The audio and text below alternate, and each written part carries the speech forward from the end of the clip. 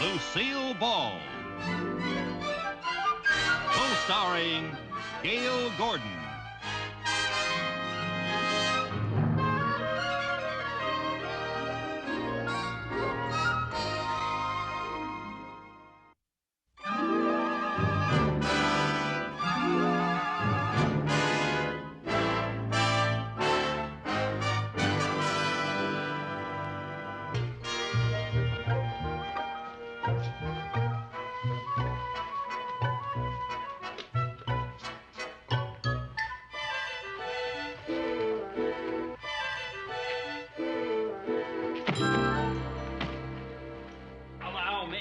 Thank you very much. Yes. Very clumsy of me.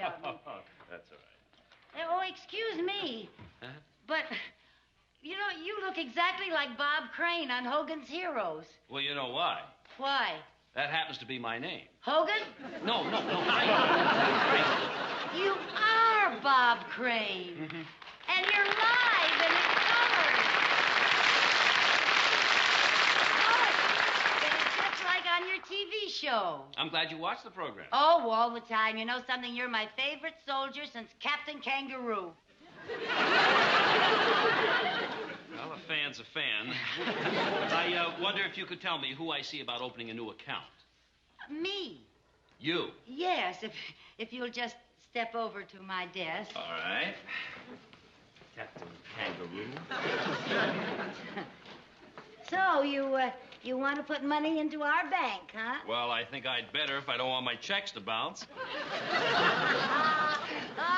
Oh, that's funny.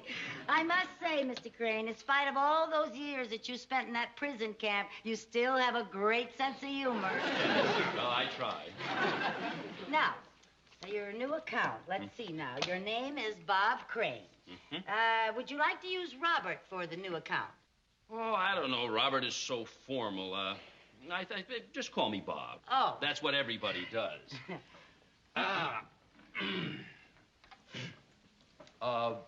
Would you call me Bob, Lucy?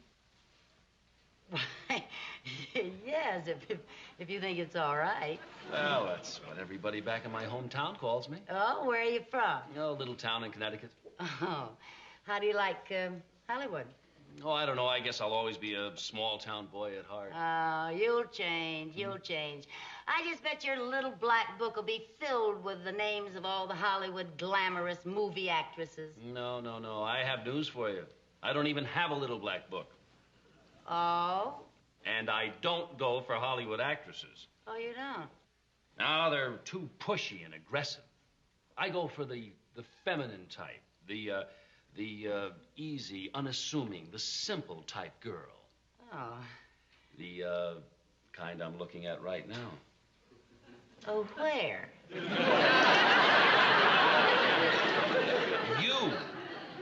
Me? Oh, yeah. I can tell just by looking at you. You're not the aggressive type. Oh, well, thank you. What's your phone number? My phone number? Oh, not for me. Not that I want it. I need it for the application. Oh, yes. Crestview 17399. 17399. You know, I think it's just terrible the way some girls call men up all the time for dates. Mm-hmm. When it's the man who should do the calling. Oh, you're so right. You know, just this week, 3 girls asked me for a date. You see? And yet tonight I'm having dinner alone.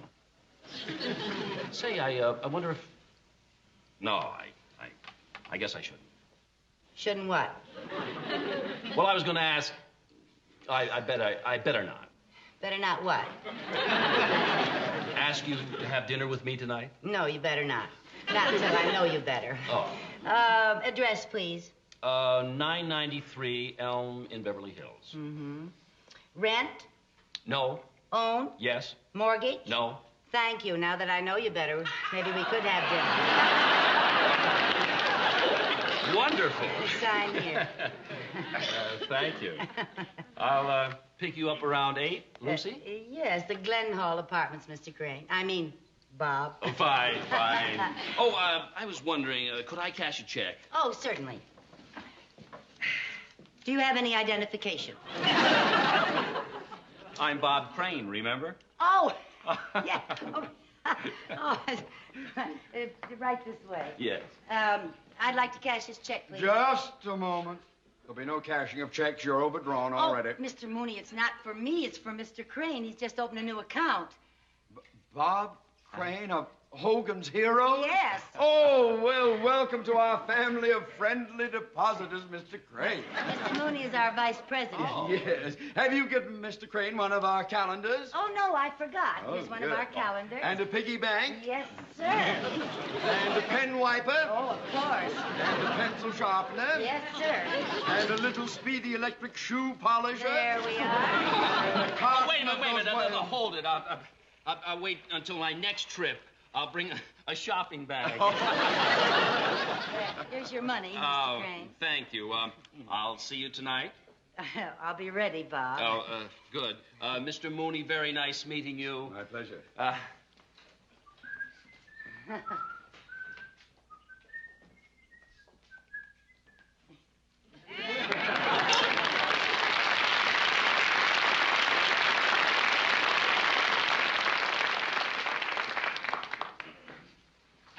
Am I hearing things? You have a date with Bob Crane tonight? For dinner. Well, why is he taking you when he could have his choice of all the glamorous actresses in Hollywood? They don't impress him. He happens to like the shy, demure type. Then why take you? Mr. Mooney, you don't know the real me. Underneath this cold, efficient, businesslike exterior, I happen to be very shy and demure. Shy and demure? You weren't shy and demure when you took that job as a stuntman, Iron Man Carmichael, and let them shoot you out of a cannon. I have retired from the stuntman business. If a man like Bob Crane thinks that I'm shy and demure, then I'm going to be just as shy and demure as Rebecca of Sunnybrook Farm. Rebecca of Sunnybrook Farm? You are more like the unthinkable Molly Brown.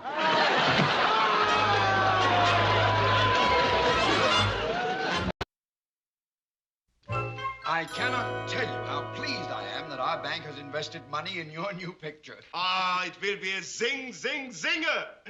And it would be even zingier if I could get some good stuntman for the big fight scene in the end.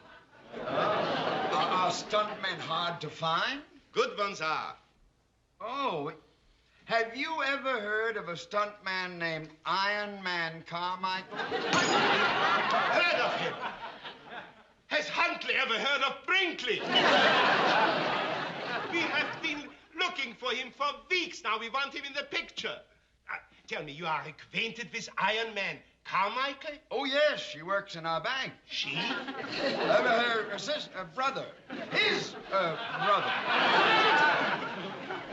And the sister can get the brother to work in the picture? They're close? Well, they're so close you might call them one person. I must have Iron Man in my picture. He's such a fearless stuntman. Well, now, when would you need him? First thing tomorrow morning. He'll be there. Ah, wunderbar, ausgezeichnet. You are a friend for life. Even longer. I will now leave. Mr. Mooney, to show my appreciation, I will give you a part in my picture. Me in the movies? Well, you look like a German officer. Oh. I will make you general. A general? General von Plump. I will now pay the bill and leave. Oh, please, please, please. This is the bank's treat. Oh, danke schön. Nothing. Also, danke schön for the calendar.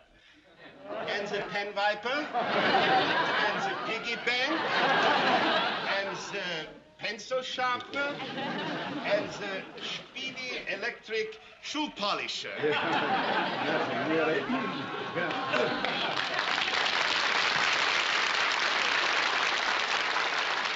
Auf Wiedersehen, General von Plump. Oh, yes.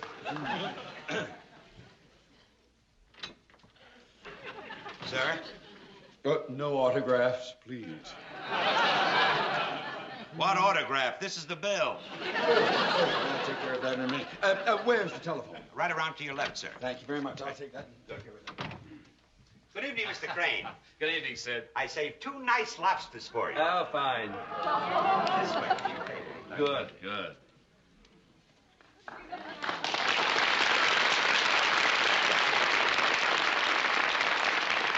I hope you like this spot, Lucy. It's so simple and unassuming. Oh, I just love it. I love that perfume.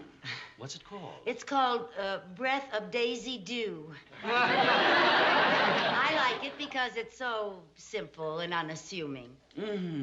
But unforgettable. Oh, thank you. Oh, you look so pretty tonight and old-fashioned. I hope you like lobster. Oh, I do, I do. Lobsters are so simple and unassuming. Well, I've never heard them described quite that way, but I guess that's why they blush and turn red when you put them in the pot.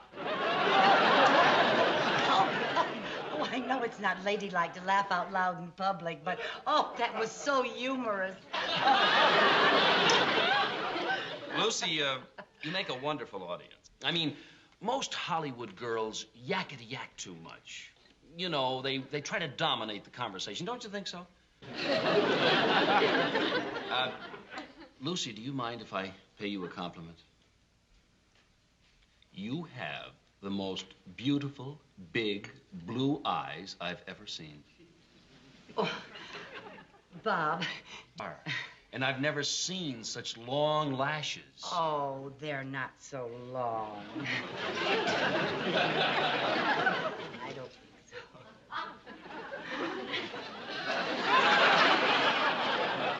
Got something in your eye? Oh, Mr. Mooney, I see you like this restaurant, too. Oh, yes, yes. I just had a delightful meal with the director of your new picture. Oh, are you going to be in a new picture, Bob? Yes, starting tomorrow. It's a World War I epic. I'm playing the lead. I'm an American aviator. Oh, how wonderful. Isn't it, though? And the director was asking about Iron Man. Iron Man Carmichael, your brother? Iron Man Carmichael is your brother? I don't care to discuss him. We have nothing in common. He's completely out of my life. Well, I just saw him in Bad Day at Laredo. He's one of the roughest, toughest stuntmen in the business. Yeah, well, we have nothing in common. He's the pardon black me. sheep of the family. Oh, yes. Pardon me, Mr. Crane. You wanted on the telephone. Oh, excuse me, Lucy. Mr. Yes, Mooney. indeed, yes. What's the idea of bringing up Iron Man now? The director wants him in the picture, and I promised to get him.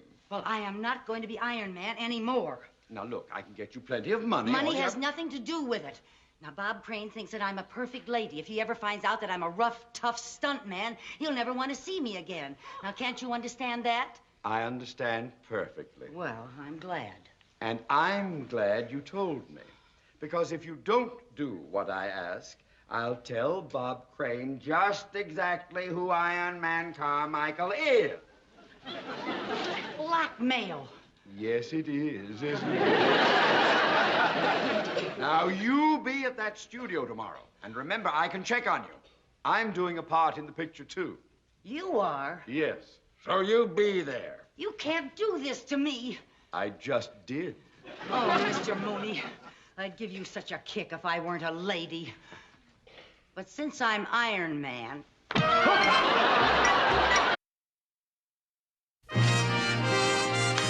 Ja, wunderbar. Yes.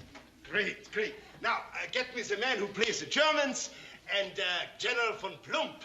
All German soldiers and General von Plump on the set.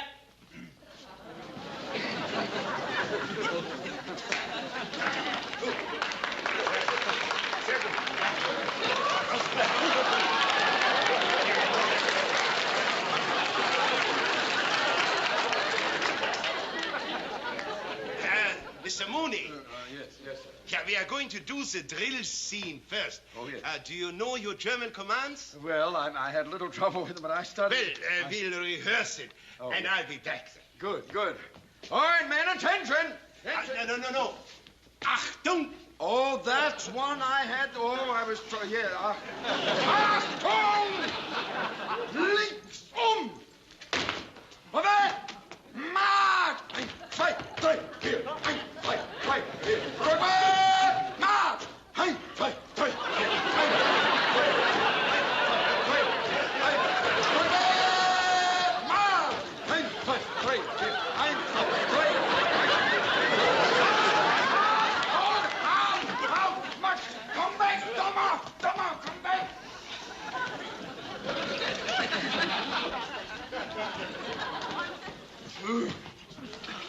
Vorwärts! Marsch! 1, 2, 3, 4. 1, 2, 3, 4. 1. Rückwärts! Marsch! 1, 2, 3, 1, 2, 3, 4. 1, 2, 3, 4. 1, 2, 1, 2, 1, 2.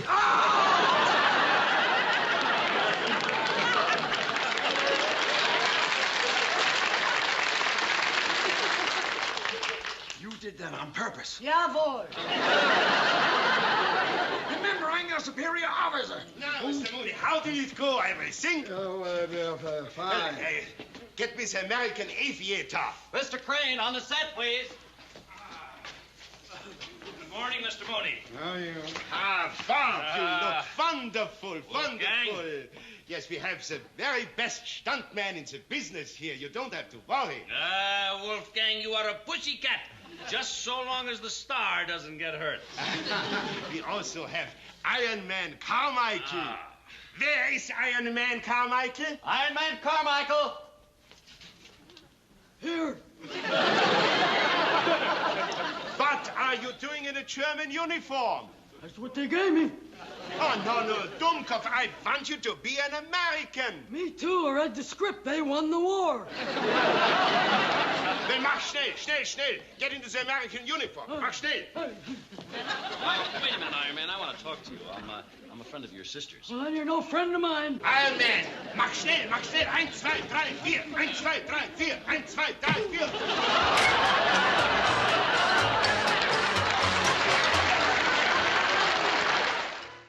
Okay, all right, let's go. Action! So, you think you will escape, Schweinhund? No wonder the Americans are going to lose the war. You are such sloppy soldiers. Look at you. Look, that scarf is dribbling all down your front. And the shirt tail is out hanging. What's the matter with it? And those boots, they are dirty. They have shot down another plane. This time I hope it isn't one of ours.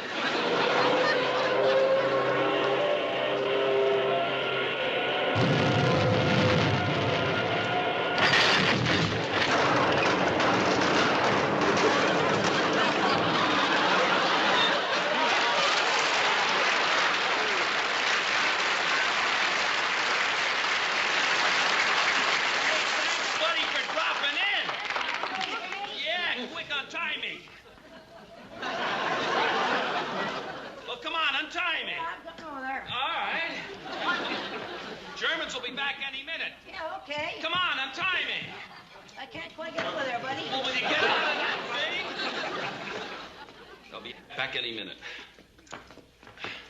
There, I'm getting it. All right, let's go. Yeah. All right. Oh, am I glad you... Wait, come on, sit out this way. What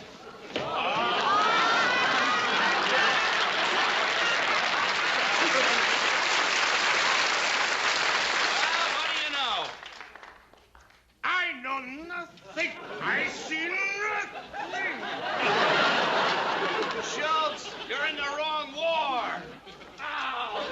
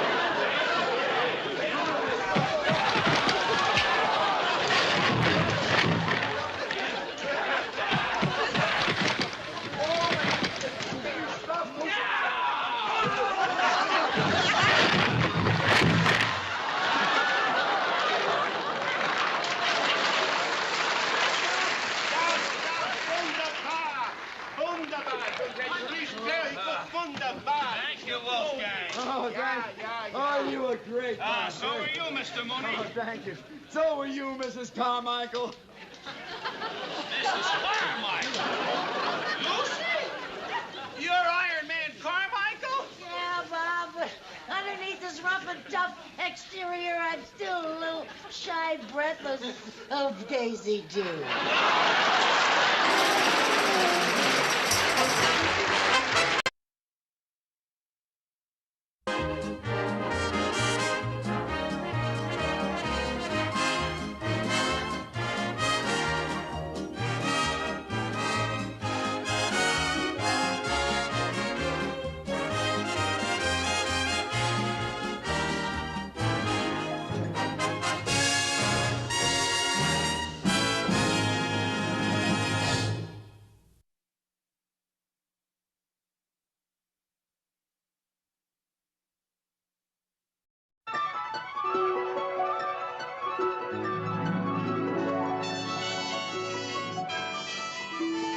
The Lucy Show. Starring Lucille Ball.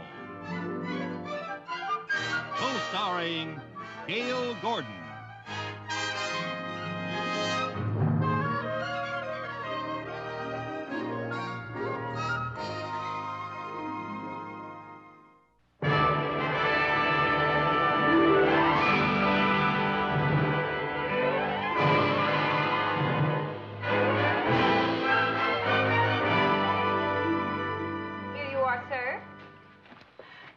Gladys, how much is 17 and 14? 31. And how much is 26 and 35? 61. And how much is 30? Lucy, if you have so much trouble adding figures, why don't you learn to use the tabulator? Quiet. I don't want them to think that I can be replaced by a machine.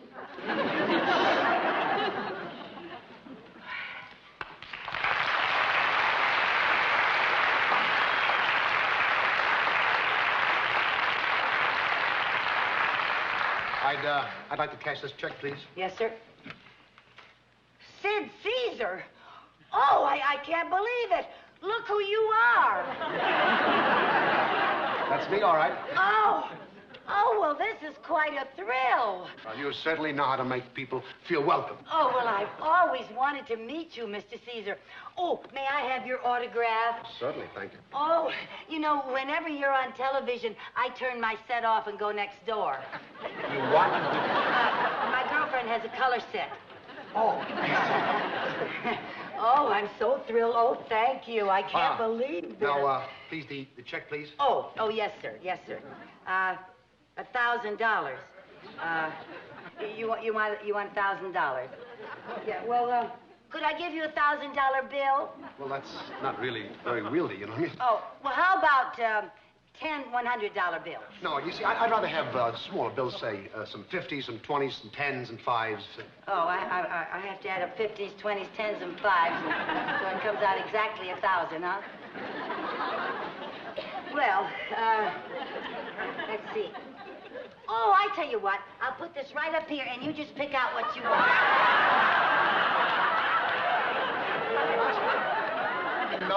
Those 50s look delicious. I'll have a dozen of those. And let me have 10 of those pretty green 20s with the mid-centers. 10, 20. And I'd like, on those 10s look nice and fresh, I'll have 10 10s. 10, 10. Yes, sir. And give me a dozen and a half of those crisp, nice $5 bills. A dozen and a half? A dozen and a half. 12 is a dozen. Oh, it says. There, now how much is that? That's $990. $990? Yes. Oh, well, you have $10 more coming. Yes, let me have 10 of those itsy-bitsy singles. Oh, some itsy-bitsy singles. All right. There you are. 10 little itsy-bitsies, $1,000. There we are. And here we are. Here's $10 for yourself, eh? Oh, no. No, you go buy yourself a pair of stockings. Oh, I couldn't. I insist. Oh, well, now, you really are so generous. Easy come, easy go. Well, thank you. Did you see who that was? Yeah. Oh, I gotta go tell Mr. Mooney I met Sid Caesar. Put the money away, will you? Mr. Caesar, I assure you the bank will do everything possible to prevent that forger from cashing any more checks on your account. Well, I should hope so. Well, now... Mr. Mooney, guess what? Please, Mrs. Carmichael, I'm busy. But this is important. Guess who I just cashed a check for? In person. Whom? Sid Caesar. Oh, no! Yeah. You cashed a check for Sid Caesar? Yes, and you should have seen him. He's a... Who are you? Who do you think he is, you nincompoop? I'm Sid Caesar. But if you're Sid Caesar, who is that man? That man was an imposter, a forger. Oh, but he seems so nice. How much was this one for? $1,000. Let's go. Oh, can I get you a glass of water? Better make it a bucket. I think I'll drown myself. I've got to figure out how we can catch that criminal. Yes, sir. Oh, I have an idea how we could tell the forger from Mr. Caesar. How? Well, look, when you come in to cash a check, we could have a little signal. You could go like this. See? And then I'll know it's really you. Mrs. Carmichael, you cannot ask a big star like Sid Caesar to go around making ridiculous gestures like this in a public place. Oh, no, Mr. Mooney. You did it wrong. It's with the thumb under. She's right, Mr. Mooney. Most people go like this, with the thumb out. But with the thumb in, it's a good signal. The RAF used to use it a lot. The RAF? When they made a drop, they always went like this. I didn't know that. Oh, yes. Oh, I thought I just made that up. Well, from now on, this will be our signal, right? Okay. Goodbye, Mrs. Carmichael. Goodbye. Goodbye, Mr. Mooney. Goodbye. What? You're doing the thumb out. Thumb under. Thumb under. And then. And then wiggle There the you go. finger. See? Wiggle your finger. Wiggle your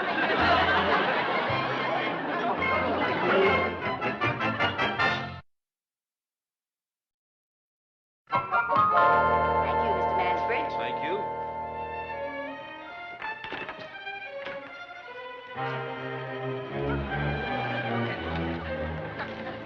Good morning. Oh, good morning, Mr. Caesar. I'd like to cash this check, please. Yes, sir. You forgot something. Like what? A secret signal, so I'll know it's you and not the forger, remember? Oh, yes, that's right. Oh, I remember, yes. Now, would you mind cashing the check now, please? Mr. Caesar, I hope you won't resent this, but on account of your forgetting our little signal and just for your own protection, to make sure that you're really you, would you do me a favor? Like what? Well, I saw you in that show, Little Me, and you know the song that you sang to the girl in the second act? Oh, yes, I remember, yes. Yeah, well, would you mind doing it for me? Well, you see, in the show, I did it with a girl, and it's very difficult to do it with other girls. Well, I'd be very happy to help you. Oh.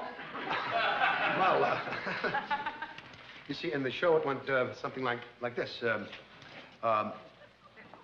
Pardon me, miss, but I've never done this with a real white girl. That's a song, that's it. Straight off the farm with an actual armful of real white girl. Pardon me if your affectionate squeeze fogs up my glasses and buckles my knees. I'm simply drowned in the sight and the sound and the scent and the feel of a real live girl. Oh, that's just wonderful. I hope you weren't offended, Mr. Caesar, but I just wanted to make sure it was you, you know? It was my pleasure, and with your brilliant mind, I know we're going to catch that forger. Oh, well, I certainly hope so. There you are, sir. $1,000. Thank you. Goodbye. Goodbye.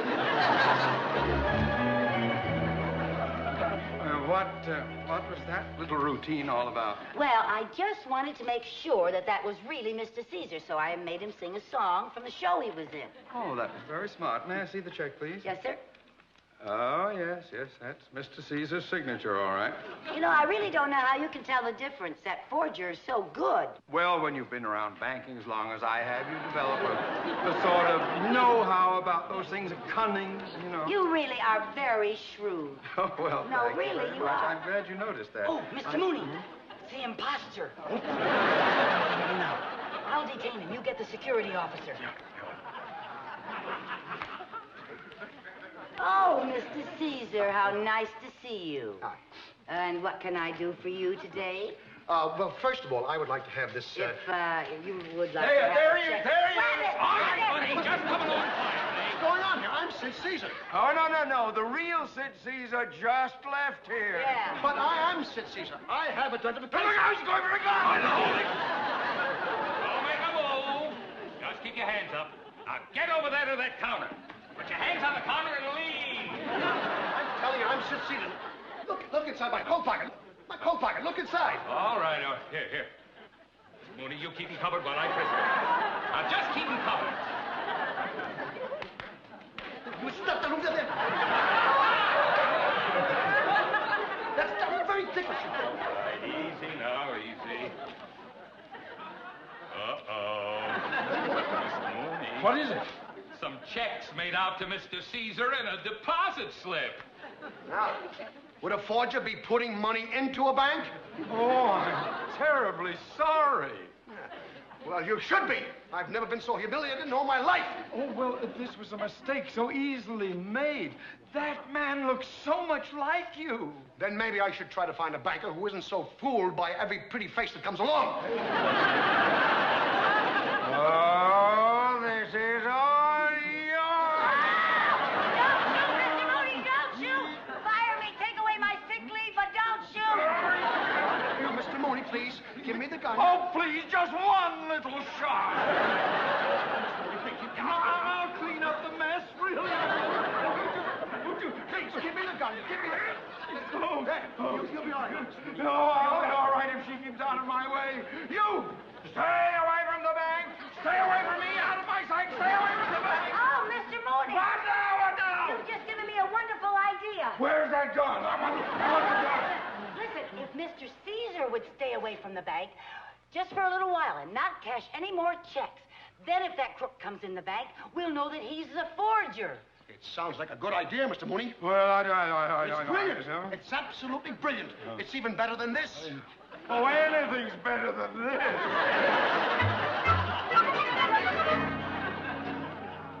Okay, Charlie. 10 to win on Crystal Princess in a fifth. You got a bet. Hiya, Rocky. Well, if it ain't my old pal Frankie the Forger, how's the action? I'm still writing fiction. Would you care for some lunch, boss? Yeah, I tell you what I'm gonna have. I'm gonna have the knockwurst and sauerkraut and some of those nice crispy brown mayonnaise potatoes, huh? How about you, Frankie? I can recommend the knockwurst. No, thanks. Caesar's still on a diet now. I'll take my usual. Cottage cheese and skim milk. Cottage cheese. I didn't mind looking like Caesar, years ago. But since he's been on that diet, it's been killing me. I liked him better when he was a big, fat slob, Here you are, boss. Knockwurst and sauerkraut with lyonnaise potatoes. And for you, Frankie, cottage cheese and skim milk. Oh, that looks great. Delicious. Oh.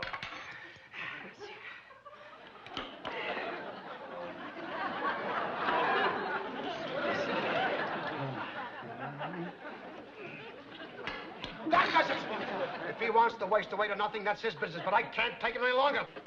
Tomorrow, I'm going to that bank and lay a big one on him. I'm going to forge one for $10,000. 10,000? Yeah. And then you know what I'm going to do? What? I'm going to take a trip to Europe, hit all those famous restaurants, and eat everything in sight.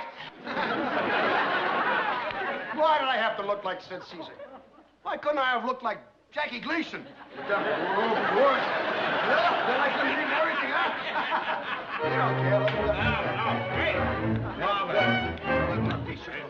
Control. Oh, Mr. Mooney, that payroll we had to handle this morning was so heavy that our cash on hand is nearly depleted. Well, call the main branch and have them send over $50,000. Yes, sir. Yeah. Now, remember, Mrs. Carmichael, the security officer and a policeman are stationed in my office. Yes, If Frankie the forger shows up, you press the intercom button 3 times. Don't worry, sir. Right. Uh-oh. What? I better start pressing. Good. Catch him passing a bad check. Good morning, Mrs. Carmichael. Oh, good morning, Mr. Caesar. You want to cash a check? Yes, you see, last night I got a telegram from Las Vegas. They want me to come up and open up. Oh, I see. Oh, $1,000. That's it. What's going on here? We finally caught up with Frankie the forger. Oh, no, not again! Frankie the forger, I'm Sid Caesar! Oh, no, you're not. The real Mr. Caesar agreed not to cash any checks until we caught you. I know, but that's what I was trying to explain to you. When I got home last night, I got a telegram that You told can me... tell that story to the judge. Yes, come on, Frankie. I'm Sid Caesar, don't you understand? Pardon me, miss, but I've never done this. Come on, we're taking Pardon me, miss, and I've never done this.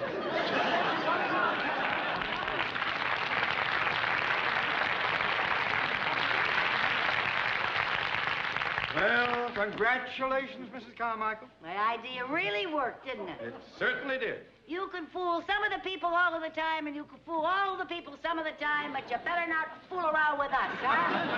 That's very good, very good. And Mrs. Carmichael, as a reward, I would like to take you to lunch to my club. Lunch at your club? Yes. Oh, that's wonderful. Oh, Well, I thank think you Mr. deserve it. You Thank really you. do. Oh, look, here's the real Mr. Caesar. Why, so it is. Hello, Hi there. Well, we did it. Yeah. You did what? We caught Frankie the forger. Say, now that Frankie the forger's out of the way, maybe I can cash a check without all this rigmarole going on, huh? Of course, of course. It's a big one, you know. Well, it's your money. You see, I'm leaving on a tour of Europe tomorrow, and I'll need $10,000. So, 10,000. Well, now, I don't think we have that much cash on hand. Oh, you right don't now. have it, huh? Well, but we will just as soon as the messenger arrives from our main branch. Well, how long will that take? Oh, about an hour. It'll take an hour, huh? Well, now, you don't have to wait around, but why don't you join us for lunch? Sure, we can celebrate catching Frankie the forger. Yeah, good. Okay. Are you sure they caught this Frankie the forger? Oh, yeah. And are you sure they put him in jail? They just waltzed him out of here. Oh, well, then let's go, shall we? Oh,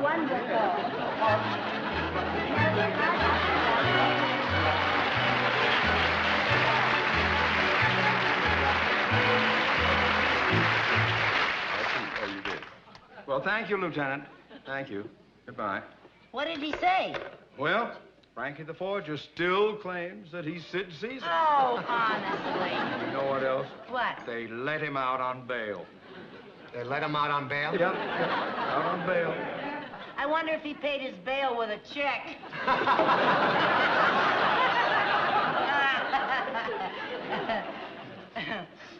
Here you are, miss. Chicken cacciatore, baked lasagna, and broccoli with hollandaise Oh, sauce. that looks beautiful. And for you, Mr. Mooney, roast turkey with oyster dressing, apple fritters, candy jams, and homemade cornbread. Oh, that looks delicious. This is my And for favorite. your order, sir, cottage cheese and skim milk. Thank you. Is that really all you're going to have? You ought to try this turkey. Oh, now, Mr. Mooney, it's not nice to tempt someone when they're on a diet. Oh, no. Well, cheers. Cheers.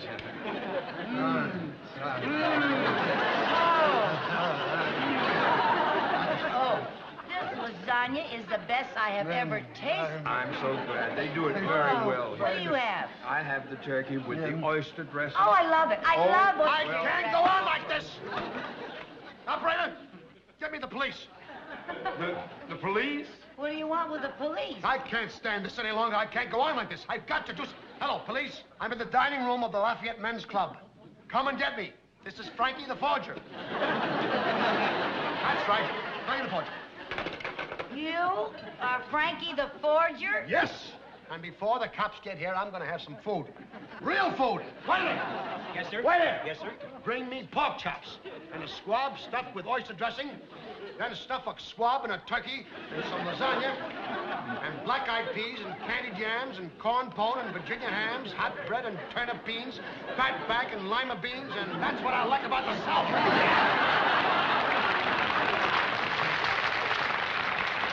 Now, wait a minute. Yes, sir, yes, sir. Bring me a corned beef sandwich, all fat. Now you're going to see some eating and some food. All right, Frankie, let's go. We just got a call to pick you up. You got here so fast. Well, we were cruising in the neighborhood. But the waiter just took my order for lunch, you understand? Well, don't worry about your lunch. We'll give you some nice bread and water down at the station house. Come on, let's go. Let me get that. Come on.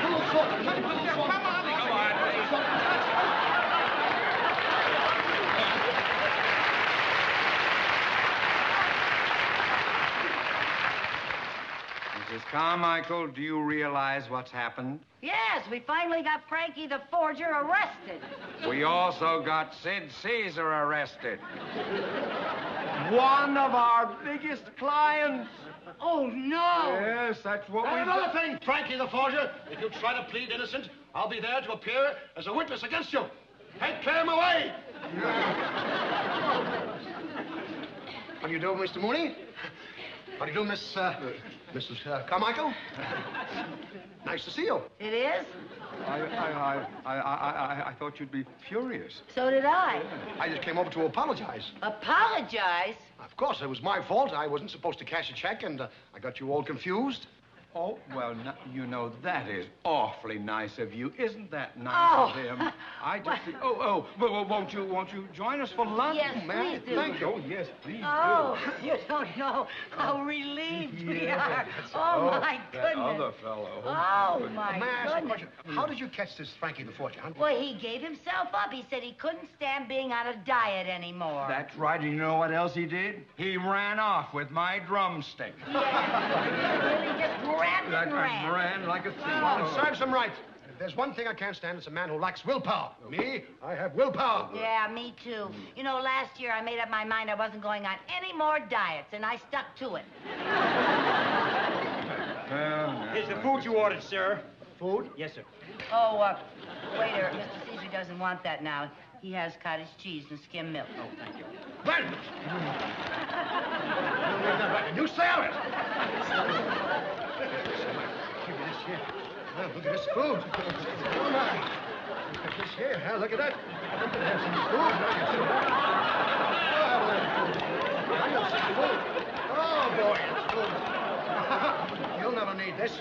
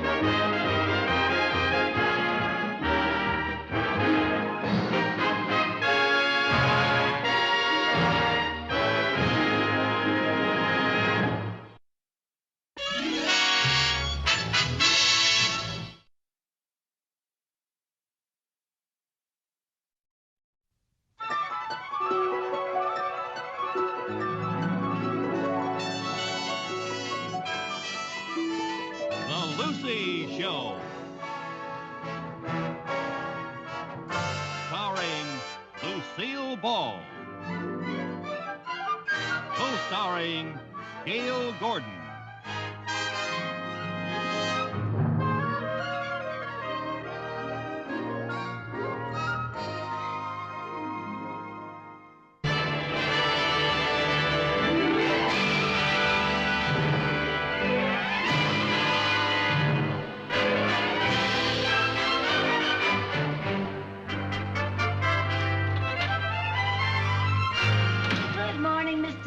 Good morning, Mrs. Carmichael. Would you like some coffee in Danish?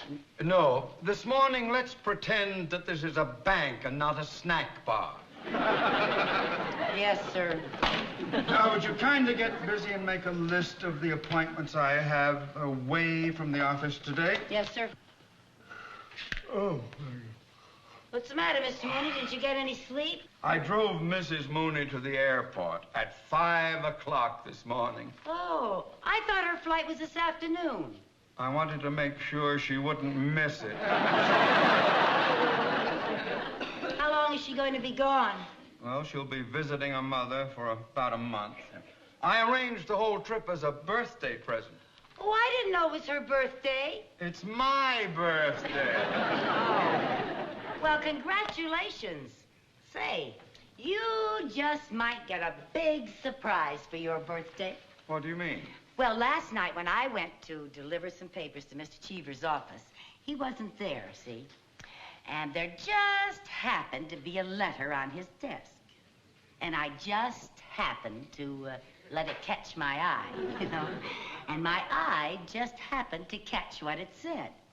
And it said... Mrs. Carmichael, snooping like that is unethical, immoral, and downright dishonest. And you don't want to know what the letter said? Every word. It said that the president of our San Francisco bank is retiring at the end of this month, and that it's up to Mr. Cheever to select a replacement for him. President of the San Francisco branch. That job could only be handled by an outstanding executive, a man of integrity and intelligence. Oh, then you don't want the job? I was talking about me. Oh, well, then before he considers anyone else, why don't you go to him first and tell him how much you'd like the opportunity? Because if I bring it up, he'll know that somebody was snooping around his desk. Well, you could do it without him knowing that you know about the letter. How? Well, just drop little hints, you know, when you're around him, like how you'd love to head up a bank and how you'd love to be a wonderful executive like he is. Mrs. Carmichael, I am not the kind of man who would stoop to hinting or deviousness. I just thought if you'd butter him up a little... And I am too proud to butter up the boss. Now, Mooney! Oh, Mr. Cheever! Mooney, I have just closed the Benson deal, and on our terms. Incredible! Mr. Cheever, you certainly know how to get things done. It is amazing that just one man could have so much vitality, perseverance, and executive ability. Well, Mooney, I've never been showered with such praise. Or butter. Just keep busy. Get these contracts in the mail. You know, Mr. Cheever, it's executives like you who inspire ambition in others. You make a man like me want to be like you, doing what you're doing. Doing what I'm doing? Being president of a bank, running the whole show. Mooney, if you're thinking of taking over my job, forget it.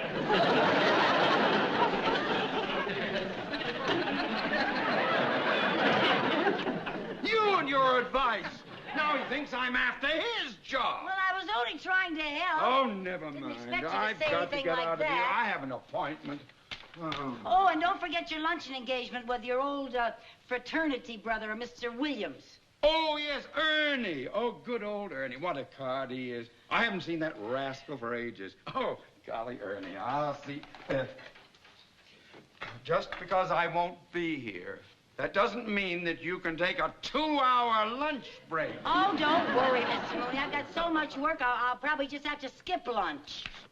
Well, it won't do you any harm.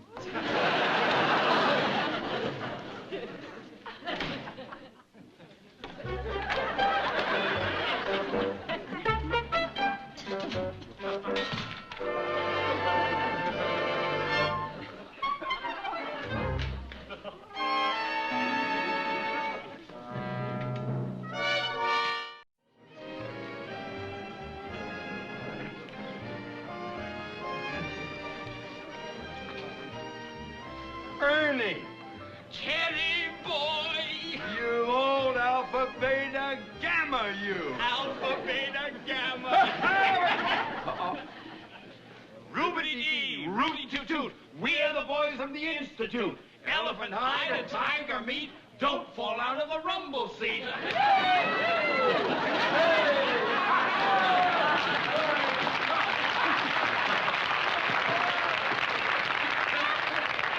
Oh, my. Gee, it's good to see you. Long time no see. Yeah, long time no see. Or as the sailor said when his watch fell overboard, long sea, no time. Oh, I like that. Long sea. Pardon me, would you gentlemen care for a drink? Oh, yes, indeed. What'll you have? Well? Ernie, What? how about our old fraternity special? Good idea. All right. We'll both have slow gin and root beer.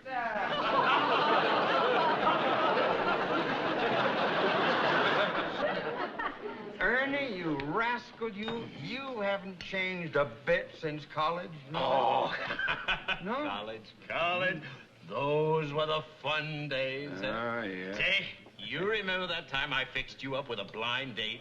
I told you it was with the homecoming queen, but instead it was with that girl shot putter with the butch haircut and the buck teeth. Yeah.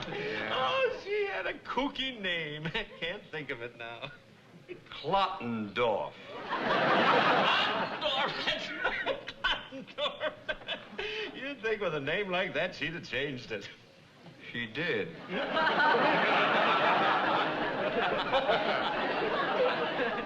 It's now Mrs. Mooney. I didn't know. I'm sorry. You're sorry. Well, let's get to something else. Now, how about having some lunch, Ernie? Let's look this over. Oh, that looks good. Ernie, What? listen to this. What? Enter our contest for Boss of the Year award. The title will be awarded on the basis of the best letter singing the praises of the contestant's boss.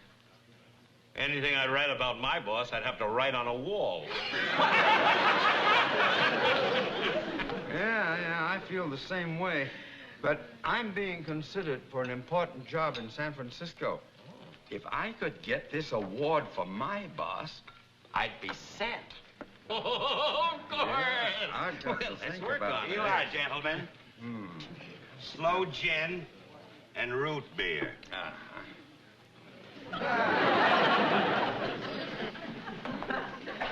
Only a coward won't drink it down.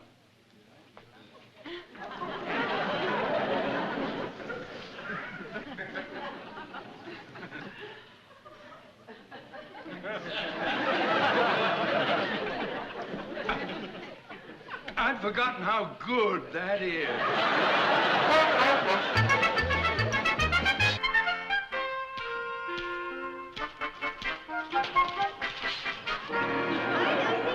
Oh, hi, Mary Jane. I thought you were Mr. Mooney. You ready to leave? No, I can't leave until Mr. Mooney comes back, but he ought to be here in a few minutes. What are you trying to hide? Oh, I was just writing a letter. Well, the Businessmen's Club is having a contest for Boss of the Year. And I was hoping I could write a letter that could win it for Mr. Mooney. But I don't want him to know about it. You see, he's up for a big job in San Francisco. And I thought that this award might impress Mr. Cheever enough to get Mr. Mooney that job. The way he treats you and you want him named Boss of the Year, boy, that's loyalty. Loyalty schmoyalty, Mary Jane. I figure if he goes to San Francisco, any new boss I get will be an improvement. Oh, hello, Mr. Mooney. Oh, hello, Mrs. Carmine. You know my girlfriend. Oh, hello, baby Jane. Mary Jane. Well, you can run along, Mrs. Carmichael. I have work to do. Oh, won't you need me for dictation or anything? Oh, no. This work is of a confidential nature. It's personal, personal. That's all. Okay, Mr. Mooney. Yeah, Bye, Mr. Mooney. Goodbye, Thank Mary. you. Jane. Good night. Good night. Good night.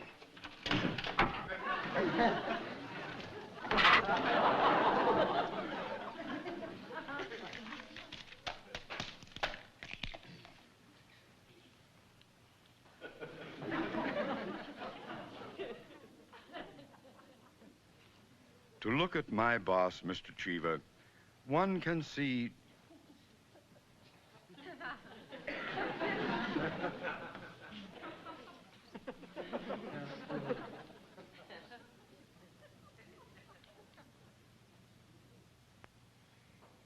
To look at my boss, Mr. Cheever, one can see that he is considerate.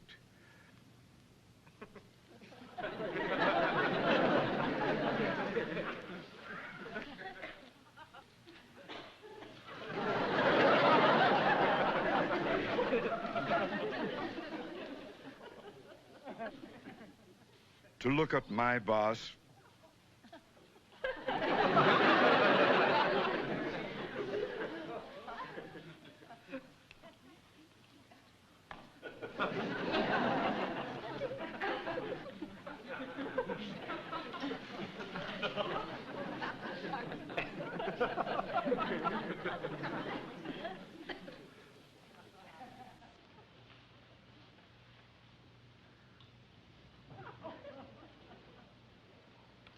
To look at my boss, Mr. Cheever, one can see that he is a lot like Abraham Lincoln.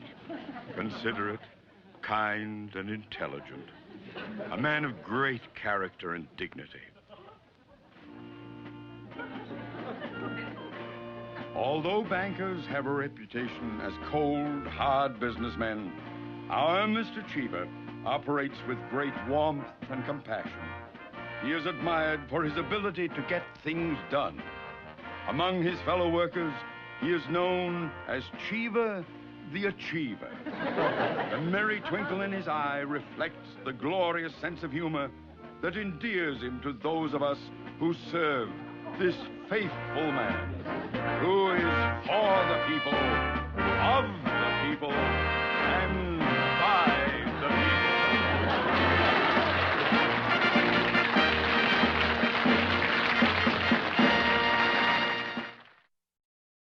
You and your Spanish eyes will wait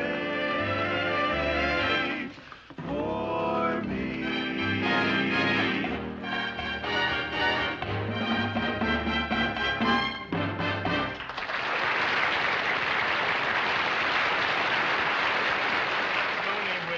Please stop playing games and tell me why you insisted that I come here tonight. You know how I hate these things. Well, now, Mr. Cheever, you see that sign? The Boss of the Year Award? Well, when I got my tickets, they had a little note enclosed, and it said that my presence here tonight would have special significance. What has that got to do with me?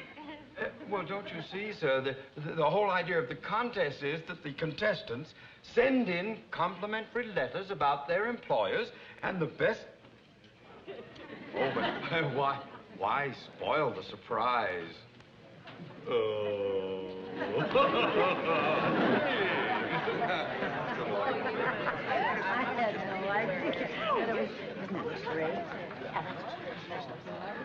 Oh, Lucy, there's Mr. Mooney and Mr. Cheever. Oh, yeah. You didn't tell him you entered him in the contest, did you? Of course not. Come on. Hello. Oh, hello. Hello, Mrs. Carmichael. What are you doing here? Well, I thought some of the gang from the bank might be here, and... Would you like to join us? Oh, Please do. thank you. Oh, very nice of you, Mr. Cheever. Doesn't the place look wonderful? Yeah.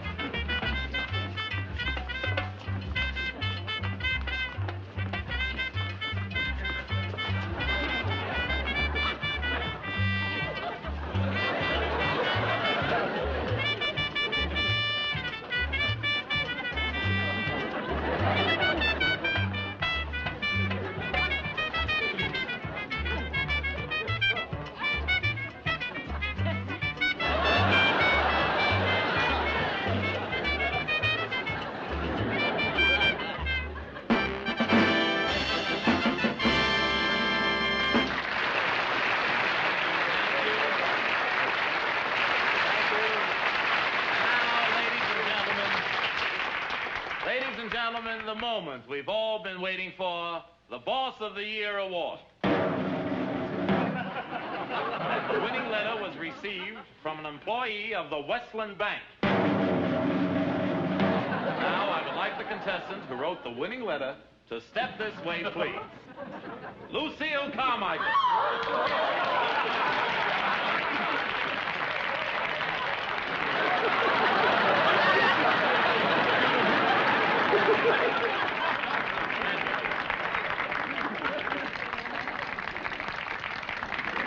When our contestants were invited to sing the praises of the boss, Mrs. Carmichael took us literally. And since her words are set to music, we think it would be a good idea to let her sing them to you herself. Oh, really? Oh, yes. Oh, no. I'd like to pay my boss a tribute. Sing his praises loud and clear. As a banker, Mr. Mooney has a record you should hear. 76 big loans that he made last year, 110 accounts that were new, followed by mortgage deeds springing up like weeds, foreclosed when they were overdue. There were Christmas clubs and savings plans he improvised, compounding, interest all the way, new interest rates and tax rebates he organized, highly prized by any CPA. He bought 50 big computers for the auditing, computing with no time to lose. Big machines of every size, one human man who multiplies in case the darn machine should blow a fuse. Oh, thanks for the memory of a boss I think is great. Not a single cranky trait. He doesn't even holler on the days I come in late. Oh, lovely he is. Oh, thanks for the memory of the patience that he takes, overlooking my mistakes. He even buys the donuts when I take my coffee breaks. How thoughtful he is. Many's the time that we quarrel, and many's the time that he'd fire me. But then, in the end, he'd rehire me. You'll never find a boss so kind.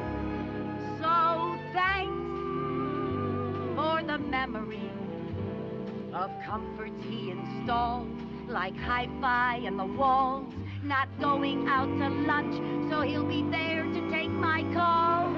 I thank you so much. It's 6 short years that I worked for him, 72 great months filled with cheer.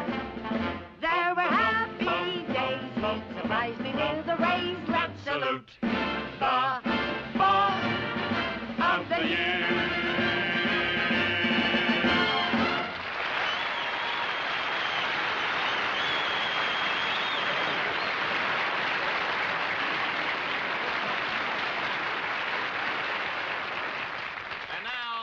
Let's get the man up here, the boss of the year, Mr. Theodore J. Mooney.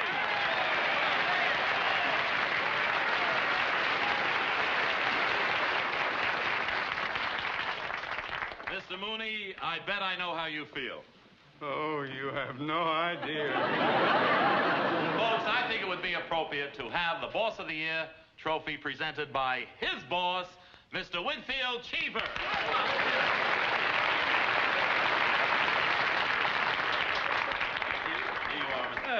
Thank you. I consider it a privilege and an honor to present this award to this employee of mine, in whom I have had such confidence and faith. As a matter of fact, only this morning I dictated a letter appointing Mr. Mooney the president of the Westland Bank in San Francisco.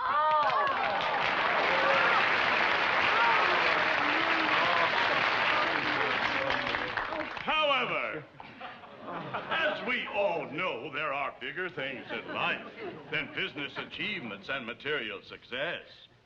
And seeing this bond of loyalty between this secretary and her boss, I am going to see that Mr. Mooney stays with us so that our happy family at the Westland Bank can remain together. Okay, everybody, let's hear it for Mr. Mooney. President, the boss of the year.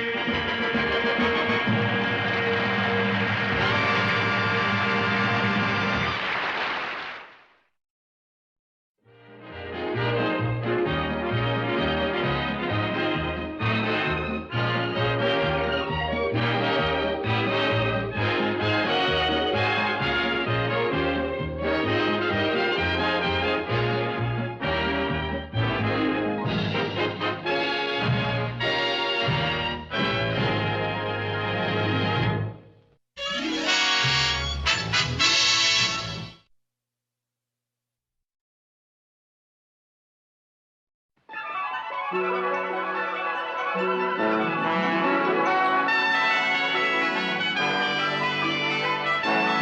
Lucy Show.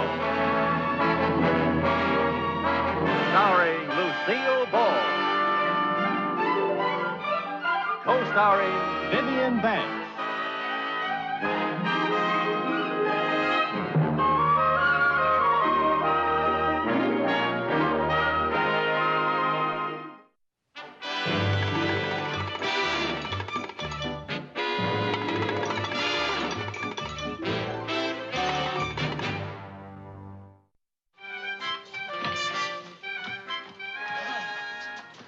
Oh, Viv, look, there's a big sale at Bigelow's. How'd we happen to miss that? Look at that, dentures, $4.98. Dentures, $4.98? Yeah, they're made in Japan. Gee, it's too bad we don't need some. Why don't you buy them for your old age? Oh, Mr. Mooney. Do you mind if we join you? Yes. Thank you. Mrs. Carmichael, please. Oh, I'm so sorry. Gee, that's a pretty gift. Is it for someone? Well, yes, but it isn't a gift. It's a Bowser bag. Yes, I'm having some bones, gift-wrapped for my dog. Oh, Mr. Mooney. Oh, dear. Yes, ladies? Oh, just 2 cups of tea, please. Yes, ma'am. There you are. There we are. Oh. Well, are we all settled? Yes, I think so. Oh, nice. Do you mind if I go back to my lunch? No, please do. Go right ahead. We're just going to have some tea and then get right back to the bargain counters. What is in this package? Oh, those are my fancy garters. Well, your fancy garters are on top of my liver. Oh, I'm so sorry. Oh, that's too bad. Gee, I didn't see that, Mr. Mooney. Oh, thank you. Thank you very much. Thank you. Oh, this good. Tastes good. Ooh, I'll say it is. Hey.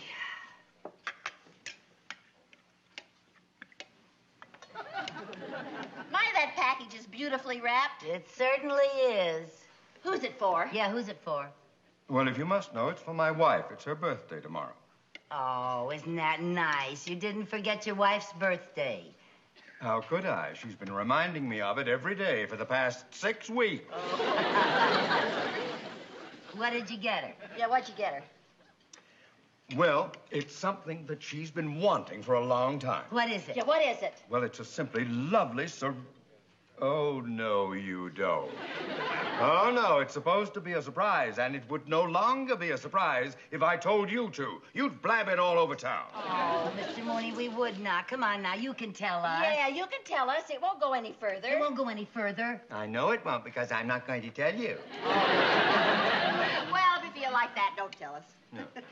Oh, Vivian, it's almost 2 o'clock. We got to get back to the battlefront. Okay. Gee, I'm sorry, Mr. Mooney, but we're going to have to go. Oh, you're just saying that to make me feel good. Mr. Mooney. So you are. Me. You're a funny boy. I got it. Oh, my goodness. What's the matter? Mrs. Mooney just drove up. She mustn't see this. It's a surprise. She can't see it until tomorrow morning. Oh, give it to me. What? Give it to you? Me. Yeah, I'll pretend it's mine. Oh, all right. All right. Now, I'll pick it up later. Okay. And I'll take care of your check. Okay, thank you, Mr. Mooney. Bye-bye. Mr. Carmichael. What? I know how nosy you are. So promise me you will not open that package.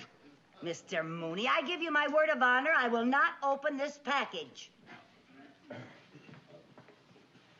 Let's go by the doctor's and have it x-rayed. No. All right, come on. A bargain sale. On black and blue. Well, a good bargain is worth a bruise or two. Viv, you better take off Mr. Mooney's package. I can't get these down. Just a minute. Oh. Whew. Here we are. Here.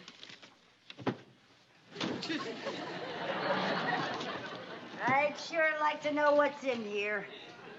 I'd give anything to know what he bought her. I think I'll open it. Now, Lucy, you promised not to open that. Well, you didn't promise. You open it. No. Aren't you curious? It really doesn't make any difference to me one way or the other. It's kind of heavy. Viv, it's ticking. Mr. Mooney bought his wife a time bomb. That's your wristwatch you hear. Oh. Well, the way he talks about her, you never know. Now, you put that down and just forget it. That is none of your business.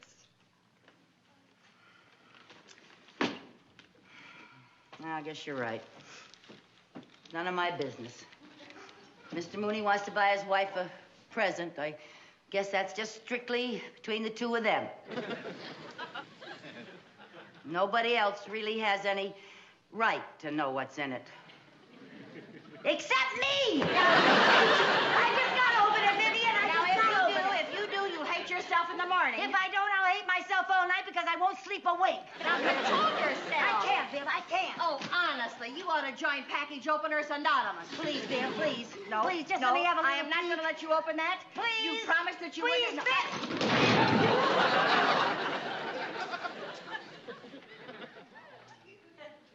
Now look what you did.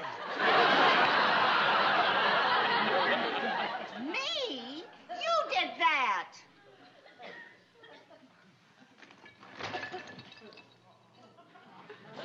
Sounds like it's broken. Well, now you're going to have to open it because we're going to have to see what it is because we're going to have to get another one like it. Well, good. I at least get to see what it is. Oh, honest to goodness, Lucille. You are the limit. What's the matter?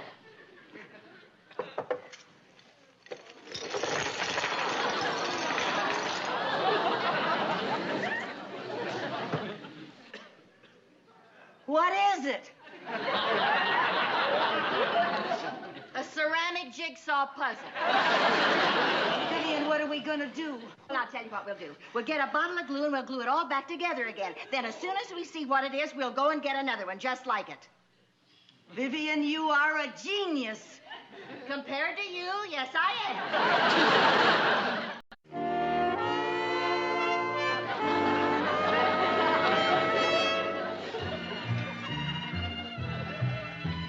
What do you think? What is it? Well, it looks like a rhinoceros wrestling a parrot. Please, Viv, no jokes, huh? Now, where are we going to find another one of these if we don't know what it is? Lucy, you got me. Oh, Viv, I'm in such trouble. What am I going to do? Well, now, there are two things you can do. You can tell Mr. Mooney the truth. Yeah, I could do that. Or you can lie to him. I like that better. Yeah, I think I'll just have to tell him that... Oh, no. No, I can't lie to him. I can't lie to him. I'm just going to have to ask him where he got this thing, and I'm just going to have to go out and get another one just like it. Okay, if you want to do it the hard way. Well, I'll be able to worm it out of him. I can be very subtle, you know. Yeah.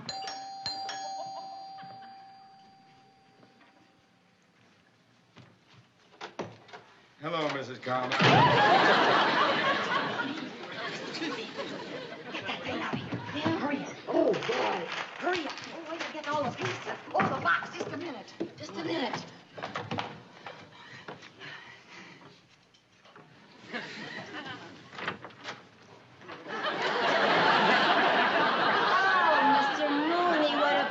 Surprise. Mrs. Carmichael, why did you... How long have you been out there? I didn't hear the bell. You didn't hear the bell? You just slammed the door in my face. Oh, was that you? I thought it was a salesman. Look, I stopped by. Oh, I'm so glad you did. Now, let me have your hat. Oh, no. I stopped by to get that gift yes, for my I wife. know. Let me have it, please. No, the gift you'll get, yes, but let's just sit down, have a hot cup of tea, and talk for a little while. I don't have time. I have to be at a Chamber of Commerce meeting in 15 minutes. The gift, please. Huh? Yes, the gift. Lucy, yes? Can I see you for just a minute? Yes, now you sit down, Mr. Mooney. Mrs. Carmichael, the gift, please. Yes, we'll bring it hurry. Yes, we'll bring it right up. Did you find out what it is? No. Well, did you find out where he got it? No. He just said he wants it, and he wants it right now. Okay, then give it to him. I rewrapped it. It looks just as good as new. Yeah. Looks as good as new on the outside, but not on the inside. We can't give him this broken mess. Oh, yes, we can. Well, he could drop it with just a little help. Oh, yeah. And we're just the kids that can help him. I thought you'd never catch on. Come on. Here's your gift, Mr. Mooney. Oh, thank you. Let me have it, please. Sure.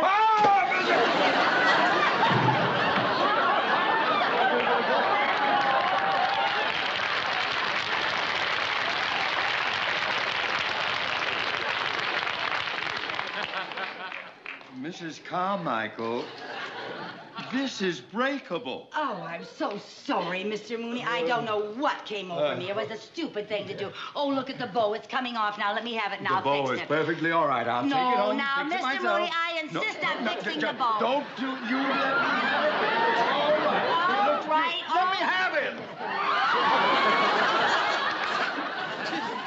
Excuse me.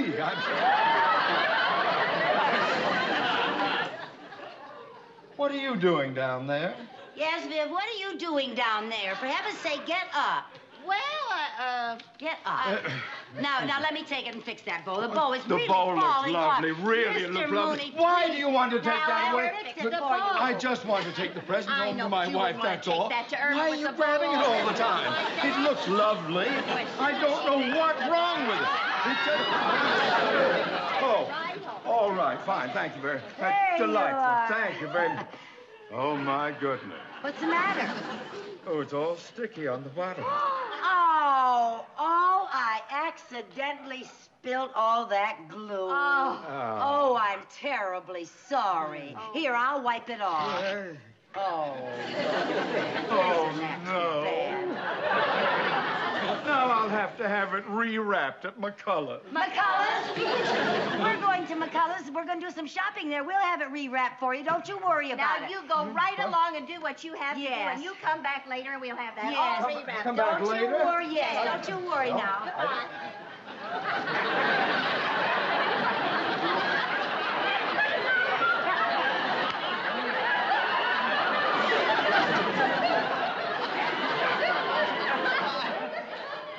Why do these things always happen to me? Why me?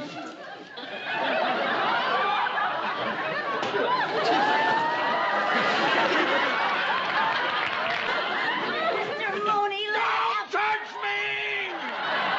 I'd rather be stuck to this door forever than stuck to either one of you for 10 seconds.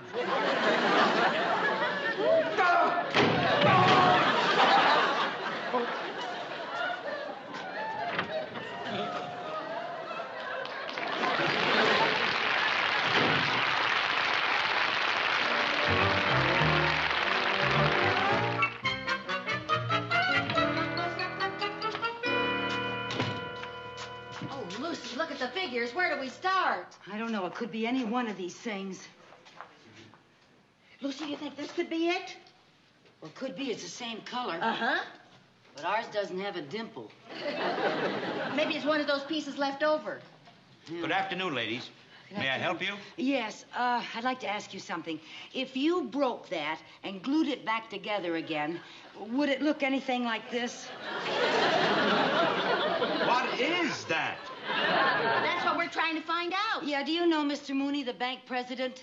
Mr. Mooney? Oh, yes, a very good customer. Well, he was in here this morning and he bought something for his wife, and we've got to get another one just like it. Let me see now. Oh, I remember. Good. The ceramic cat. Mr. Gould. Yes. Oh, pardon me. This lady just bought that. He bought this for his wife? Boy, he must really hate her. Oh, boy. We'd like to buy that, please. Oh, I'm sorry. I just sold it to that lady. Oh. Oh, well, then we'd like to have one just like it. Yes. I'm sorry. We're all out. Well, do you know where I might find one? Has anybody else got them? Oh, Bigelow's had one in their window. Bigelow's had them? Oh, It thanks may a lot. still be there. Yeah, well, hurry up. Okay.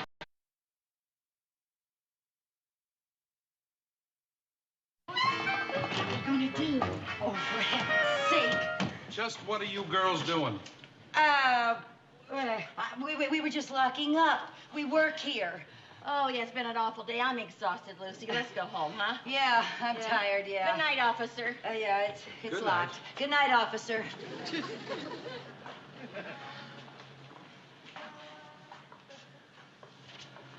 Now, what are you coming back for? You can't get in tonight. We'll have to wait till tomorrow. Oh, I can't wait till tomorrow. Mr. Mooney's picking it up tonight. Maybe there's somebody still in there. Open up. Please open up. Oh, dear. Hey, Viv, you see what I see? What do you see? An open transom. Now, Lucille, you can't go in there and steal that cat. I'm not going in there and steal anything. If I can get that cat out of that window, I'll leave a note and I'll leave the money. But we might get caught in there. What would happen if somebody came and caught us? Stop talking and give me a boost. Oh, Lucy, I think... Give me a boost. There, now. Wait till I get this foot here, and then you give me a boost. Where do you want me to... Right there.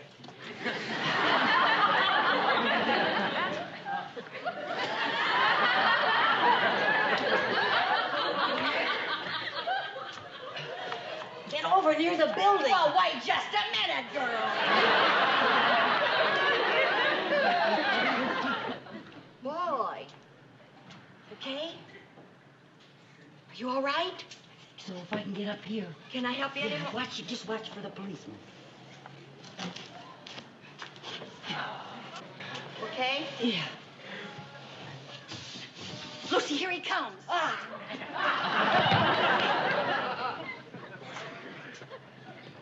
Hello there, officer. You still here? Yeah, I'm just waiting for my lift. Oh, where's your friend? She already got her lift. Well, I hope you'll get Good night, officer. Good night.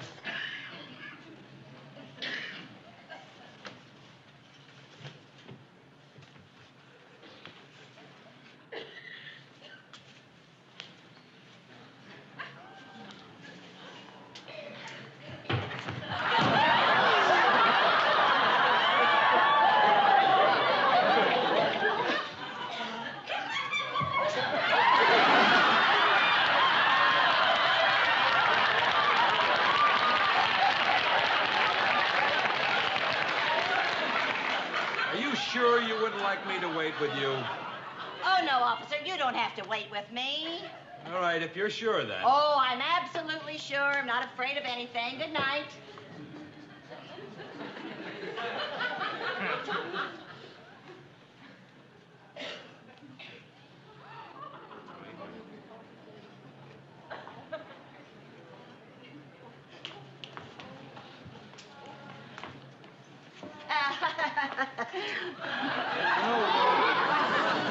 Maybe I should call you a taxi. Oh, no, don't bother to call me a taxi. I'm perfectly all right. Well, I better stick around here. You know, you never can tell in this neighborhood. You gonna stick around? Well.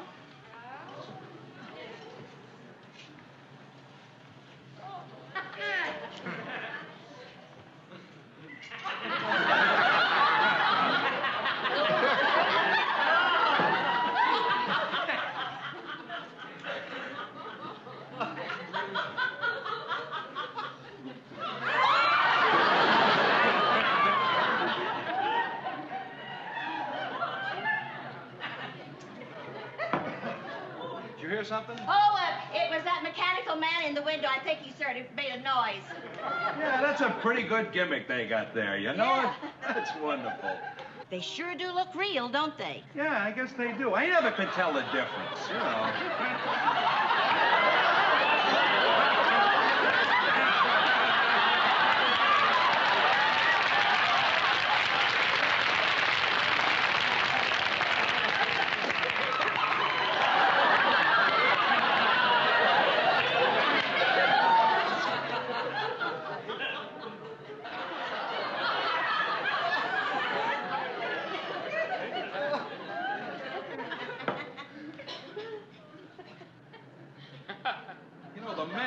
Real, but that redhead, there could never be a human being with that color hair.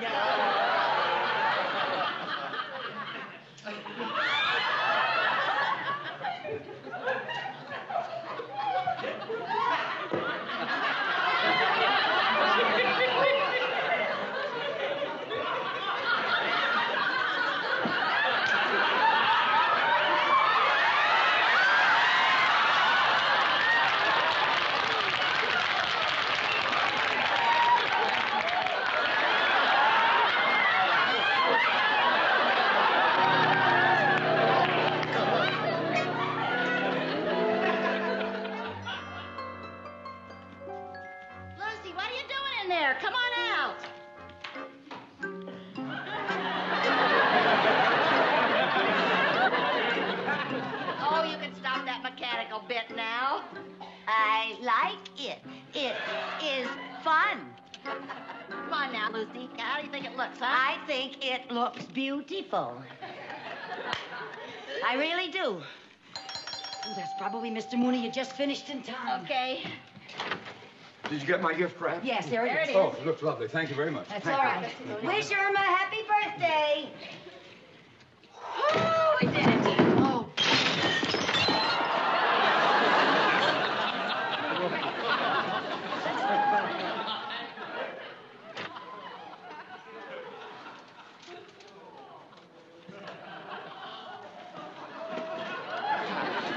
Mr. Mooney, you didn't.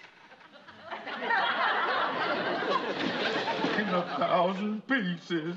Oh, Mr. Mooney. Oh, Oh, it's all broken. How can I take this?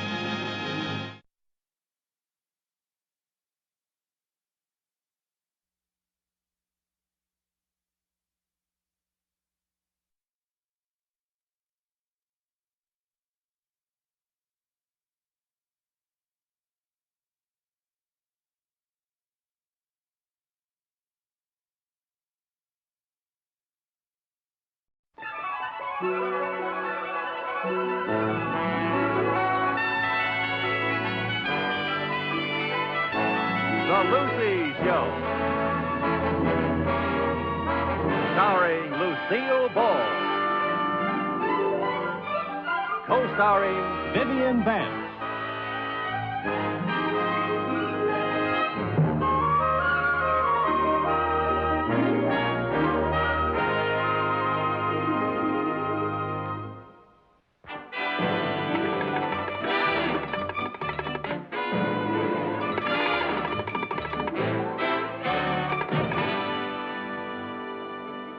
Lucy, I have just got to get a job.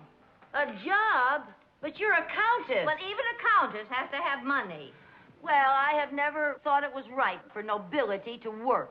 Honey, there's an old French proverb. When you're behind the 8 ball, you'll stoop to anything to get a meatball. Well, I guess it's my turn to do the dishes. Oh.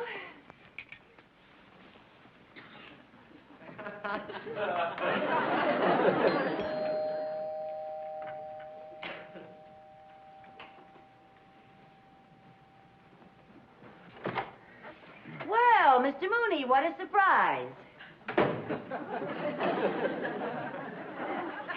Are we alone? Yes.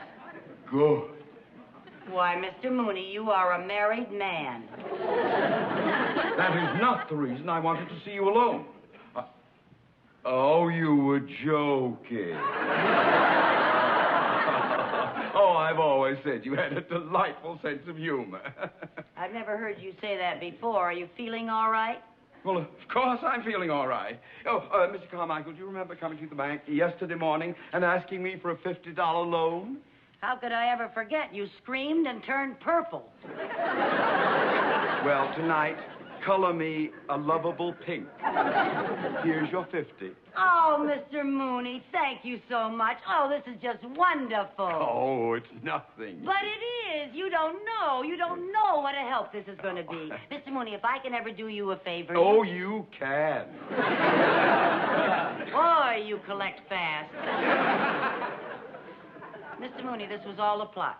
You gave me this advance because you want me to do a favor. All right, Mrs. Carmichael. But I'm desperate.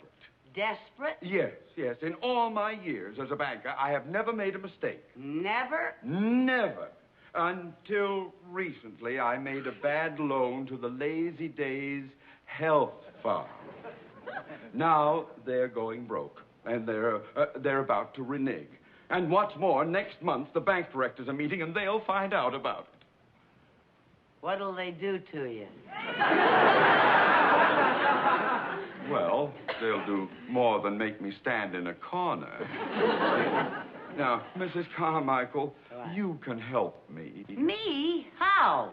Well, please, sit down. Now, look, I have analyzed the problem, and what the health farm needs is publicity, something to attract customers. Now, I thought if some well-known personality, some socially prominent, beautiful lady signed up for the health course, that would do the trick. Well, I would be delighted to take the course. I wasn't referring to you. No, I was referring to the Countess Framboise. Oh. Yeah. Well, of course, I couldn't offer the Countess a crass commercial proposition.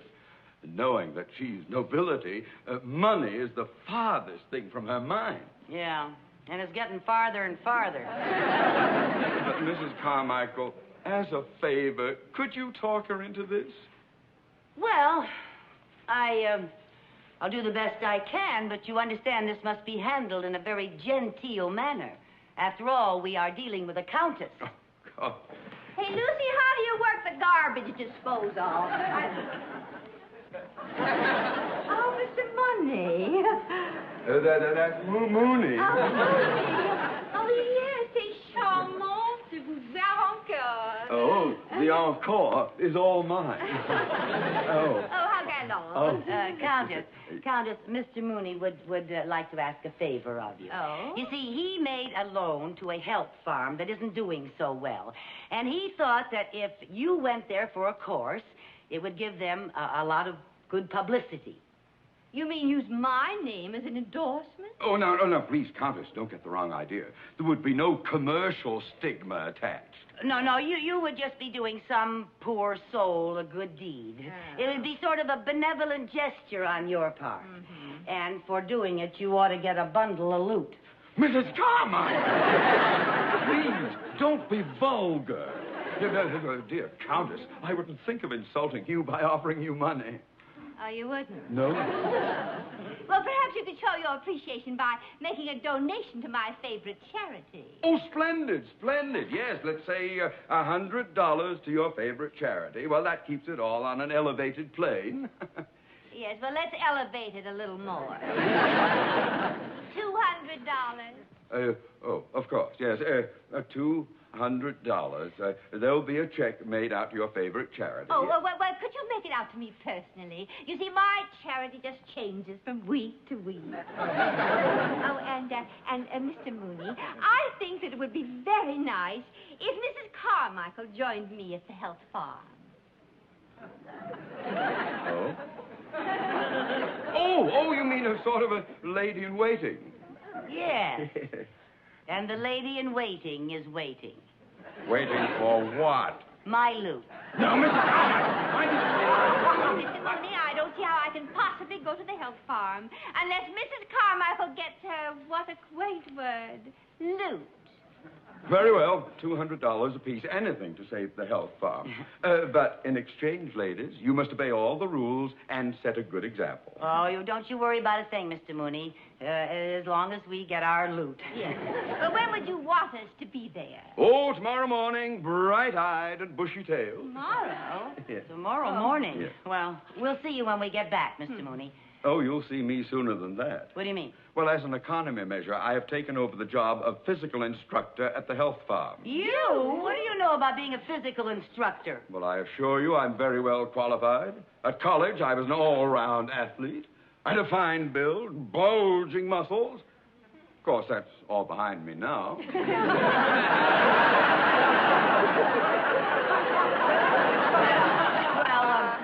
We'll see you tomorrow morning, Mr. Mooney. Countess?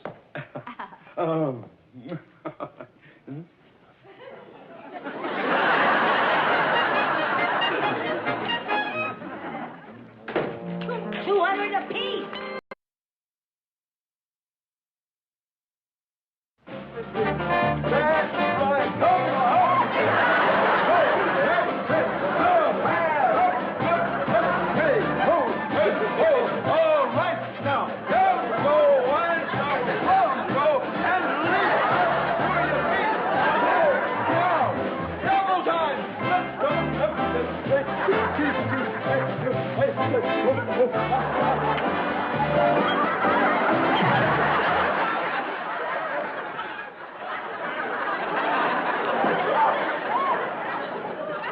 And why aren't we with the group?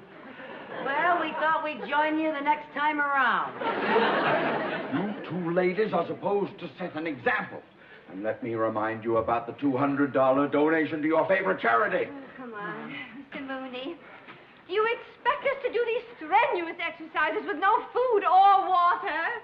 Countess, I think you're getting all the food that you require. 300 calories a day. They're doing all right on 300 calories a day. Well, they came equipped with a reserve supply. Oh, for heaven's sake.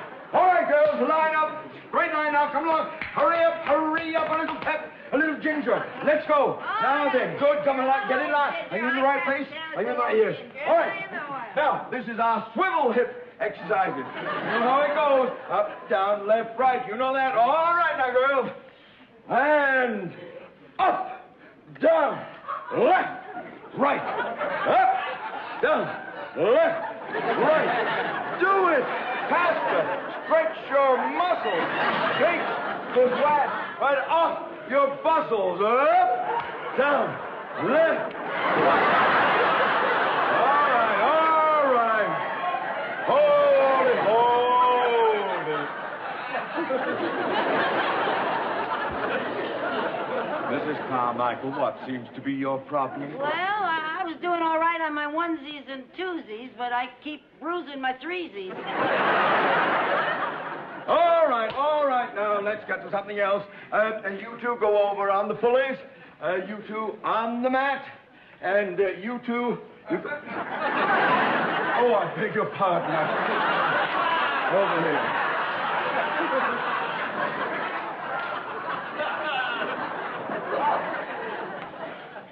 And you two row.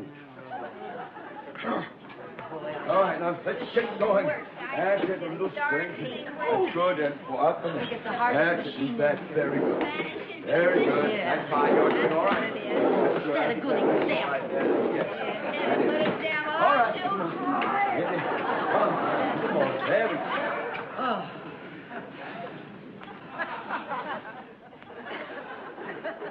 And why aren't we rowing? I'm floating downstream. And you? Are you waiting for the light to change? Well, I started to get seasick. Oh, come on. Gather around quickly now. Come on. Come on. Countess, will you please? Countess, please come and get into line where you belong. All right now, girls, come on. Have you got your towels? All right. Now then, in place, double time. Forward!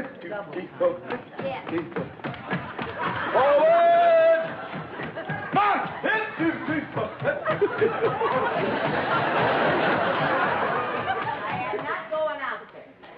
Are not going anywhere.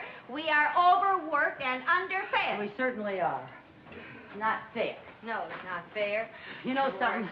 We have just got to think of some way to get some food. The stuff they serve around here. Yeah, instant nothing. We need real food like meat and potatoes and pie a la mode, just covered with whipped cream and ice cream. Come, Michael, we're waiting. The Simon Legree of the concentration camp. Oh, come on. Hey, wait a minute. I got an idea. What? You know, maybe if we made it look like an emergency, you know, like we were really cracking up from starvation, maybe they'd give us some solid food. Well, maybe they would. Ladies, where are you? Here he comes. Yeah. Now, remember, we're dying of starvation. Let's put on an act. Well, I don't know about you, but I won't be putting on an act. Oh, ladies. Oh, just a piece of bread, a morsel, a little crumb. Could I have some fish? Sardines, anything, a cracker. I am not moved. You cannot fool me with this ridiculous, phony act. Now, you cannot be as hungry as all that. Lucy, should we show him how hungry we really are? Yeah.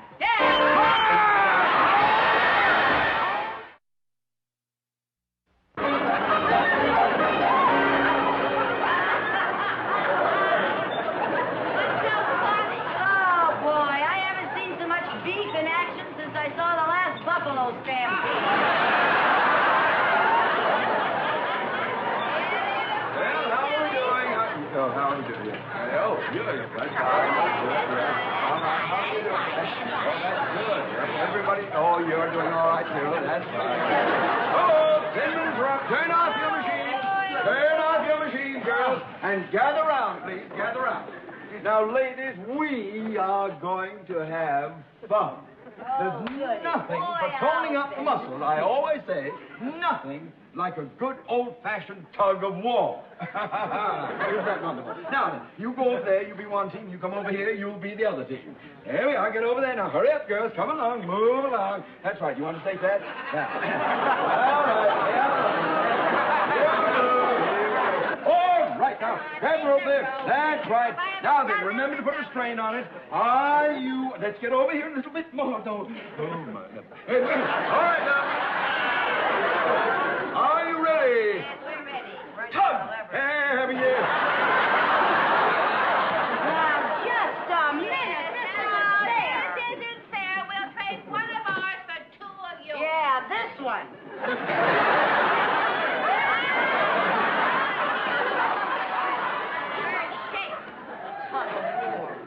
All right. Now, are we ready? Yes. Oh, good. All right, now. Tug! That's it. Put a lot of muscle in it. Lean on them. That's right. Lean hard. That's right. Dig your feet in. Oh, you feel those muscles tingling all around your back. That's it. All right. Dig in there, girls. Dig in. That's it. Oh, she's winning. Pull hard. That's it. Oh, good. Oh, that's fine. You're doing very well. You feel it all in the back there. Oh, that's good. All right. That's it. Don't let it go slide. There we are. Go. Oh, the other way, Jenny. They're beating you. Jenny. Get the other way. There we are. That's good. Hold that.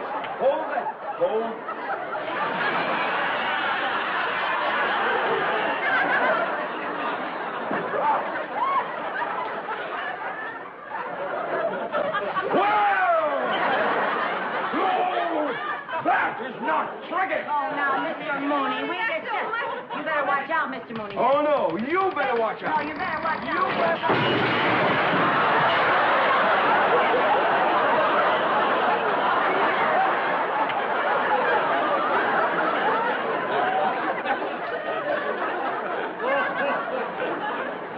They just don't build walls like they used to.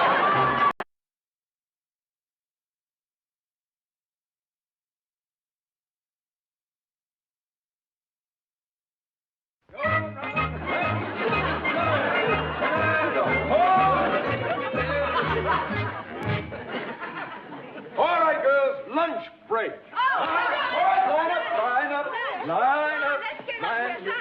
You're not in that line. Right, go on, man. Here you are. There's your lovely lunch. A lovely lunch for you, too. Oh, isn't that delicious? Just makes me drool to look at it. There you are. And there... Oh, your lunch, Countess, and yours. Same old gourmet special. One lettuce leaf, a curl of carrot, a sprig of parsley, and a yogurt wafer. A no care package. Let's get going and stuff ourselves. Oh, let's do it. I could eat anything anyway. Oh, Sometimes boy. I wish I were back How'd with my we ever- dear departed husband. How we ever let ourselves in for this, I don't know. I just so weak. I don't know whether I have the strength to eat this.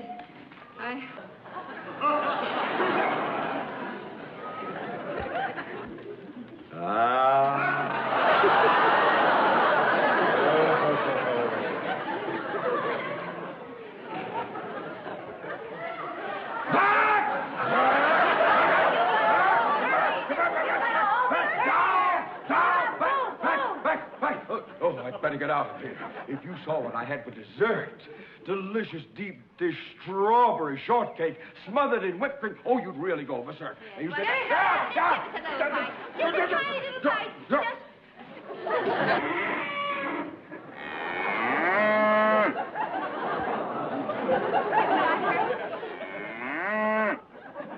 Most beautiful sound in the world.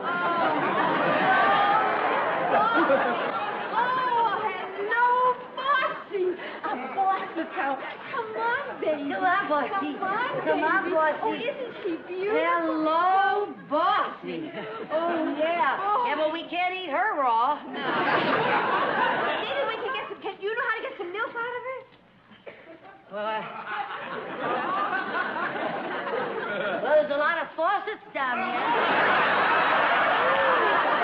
You gotta have a stool. Get the stool back there. What stool? It's right there. He had it. Get the stool. Put it. How are we going to get her to sit on it? Sit on it, silly. Now, there's a bucket. There's a bucket over in the barn there. Go get the bucket. Oh. Yeah. Come on. Go ahead, honey. She doesn't do it all by herself. Oh, well, what should I do? Well, just grab on and make believe you're climbing a rope. Climbing a rope, huh? La da dee da dum.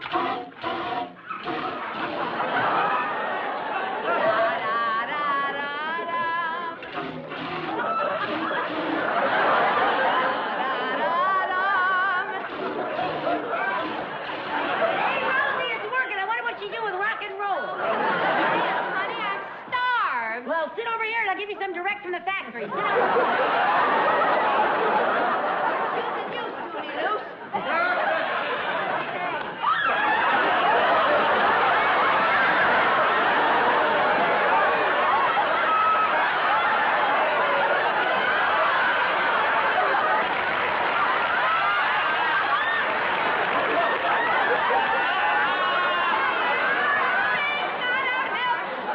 You don't want a refill, huh? No, and I can't even see. Back there. Now I've got you in the act. I've had nothing but trouble since this health farm moved in here. I knew you women were sneaking over and stealing my stuff, and now I've caught you red-handed. And white face. I'd like to buy this place and get rid of the whole kit and caboodle. Buy it. Well, why don't you? Here. You got any money? Well, I got plenty of money, but they won't sell it to me. Wait. Who won't sell it to you? Oh, boy. When Mooney hears money, he comes in on the beam. Sir, my bank happens to hold the mortgage on that property. Now, we'd be happy to talk business with you. Well, that's okay with me. Oh, fine. What was your name, sir? Mr. Mooney. Johnson, yes. Mr. Mooney, the Countess and I have been very helpful to you, and we were just wondering, we still get our loot? Mrs. Carmichael, you were supposed to obey, but you disobeyed, so you get no loot. Your name was Johnson. Johnson. Well, I happen to have the mortgage right here in my pocket. I always carry it with me just in case. Well, here we are. Now, let's see. Now, this is on a 5% loan. That's all it is. We'll amortize it over 20 or 30 years. And you'll see the payments are very low. Fire one! To you.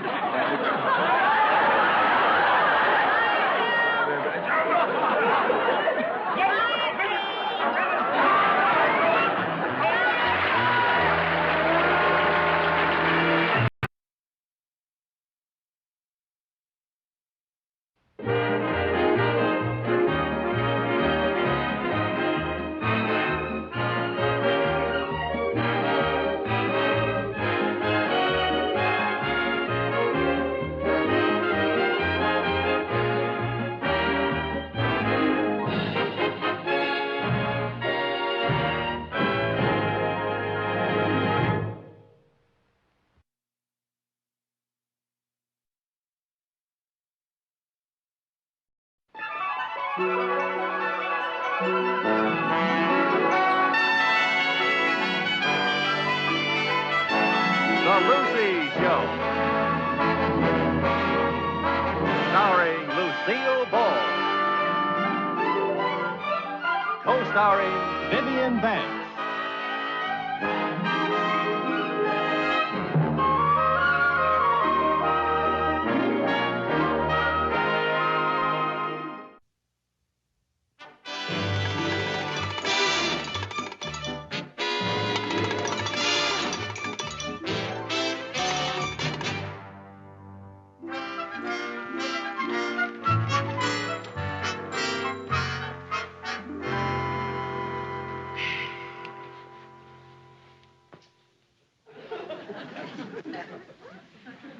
It's so nice having breakfast with you children and seeing all your smiling faces. Oh, I'm sorry, Mother, but this is the only chance we get to do any reading. Yeah, the rest of the time we're too busy watching television. Well, Sherman, you better find time to write to your mother, and you two ought to drop her a note.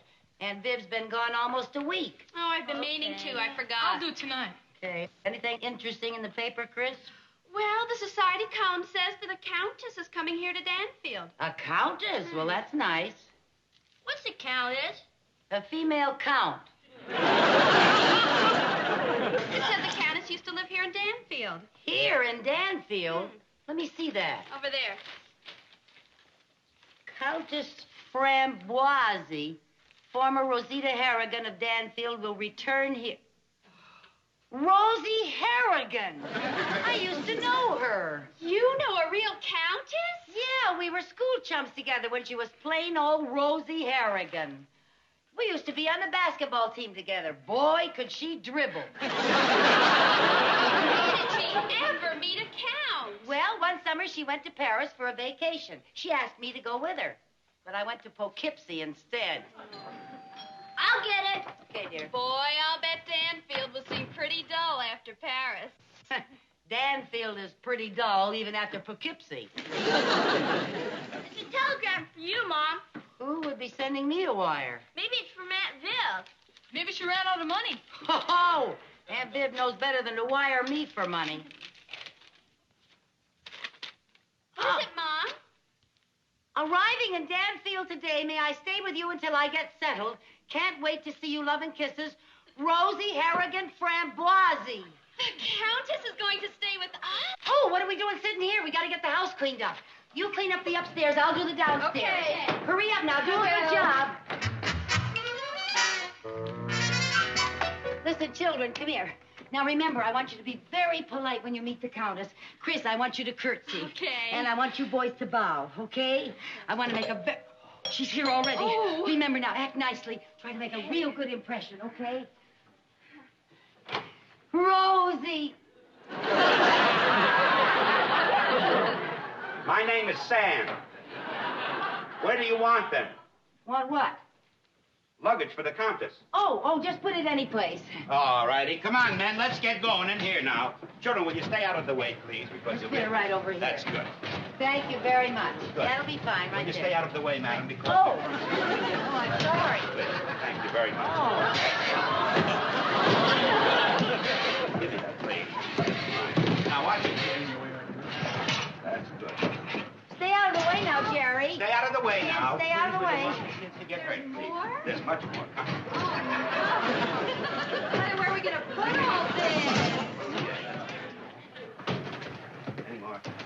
That's fine. Lucille! Rosie! Rosie!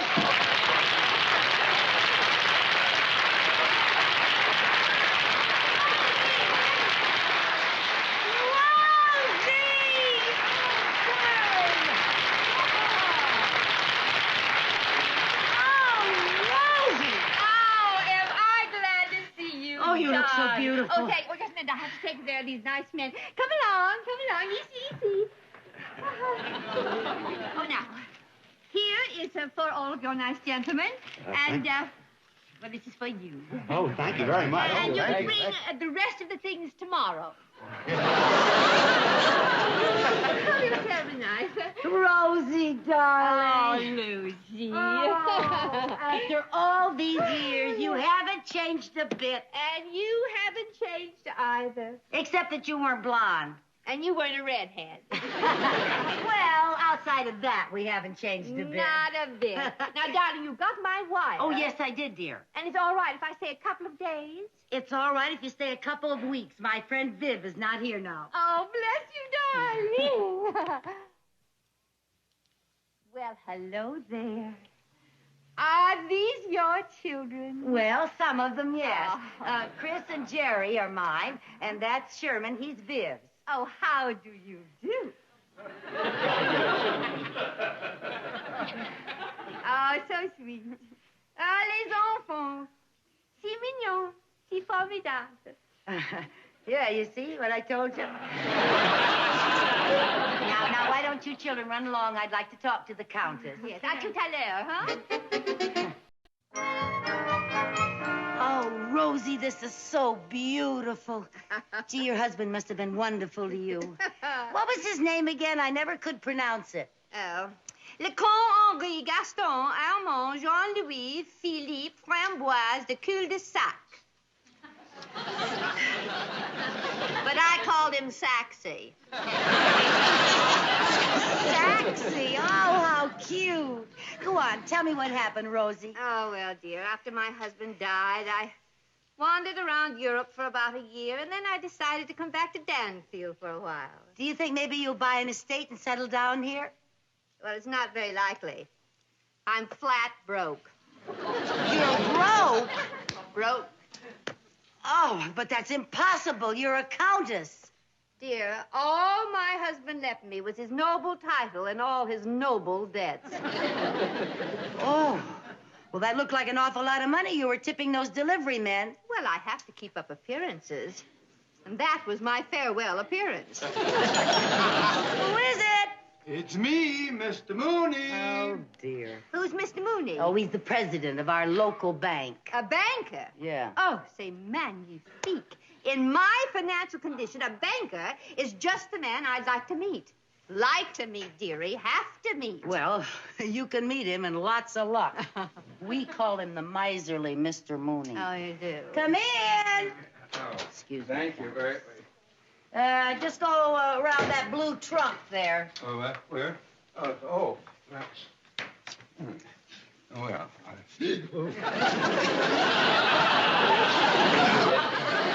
What brings you out of the bank? Don't tell me I'm overdrawn again. Undoubtedly. But that is not why I'm here. Oh. No, I heard that you had the charming Countess Framboise staying with you. That's right. What about it? What about it? Well, I'd just love to meet her. Countess, dear, may I present our leading banker, Mr. Mooney. Mr. Mooney, my oldest and dearest friend, the charming Countess Framboise. Oh. Oh, it's a great pleasure meeting you, Countess. Oh, and the pleasure is mutual, Mr. Money.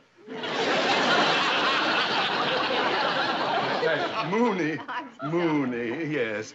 Now, the reason I'm here, Countess, is because I have just been elected president of the Danfield Wine Tasting Society. Oh, how is? Yes, and perhaps you would honor us by attending our meeting tonight? Oh, tonight? Oh, a wine tasting society? Yes. That sounds très gay. Oh, yes. Well, what time should Mrs. Carmichael and I be there? Mrs. Well, I rather thought that Mrs. Carmichael would be busy tonight. Dream on. I'm free as a bird.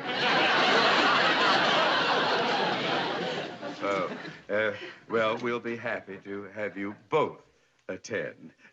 It will be at 8:30 in the gourmet room of the Danfield Hotel. We'll be there. We there, demi, ce soir. Oh, indeed. Yes. Goodbye. Oh, I'm so sorry, Countess. Oh, my. Oh, well. Mr. Mooney. Yes.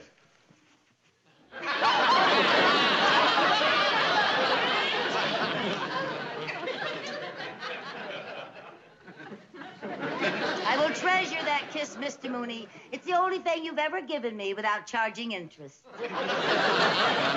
Goodbye, ladies. Goodbye, Mr. Money. That's Mooney. Oh.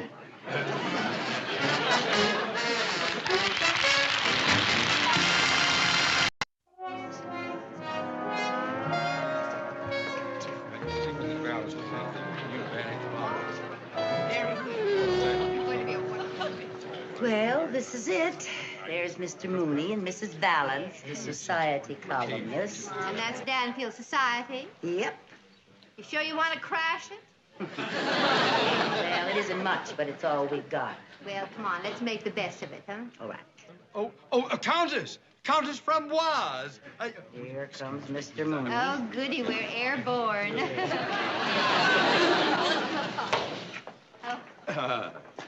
Good evening, Countess.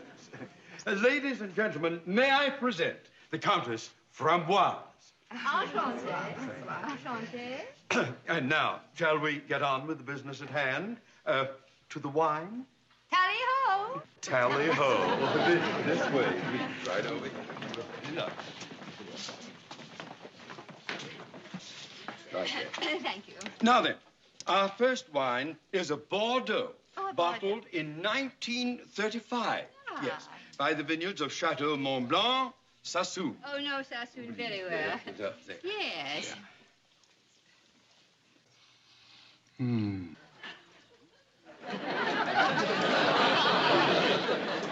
Lucy, you're supposed to sip it slowly. Well, I have to do something to kill the hunger pangs. Did it help? It didn't hurt. Good.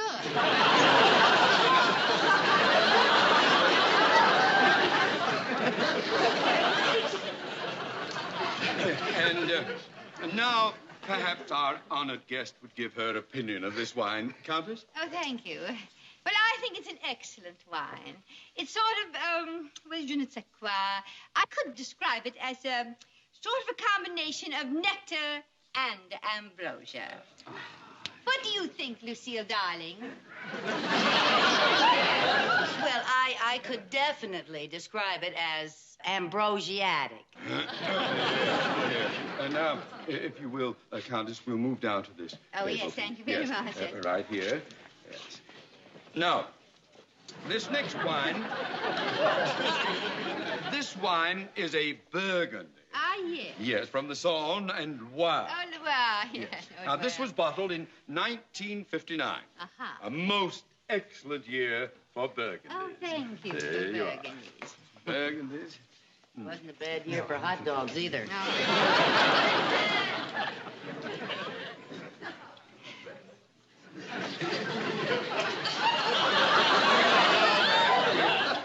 You give your opinion of this wine. Well, I think it good for a domestic wine. Domestic wine? This came from France. Well, that's where I come from. Oh, that's telling them, Rosie.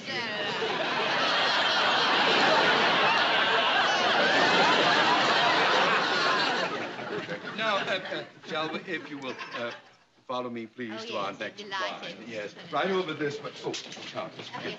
This way.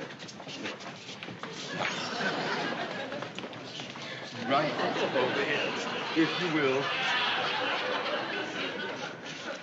Now, this wine is a delicate Chablis Ah, Chablis. Santé, santé. with an indescribably delectable bouquet.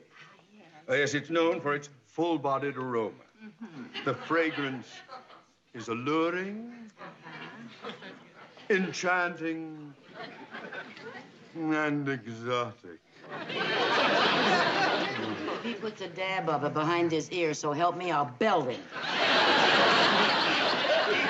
I'll drink to that here.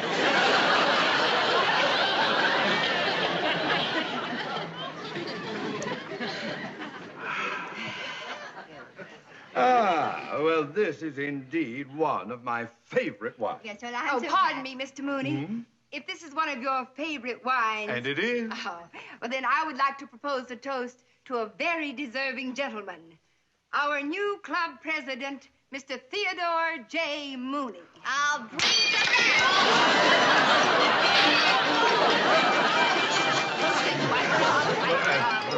So sorry. Let us all move on to wine number 9.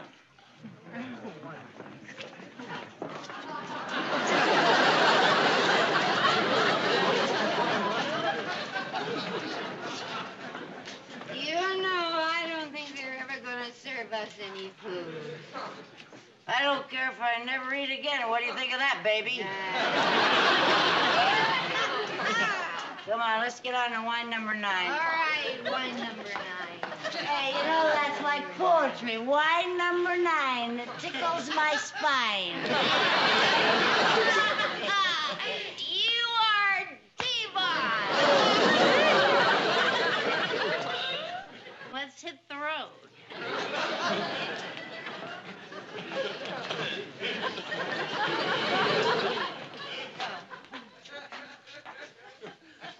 We made it, voila. Oh, you look lovely in that hat. Thank you, darling.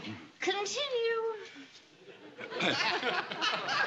Now, our 9th wine is a sherry from India. Oh, all the way from India. Now. By elephant, I presume. Yeah. You'll notice the color. It's light brown. Oh, light brown.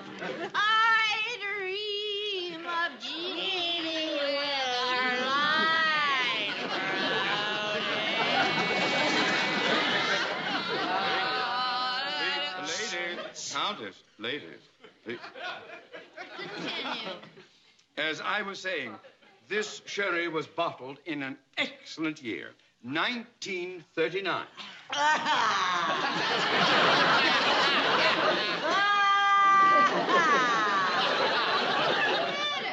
He shouldn't have said anything like that.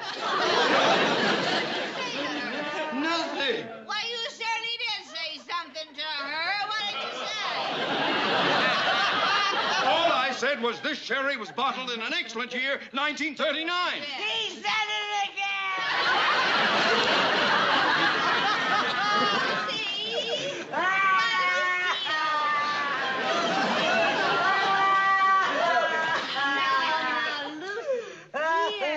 What happened? Did you hear what he said, Oh, Rosie? yes, I did. He just said 1939 was an excellent year. Wait, now shut up.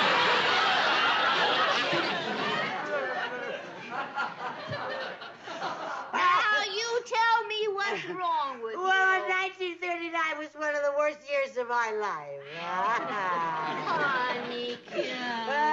Honeykins. Now, honey, what? I didn't get to go to the seesaw. got sick. I couldn't go swimming or anything. The mumps and everything. Oh, come on. Well, don't you worry. Oh, no, see, it never happens again. Mention what? I'll see that he'll never mention it again. What? 1939. Never mention 1939 now, again. Lucy, listen. As long as I live. Never, never, never. I don't want anybody to say it.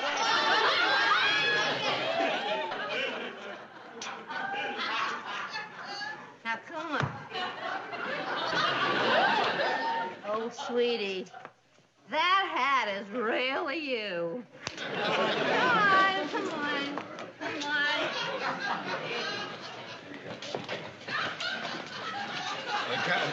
Countess, Mrs. Carmichael, right round the corner. Here, there, your chair right there. Watch that step, it's a doozy. You sit down first. You sit down first, Countess. After all, you're royalty. That's right, I am royalty.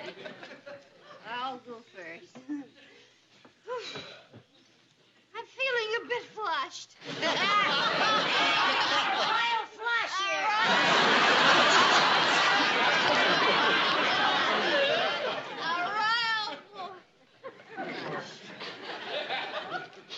And now, ladies and gentlemen, we have come to our last wine.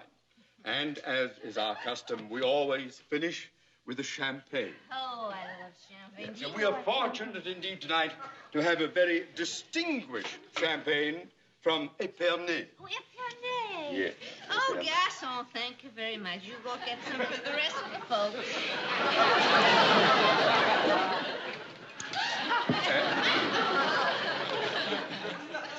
And now, I should like to propose a final toast. Oh, let's drink a final toast to the president of the Wine Tasting Society.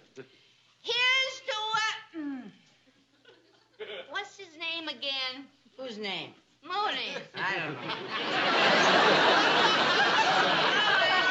What difference does it make? To the president.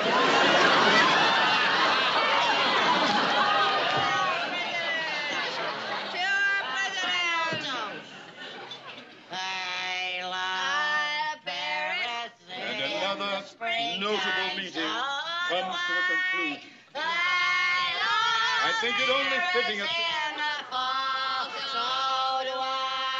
I think out of respect for our honored guest, we should all rise and drink the toast to our charming visitor, our Countess, and our lovely Mrs. Carmichael. So let us all rise and say...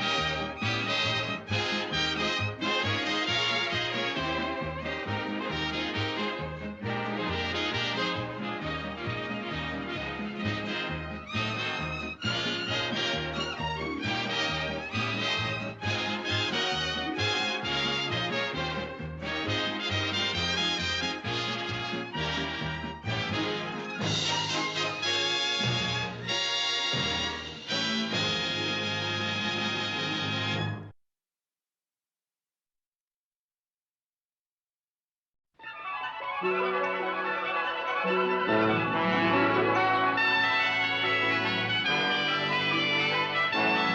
Lucy Show. Starring Lucille Ball. Co-starring Vivian Vance.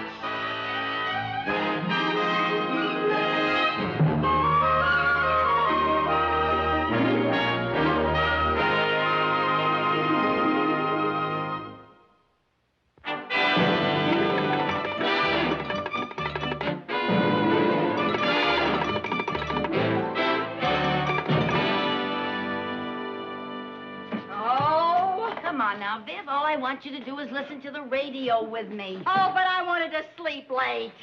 This is important, Viv. Listening to the radio? I want you to help me win a contest. Oh, Lucy, I'm sleepy. Oh, Viv, please, please, sit down. Now, I'll give you some coffee. Okay, bring it up to my bed. Viv, will you please sit down? Now, this will only take a little while. You know you wouldn't be so tired if you didn't stay up all night looking at TV. I don't know why you watch that late show anyway. You've already got a used car. You know how I love those James Cagney movies? This is the best one he ever did. This is the one where he pushed that grapefruit into his girlfriend's face. Boy, they don't make love scenes like that anymore. Oh, it's time to get ready for the contest. Hurry up, get ready. Howdy, howdy, all you happy housewives. This is Gordy Felson, and it's contest time. Oh, it's contest time. Viv, now be quiet. Concentrate. Close your eyes so you can really hear the sound. I'm now going to play the mystery sound. It's a noise you lovely lady listeners can find right there in your kitchen. To the first person who calls in and correctly identifies the sound, station WLDJ will award a cash prize of $25 and the honor of being disc jockey for a day right here in our sensation of a station. So glue those ears to the radio, girls. Here it comes, the mystery sound. Identify it and win. Ready? Ready.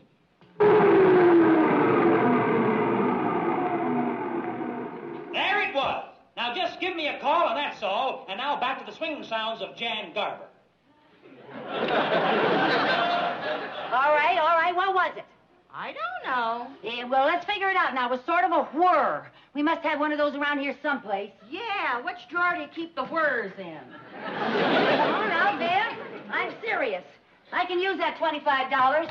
And I want to work at the radio station for a day. It might lead to bigger things, you know. Well, is that any reason to tear apart our whole kitchen? Maybe it's a blender. No, I don't think that's it. I don't think No, maybe it's the washing machine. Now, you listen. Okay.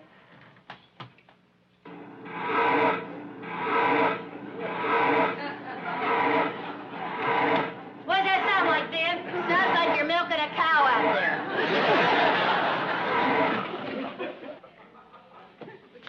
Could it be? Maybe it's a knife sharpener. A knife and an electric knife sharpener.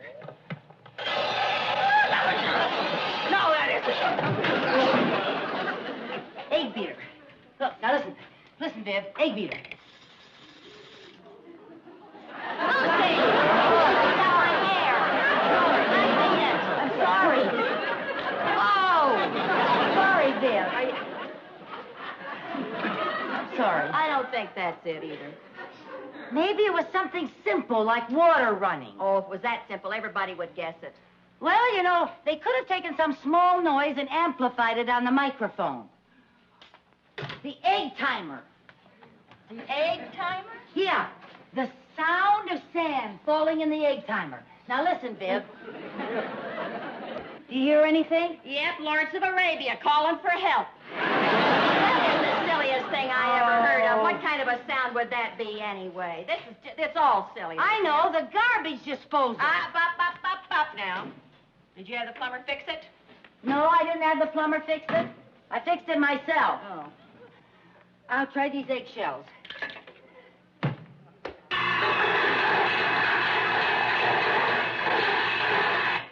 What'd that sound like?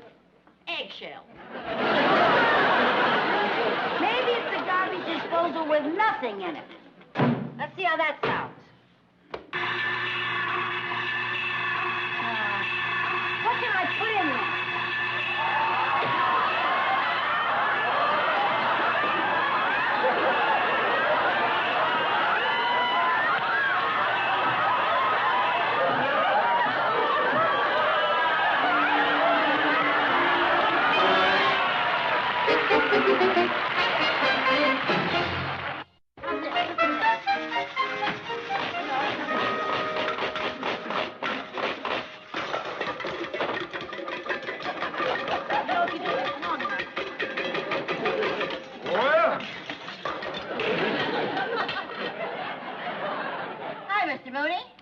I just stopped by to give you your weekly allowance check.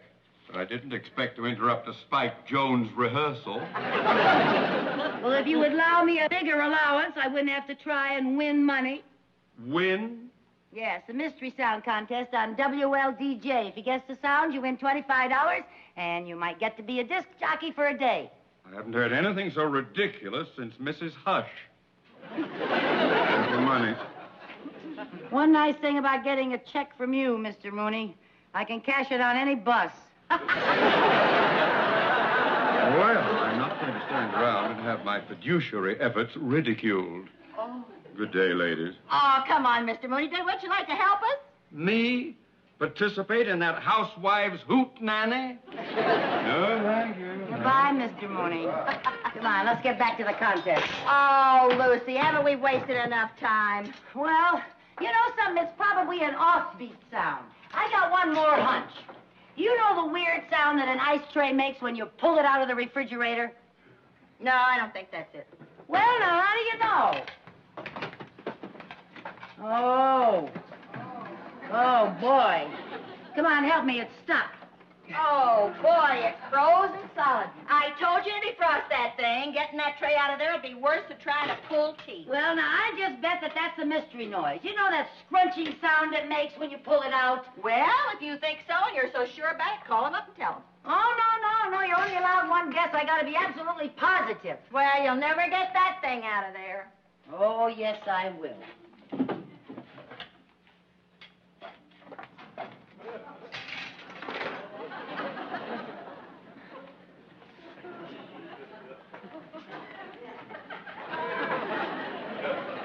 Well, you've really flipped your wig. I have not. This is just perfect. I'm just going to slam this door and the ice tray will come flying out. Just like pulling teeth. Don't you think we ought to give it a shot of Novocaine first? No. Now, you stay in here and listen to the sound it makes. Okay. I think we're going to find the mystery sound. All right, now here I go. 1, 2, 3.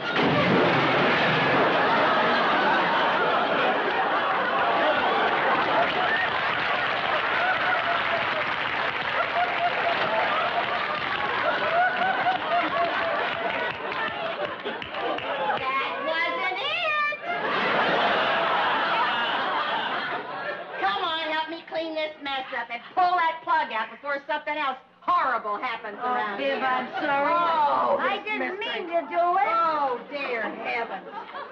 Oh, my. Oh, we'll never get this cleaned up.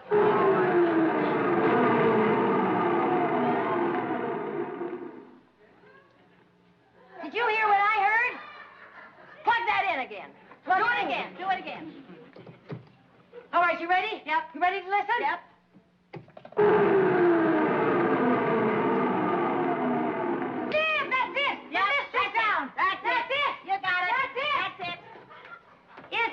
It's the unplugging of a refrigerator. Oh, operator, I'm sorry. Give me station WLDJ. Quickly, please. Well, congratulations on correctly identifying our mystery sound as a refrigerator going off. Well, thank you. The way I wrecked my refrigerator, it may never go on again. Well, a Gordon Felsen contest is never an easy contest. No. Now, why don't you just have a seat? Thank you. The other winner will be here shortly. Other winner? Yes, the other listener I called up on another phone at the same time you did, so I have to consider it a tie. Just my luck, a one-man station with 2 phones. Funny. Well, am I supposed to split the money or something? Oh, no. A Gordon Felsen contest never ends in a tie. We're going to have a playoff. What's a playoff? Well, I'll explain that to you when the other winner gets here. Oh.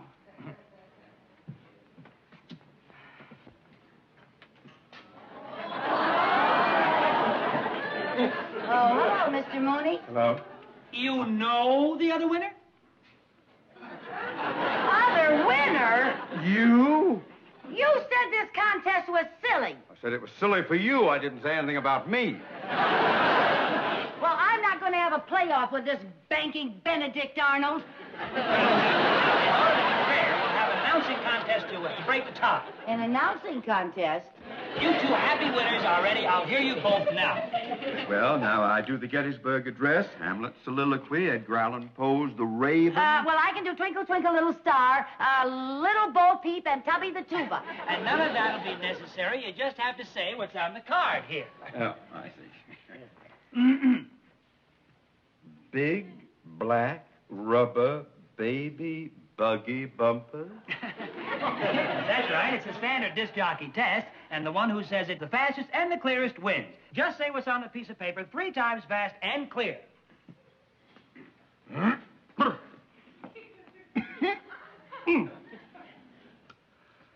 Big black rubber baby buggy baggers.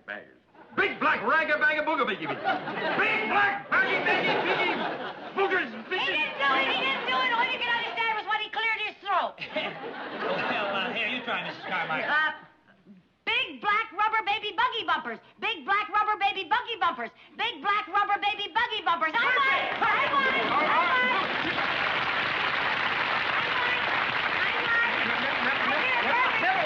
No, look. 2 out of 3. 2 out of 3. That's not fair. I'm afraid Mrs. Carmichael won. Yes, I won. Yes, she won. I see. Well, I suppose I'd better be getting back to the bank. I have a lot of work to do. Like reviewing the mortgage on this radio station. Oh, wait, no. Come here, maybe we can give Mr. Mooney another chance. That's not fair. Here, try the same thing with this one. A red leather, yellow leather. 3 times fast. That's easy. Red leather, yellow leather. Red leather, yellow leather. Red leather, yellow leather. Red leather, yellow leather. Red leather, yellow leather. Red leather, yellow leather. I did it. I won again.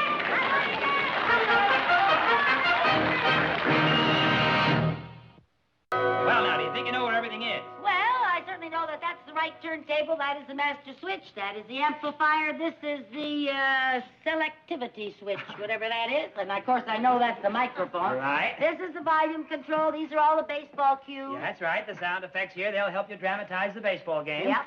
And I know that's the left turntable. Right, and that's the audio control for the left turntable. Right. And this is the tape machine for the commercial. The commercial for Spangle Soda Pop. Right, Spangle. They're our big sponsor, and they pay all the bills here. I know. Just flip this switch right here. Okay. That's it.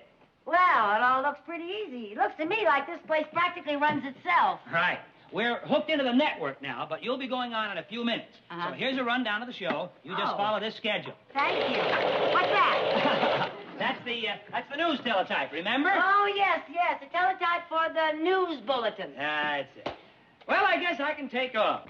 Good luck. Have a nice day. All right, I'll see you later. Okay, and don't you worry about a thing. I got everything under control. Bye. Bye-bye. Bye. The right turntable and the master switch. The amplifier and selectivity switch. And the...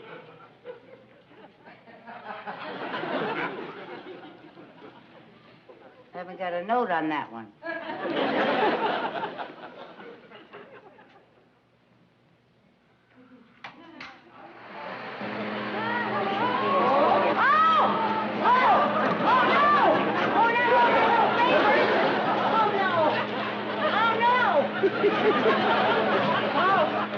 Oh, dear. Well, now I know what turns on the electric fan, but I don't know anything else. What's that? I'm on the air. Oh, rubber baby buggy bumper, rubber buggy. Hello out there.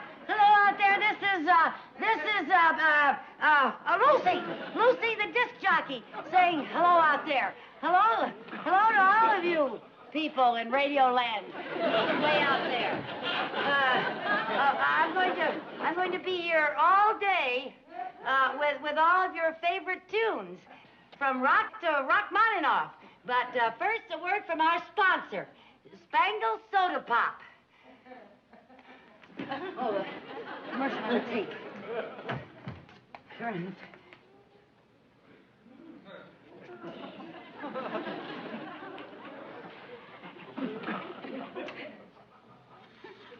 Spangle Soda Pop has a sweet taste of fresh air. And this taste of nature makes your whole mouth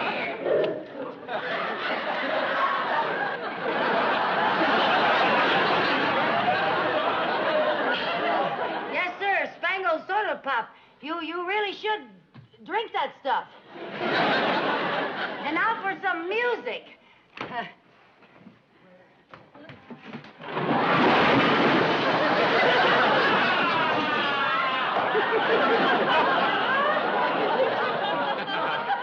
You know what? I bet you I'm going to break a few records here today.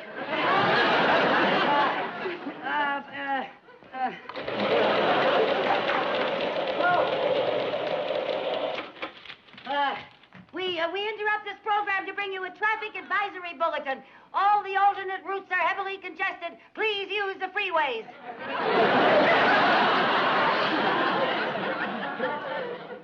Well, that's what it says. And now, folks, we bring you a spot announcement.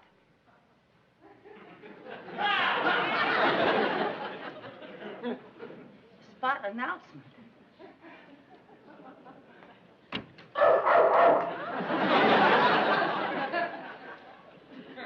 Well, now, thank you, Spot. And now for a little music. Where's the phone? Oh, hello? Oh, hello, station WLDJ. Lucy, the disc jockey speaking. Oh, yes, sir. Yes, sir. We play request numbers. Yes, well, let me write it down, sir. Right now? Yes, you'd like me to play a request number for Hilda. Oh, Hilda and Babs. Uh-huh. And Jan? Oh, Hilda, Babs, and Jan. And Ella. Uh-huh. And Molly, and Dottie, and Roselle, and Mimi. Mimi? Yeah, like Eisenhower. Yeah. And Mildred, and Doris, and Nora. Yeah, and Emma. Uh-huh. Mary Ann, and Evelyn, and Sadie, and Emma. Is that the same Emma you just mentioned? Oh, this was a redhead. And Sue Ellen. Yeah, that's one name, I know. Yeah, and Gertrude, and Estelle, and Joan, and Connie, and Sylvia. Uh-huh. Well, what number would you like me to play, sir? You're the one for me? I'll be very happy to play your request, sir. You gotta be kidding. You're the one for me. You're the one for me.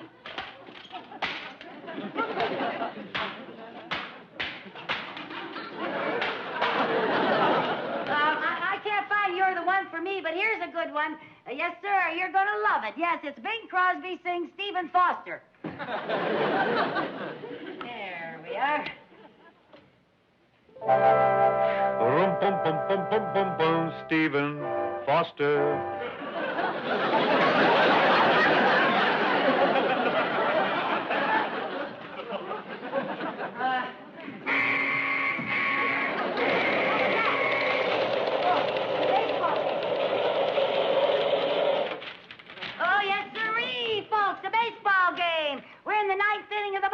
Now, both pitchers have no-hit games going for them. And the score is 0-0, so you haven't missed anything yet, really. And Laurie Thompson is at bat. Now, here comes the pitch, and it's a hit. Oh, a hit. A hit. It's a hit. Well, now, I told you it was a hit. And listen to that crowd roar. Crowd roar. Yes, sir. Listen to that crowd roaring. Now Thompson is rounded first and is running for second. Running for second. Running.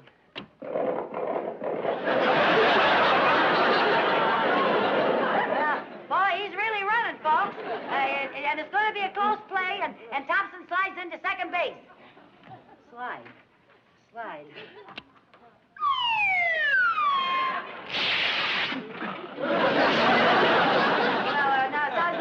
He slid into second base, but he left his pants at first base. The umpire's called Thompson out, and Thompson is furious. He is arguing with the umpire.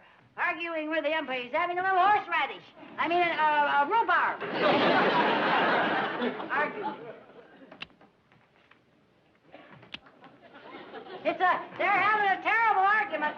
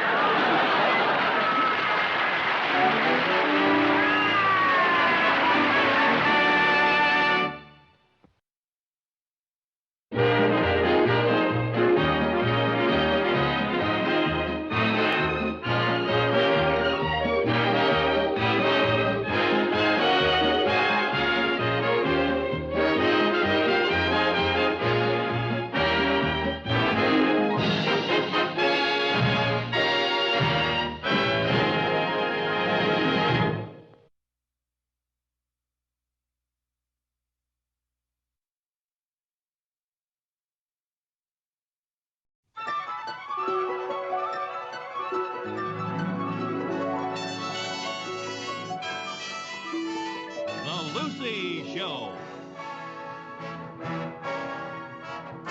Starring Lucille Ball. Co-starring Gale Gordon.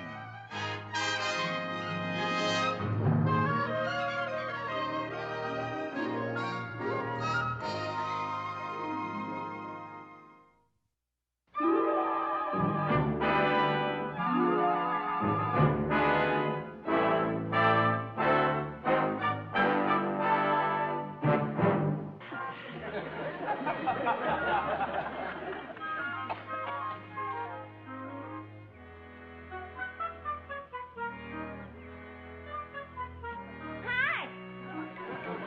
Who is it? I'm Mary Jane Lewis. I live in the next apartment.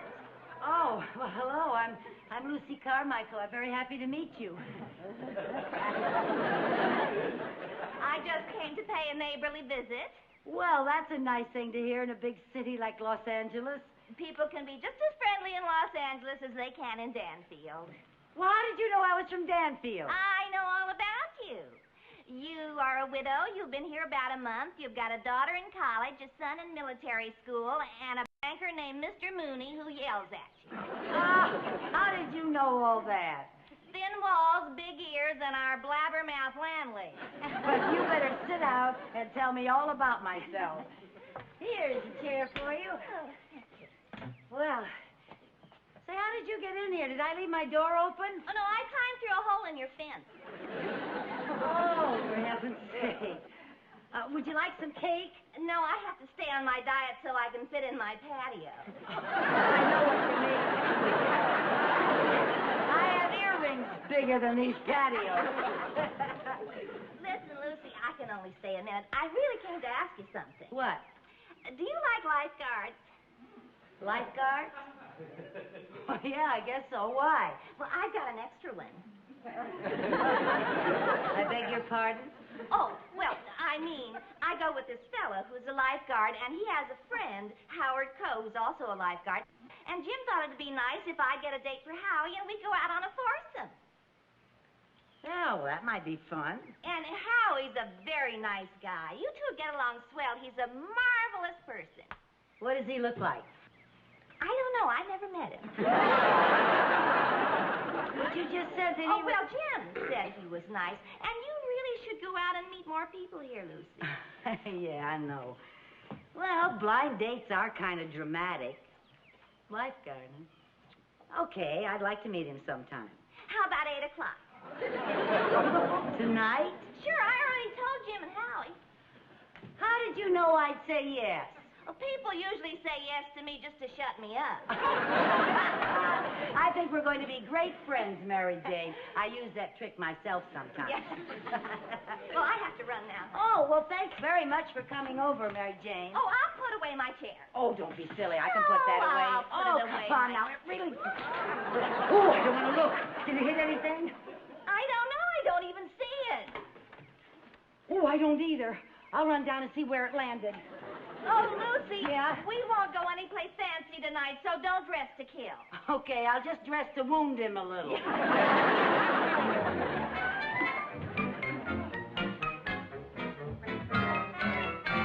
Mr. Mooney.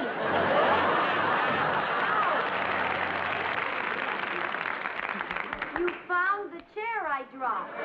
Oh, so you were the one who dropped it. Well, now Los Angeles has two health hazards. You and the smog. Sorry, Mr. Mooney. Does it hurt? Only when someone sits on it. Now, help me get this blasted thing off, will you? What are you doing? Well, I'm sorry. It's a folding chair. Well, now I've got a folding nose. Sorry, Mr. Mooney. Oh, what a shame. It's broken, and I just bought it. Why this sudden show of thriftiness after all the money you've been squandering? I have not been squandering money. Oh, no? Then how do you explain this bill for $19 from Sherry's Shoe Salon? Well, now, let me think. Oh, yes, I bought a pair of shoes. Bought a pair of shoes. Ask a silly question, you get a silly answer. 50 states in this union, 50. And you and I have to move to the same one. Gee whiz, Mr. Mooney, a girl's got to have shoes. Why don't you look at it as a cold-blooded investment? Now, the better I look, the more dates I have. The more dates I have, the more I go out. The more I go out, the less food I have to buy. You may have something there. But how soon do you think this investment will show a dividend? I happen to have a date tonight. Oh, someone from Danfield, an old flame? No, a new match. Well, I hope he's a gentleman. There are a lot of wolves around here, you know. How did you meet him? Well, I haven't really met him yet. It's sort of a blind date. That can be very dangerous. That's the way I met my wife. Well, don't you worry. A new girlfriend of mine is introducing us. Oh, where did you meet her? She climbed through a hole in my fence. Mrs. Carmichael, we have had our differences in the past. However, we are from the same hometown, here together in the big city. Now, California is different. Things are very different here. California stands like the Statue of Liberty, beckoning to the rest of the country and saying, give me your tired, your poor, your weak. Give me your lunatics, your mooncalves, your cuckoo birds. And they all flock here. Mr. Mooney, you're worried about me. Well, sometimes the big daddy in me does come through. Well, I appreciate it. Oh, please, you don't have to get sloppy about it. A good friendly pat on the back would suffice. I'm sorry. No, please, really. I have to get going. I'm going out on the town tonight with the president of the bank. Oh, that sounds exciting. The only excitement will be when we see who picks up the check. Well, Mr. Mooney, don't you worry about my date. My girlfriend assures me that he's a real gentleman. Good, good. I'm glad your assurance came from such a reliable source. A girl who climbed through a hole in your fence.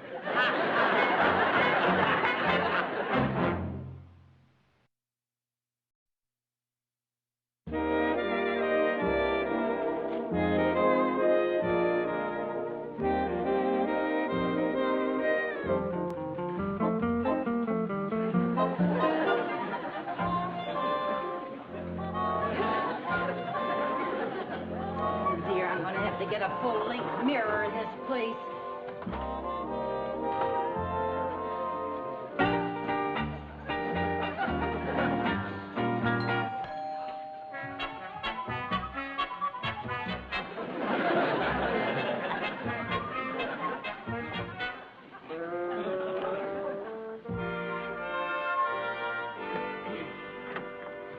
Hi there. Lucy, you ready? Yeah, all set. Well, and this is Howard. Oh, no, this is Jim Wells, my boyfriend. Oh. So nice to meet you, Lucy. Hello. And this is... Where's Howard? Well, he was right behind me. Howie, come on in.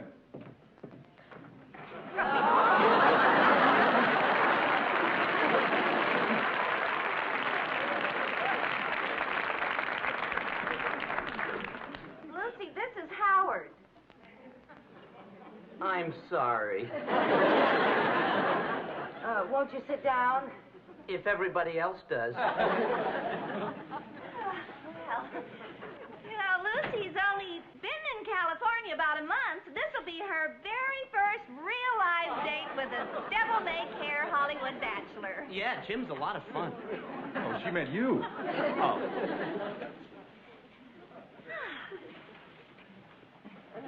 Oh, dear, I've forgotten my purse. I left it in my apartment. Let's go get it, Jim. I'll go get it for you. Don't be silly. Why do you think I left my purse? So you and Lucy can be alone together.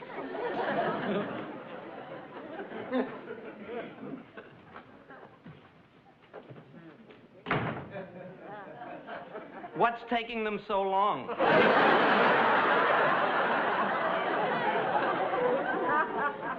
Won't you sit down?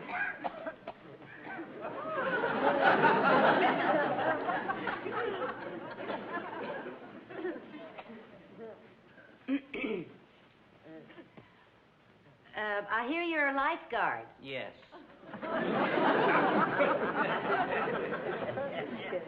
Well, I'm sure you've had a lot of exciting things happen to you.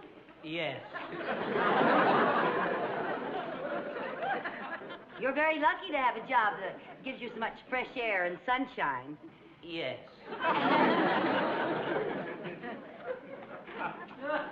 You wanted to say something? Yes. What? Gee, they've been gone a long time. Tell me about yourself, Howard. I'm short. I meant, tell me what you do as a lifeguard.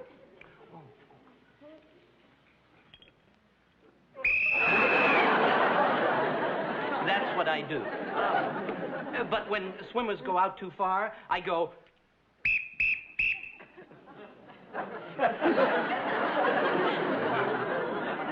That's very interesting. And dangerous.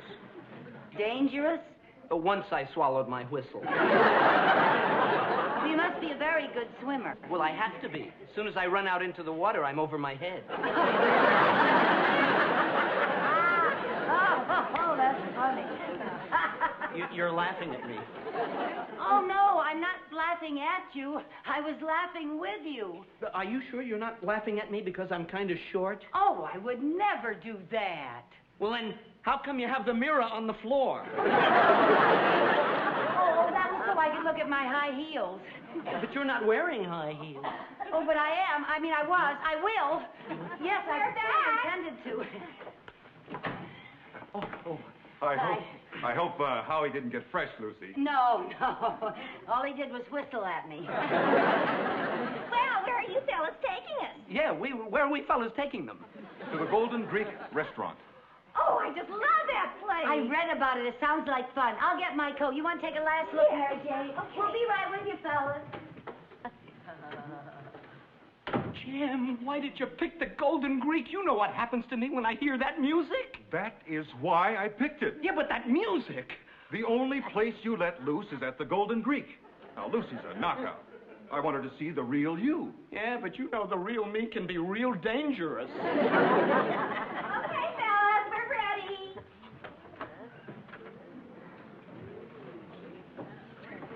Howie?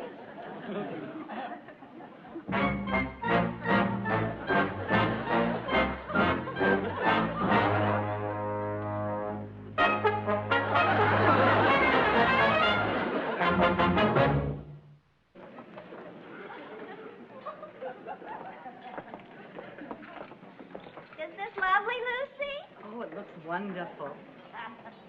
Oh.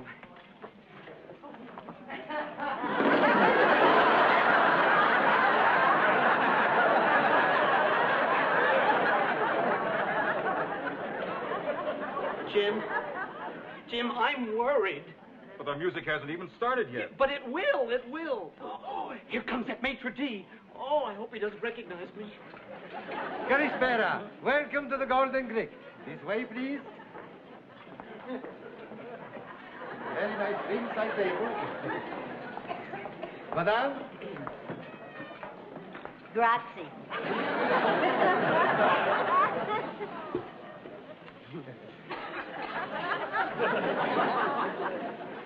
You. Oleta fragmenta poteckin suelines apotin catastrophitis acropolis, que polapolis polemos, alamostinevican simera, que tora esri. What did he say? He said welcome. How come you understand Greek, Howie? No, some of my relatives are Greek. Oh. My mother and father. Oh, my real name is not Howard Coe. Oh, what is it? Howard Cantankerous. Oh. He shortened it when he became a lifeguard. We have our names on our T-shirts, and his wouldn't fit. Oh. I can hardly get H. Coe on my chest. Well, Howard, as long as you understand the language, you can help us with the menu. yeah, what's good here? Well, the musica is excellent.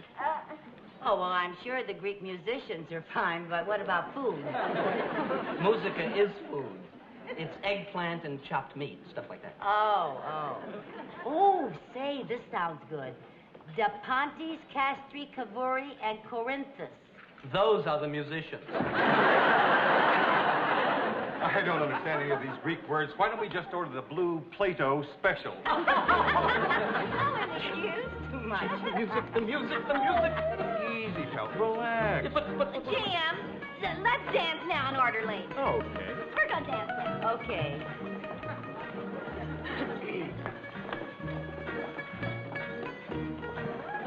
Do you like to dance, Howard? No.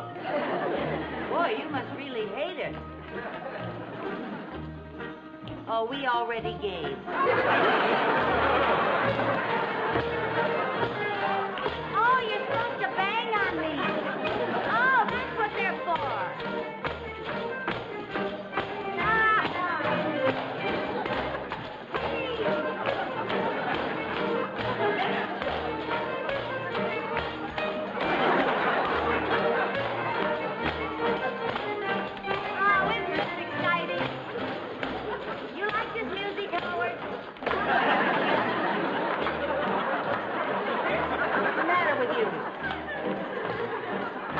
Hello, baby. Howard, is that you? It is me, my little baklava. Oh, let me tweak your cheek. Oh, how I love to tweak your cheek. Howard, what's happened to you? Don't speak. Let your mind go back to the days of ancient Greece.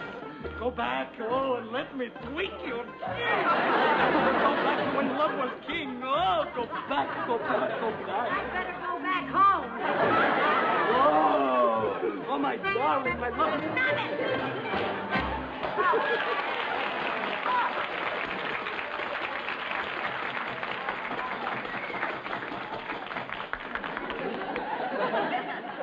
I'm sorry. Well, you should be. Mr. Mooney was right about cuckoo birds. Hi, Peter. You're having fun? Ask Zorba the Tweak here.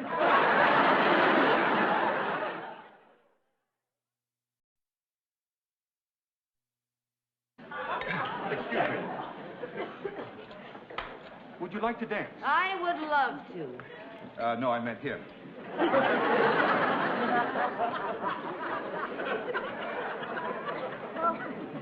Now that's weird.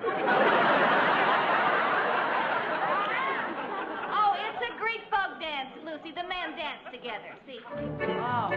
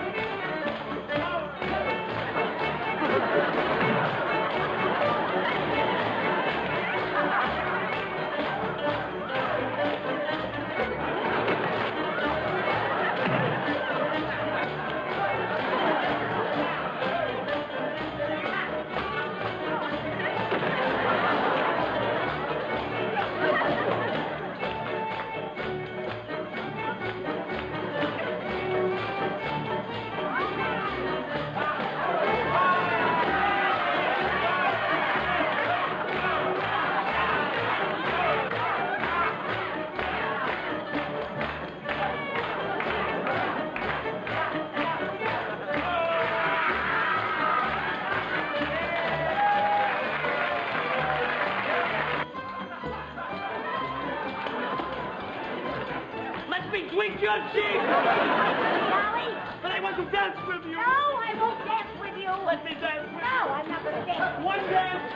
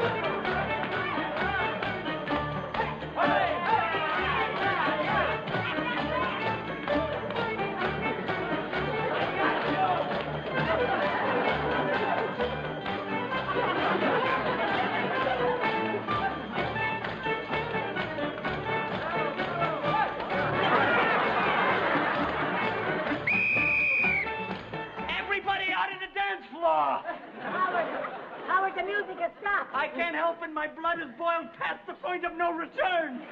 I want you. No, Howard.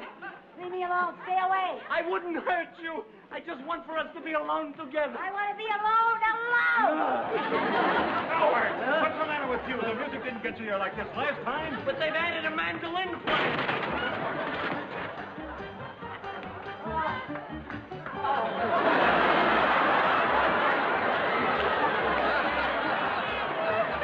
Mr. Mooney! I'm sorry, Mr. Mooney. Mrs. Carmichael, lightning doesn't strike twice in the same place. Why must you?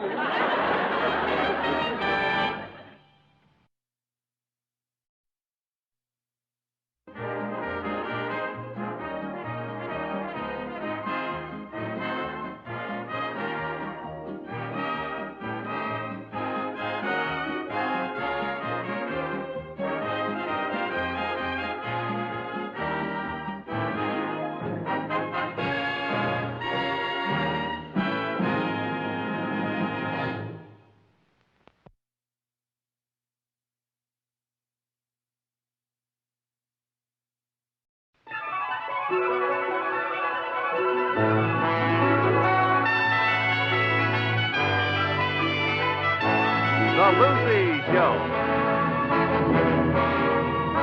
Starring Lucille Ball. Co-starring Vivian Vance.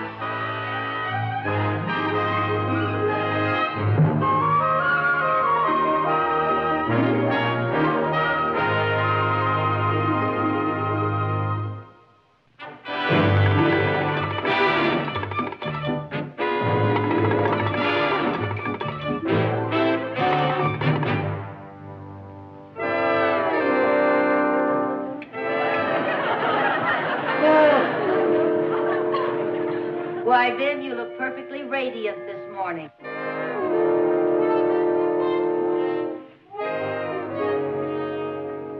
I can't get over it, Viv. You're positively beautiful. I don't even have my makeup on yet. Well, you shouldn't wear makeup. You have a rare natural beauty. Are you serious?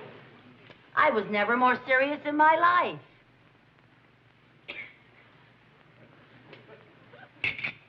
By the way, dear, your rent's due today. I don't have it. Go fix your face. You're a mess.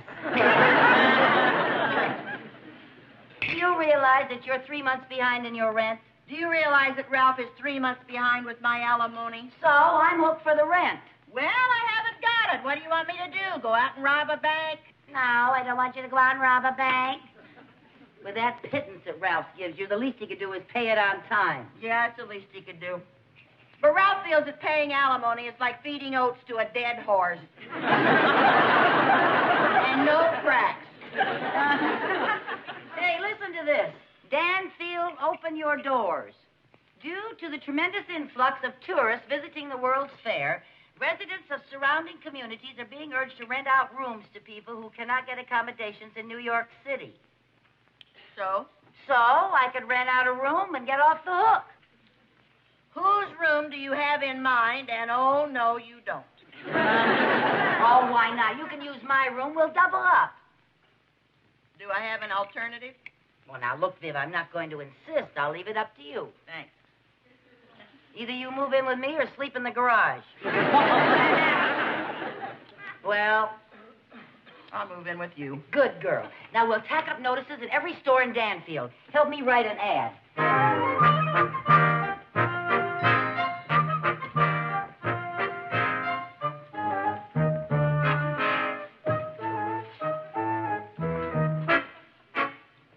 Dreadfully drab, even for a bank.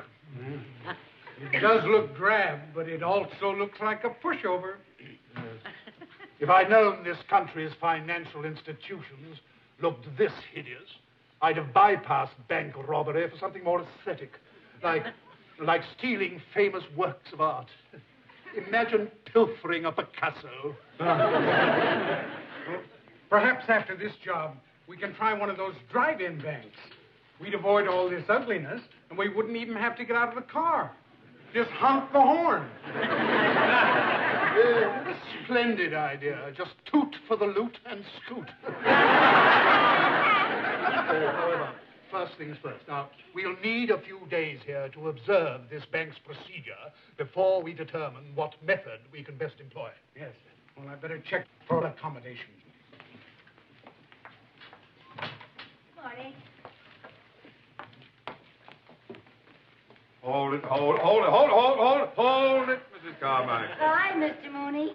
This bulletin board is for official bank business only. Oh, but Mr. Mooney, our town council says it's our civic duty to try and provide accommodations for World's Fair visitors. And I just want them to know that I have a room for rent. I'm sorry, Mrs. Carmichael. Oh, Mr. Mooney, you must have some civic pride. Hold it!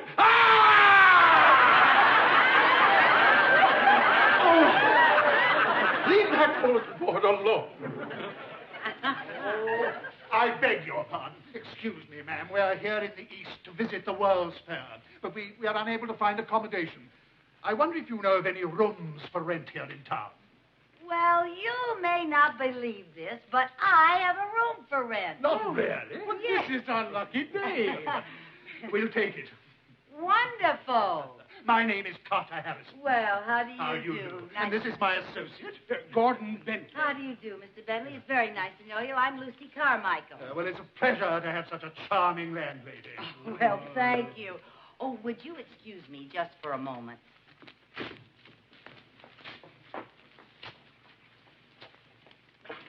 Happy New Year!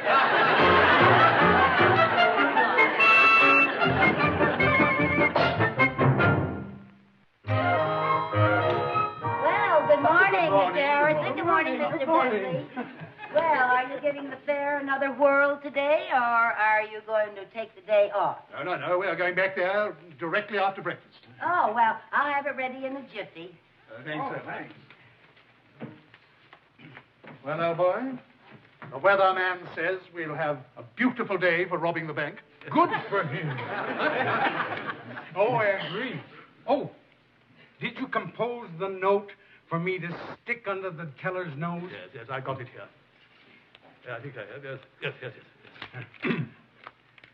'Tis brief, this meeting, we admit, but alas, we dare not tarry.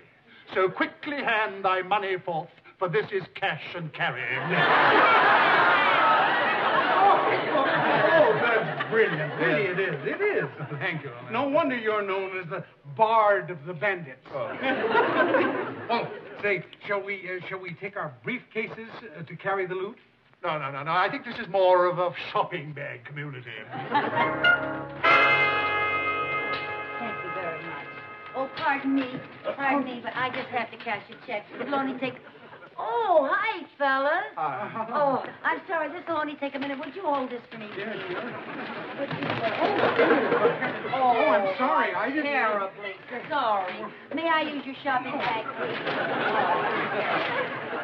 Here we are. Oh, this is so awful. I told them they were putting too much in that bag. Say, what are you fellas doing here anyway? Can't go open an account.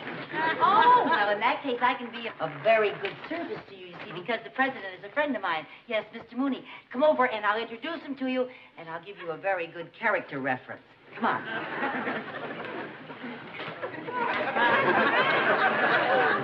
Well, tomorrow is another day.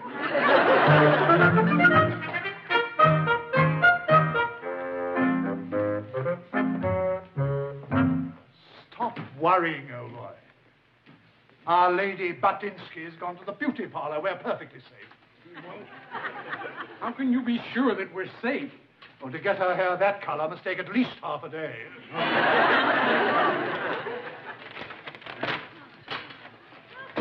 Oh, boy, did I save your life.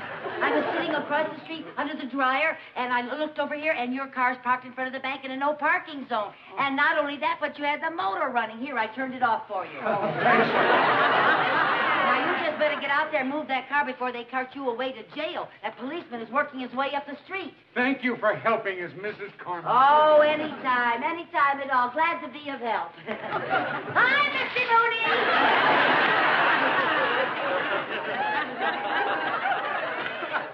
Tomorrow? Well, tomorrow's Saturday. Tonight, when she's asleep.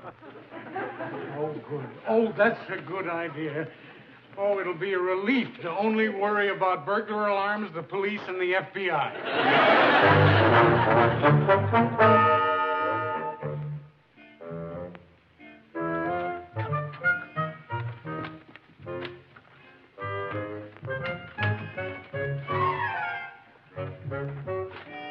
It's all right. We're safe.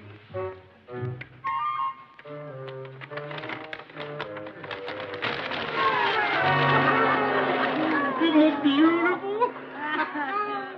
Oh, Gordon, you were wonderful. Absolutely magnificent. The way you manipulated the combination on that safe. Oh, well, that's very kind of you to say that. You realize they won't discover this money's missing until the bank opens Monday? We'll have 2 full days to get out of town. Wonderful. Oh, well, if that's the case, let's stay here till Sunday and really go out and see the World's Fair. It's a shame to miss it since we're so close. Well, why not? Money's only good for 2 things, stealing and spending. Well, we stash it. I got an idea. We'll just stuff our little fortune into this mattress, turn it over, and nobody will ever notice it. Huh? Not only a good idea, but a functional one. Here. This mattress could use some stuffing. Give me your knife.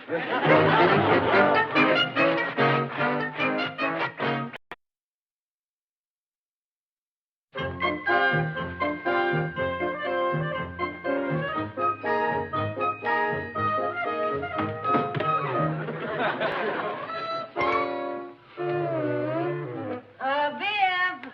Oh, Viv! Would you come up and help me? She's down in the kitchen doing the breakfast dishes. Oh. Jerry! Sherman! They went to the drugstore to get some batteries for Jerry's radio. Chris! I'm not here either. Come on, Chris. Oh, I've got to go. Cynthia's waiting for me out in front. Come on, honey. Now, you can leave in a minute. I want you to help me turn the mattress. Come on, get over there. I want it to go this way. Okay. Now, be careful. Be careful of the picture. Oh! Ooh. Gee. I can't understand it. It feels like it's stuffed with cement instead of horsehair. Oh, how could it get so lumpy? Looks like they left the horse in it. Poor Aunt Viv. No wonder she always complains about her mattress. Yeah, it's even lumpier than she is. I'll smooth it out. You run along, dear. Okay, see you later, Mom. Okay, dear.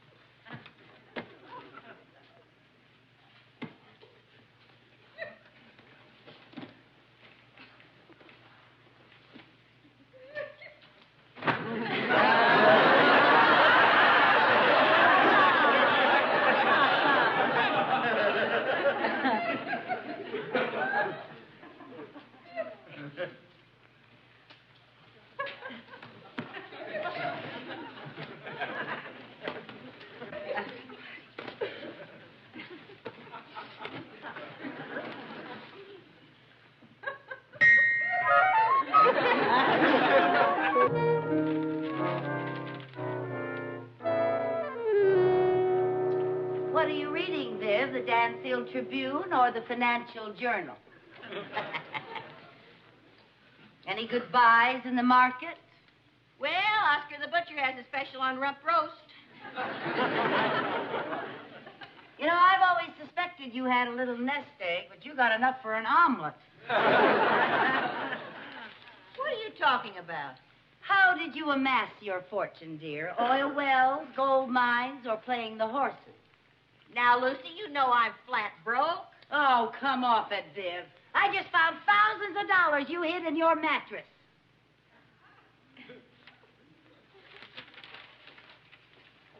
I knew it. All those henna rinses have finally pickled your brain.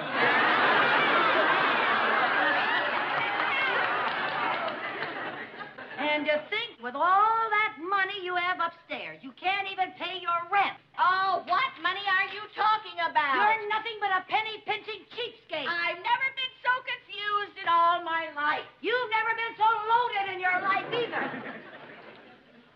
Is there really money upstairs in my mattress? Yes, thousands. Well, this I gotta see. Why do you keep denying it, Viv? It's no crime to be rich. Hi, Lucy. Hi, Mom. Hi. Hey, Mom, it's all fixed. Yeah, it sounds just as bad as ever. Aunt Lucy, can we have a cookie? Yeah, you can have a cookie. We interrupt this program to bring you a special news bulletin. Theodore J. Mooney, president of the Danfield National Bank, reports the theft of $8,500 from the bank safe. Apparently, the money was stolen sometime last night. Normally, the loss would not have been discovered until Monday, but Mooney appeared at his desk this morning, having forgotten today is Saturday.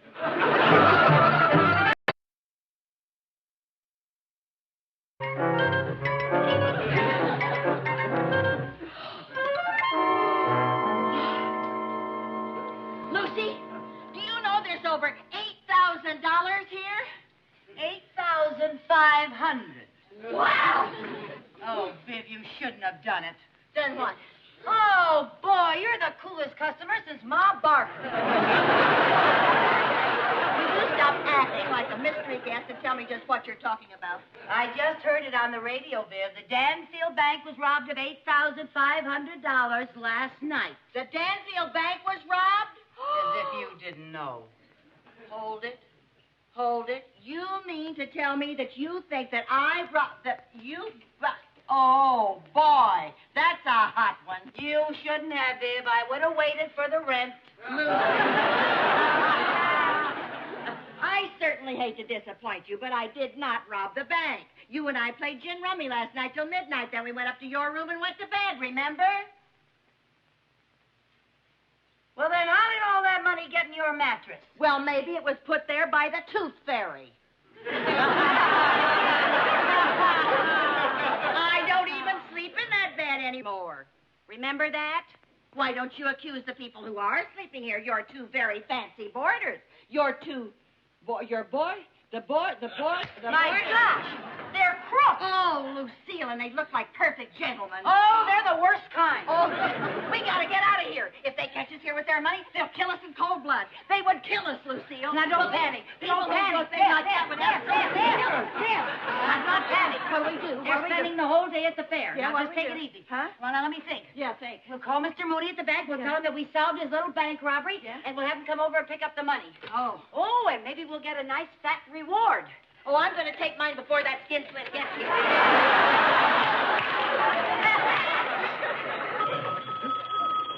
Hello, hello. Mr. Mooney, this is Lucy Carmichael. You've got to come over here right away. I've got the stolen money. I've been waiting for your call. You were? Yes, every other crackpot in town has called. You were the only one that was missing. Mr. Mooney, I am not a crackpot. Oh? Oh, where did you find the money? Stuffed in Vivian's mattress. Oh, that's the best one yet. You win the crackpot jackpot. Mr. Mooney, if you don't believe me, I'll bring the money to you. I'll be right over. I can hardly wait. Show him who's a crackpot. Wait a minute. Wait a minute. What? Lucy, What? They're driving up in front of the house. Who is? Your two crooked boarders. Oh, dear, we got to get this money out of here without them seeing it. How are we going to get all that money out here? You get down and stall them. Yeah, what are you going to do? How are you going to get all the money?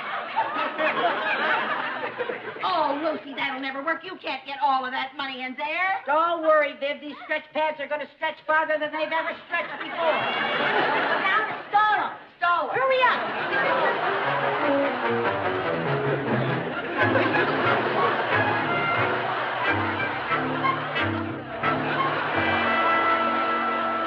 Hi, fellas. Hi.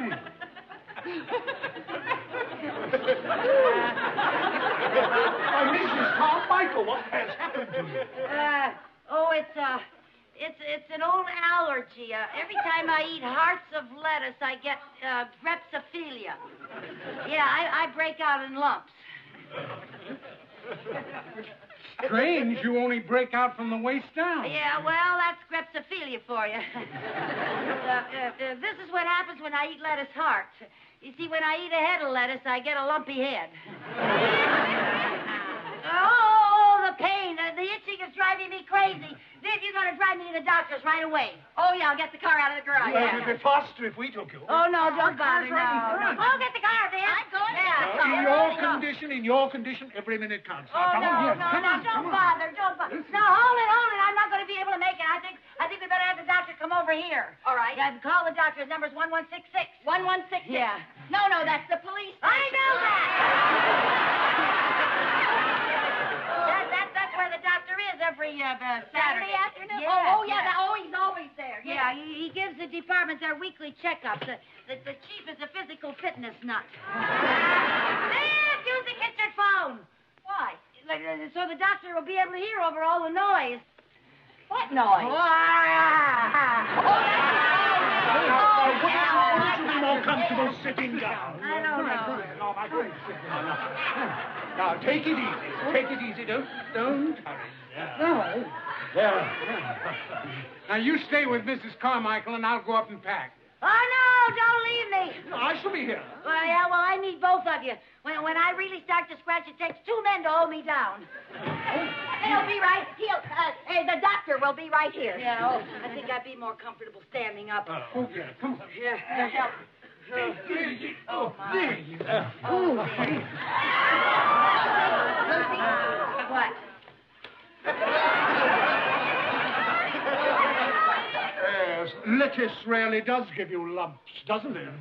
Oh, yes.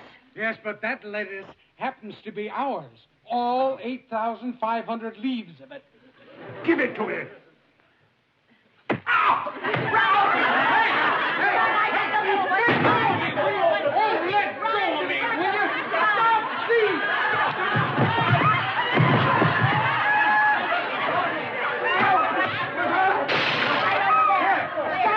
Stay right there. I'll give us that money. Come on now. In the closet, Lucy. There.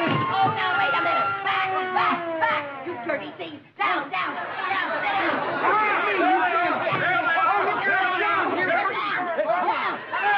didn't do it. They're the ones who took the money. Where's my money? They're the ones who took it. Where's the rest of my money? Oh, just a minute, Mr. Mooney. You? Oh.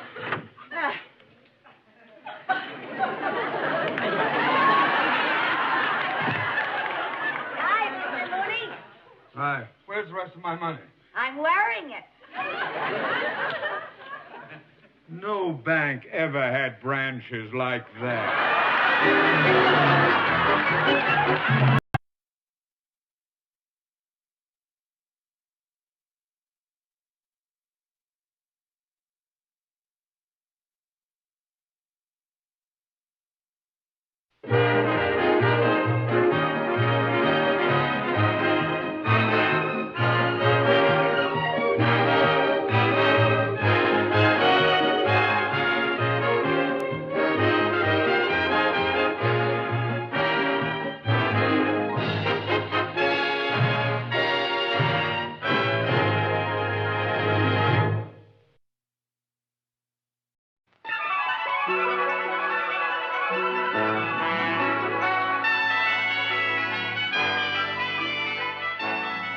The Lucy Show. starring Lucille Ball. Co-starring Gale Gordon.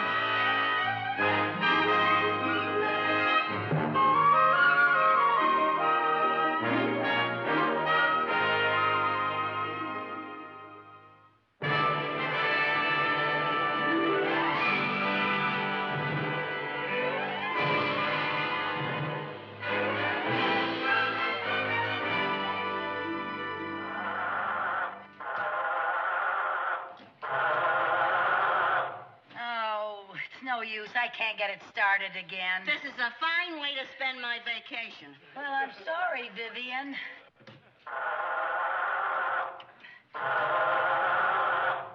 This thing sounds just like a wounded bull. Well,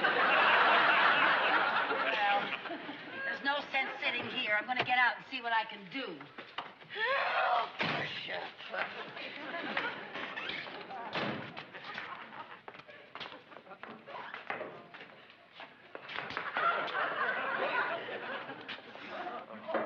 You better get your head out of that thing. It looks hungry. Oh, boy, we could sure use a man in this situation. We could use a man in any situation. Maybe a car will come along soon and give us a lift, or at least send us a mechanic. That car doesn't need a mechanic. It needs Medicare. Oh, I just thought of something. What? I saw a house a couple of miles back down the road. So? Well, so let's walk back there and call the auto club. Oh, no, I'm not going to hike back 2 miles down this road. Why not? Because I've got skinny shoes and wide feet, that's why. Yeah. Stop squawking and start walking. Come on. How can I convince you that you should do this picture? I'm your agent. I wouldn't steer you wrong. Listen to me, dear. It's a dynamite part. The studio is dying for you to do it. The salary is absolutely fantastic. Now, please, will you okay the deal, Joan?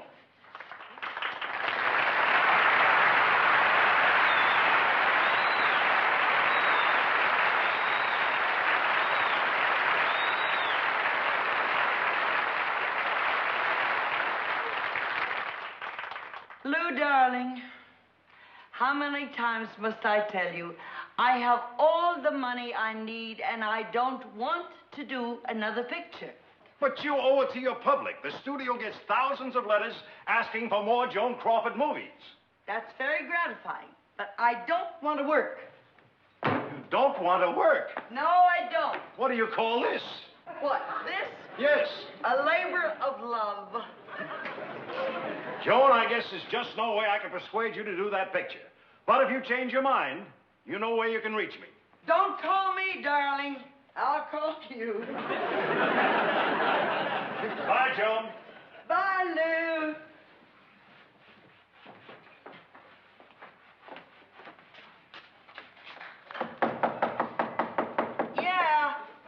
Excuse the intrusion, but her car broke down, and we'd like to use your phone to call the Automobile Club. Oh, please, it's right there. Help yourself. Thank you very much. Oh, boy, I'm tired. We must have hiked 10 miles. Oh, Viv, don't exaggerate. It was only 2 miles. It was 10 miles. I got 10 blisters to prove it. You girls must be exhausted. I'll get you some lemonade. Oh, please, we don't want to be any trouble. Oh, it's no trouble. Did she look kind of familiar to you? Come to think of it, yeah. Here's something you can sit on and rest while I make the lemonade, okay? And it won't be long. Thank you.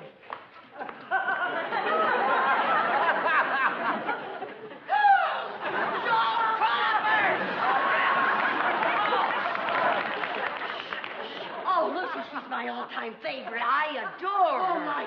Oh, what's she doing here? What do you mean?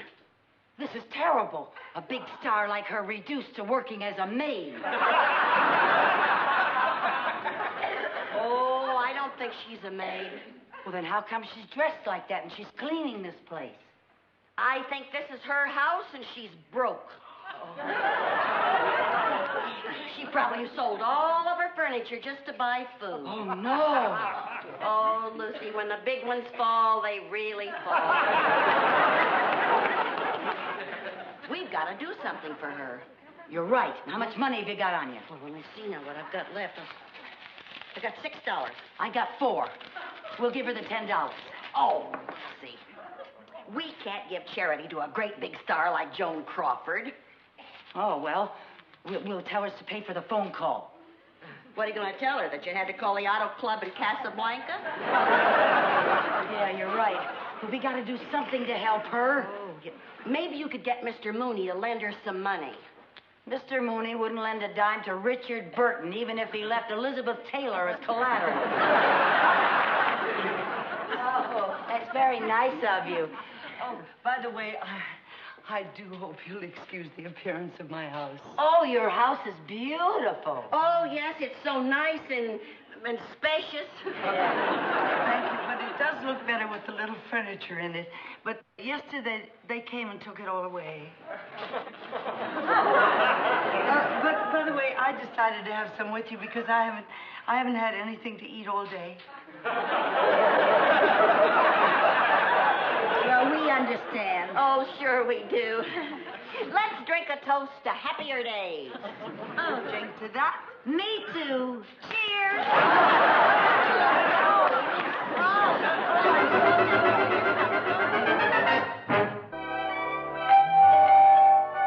Come in, come in. Hi there. Good heavens, it's the Smothers Mothers.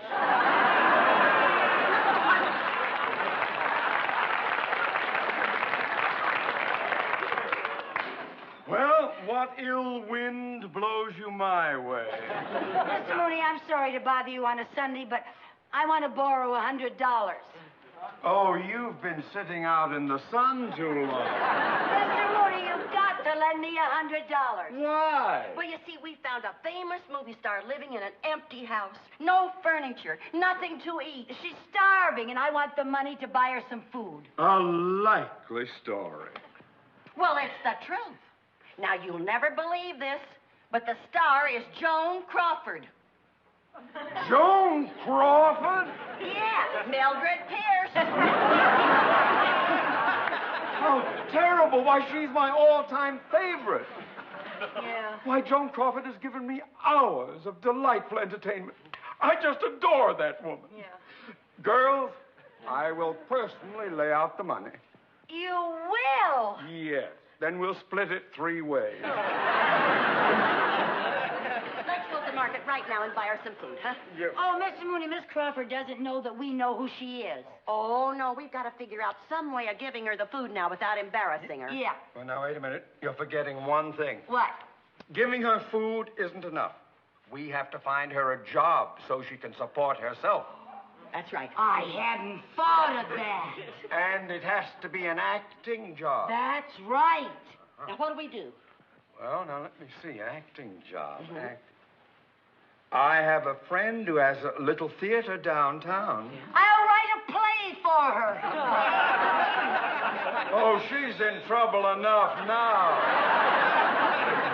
No, I'll tell you what we'll do. We'll go shopping, then on our way to her house, we'll put our heads together and think of a plan. After all, 2 heads are better than 1. Yeah, and we got 3 heads. Well, yes, if you can count yours, but You, darling, I feel very flattered that they doubled their offer, but even if they gave me 3 times the money, I'd still say no. I don't need it. I don't want to work. Uh-oh. I'll have to hang up now. Somebody's at the door. Come in. Yeah, all right. If you want to call me later, go ahead. We're back again.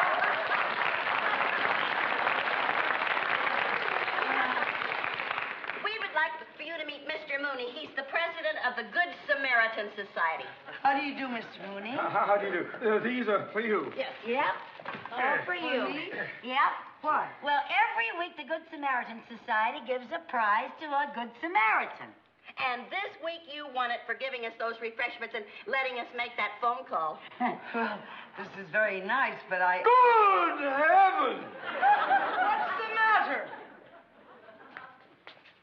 You're Joan Crawford! Yes, sir, I am. Oh, it's Joan Crawford. You didn't even recognize her. Thank you. I do appreciate winning all this. And I'm sure you can find somebody else who really needs it. Tut, tut, tut, Miss Crawford. You were the exceptional person. We never change our selection. No. In that case, I accept with thanks. Your organization sounds like a very wonderful one. Now, if there's anything I can ever do for you or it, don't hesitate to call on me, please. Oh, we'll just call on you right now because our organization is putting on a show. Oh, and you can star in it. I don't know about that. It's for charity, Miss Crawford. You'll be helping a lot of needy people. All right. If it's for charity, I'll be glad to appear. Oh, wonderful, wonderful. Good, good.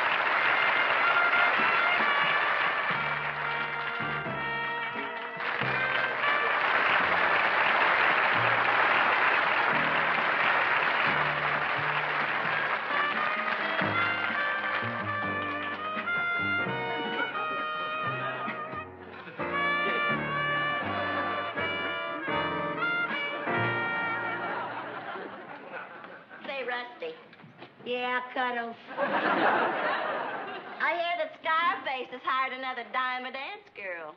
Well, that's right. Scarface is always hiring dames, and I'm always getting rid of them. Yeah, but I hear this one's a good-looking doll. So ain't you afraid she'll take Scarface away from you, huh? Nah, she ain't got a chance. Scarface likes my type. Cultured. You sure got class, Rusty. Like what you just done with your gum. Yeah, class is something you're born with. Either you got it or you ain't. You can't inquire it.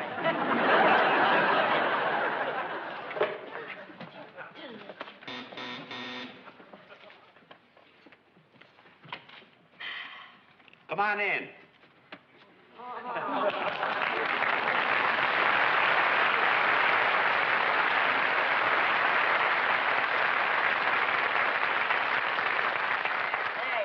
That? Well, it ain't the flying nun. Maybe that's the new girl, huh? Oh, if it is, you're in trouble. What? She's really got class. Oh, stop. Excuse me, but do you all work here? Yeah, I'm Rusty. I'm Cuddles. I'm Cynthia. Cynthia? I'm the new girl. Oh, yeah? Well, sit down, kid. We'll teach you the ropes. Thank you, ma'am. Well, thank you. You know, I just can't tell you how happy I am to meet y'all. I just love being here. Well, now, look, honeysuckle rose. You're inside now, so why don't you get rid of that umbrella? Oh, I'm sure enough sorry, ma'am. I'll take care of it for you. Thank you, ma'am. Oh, so this is what a little old speakeasy looks like. Well, ain't you never been in a little old speakeasy before? Heavenly day, no. Well, then how come you took this job? Well, I have to work. I'm the sole support of my mommy and my daddy. Oh. And my grandmommy and my granddaddy. Oh. And my 4 nieces, my nephew, and my 5 sisters. I'm also putting my brother through medical school. Well, honey, all you're going to earn here is 10 cents a dance. How do you expect to feed all them relatives? Oh, I'm taking all the doggy bags home. Oh, my weevil. The drinks around the house. What'll you have, girls? Gin. Milk. Milk? But I never drink hard liquor. Oh, look, kid. Gin isn't hard liquor. Gin's just short for ginger ale. I didn't know that.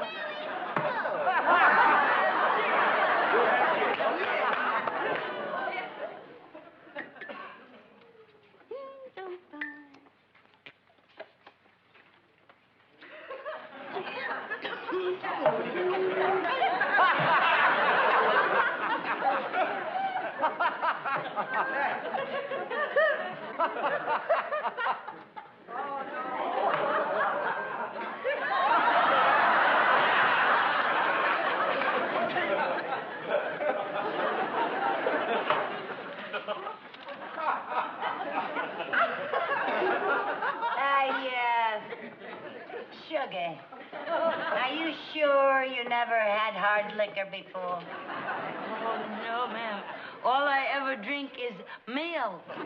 Well, you better keep an eye on your milkman.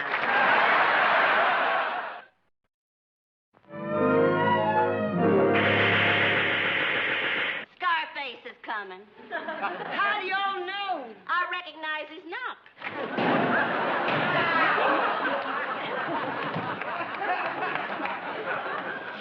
Okay, Keith.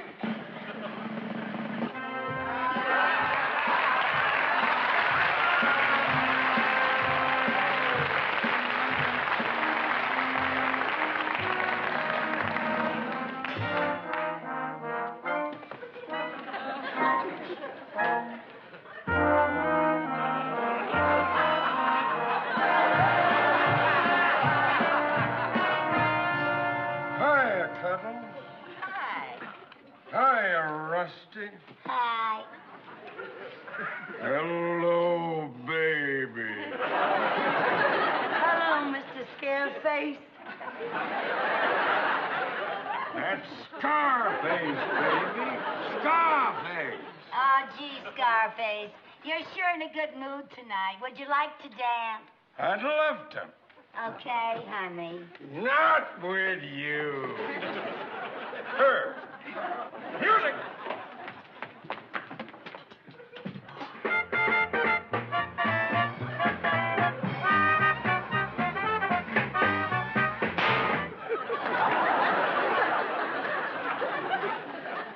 You sit this one out.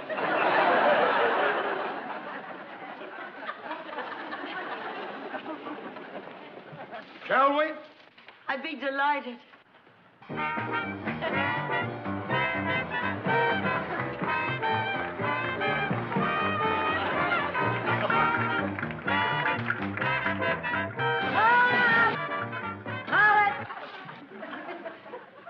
I'd like to talk to you. Yes, ma'am.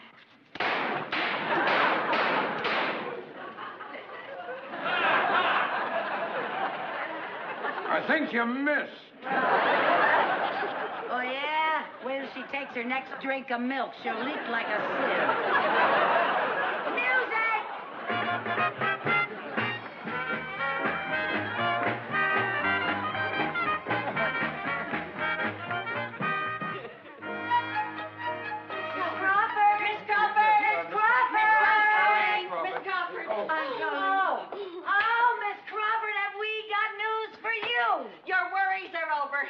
Oh, please don't tell me I won another Good Samaritan Award.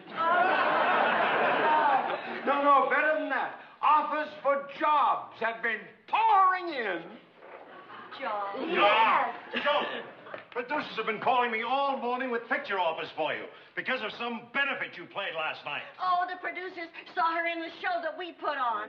But I don't want any. Oh, now, Miss Crawford, please don't let your pride stand in your way. Joni, you owe it to your public to make another motion picture, even though you don't need the money. That's right, even if you don't... You don't need the money! No. Of course not. She's been turning down movie offers for years. Oh, and I thought you were poor. And I tried to get you a job. And I blew $100 for a care package. Oh, Mrs. Carmichael, as usual, this is your fault. Oh, now, Mr. Mooney, I thought she was broke, the way she was dressed, and there wasn't a stick of furniture around here. I'm sorry, I forgot to tell you I was redecorating the house. Oh. And Mr. Mooney, your basket of food was not wasted. I donated it to a very worthy charity. Oh, good. Then it's deductible. I know. I'm deducting it.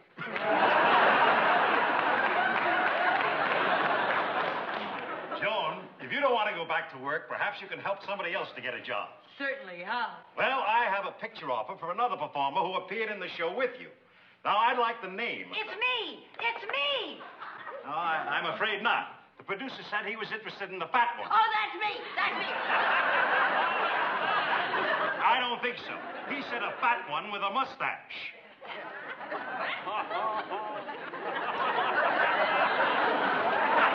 Oh, when you've got it, you've got it.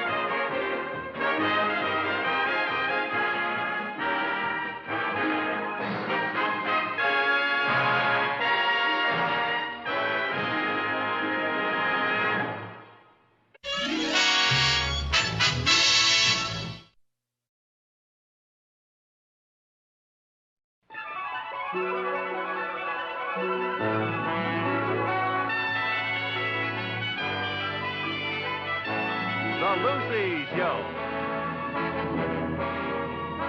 Starring Lucille Ball. Co-starring Vivian Vance.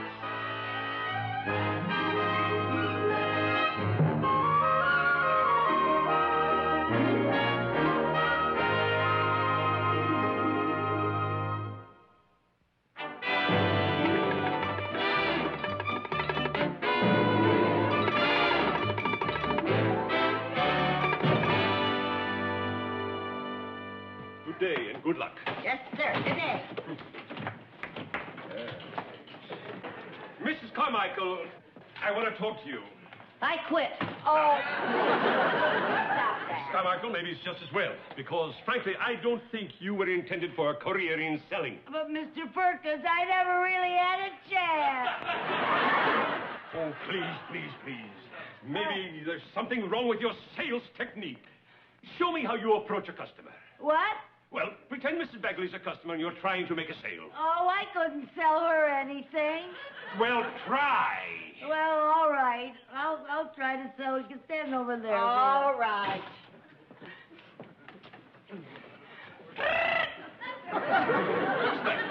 That's a buzzer. I gotta ring the doorbell before I get in. You're already inside. Start selling. All right, yes, sir. How do you do, madam? I represent the... If that's a vacuum cleaner you're trying to sell me, I don't want one. She's fighting me! You see, Mr. Perkins, everybody says the same thing. I only want to Mrs. show you that Bagley, you... let her demonstrate Give it. me a chance, All Vivian. right, go ahead. All right. Madam, I have here the handy-dandy, lightweight vacuum cleaner. Now, pardon me. Now, I want you to notice, madam, how quiet it is. And I want you to notice how light this attachment is, and you can do anything with it. It vacuums rugs, and it cleans drapes, and it shampoos the furniture, and Mr. Perkins, what's the other thing that it does? Mrs. Carmichael, it's right here in the sales brochure. It's all you have to do. Oh, I'm sorry.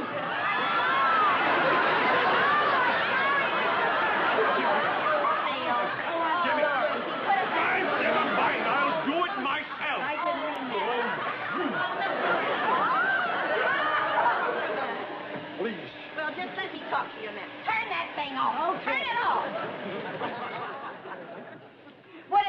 right if I take her along with me today and show her how a real sales lady works? Do anything you want, but get her out of here. Oh, you'd better sell one or you're through. Yes, sir. Yes, sir. I heard what he said. Yes, with my help, maybe. Oh, what do you mean with your help?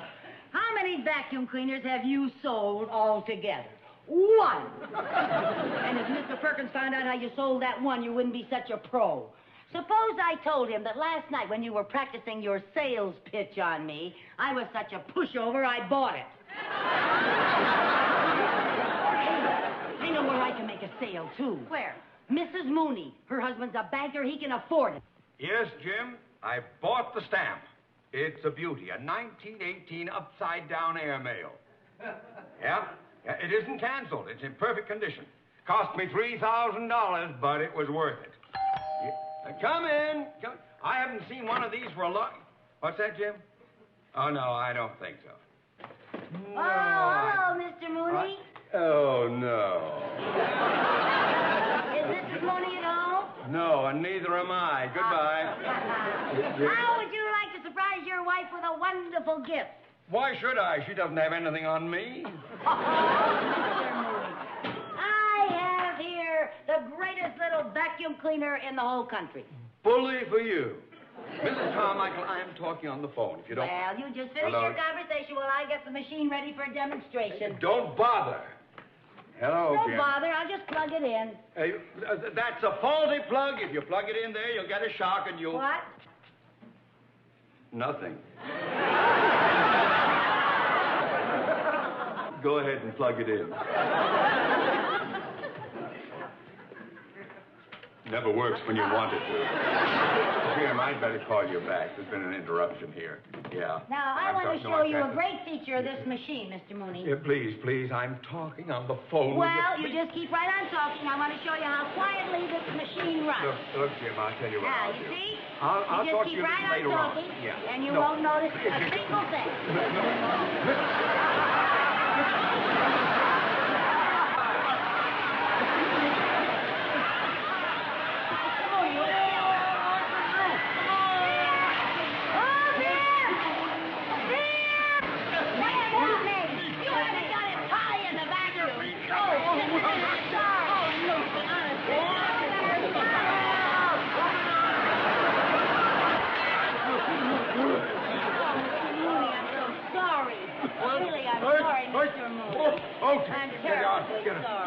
Get out. No, now look. Another good feature of this vacuum cleaner. Get out! Get out! I haven't finished my sales talk yet. Get out! Well, Mr. Moore, you don't have to get so mad. I'm only trying to make a living. I have to live, don't I? Why? Get out with that thing! Take it out! Get out! Don't get... Come on!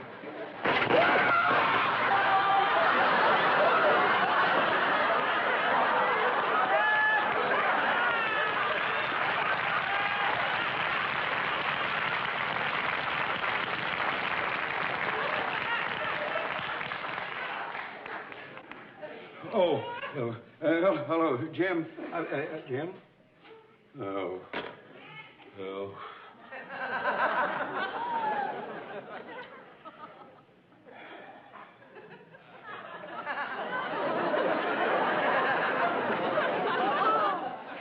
My stamp? My upside down, my $3,000 stamp. The vacuum cleaner!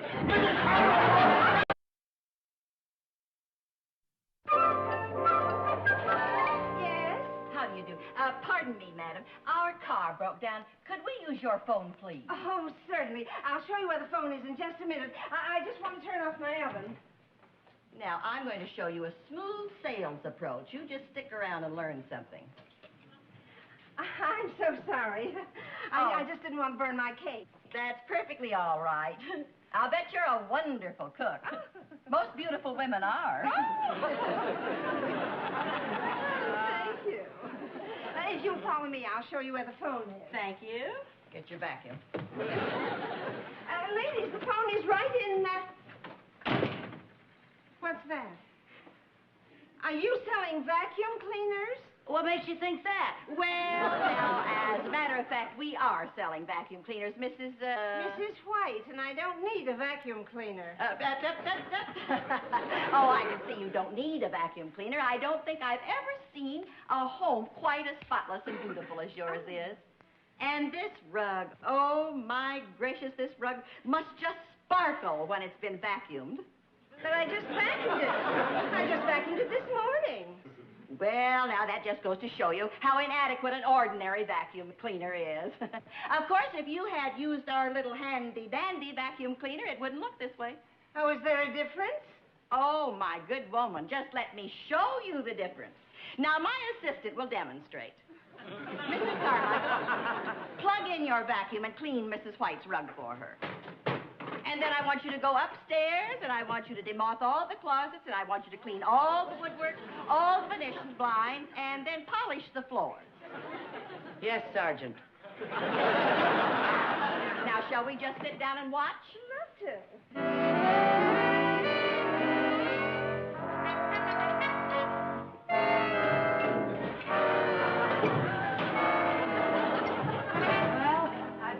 Bedrooms, the kitchen, the den, and the bathroom. You want me to start on the garage now? Good girl. I'm proud of you. Thank you, Master. Well, here we are. A nice, fresh batch of cookies. Oh, thank And now, Mrs. White, I'd like to show you how much dirt this little vacuum picked up. May I use this piece of paper? By all means. Thank you very much. We'll just, oh, for goodness sake. Oh, there we go. Now, Mrs. Carmichael, bring the dirt over here to me. Dump it. There you are. My goodness, that's amazing. Well, I certainly am impressed with your vacuum cleaner, and I'm going to buy one. That's a very wise decision, Mrs. White. I'll just write up your order. Oh, thank you. But my brother-in-law's in the appliance business, and I can get it wholesale.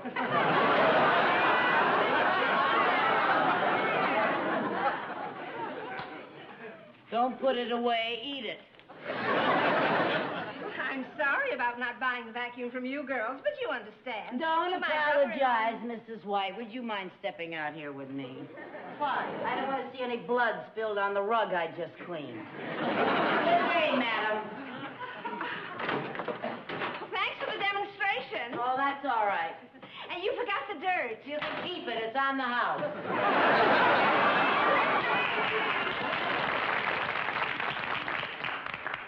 Well, a perfectly good airmail stamp.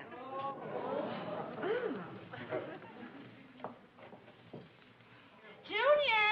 Yes, Mom? When you go out, I want you to mail this letter that's on the desk.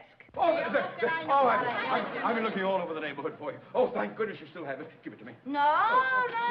When I tried to sell it to you a little while ago, you gave me a pretty rough time. Now I'm not so sure I want to sell it to you. No, I don't want your machine. I just want your dirt. My dirt? What are you going to do with my dirt? Well, you see, I'm a collector, and You're a dirt collector? Oh, give it to me, please. Thank heaven you didn't sell it to anybody. You don't know what this means to me. Now, Viv, that's salesmanship. I got him on his knees begging me to sell it to him. All right. Where is it? Where's Where's what? my 1918 upside-down aeroplane? My luck, I finally got a customer, and he's a fruitcake. You better go home, honey. Lie down. You need a rest. Look, let me explain. When you were at my home, I had an airmail stamp on my desk, and your vacuum picked it up, and I got to get that airmail stamp back. Boy, he really is a tightwad. I'll give you the 8 cents. That stamp is worth $3,000. $3,000? Oh, well, what were you mailing, an elephant? Mrs. Carmichael, that's a very rare stamp. All right, Mr. Mooney. Now, don't worry. If it was picked up by the vacuum, it'll still be in there because we haven't emptied it out. We did empty it out. Oh, it must be in that pile of dirt back at Mrs. White's house. Yes, it's at Mrs. White's house. Well, it better be there, because if it isn't, I'm going to have a stuffed redhead in my trophy room. Don't worry.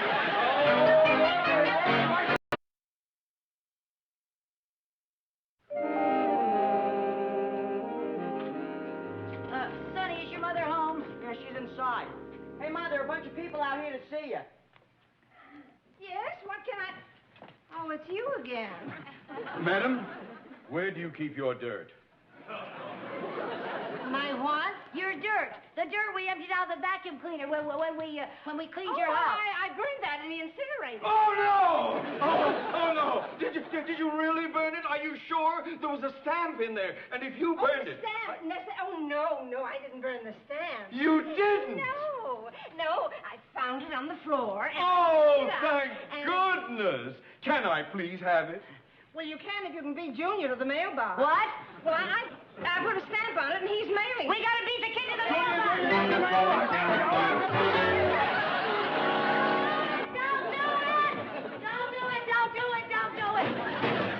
What? Don't do what you just did. You go right in there and get that letter back. Get in there and get that letter back. Come back here. Oh, Lucy. Oh. Did you get the letter? No, we were too late. The kid dropped it in. Oh, no. Oh, my stamp. Don't worry, what are you going to do? I'll get it back. Oh. Now, Lucy? Well, maybe the letter's stuck in the slot. You can't do that. You can get arrested for a thing like that. I got it. You got it? You got it, good girl. Give it to me. All right. Well, hold it now. Huh? Here we are. What? Oh, Viv, what? My arm is stuck. I can't get my arm out. Oh, honey, I'll get it out. Be careful now. All right. Don't careful, Viv. Ow. Oh, fine thing. Now, you made me drop the letter. I made it. Stamp was so down in there. Never mind about the stamp, Mr. Mooney. What'll they say if they catch me with my arm in the mailbox? Well, you'll know in just a minute, because here comes the postman. Oh, don't let him see me like this, Viv. Get around here. Cover me up. Oh, all right. Excuse me, lady, but I've got to get the mail out of that mailbox. What mailbox? That mailbox. Oh, this mailbox. Look, would you mind stepping aside? Well, I really... Thank you. Now, you two, lady, would you please step aside? Well, I'd love to, but I'm afraid you're going to have to work around me. Please, lady, don't give me any trouble.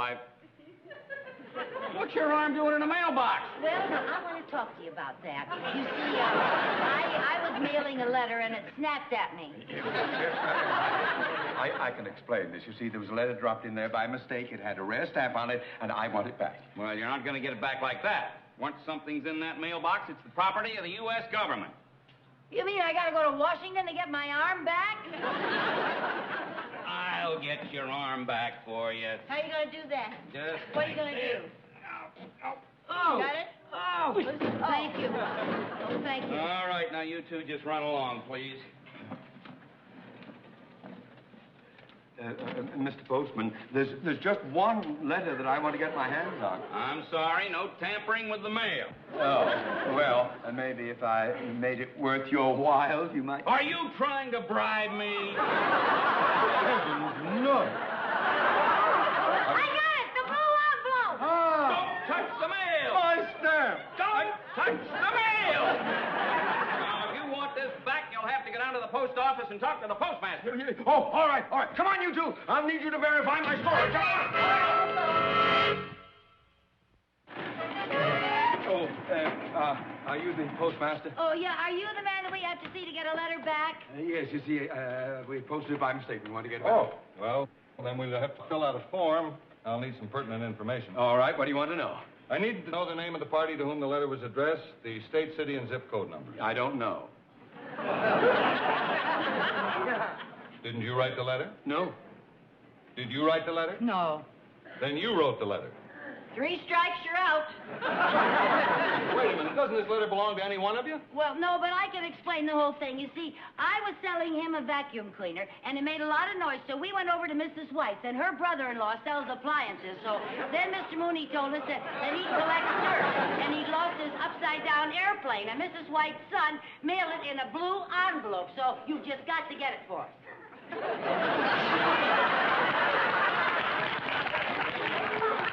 Lady, we don't mind the snow or the rain or the sleet. It's those kooks like you that drive us nuts. Well, she's really trying to say is that it's really Mrs. White's envelope, but the stamp belongs to him. Yes. That's right, and I've got to get it back. Yes. Now, if Mrs. White comes down and identifies her letter, we'll be only too happy to give it to her. Well, I'll go and get Mrs. White and bring her back here. Yeah. Where was it she lived again? I'll go right with you. Yeah, we'll go with you. No. You wait here. Wait here. You look for that letter. You look for that letter and get that stamp before they cancel it. But how am I going to get it? Well, use your head. Oh, that'll never do it. Very nice thing to say, You Mr. just Mooney. get that stamp back or it's going to cost you $3,000. Why should it No, cost me 3,000. $3,000?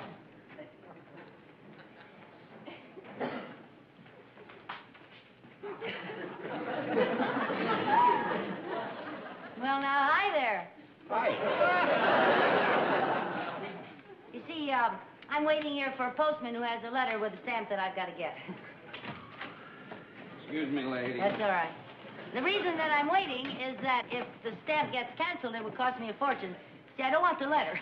All I want is the Excuse me, stamp. lady. That's all right. Hey, it's you! Where are the letters? Lady, let go of my cow. I dumped them over there. Hey, don't touch that mail, lady. But these are the letters that I have to look Out, lady. No, that's the postman. I was looking said at it. out. But I've got to get that letter. Out.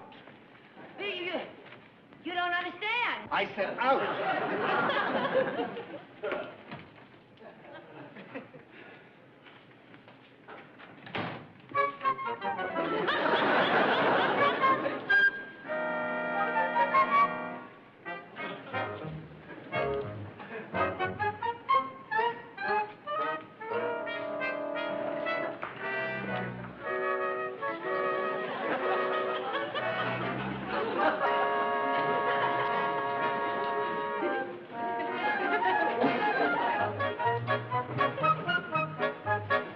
Hey, Sid. Yeah? Come in here, will you?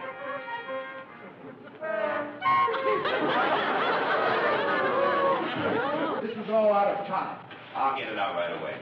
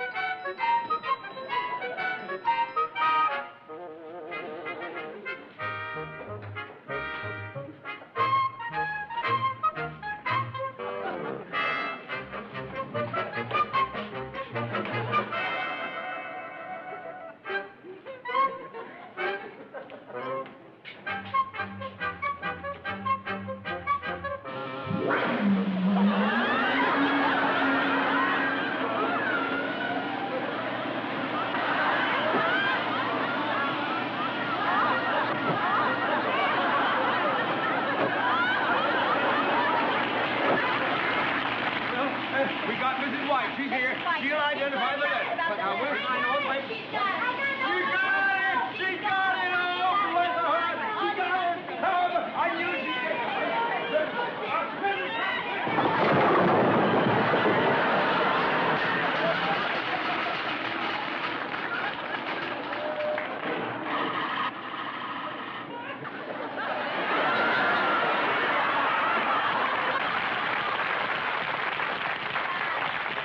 Oh, good my girl. stamp! Oh, bless you!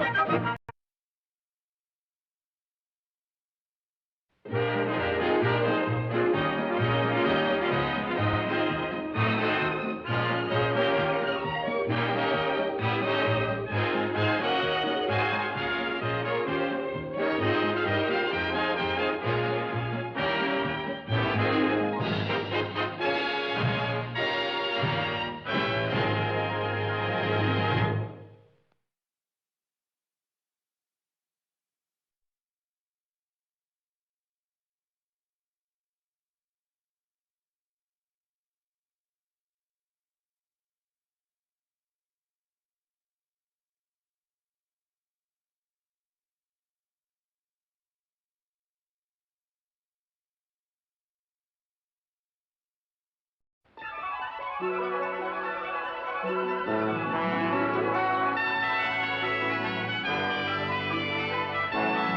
Lucy Show. Starring Lucille Ball. Co-starring Vivian Vance.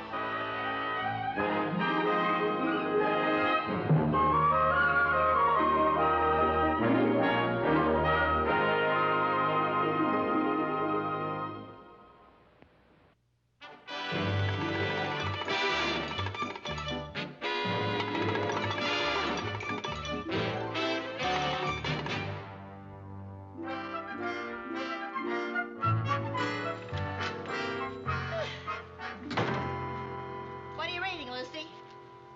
Psychological reactions in adolescence to terror-inspiring visual stimulation. Well, I'll try again. What are you reading, Lucy? Listen to this. Now, this article states the overabundance of spooky stuff in movies and TV can cause traumatic experiences in our youngsters. What got you started on this kick? Do you know where Jerry and Sherman are this afternoon? Yeah, they went to see the movies. Why? Do you know what movies they're seeing? Oh, probably a couple of cowboy pictures. They are at the State Theater seeing The Surfing Werewolf, which is on a double bill with The Eggplant That Ate Philadelphia. Now, does that sound like a couple of cowboy movies? Well, now, maybe the eggplant rode into Philadelphia on a horse. Oh, Viv, go ahead and make jokes, but I am reading this article because as a mother, I am very concerned. Now, listen, I'm just as much a mother as you are. I just don't happen to agree with you, nor that article. Don't you think that those movies are affecting our kids? Not one teeny-weeny little bit.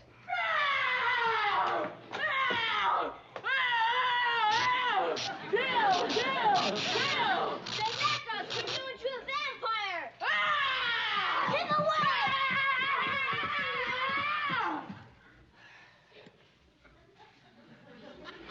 I bet your son taught my son to do that. If that was my son under that mask. Now, you know darn good and well that Jerry didn't teach Sherman anything. They got all that from those horror movies. That's a horror hootenanny that they learned. Oh, they were just playing. Oh, playing. Oh, those horror movies aren't so bad. They don't make the kids steal or run away from home. Yeah, some night when there's a full moon, they might fly away from home. No, really, Viv, I think that you and I should go see some of these horror movies and decide for ourselves whether they're bad for the kids or not. Okay, I haven't seen a movie with a monster since Gone with the Wind. There was no monster in Gone with the Wind. You didn't see my date. Well, I guess if we're going to go to the movies, we'll have to hire a babysitter. I'm not even sure I can find a babysitter at this late date. Come in. Oh, hi, Mr. Mooney. Hi, Ladies. I'm on my way home and brought your monthly bank statement over. Well, thank you, but couldn't you have just mailed it? Mail your bank statement? Don't you know it's illegal to send questionable matter through the mail? But, you know, we had a lot of expenses this month. We had to have the TV man here and the carpenter and... Oh, and then there was that cute plumber who was here twice before we found out he was married. You don't require all those professional services. What do you mean? Well, why don't you call on your friends or your neighbors if you need something done? You mean like babysitting? Exactly. You know, Mr. Mooney, Vivian and I consider you one of our closest friends.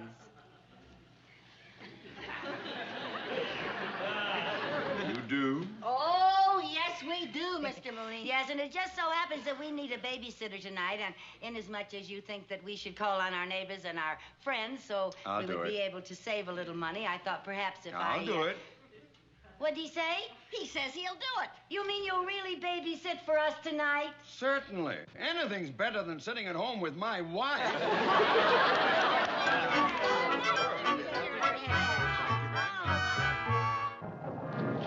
Oh, gosh, what a spooky double feature. I was scared to death. Oh, all those monsters and werewolves and man-eating plants and then all that thunder and lightning. I didn't think we'd ever get home safe. Neither did I. It was pretty tough trying to drive that car with you sitting on my lap. I was so scared when that man-eating plant reached out. Ah! Ah! Ah! wonder you have trouble getting babysitters. Oh, I'm sorry, Mr. Mooney. We're just a little on edge. Have you seen the eggplant that ate Philadelphia? I didn't even know that Philadelphia had been eaten. Now, wait a minute. She's talking about a spooky movie we just saw. Yes, and it just scared me to death. Well, doesn't surprise me. Well, good night, ladies. Oh, Mr. Mooney, do you really have to go now? Yes. After 11 o'clock, my wife sends the dog out for me. Oh, please, can't you just stay a little while and chat? Now, look, will you just forget those horror movies you saw? You're letting your imagination run away with you. Good night, ladies. Night. Bum bum ba bum bum ba bum ba bum ba bum bum ba bum bum ba bum. It isn't a fit night out for man nor beast.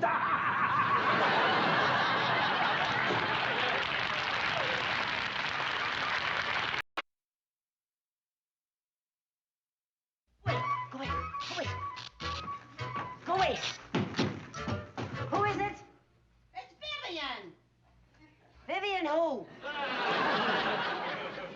You open this door now, or I'm going to sleep in my own bed. Okay. Okay, hurry up. Honest, too. Hurry up. Oh. What is all that junk?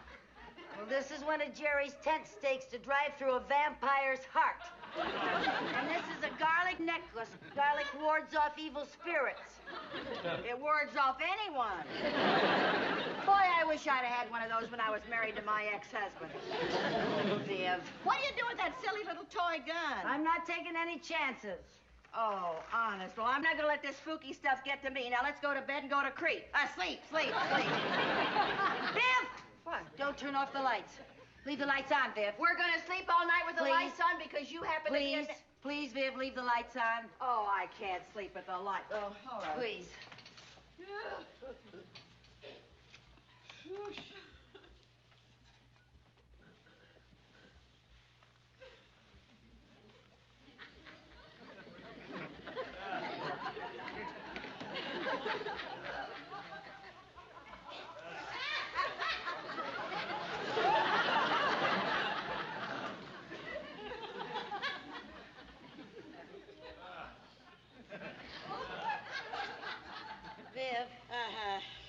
I was just thinking.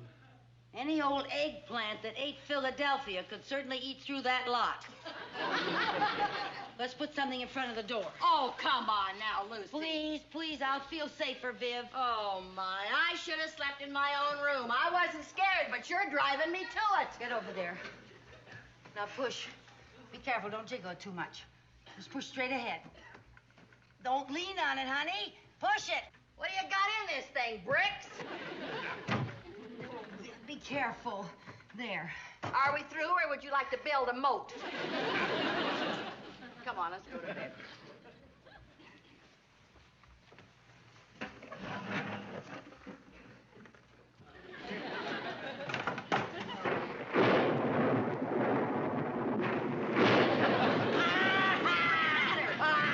I landed on the tent stake. Oh, I'm surprised the bed didn't collapse. Oh.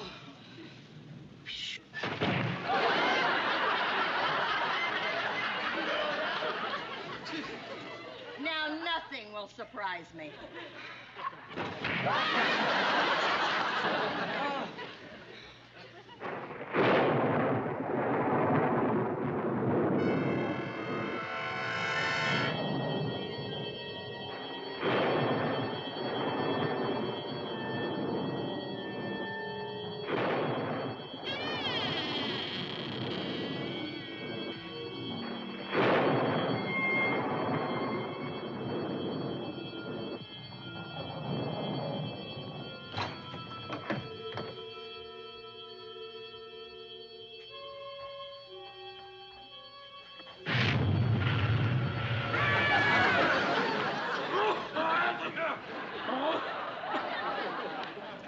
I simply must give up smoking. Good evening, lady. Good evening. Our car broke down, and we'd like to use your telephone. Ah, that's what they all say. Well, we were very lucky that we saw the lights in your windows, and it's terrible out. Oh, yes, it's not a fit night out for men or... It's not nice out. Not yet, Ringo.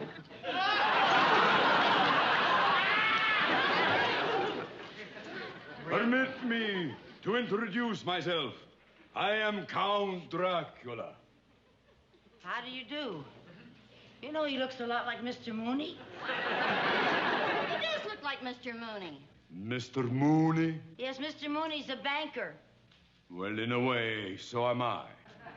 I run a blood bank. Well, sir, if we could just use your phone, then we'll go. Certainly you may use the telephone. Thank you. But it would be inhospitable of me to let you go out into the storm without a cup of hot tea. Oh, well, that's very nice, but we don't want to be any bother. Oh, no, we're teetotalers.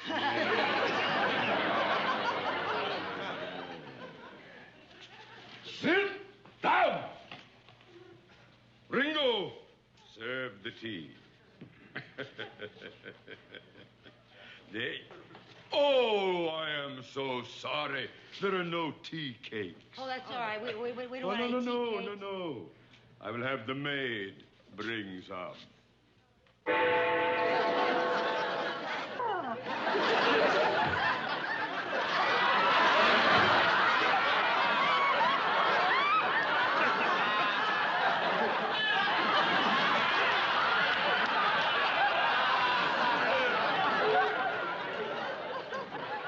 Would you please bring some tea cakes, Loretta?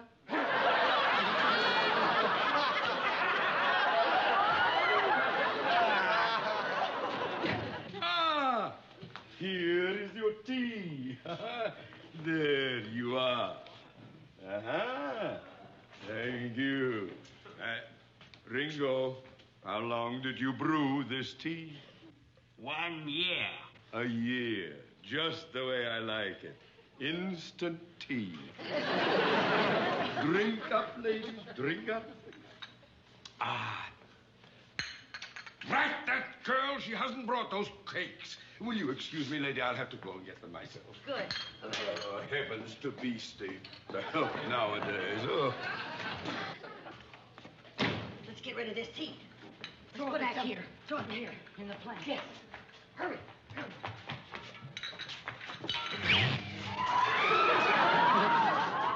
He didn't like it either. Come on, let's make that phone call and get out of here. Yes. Where can the phone be? In the telephone booth, stupid. Who said that? I did. Over here on the wall.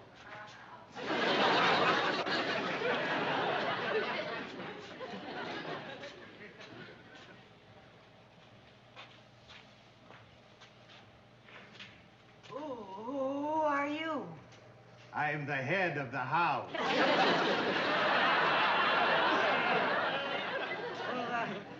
Where did you say the phone is? Right over there. Oh, thanks a lot, sir. So do I.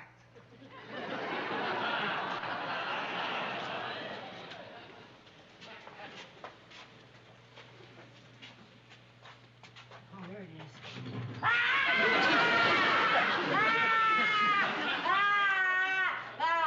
Oh, boy, he sure has been waiting a long time for his number. Let's get out of here. Yeah. Come on.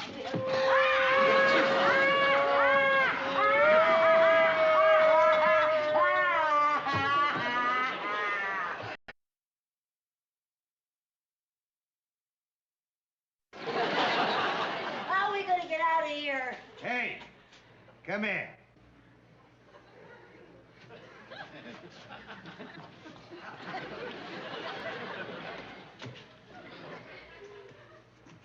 Why don't you try the secret passageway? Oh, is there a secret passageway? There's always a secret passageway. It's a panel. It's usually around a fireplace. Yeah. Remember? It has a button or a panel, and you have to go around, and you find the panel, and suddenly something opens up, and then you can go, and you can escape. Viv, look in here. Look in the... I'll look on the outside. You look on the inside.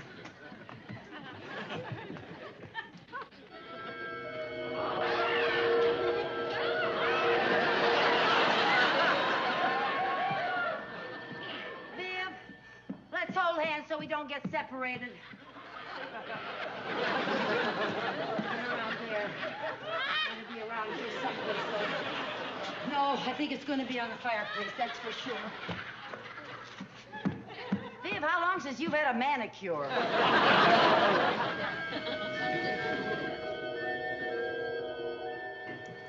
There's no secret passageway in the fireplace, Lucy. Well, it's gotta be around here someplace. Let's go. Let's find it. Let's look. Ah! It's not there. Oh, dear. Oh, Viv.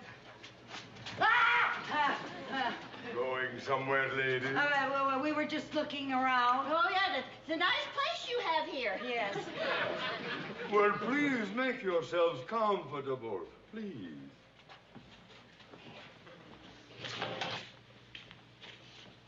That's right. Sit on the couch. You sit over here in the Morris chair. Behave yourself, let me go. Morris, you take your hands off of her. Don't you let go of her, Morris. Hold her until the operating room is ready. Operating room? Yes, servants are so hard to find. I have decided to convert you into a housekeeper and a cook. Oh, no, you don't. Oh, no.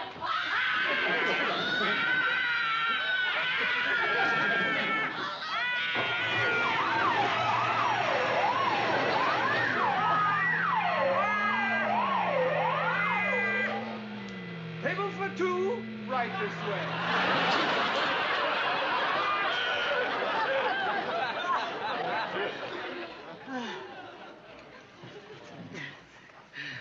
Please, Mummy, I'd rather do it myself.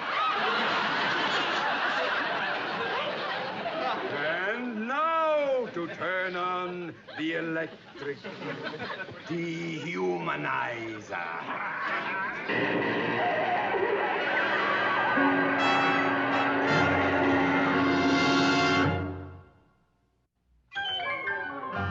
Well, they should be done by now. And if the operation is a success, we will have a perfect housekeeper and a perfect cook. Dinner is served.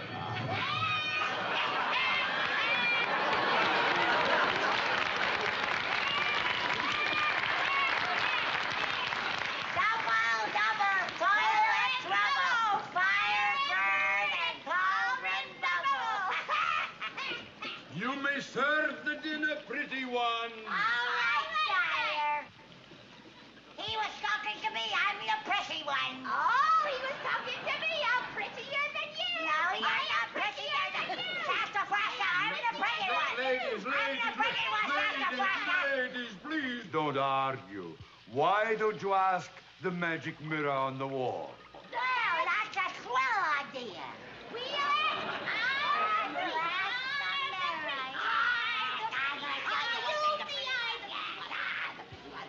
Mirror, mirror on the wall, who's the fairest of them all?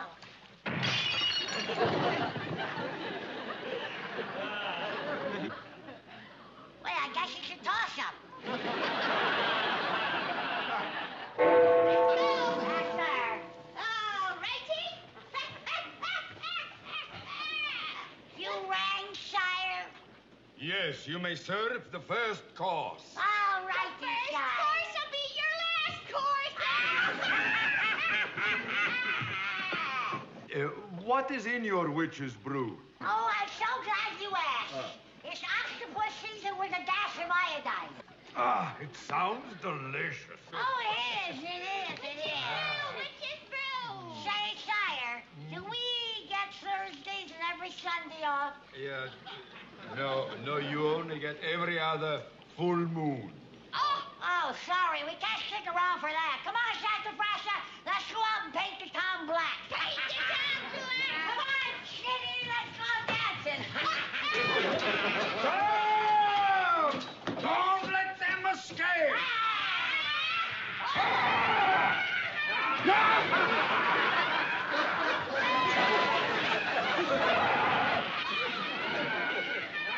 Swing your partner, don't be a fool, with an oopsie do and a happy do. With an element left and an element right, let's all go out a happy tonight. Well, all right then, we go like those, we go like this, from coast to coast. Well, swing your partner, don't be a fool, with an oopsie do and a happy do.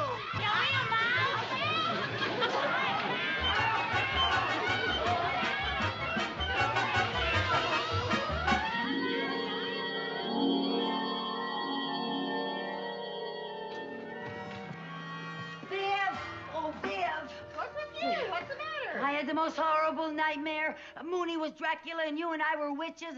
What are you doing with that broom? I came downstairs to get a snack and I spilled some crackers.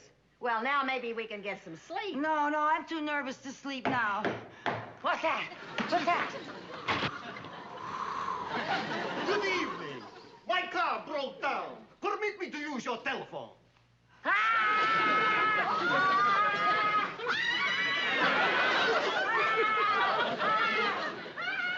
Calm down, ladies.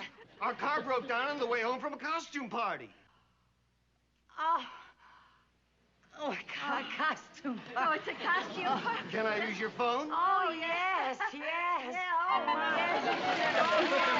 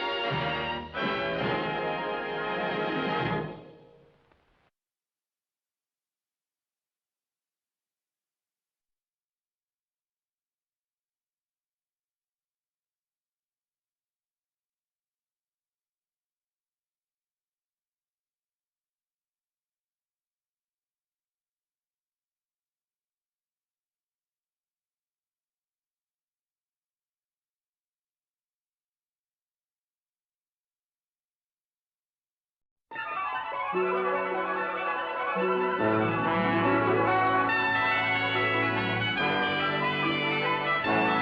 Lucy Show.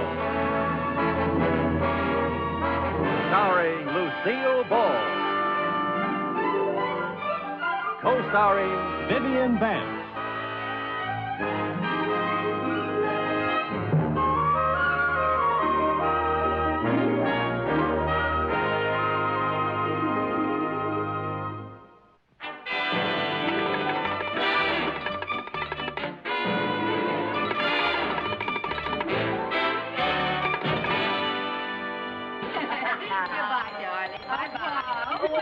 Come in!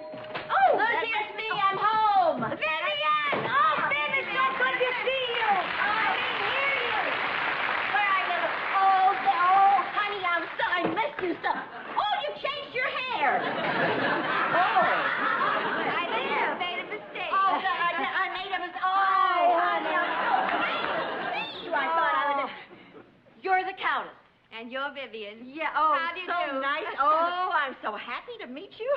I'm so glad you slept in my bed. Oh, really? I bet I'm the only person in this whole town who's had royalty sleep in their bed. Well, dear, I'm not really royalty. Oh, you are, too. No, I am not. I'm just plain old Rosie Harrigan. I'm a countess because I happen to marry a count. Oh, there's still hope for me. Maybe someday a prince will come along and sweep me off my feet. He's gonna need a big broom.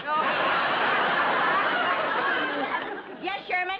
Where should I put your suitcase? Oh, put that up in my room, honey. I don't want to get it all mixed up with the Countess's luggage here. While you're up there, darling, will you help the kids straighten out Mom's room? Yeah, do your share. Okay. My goodness, Countess, is all this luggage yours? Yeah, I'm afraid so. Ooh, Calcutta, Melbourne, Thailand. Bangkok and Hong Kong. Have you been to all those places? No, I just use the labels to cover the holes in the baggage. Oh, that's not true. Oh, come on. Oh, that's cold. Here's a telegram for you, Rosie. Oh. Hello? Yes? This is she speaking? Yes? Yes? No. Oh, dear. Oh, yes, thank you very much. Bad news? Sort of. Lord and Lady Van Cleve are arriving in the States and expect to spend the weekend with me. What are you going to do? You can't entertain them in a hotel room. No? Well, they'll expect you to be living in a big, beautiful chateau. Yes, little do they know je n'ai pas d'argent. What does that mean, Rosie? I'm flat broke, honey. Dear. What am I going to do? Well, we'll just have to find you a chateau. Well, now, that should be easy. If we can't find one, we have till the weekend to build one. But I have to find a place to entertain them. Now, wait a minute. The bank handles a lot of real estate. Uh-huh. Maybe Mr. Mooney will tell us where to go. Oh, he'll tell you where to go, all right. I'm afraid it'll be a little too warm to entertain them. Oh, yeah. Maybe he wouldn't do it for me, but he'll do it for the Countess. He's quite impressed with Rosie. Oh, he is? Oh, yes. Every time he sees me, he fawns all over me. Yeah, he clicks his heels and kisses her hand. Oh, don't tell me Mr. Mooney's turned into a knuckle nibbler. Yeah. Oh, this I gotta see, girl. Well, come on with us and you'll see it. No, I gotta stay here and unpack. Well, come on, Rosie, let's get going. Well, all right, fine. I'd better take this ring off before we see him. Don't you trust Mr. Oh, Mooney? yes. But the last time he kissed my hand, he broke his pivot tooth on it. Hurry up. I'm coming. Bye-bye.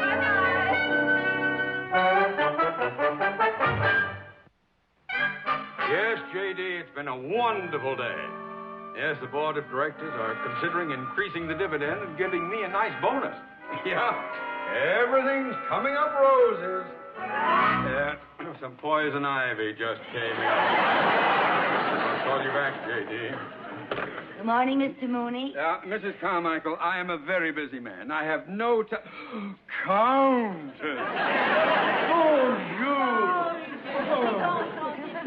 oh, merci, ami, soir.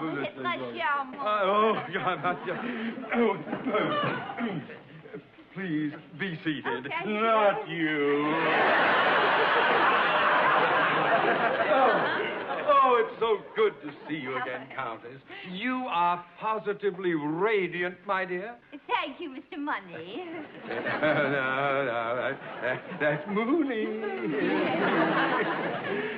Now, to what do I owe the honor of this visit? Yes. Well, some very dear friends of mine are arriving to pay me a visit. Lord and Lady Van Cleve.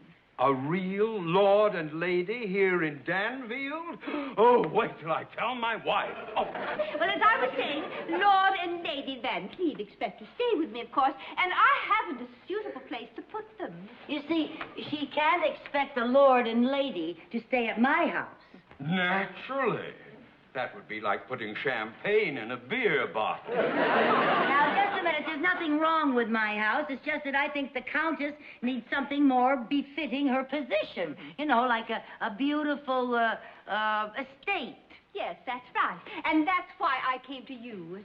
You have such impeccable taste. Now, I was wondering if you could suggest something. Well, I don't think we have any large, beautiful estates in our small town, Countess. Dear. No, wait a minute. We do have just one. Ah? Mm-hmm. The Bellingham estate. The Bellingham. Quite old, but very elegant. Uh-huh. And the bank handles it, too. It might be just perfect for you. Oh, well, I'll take it. Good. Now, about the price. Never mind discussing money, Mr. Mooney. You see, on the continent, we have a custom. We never buy an estate outright. We live in it for a week or so, and if it suits our personality, we buy it. If not, c'est la vie. La vie, say. Yes, indeed. Well, that sounds fair enough. Now, let me see if yes. There we are. There's the Bellingham estate. Thank you, you darling man. You are wonderful. I know. Oh, I think it only fair to warn you, Countess, the house hasn't been lived in for a long time. It may need some work. Oh, that's quite all right. I'm having my household staff sent over from Paris. Will they get here in time? Yes, she's having them airmailed. Yes, I know how to find it. All right, fine. Countess! Oh, yes, of course. Oh, well. Mademoiselle from Armentier, parlez-vous.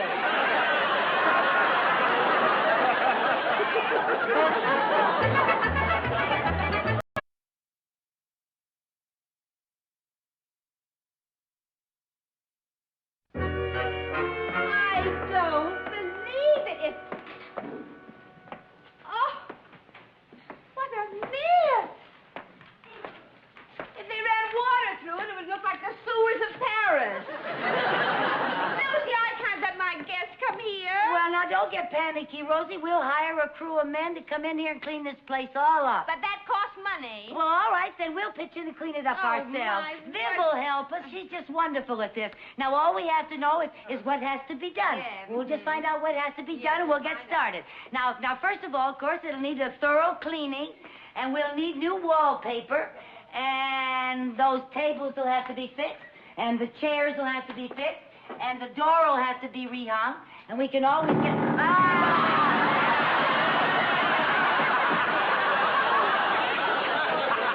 And the floor will have to be fixed. Don't worry about that. I'll fix the floor myself. Yeah. Well, this place is hopeless. It really is hopeless. My guests will be here this weekend, and what will... But you'll never get that fixed. Oh, sure we will, Rosie. That isn't hard to fix. No.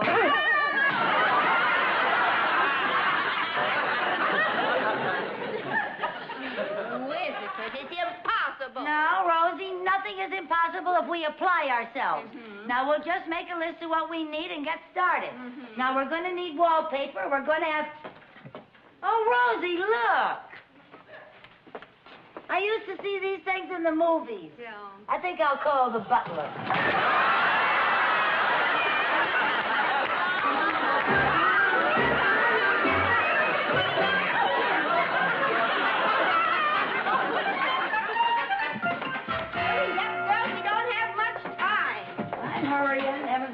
I'm trying to... There, stop pushing. I'm not doing anything. Now, you'll have to back up with it. Come on, back up with it. This is heavy, Viv. Be careful. Will you quit fighting?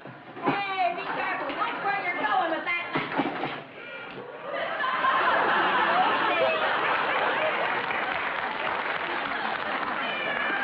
What, Viv? Where are you? What do you want? I'm back here.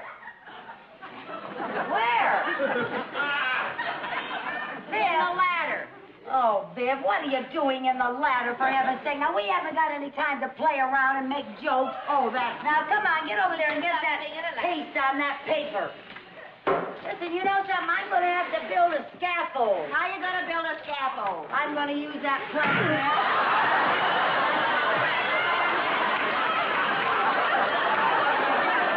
Rosie, will you put this ladder by the window? Okay.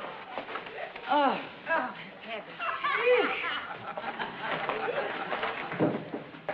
Viv? Yeah? Be sure that you fix the leg on that table. What table? That table.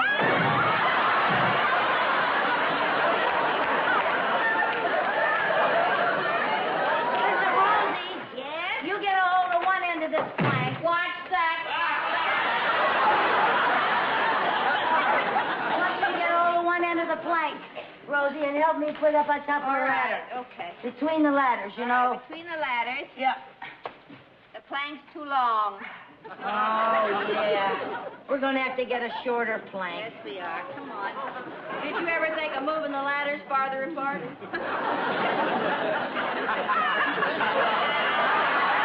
I could do it that way. That's a very intelligent suggestion. Come on, let's do it. Okay. You got a good hold? All right, come on, get it up there. Okay. All right, now wait a minute. I got to fix this here. What? Got it back far enough? Yeah.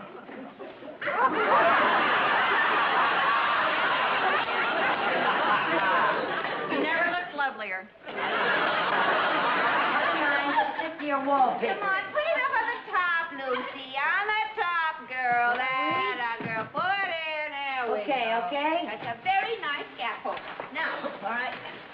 Lucy? Yeah? I got the first piece of wallpaper fixed. Where'll I put it up? Right over there on that wall. Okay.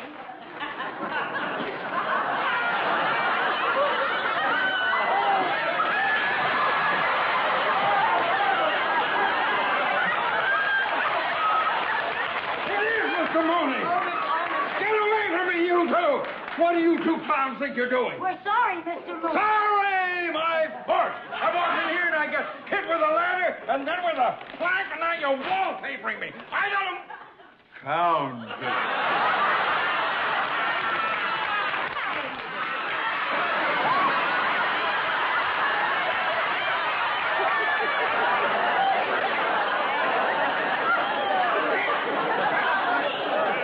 please forgive me. I'm so sorry. It's my fault. I'm just a clumsy old... Oh, no, you're not. No, you're not. We're just trying to get this place presentable. Oh, I see. Really, Oh, my goodness, I didn't realize it was in such deplorable condition. Well, we'll manage to get you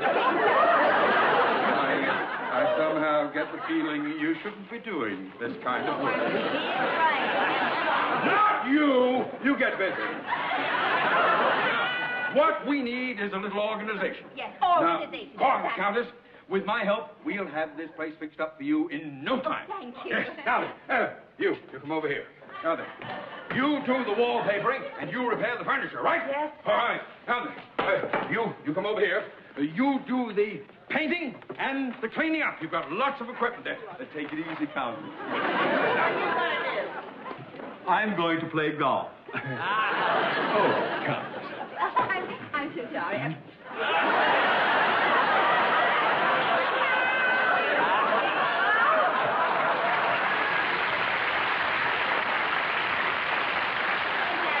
Right. All we need is organization. Now, Lucy, you do the papering and the cleaning up, and Countess, you mend the furniture. What are you going to do? I'm going to caddy for Mr. Mooney.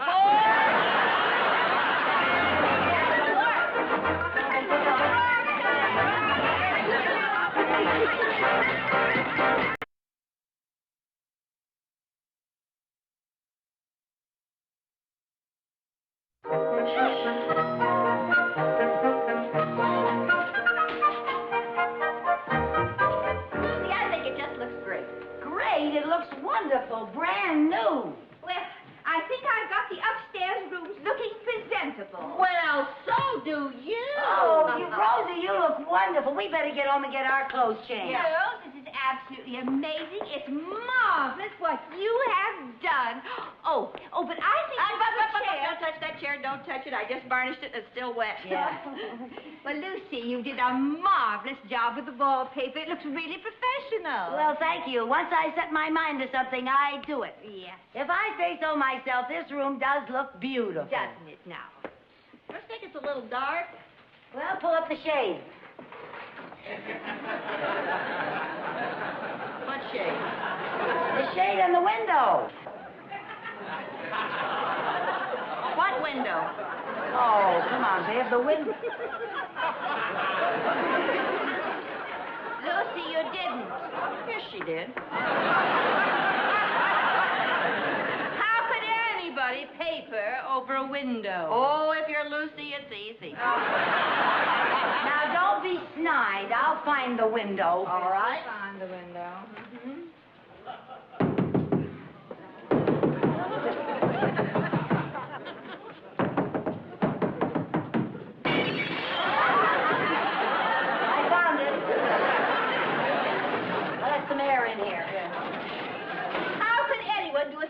Now, don't worry. I'll fix it. Well, I must be Mr. Mooney. Come in.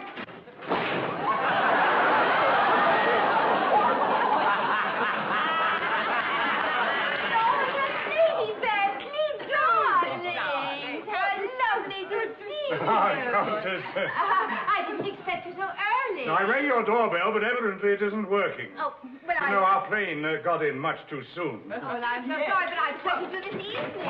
Oh, you go. Well, then,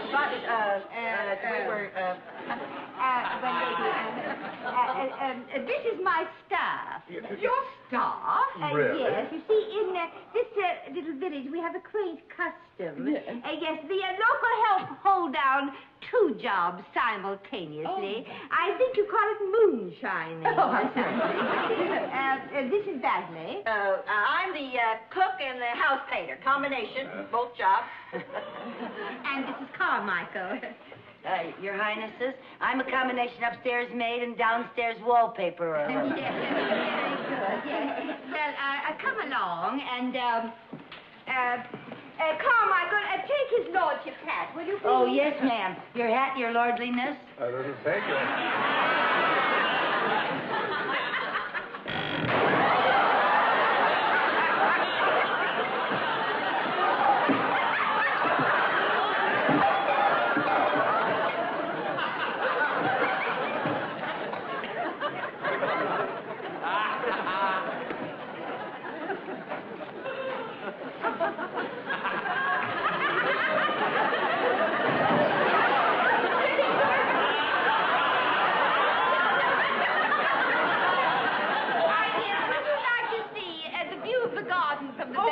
We'd love to. Come along and I'll show you. Thank you so I'd be much. terribly nice if you could come. This is a lovely old staircase. Tell me. I'm terribly happy to see you. Now, Well, we're come delighted along, to be my here. dear.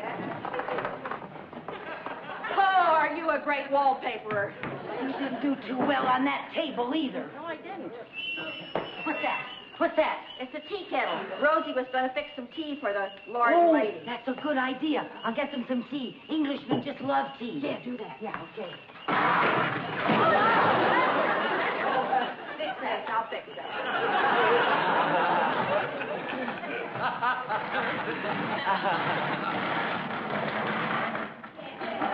You're a lovely daughter. Well, thank you very much. Magnificent. It is a bit weedy at the moment. Oh, no. Yes, well, let's sit over here, shall we? Make ourselves comfortable. Thank you, Countess. May I make a suggestion? Why don't you have a spot of tea? A spot of tea? Yes. But that's a good idea. Oh, that would be marvelous. Carmichael, wheel in the tea. Very nice of them. Carmichael, you didn't put the...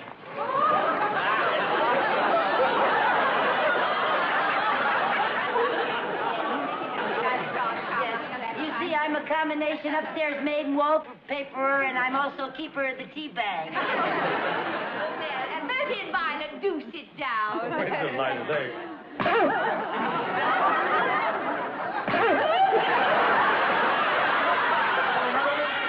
Another one of your sudden headaches, my dear.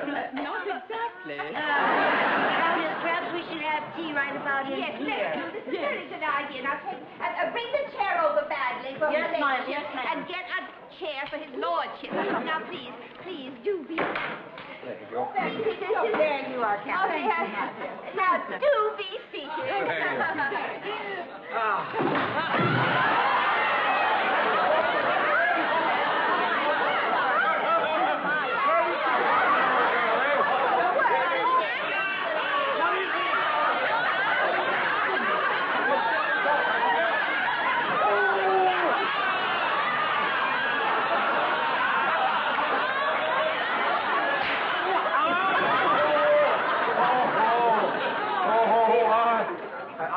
Are you all right, darling? Quite all right, darling. Well, I am. I'm so terribly sorry. I'm afraid this place isn't what you're accustomed to. Oh, no. You know, we feel very much at home here. You know, Countess, our place in England is much older than this, and it's in a constant state of disrepair. Yes. Then you're not annoyed. Good heavens, no, my dear. Reminds us of home, my darling. Oh, how Bonjour, Oh, Monsieur Mooney. No. May I present my very dear friends, Lord and Lady Van Cleve.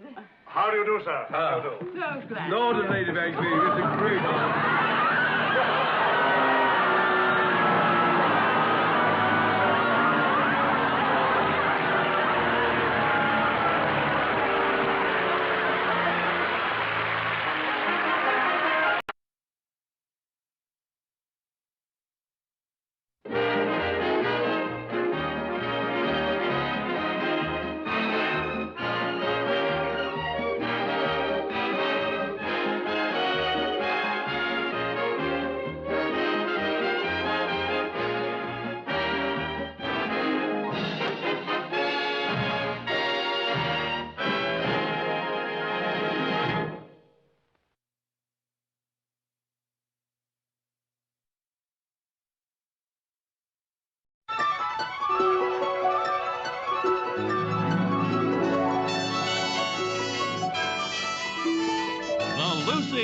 Show.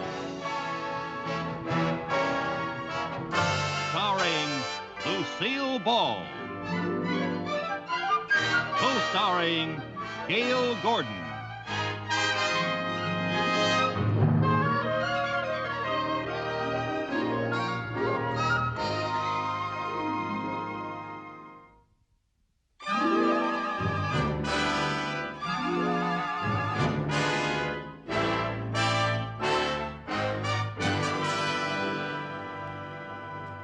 Cynthia arrive safely in New York?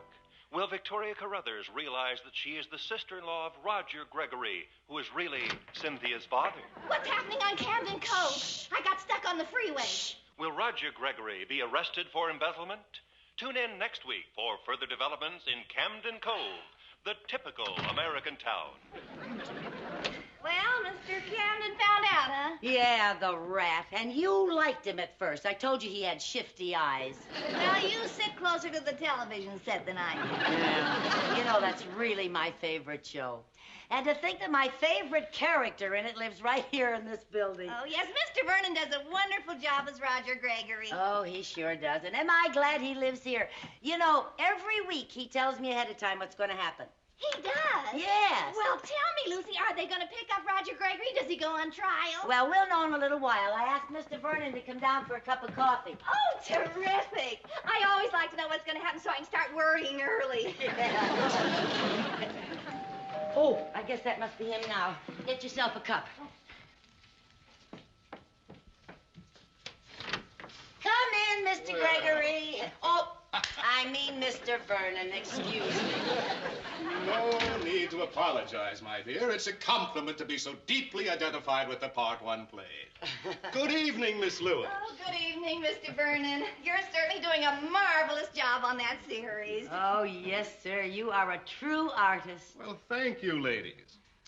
I consider this my best characterization since I played the voice of Oink Oink in the Piggy Pete cartoon. Oh, talk about acting. Well, Mr. Vernon, you're just the greatest, that's Well, all. you're very kind. No, I mean it. I'd like to see Richard Burton go from playing a pig in a poke to a teller in a bank. Please sit down.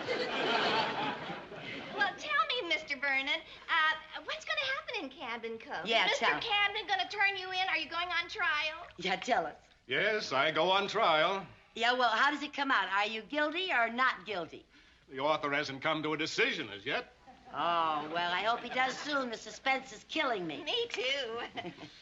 Well, that makes three of us. What do you mean? Well, Roger Gregory is the best part I ever played. And if the author makes him guilty and sends him to the penitentiary, then I'm out of the series, out of a job, and out of my apartment. Oh, no! Oh, that author can't send you to the penitentiary. Oh, yes, he can. Well, then millions of people are going to stop watching that show, of which I am one of. Oh, you're such a nice man. He just can't take you off that show. That's what you think, Lucy. Look at what he did to poor Agnes Forsythe, waitress at the Camden Cove tea room. That's right. She went out in the kitchen to get some hash, got amnesia, and didn't get back on the show for 3 years. I think I'd better go. Oh, so soon, Mr. Vernon? Oh, I'm afraid I must. Thank you for cheering me up. Oh, I'm so glad we've been of some help. Now, don't you worry about anything, Mr. Vernon. I'm sure everything's going to be all I right. certainly hope so. Don't you worry Good now. night, good night. See you soon. Bye-bye. Oh, that poor man. Gee, believe me, if I had anything to say about it, he wouldn't be found guilty. Come in. Oh, hi, Mr. Mooney. Good evening.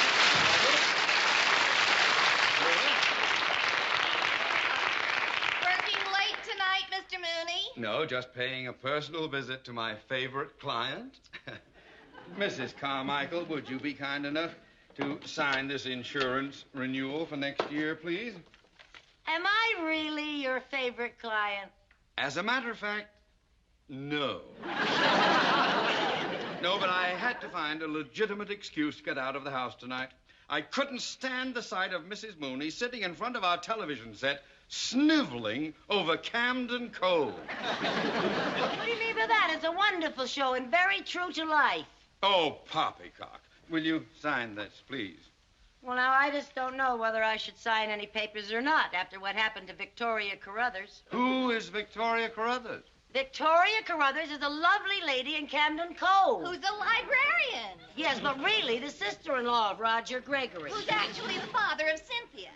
Yeah, who is now on a bus not realizing that Victoria Carruthers is the one That's the who... part I missed, Lucy. She's on a bus. She doesn't realize that Victoria Carruthers is... Oh, will you please forget that and sign.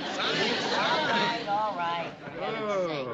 She is on a bus. That's the part that you missed when you came. You have signed this, Victoria Carruthers. Now the whole thing will have to be done over again. Well, I'm sorry. Oh, I tell you and 30 million other weeping women weeping over that silly soap opera. No wonder the author is one of our bank's biggest depositors. You know the author of Camden Cove? Oh, yes. All too often I have to pay a business visit to Peter Shannon at his rustic hideaway cabin atop Coldwater Canyon, where he concocts that mushy slop. Oh, Mr. Mooney, do you know Peter Shannon's telephone number? Yes, I do. Well, could I have it, please? No, you can't. Well, I just want to find out something about Camden Cove. Oh, no. Oh, no. Mr. Shannon likes privacy. If I gave his telephone number to a snoopy busybody like you, he would close his account.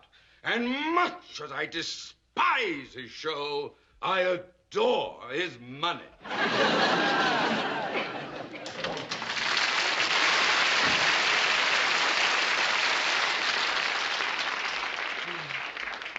Well, it looks like the suspense goes on for us, Lucy. Yeah. Well, there must be some way to help poor Mr. Vernon keep his job. This calls for some thought.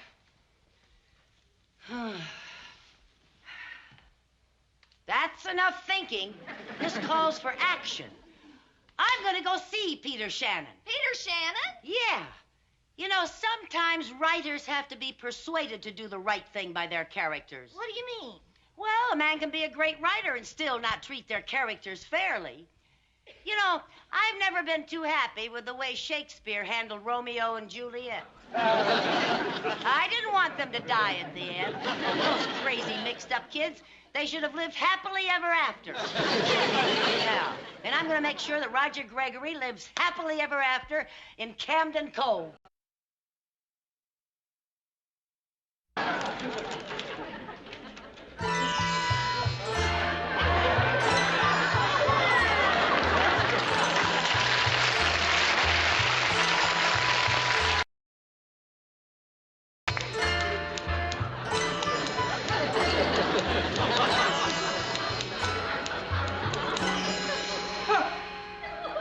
Who are you? Hello?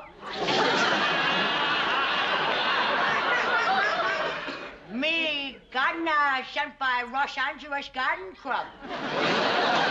Me get little Japanese burrito. Go away. Do it someplace else. I'm busy. So chalet. Cannot go to last bug bite dust. Go ahead. You like Stolly. Light story. Oh, you mean right story? That's what I say. Like Stolly. Say, how did you know I was a lighter? I mean a writer. Simple deduction typewriter, not for washing dishes. Now, you go do your work and let me do mine, huh? So chalet. Whoever it is, the answer is no. Oh, hello, pussycat. I didn't recognize your voice. How are you, dear? Yes, of course, I know I promised you. Yes, you're going to be on my TV show. Of course, dear. I wrote you a beautiful part. You're going to be on the jury. That's right, pussycat. I'm finishing the scene now. Goodbye. I'll talk to you later, pussycat.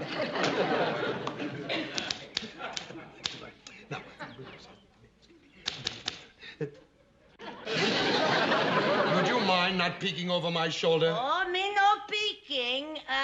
Find Brock Widow spider on paper. That's not a spider. That's a semicolon. Oh, very interesting bug, semicolon. You like Crumb and Crow. Yes, I write Camden Cove. Now go kill a beetle and let me do my work, please, sir. Oh, Camden Cove. My wife, she watch all the time Camden Cove. Very sad, very sad. She cries so much, not need sprinkler to water on. Your wife watches my show? Oh, yeah. My wife's favorite character, Mr. Gregory. You mean Gregory? That's what I say, Mr. Gregory. He's a bank clerk. Okay. Are you going to send Mr. Gregory to jail? Oh, why not? I could make him guilty. Oh, better not, or my family eats sukiyaki TV dinner in front of different channel. Now, look, would you just take care of your bugs and I'll take care of Mr. Gregory? So sorry. Now, don't interrupt me while I'm... So sorry. Well, let me see how that sounds. Now, we, the members of the jury, find the defendant... Not guilty. Not guilty. Now, would you please mind your own business, please? I'll attend to this. You do your work and I'll do my work. Remember, I'm the one around here who lights the script. Writes the script. So sorry. Now, please, don't annoy me. Don't interrupt me while I'm thinking. One more interruption, I'll blow my top. I must have... Well, good morning. Just what I need. Our friendly banker. Now, what do you want? Well, I'm sorry to interrupt, but I have some important papers for you to sign today. Yeah. There we are. Well, I don't want any papers, okay? All I want is some peace and quiet. I just want to sit here peacefully, quietly, and write my story. Yes, let him write.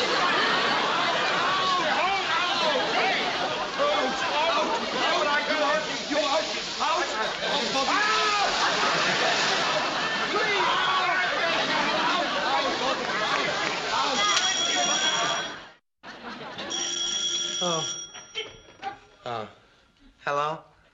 Marty, will you leave me alone? No, I still don't know if he's guilty or not guilty. That's the reason I came to the hospital, for some peace and quiet so I can figure it out. Marty, you're making me an old man before my time. Look at me. I'm only 39 and I'm here on Medicare. But wait, will you stop bothering me, Marty? One more interruption and I don't know what I'll do.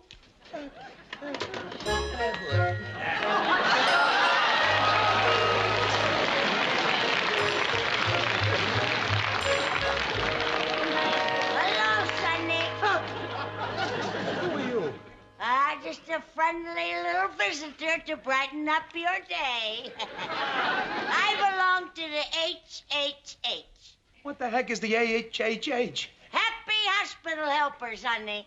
It's a wonderful organization made up of girls like me who like to do our bit. And this is my day to help in the hospitals. Oh, really? Yes, and on Fridays I babysit, and on Saturdays I stand on corners and let little Boy Scouts help me across the street. Well, that's very nice of you, lady. Go help somebody else. Well, no, Sonny, you look like you need a little help. Lady, yes, you do. Lady, I now, don't need let's any help. just make I'm you fine. comfortable lady, here. Please, lady, I'm fine. Now, why don't you let me take those heavy notes? Lady, please. All I want is some peace and quiet. My goodness, you are a nervous one. Well, I've got something to calm your nerves, Sonny boy. Lady, I don't drink. This you'll drink is chicken soup. Now you just lay back, Sonny. Lady, I don't want lady. Now look what you did. Look what I did. For heaven's sake. Well, don't you worry. My chicken soup is very strong. It does as much good on you as in you. Now then, you wipe yourself off and I'll take your notes. Lady! These notes are low. They're important. I need them for a script I'm writing. Now, Goodness sakes almighty. Are you a writer? Yes, I'm a writer. Oh, for heaven's sake. What do you write? Camden Cove, I write. Camden Cove? Well, I do declare. That's my very favorite television program. Oh, you know something, Sonny? I just can't wait to tell the girls that I met you. Yeah, say, could you do me a favor, Sonny? Could you tell me whether you're going to have Roger Gregory found guilty or not guilty? Lady, will you listen to me? I'm afraid that your girlfriends will have to be like everybody else and wait until next Wednesday to find out. Well, Sonny, at our age, some of us might not be around next Wednesday. Now, you please tell Lady, if you don't get out of here, you may not be around tonight. Now get out. Go, go. Before I go, I'd just like to take a teensy little peek at those notes. You leave these notes alone.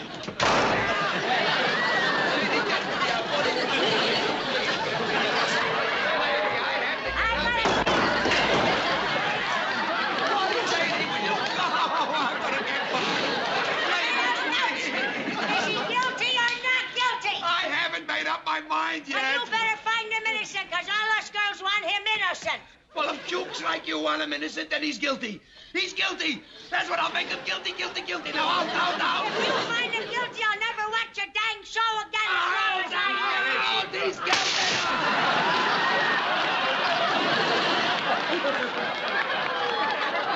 Good heavens to Betsy. Don't you know better than to bother people in hospitals?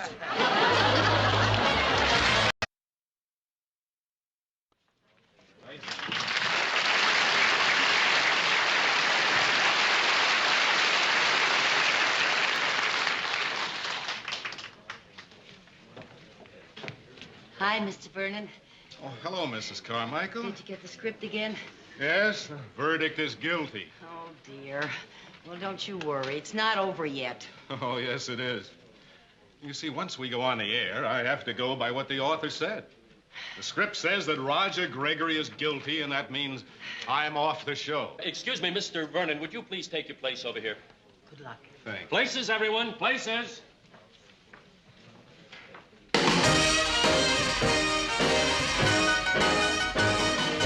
Pardon me. Where do I sit? Who are you? I'm a friend of the writer. He told me I could be on the jury. Okay, go ahead. Thank you.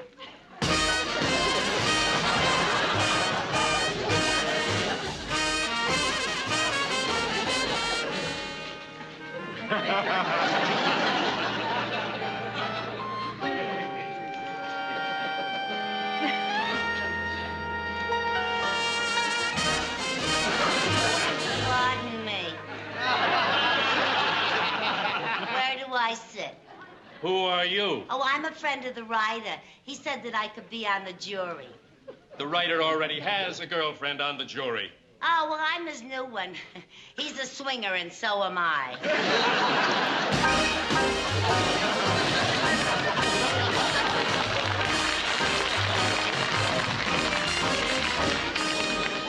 Now I know why Shannon was so late getting that script done. All right, everybody, let's get ready to shoot. Mr. Shannon, come right in. And make it good because the author's here. Hello, everybody. Well, how's everything going? Just fine. Well, that's the toughest scene I ever had to write. I just couldn't seem to make up my mind whether to make Gregory guilty or not guilty. Well, I'm glad you made him guilty. That's the way I felt it all the time. All right, let's get ready. Judge, prepare to address the jury. Roll the cameras. Action! Order in the court. Ladies and gentlemen of the jury, have you reached a verdict? Yes, Your Honor. We, the members of the jury, find the defendant, Roger Gregory... Not guilty.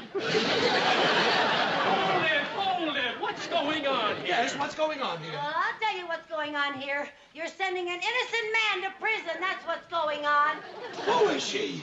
Who is she? She's one of your girlfriends. What? What? Dirty, double-crossing, two-timer. Pussycat, there's been some mistake. I don't even know this redhead. Oh, a likely story. What happened? You see, you're an innocent man, but like Mr. Gregory, you are guilty because of circumstantial evidence. Gregory is guilty. I ought to know. This is my show. Camden Cove belongs to the American people, of which I am a people. Now, in your heart, you know that Gregory is not guilty. But 30 years, this kindly man who never hurt a soul worked behind a cage at the Camden Bank. Will somebody shut this woman up? Order in the court. Hear me out, Your Honor. Hear her out. Throw her out. What you will with me. But first consider this grave miscarriage of justice. Why didn't Mr. Gregory deny taking that money? I'll tell you why. Because he was protecting someone. Like he protected Dr. Ingmar when he took out Victoria Carruthers' appendix and lost his eyeglasses. Mr. Gregory knew eyeglasses. He knew where they were, but he didn't snitch. No, sir. He didn't want to ruin a young doctor's practice. He knew the doctor would get the eyeglasses the next time when he took out her gallbladder.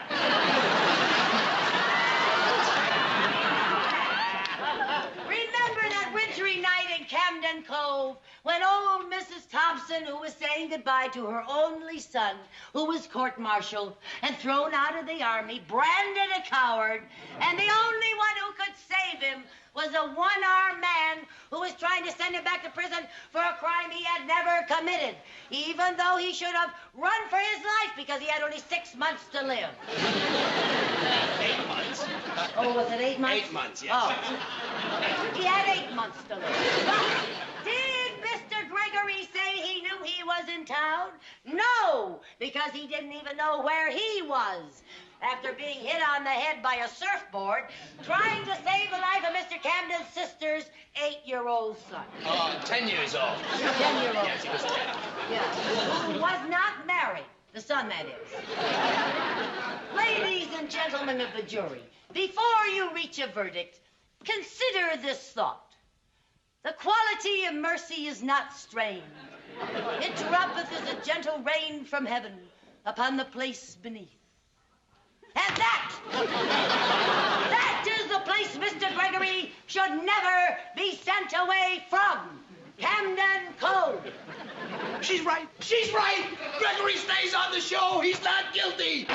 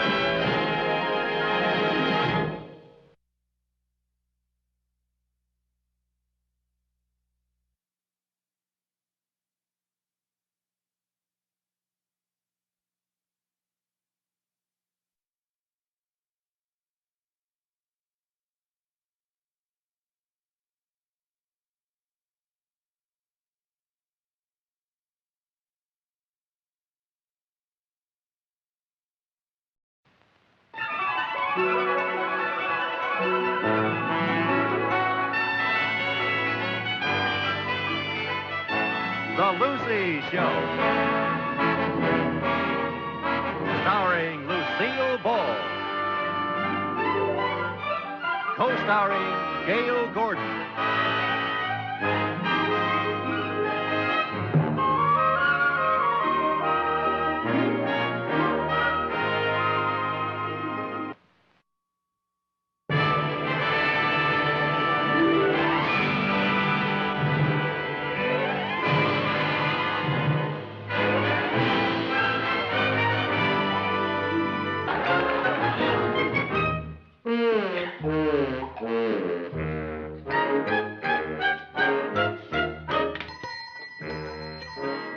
Harry? Oh, Harry?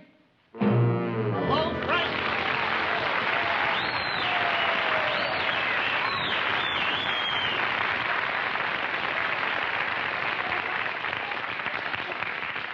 Have you got the merchandise? Yep, I sure have. Beautiful. That's a nice hair on that coat. Let me see that. Good. No initials? Yeah, that's nice. This stuff ain't bad. Ain't bad. This is some of the best merchandise I ever bring you. I hope it ain't too hot. Don't worry. It was all lifted in New York. The fuzz will never trace it out here. That's good. Hey, I wish I could lose weight as fast as you do. Come on in the back. I'll give you your money. I can sure use it. I got a crap game lined up at the Pink Pelican tonight. What does a thief like you want with a crap game? Go out and stick somebody up. This is my night off. Oh. Listen, if I make a sale here today, I'll go with you. Good. Okay, that'll be good. You go.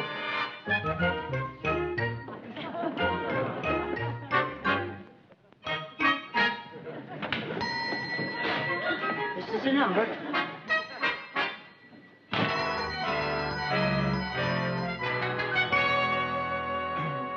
Carmichael.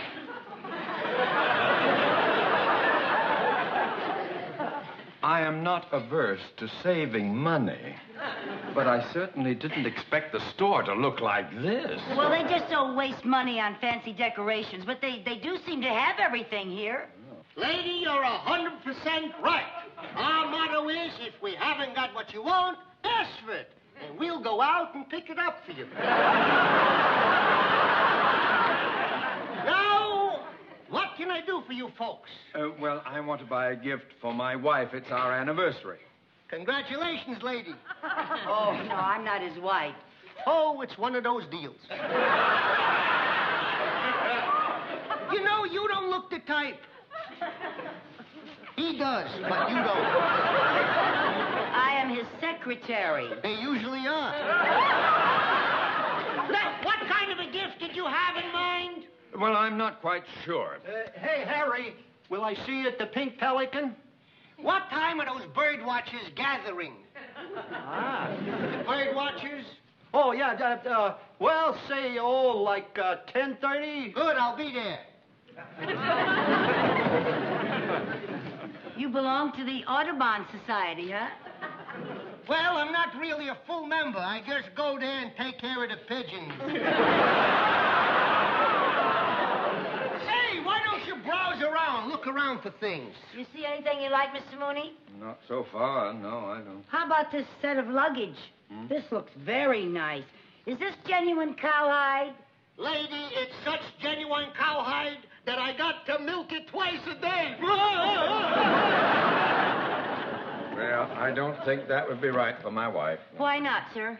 Well, I've already given her 31 suitcases, and she hasn't taken the hint yet. Well, keep looking around. We've got a very large selection of merchandise here. Oh, Mr. Mooney, look at this. Look at this. It's beautiful. Oh, yes, it is. Oh, this is a lovely Yes, color. but, that's much too expensive. Why, that's worth at least $1,000. Oh. You are a shrewd businessman. You guessed the price exactly $1,000. No, that's a little more than I was going to spend. And because you guessed the price exactly, I'm going to cut the price in half. $500.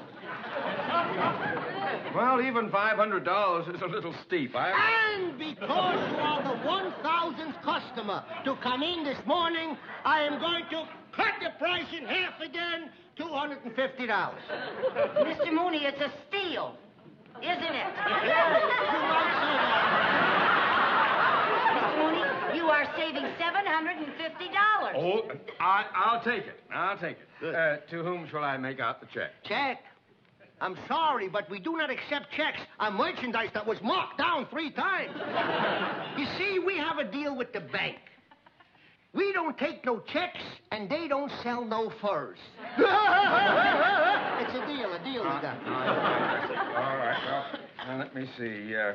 100, 250.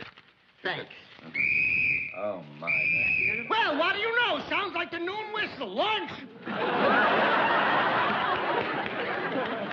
Well, that didn't sound like the noon whistle, but...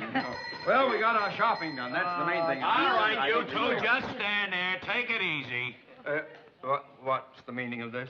Oh, don't give me that innocent act. We've had this place staked out for weeks. This is the biggest outlet for stolen goods in the whole city.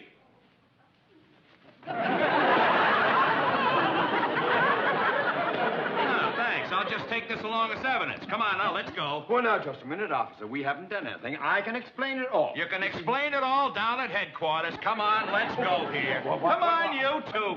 Feet and begorra now. Such a fine broth of a lad like yourself wouldn't be after arresting a colleen like myself, would you now, Officer Murphy? Or could it be Houlihan? Or is it O'Brien? It's Shapiro.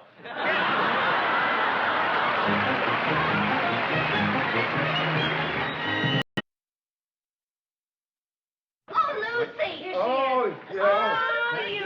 Oh, I love your hairdo. Oh, I love it. You changed it to something magnificent. Be nice up first. Oh, it's beautiful. It makes you look younger. And taller. Oh, yes. Hi, Mr. Mooney.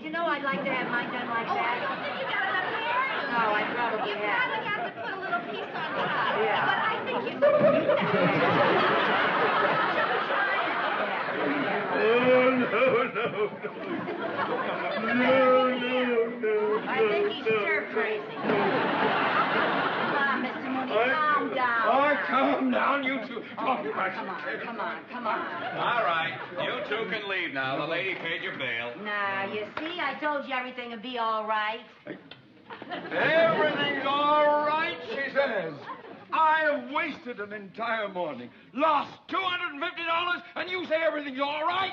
Well, now, you won't lose the money. Just go see Harry Barton and ask for your money back. Oh, Mrs. Carmichael, don't be naive. We have seen the last of that crook. Oh? Oh, wait a minute. I know where he lives. Oh, good. Yeah, a girlfriend of mine dates him.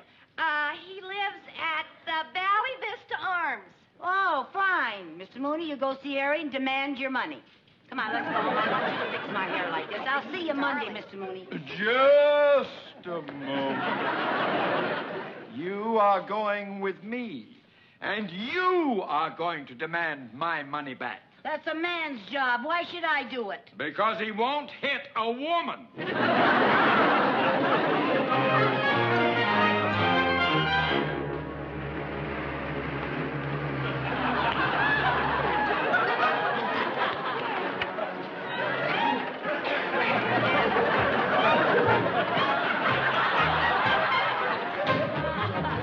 I should have got the next largest size. There you are. Yes, we've been waiting for you. Hiya, folks. I've been looking for you. You ran off today without getting your trading stamps. Where have you been? We have been in jail. That's where we've been. Jail? Sir, I am shocked. If I'd have known you were of that ilk, I never would have done business with you. You sold me a hot fur. You mean that was a stolen stole? Believe me, I am the victim of a misunderstanding. No, I'm the victim, and I want my $250 back. And you shall have it. Just let me go to my apartment, and I'll get it. And we are going with you. Oh, I wish you wouldn't. Why not? Because my apartment is such a mess. Look, you disappeared once. We're not going to let you get away with it again. Sir, you mistrust me? I certainly do. It cuts me to the quick to think that you have no faith in your fellow man. Yeah, well, your fellow woman doesn't have faith in you either. Tell you what I'm going to do? I am going to let you hold the keys to my car till I come back.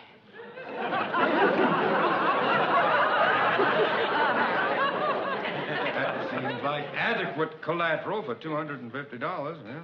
Thank you. I'll be back in a flash with your cash.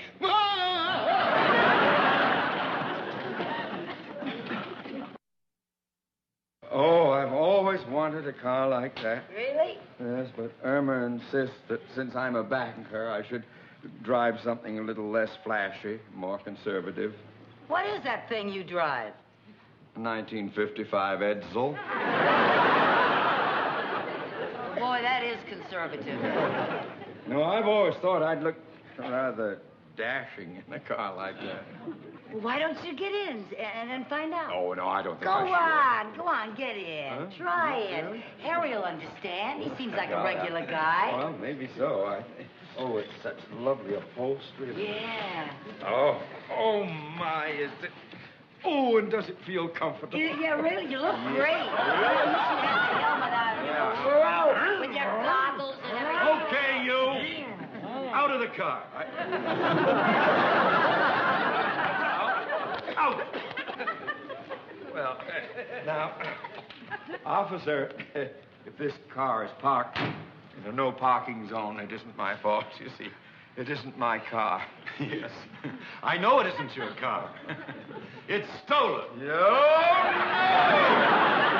Let me have the key. Well, yes, certainly the keys. They belong to... Here you are, Joe. Well, Take care of it. Up there. Come on. I'm taking you in. What do you mean? Come on, let's go. You too, lady. Why are you... What for? Yeah. For possession of a stolen car.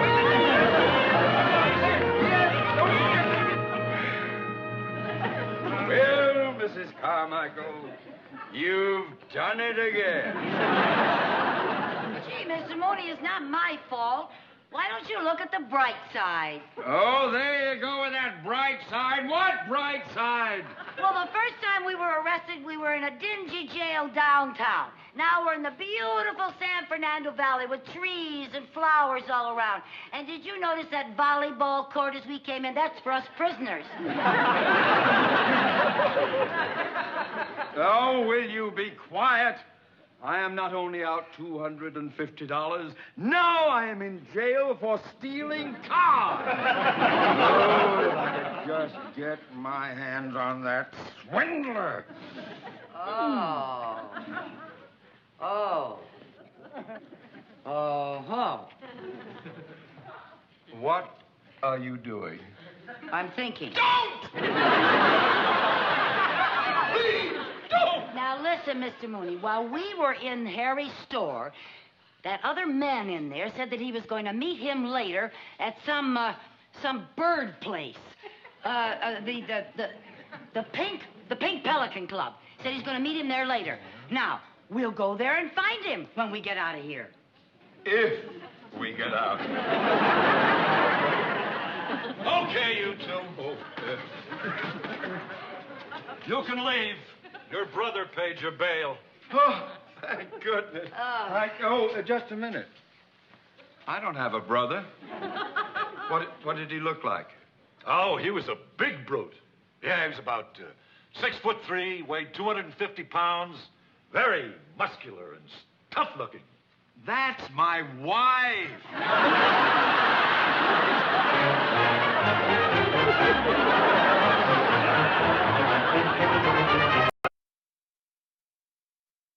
Happiness, do it one time for Harry, Hot, hot.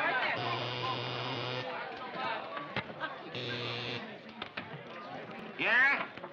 We're here to see Harry Barton. Come on in.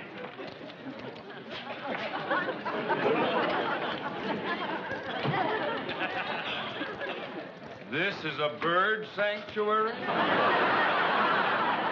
Well, maybe they keep the birds in the back. This is a gambling joint. Let's get out of here. Now, wait a minute. There's Harry. Why don't you get your money first, and then we'll get out? Oh. All right. Come on now, let's one time. Come on, Vivian.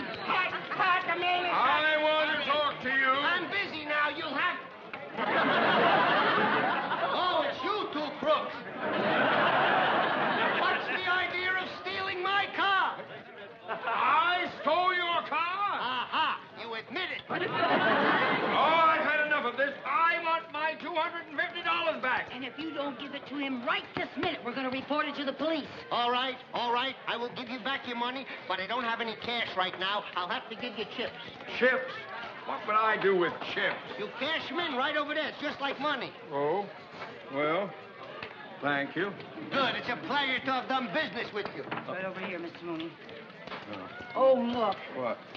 You know, I've never played a slot machine. Now, Mrs. Carmichael, you are throwing your money away. Oh, come on. It's only a nickel. Well, only a nickel. Oh, if you just realize how important those little things are. In nickels. I got a jackpot! A jackpot! I got a jackpot! Oh, my head.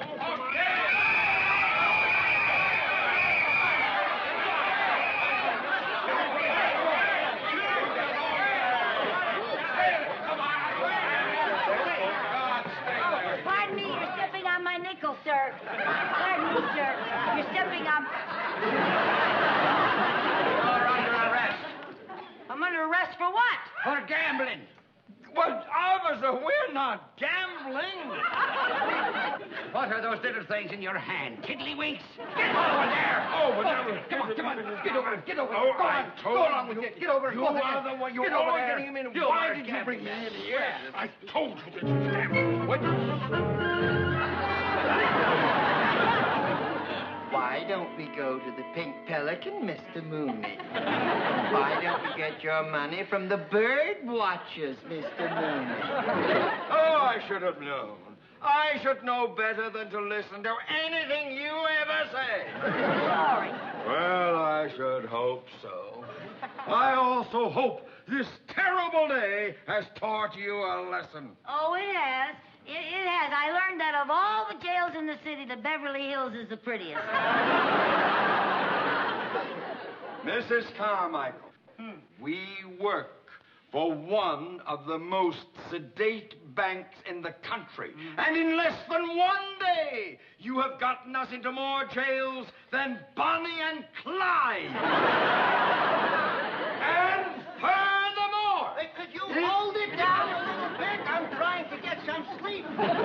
What's the matter with you? You act like you've never been in jail before. Oh, you keep out of this. This is all your fault anyway. Yeah, if it weren't for you, we wouldn't even be here. Hey, you got a visitor. Oh, Mr. Cheever. Mooney! What does this mean? Well, Mr. Cheever, I had to call you, sir. You were my last resort. You see, they want more bail this time. What do you mean, this time? Have you been in jail before? Twice. What for? You see, Mr. Cheever, I went out to buy a gift for my wife. Yeah, and he bought a hot fur. Keep quiet. Well, you did. Oh, well, never mind that. That's what got you in trouble. Then there was this sports car. You see. Yeah, This he automobile- was in a stolen car. We were... Trying to help. Mooney, listen to me. If there is one word of publicity gets out about this and hurts the bank, just one word, mind you, you are through. Yeah, well, that's not all. Tell him about the other time. Tell him why we're in here. Oh, yes. Well, you see, we went to the Pink Pelican. The Pink Pelican? Yeah, it's a gambling joint, and he was caught in a raid. Never mind. What? How much is your bail? $500. Each. I don't have $1,000 cash on me. Oh, Mrs. Carmichael, if I Don't yell at the little lady. What? You ain't no gentleman.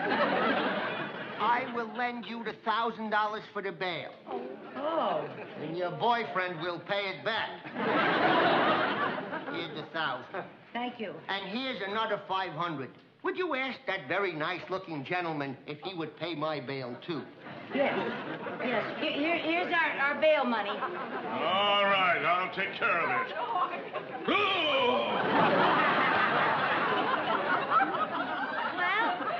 all's well that ends well. Oh, that's what I need. A red-headed Pollyanna. Why can't you be nice? Nice? After all the trouble she's caused me, you expect me to be nice? Forgive and forget. That's my motto. Well, you're right. You're right. I guess this has been just a series of misunderstandings. Yes, it has. And thank you, Mr. Mooney. Oh, that's all right. Thank I guess you. I can lose my temper a little bit. Get in there.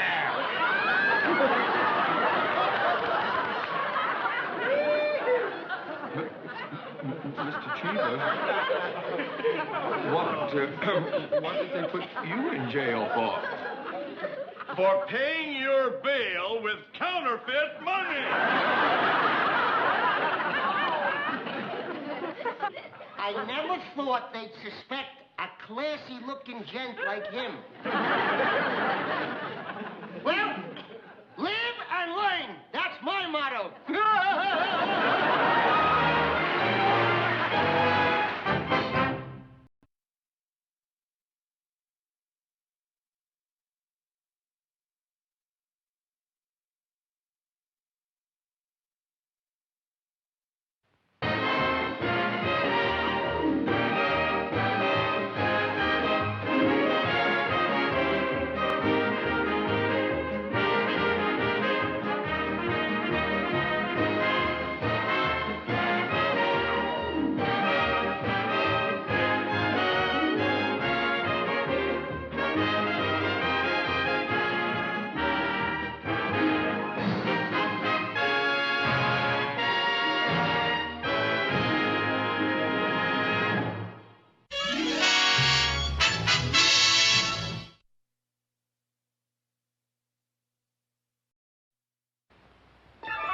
The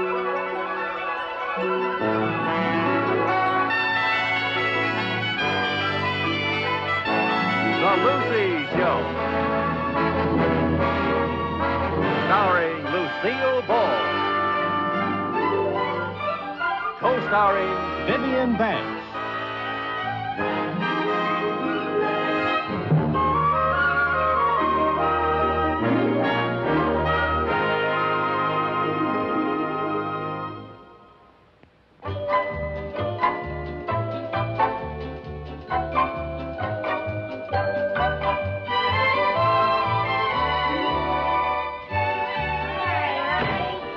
Well, what went on in school today, dear? The same old jazz. Boy, that Billy Simmons is sure full of baloney. What do you mean? Oh, today at recess, Billy said his mother told him that your volunteer softball team was going to play a game this Saturday. And I said, that's crazy, because the season's been over for a month. And he said, I don't care, it's so. And I said, you're all wet. And he said, you take that back. And I said, make me. And he said, okay, put up your fist. And then what happened? Recess ended. Well, Sherman, I hate to tell you this, darling, but Billy was right. The Ridgebury Volunteer Fire Department women's team has challenged our team, and we're going to play a postseason game Saturday. For charity. Now you tell me. Well, we'll get tickets for you fellas, and you can go to the game. No thanks. I don't think I want to go either. Why? Why not? Well, gee, we went to every game this season, and you and Aunt Lucy never got to play once. Well... It was the most humiliating summer I've ever spent. Well, it just so happens that we're going to play in this game, so you'll be able to hold your head up once again. Thank goodness. That's me. Hey, look, Brownie. Boy, I love these committee meetings. Lucy, why did you tell them we were going to play in the game Saturday? Because we are. What do you mean? Look, why did we sit on the bench all season? Because the manager claimed we weren't any good. Exactly. And who was the manager? Audrey Simmons. So you see, it had nothing to do with ability. It was politics. I know, girl, but there's nothing you can do about it. Oh, yes, there is, and I already did it. What? I stopped by the hardware store this morning, and I asked Mr. Crescent to be our new manager, and he accepted. Oh, that's great. He'll let us play. I figure Audrey can't object to the manager who won the championship for the boys' league. What if she does object? Listen, I am captain of the volunteers, and if Audrey Simmons says one word to me, so help me, I'll... Hi. Audrey, darling. Hello, dear. Hello, Franny. Hi, Nice to see you. Thank you. Hi, Franny. Hi, Lucy. Well, girls, are we going to win the big game tomorrow? You bet we are. And what are we going to do to Ridgebury? Smash 'em, bust 'em, that's our custom. Danfield Fire Bells, yay! Say, we stopped by the sporting goods store on the way over, and they want some more tickets for the game. It's almost a sellout. That's great. Wonderful. I have some good news, too. The Danfield Chamber of Commerce wants to donate a prize. Every member of the winning team gets a shiny new axe. Oh, God. Listen, with all those people coming and everything, I wish we could do something about new uniforms. Our old ones look so tacky. Oh, I know. Mine's absolutely threadbare. My uniform is in very good shape. Mine, too. Wait a minute. I have a wonderful idea. My cousin Elliot manages the Danfield High baseball team, but their season's over, so we can borrow the uniforms from them. That's a marvelous idea. We'll look just like big leaguers. I'll call him tonight. Now, let's see, what else is there? Oh, Viv, here's the starting lineup. Now, you'll give this to the printer for the program. Okay. Audrey, any new faces in the lineup? No, it's the same wonderful team that did such a bang-up job for us this summer. Well, in that case, then, Viv, before you take that to the printer, you better wait and get the new lineup from the new manager. New manager? Yes, Mr. Crescent. He's holding tryouts tomorrow, and he's going to choose his own lineup. Who asked him to be the new manager? I did, by the authority vested in me as captain of the volunteer fire department. I fail to see the connection. Your authority does not extend to the baseball diamond. Well, now let me put it this way, Audrey. Isn't it your turn next month to drive the fire truck? Yes. Well, there could be a little change in that lineup, too. You wouldn't. How about refreshments, girls? Buddy, I'm starved.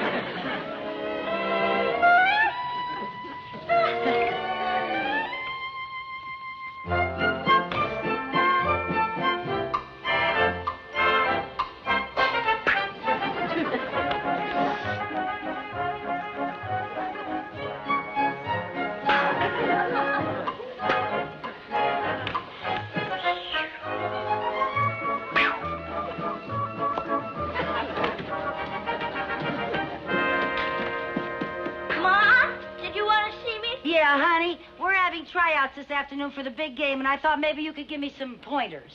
Okay. Well, I thought I'd try out for shortstop, since that's what I played all season. What would you like to know? Well, first, what does a shortstop do?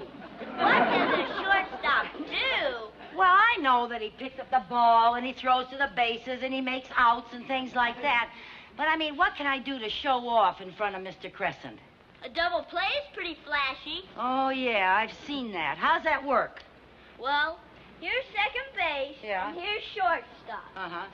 I catch the ball, run to second, and throw to first. Oh, yeah. Let's see now. I'd better practice that. Now, this is the second base, and the shortstop is in here, and I scoop up the ball, and I touch second base, and I throw to first.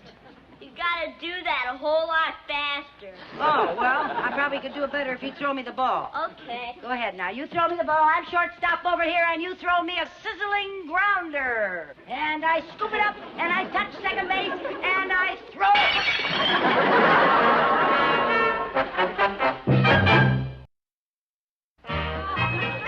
Look out, look out.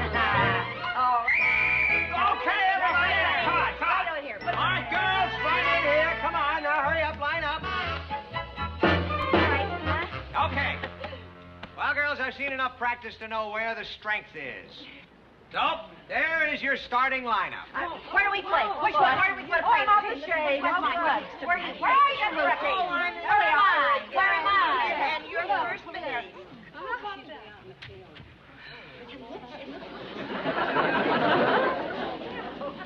Back on the bench again. Some manager he is. That's the same lineup Audrey Simmons used all season. All right, team, let's go out on the field. Let's go.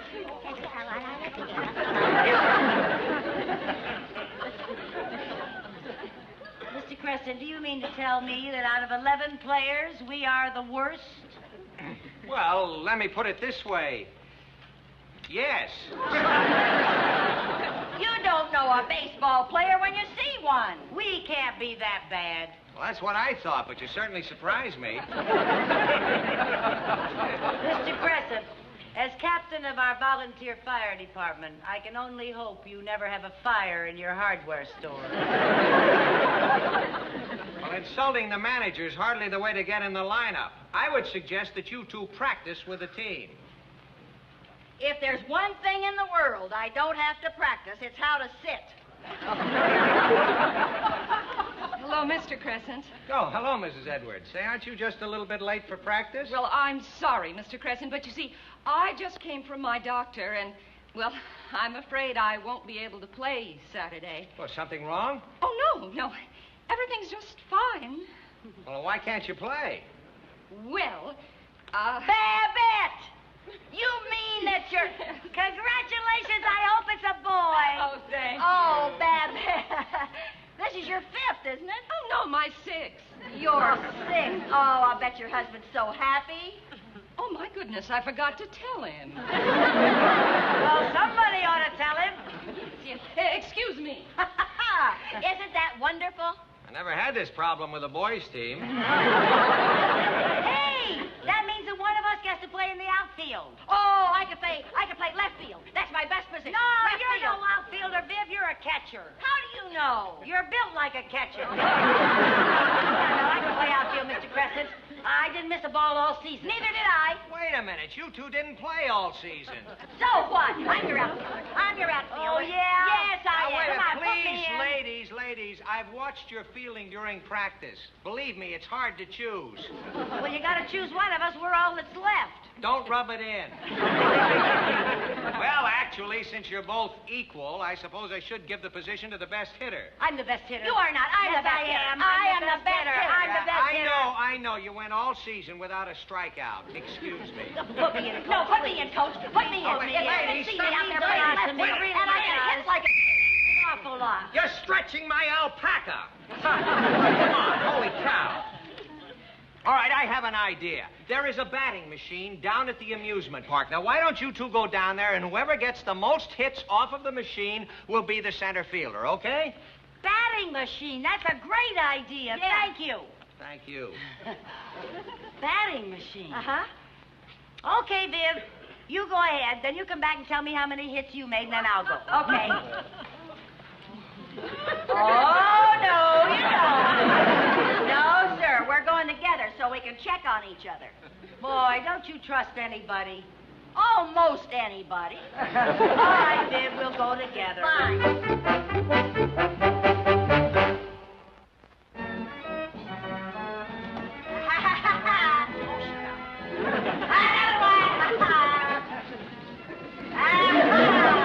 Oh, boy.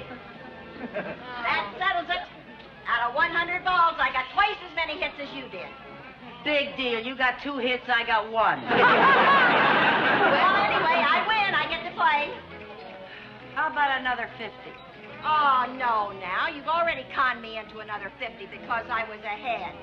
All right, Viv, if you don't want to be fair. Oh, for heaven's sake. Anybody can hit those slow ones, for heaven's sake. The real test comes when you turn this machine up to major league speed.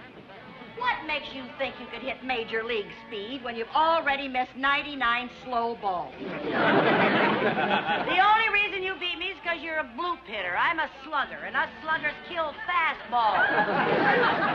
Okay, slugger. One more turn, but that's it. Okay. Put your 50 cents in. It's your turn for that.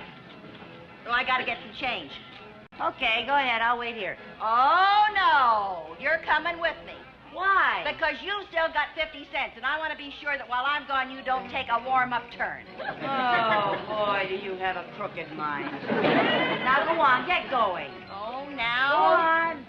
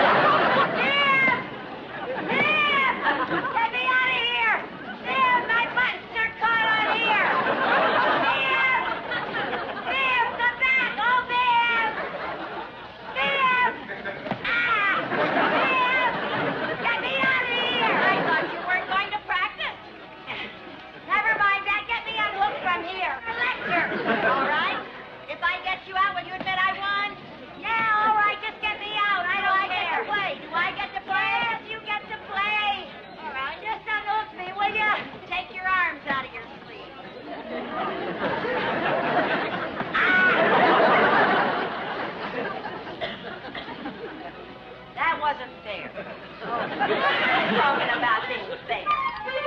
Oh, boy.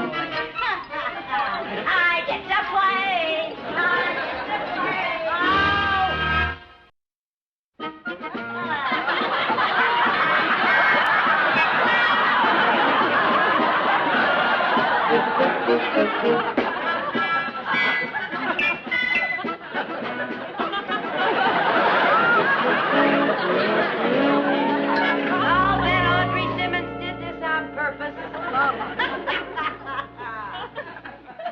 Hey, how come yours fits? Well, I guess Audrey sent the best fitting uniforms to those of us who are going to play. Well, none of my belts are big enough to go around all this extra material, so I gotta wrap it up in my bathrobe cord. Will you help me? Sure. Come on, Chrissy. Put it through the loops. You hold that. Hold out the trousers there. That's it. Hold that out now. Right. Hold it out. Mom, do you know who wore this uniform last season? The shortstop and the catcher. No, it belongs to the star pitcher, Art Thompson. Everybody calls him Moose. They call him that, or he is one.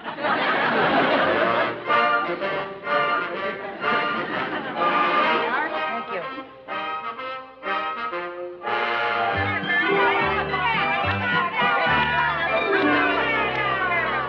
All four, take your bait.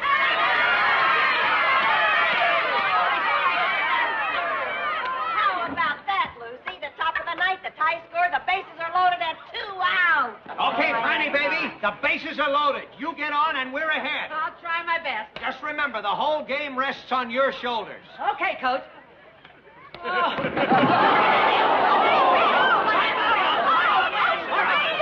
get back here.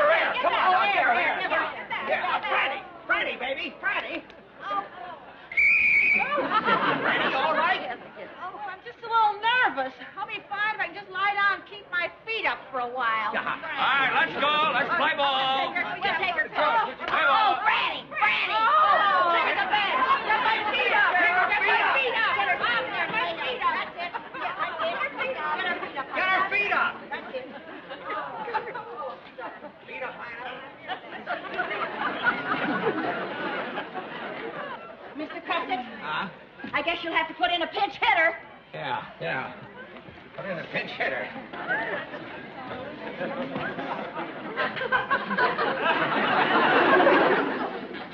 Oh, boy. Say, Franny, baby, how long do you think you're going to have to lie down with your feet up, huh? Yeah, I don't know. I feel kind of woozy. Oh, Franny, you can't be woozy. Well, I am woozy. Well, lie down. Keep your feet up. Hey, Audrey, I don't suppose by any chance Babette could have had her baby yet. Well, I hardly think so. Yeah. Bye, Mom.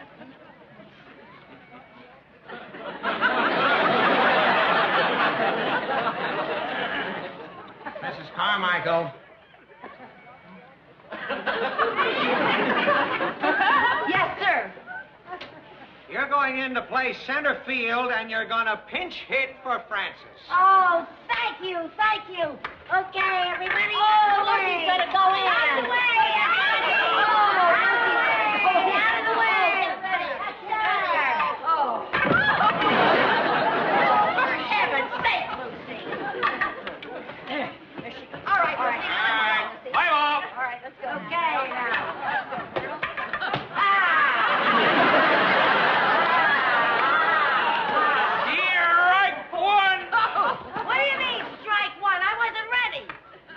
Standing in the batter's box. I wasn't standing, I was hopping.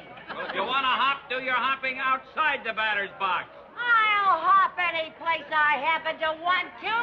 You keep on hopping, the pitcher will keep on pitching. You show me in the rule book where hopping is not allowed in the batter's box. Show me that.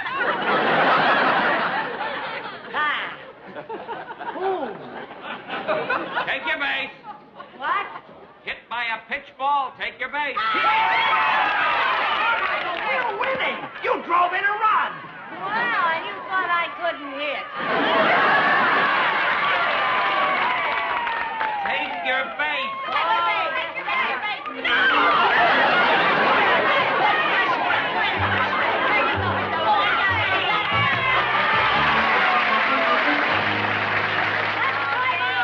Hey, Lucy, one more out and we win. Yeah, I can feel that new axe in my hand right now. Okay, baby.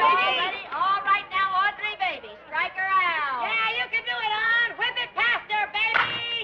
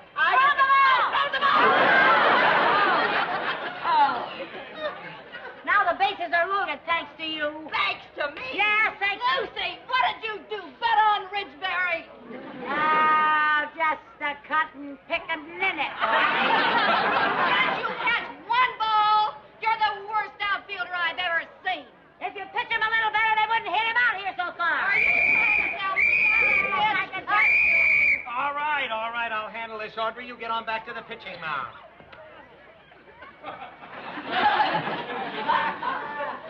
Mrs. Carmichael, I'm afraid I'm going to have to send you back to the bench. But there's nobody left to play in my place. I know. I think it's better this way. Mr. Crescent, the rules say that there have to be 9 players. I know. Ah. You see, the sun really is bad, Mr. Crescent. I'm not looking at the sun. I'm hoping for rain. Oh. Okay, on with the game. Clear the field. You see the trouble you got me into? You're supposed to be playing left field now. Will you get over there and play it? All right. I'll play it. Play ball. Play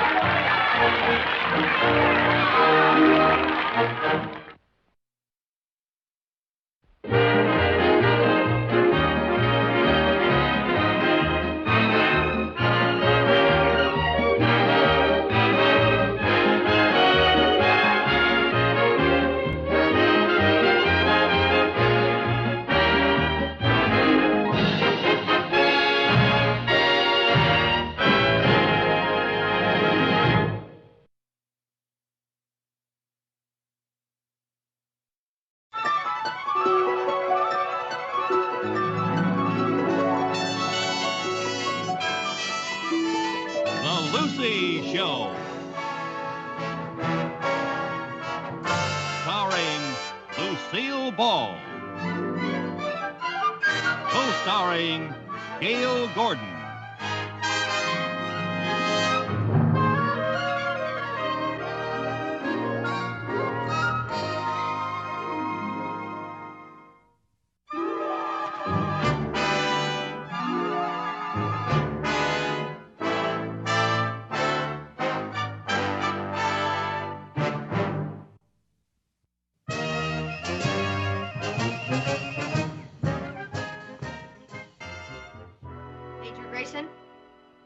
Yes, Corporal? Mrs. Carmichael to see you, sir. Oh, send them right in. Major Grayson? Yes, Mrs. Carmichael, come right in, won't you? How do you do? How do you do? This is my son, Jerry. Hi there, Scout. Oh, excuse me. Well, sit down. Thank you. You sit over there, dear. I have your letter right here. Oh. I would have typed the whole letter, but the ribbon broke. I wanted to finish it in ink, but Jerry borrowed my pen for school. All right. Anyway, I think better in crayon. There's no need to apologize, Mrs. Carmichael. After all, Abraham Lincoln wrote his greatest speech on the back of a paper bag. Yeah, but it wasn't as tough to get a kid in school in those days. Well, we always find room for a boy who's qualified. Oh, good, good. Mr. Carmichael? Yes, well, I'll just get your application. Thank you.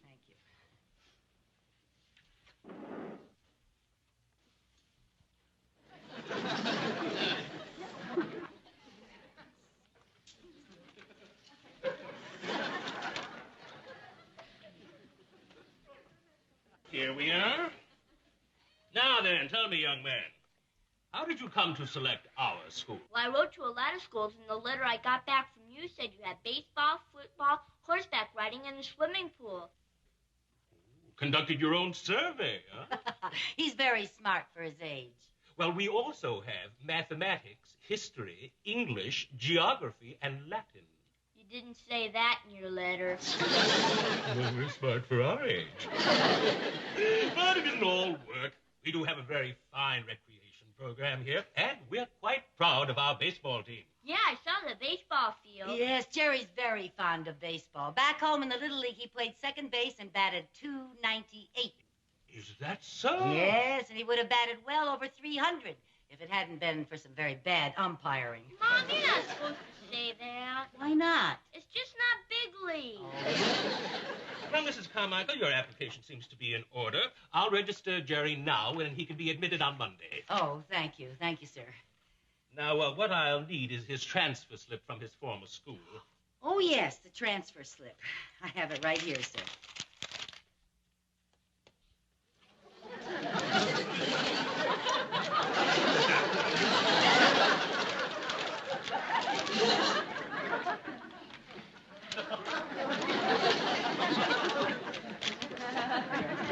Thank you. What? It's only bubble gum. I'm terribly sorry. Oh, don't worry about it. We're experts at removing gum and scraping peanut butter off homework papers. I beg your pardon, sir? Yes, Corporal? The bus is waiting. You're right there. Well, Mrs. Carmichael, I'll look forward to seeing you on Monday. Right now, I have a bus waiting to take our baseball team on an outing. Baseball team? Yes, we're going to Marineland. It's Jimmy Pearsall Day. He's going to be down there signing autographs. Gee, Jimmy Pearsall, he's my favorite player. Oh, well, I'd like to take you along, Jerry, but regulations won't allow me to accept responsibility for someone who hasn't been admitted officially. Understand? Yes, sir. Fine. But as long as you're here, why don't you have your mother take you over to our stables and see our horses? Maybe visit our gymnasium and swimming pool. Yes, sir. Thank you, sir. Good boy. Well, I'll see you on Monday then, Mrs. Carmichael. Yes, sir. Thank you. You've been most kind. Thank you, and goodbye. Oh, goodbye, Major Grayson. Yes.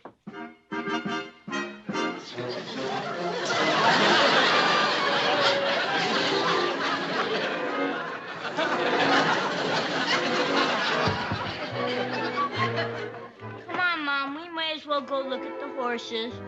We won't have time for that, Jerry. I've got to go home, change my clothes, go to the bank, and get some money. Why do you have to do all that now? Because you are not going to be the only kid on that baseball team that didn't meet Jimmy Pearsall. Oh, boy! Come on.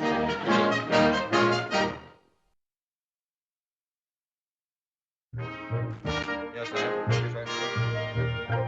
Oh, sure. You're absolutely right. Thank you, dear.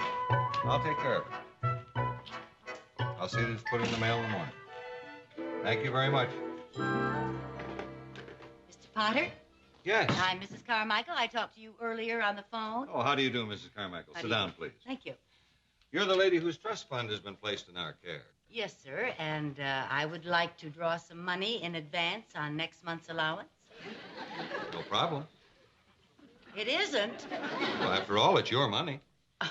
Well, my goodness. You know, whenever I tried to get an advance from the man in charge of my account back home, it was like pulling teeth. Well, Mrs. Carmichael, I think you'll find banking in California is much more casual. Is that so? Oh, certainly. We try to be understanding. After all, there are many people in the low-income bracket who come to us for help in certain emergencies, like a new filter for the swimming pool or an additional stereo speaker on the patio, a facelift, a nose job, or a trip to Las Vegas. Mr. Potter, I am certainly lucky to have a man like you in charge of my account. Thank you, Mrs. Carmichael, but I'm not in charge of your account. Oh? This is being turned over to one of our trust officers. The gentleman in the office over there will help you. Oh, well, thank you very much. You've been most kind. Anytime, Mrs. Carmichael. Thank you. Good day. Good day. You wait right here, my darling. I'll only be a minute, okay?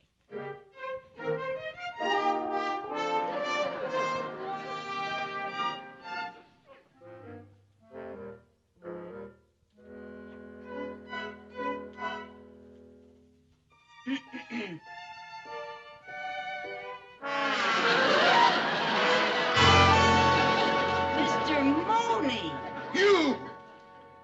You mean you're handling my account again? I am? Well, Mr. Potter... Oh, boy. It sure is a small world. It sure is. And if I could find a launching pad, I'd leave it. What are you doing out here in California anyway? Well, last week the bankers down in Danfield were shifting various executives around, and, well, I was given two choices. And I chose the state of California. What was the other choice? The state of unemployment.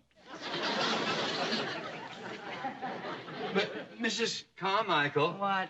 Did you know that out here in California, some banks give you gifts when you open a new account? They do? Yes, and I'll see to it that you get a lovely gift if you'll open your account at another bank. Oh, now don't be like that, Mr. Mooney. Things are going to be different now that I'm out here in California. I'm going to start off with a clean slate. Good. Well, I hope that means that in the future you will limit your spending to the bare necessities of life. Yes, sir. Good. And I have just come face to face with a $20 necessity. For what? I want to go to Marineland. Marine? Yes. How can you call that a necessity? Because I don't want my son to be the only boy in school who doesn't have Jimmy Pearsall's autograph. What? It's Jimmy Pearsall Day at Marineland. I don't care what day it is. That is still a great extravagance. Well, the bus fare alone is over $5. Well, don't go by bus. No. Find yourself a friend who has a car and have him drive you there. Oh, what an idea. You're wonderful. Oh, thank you. How soon can we leave? We?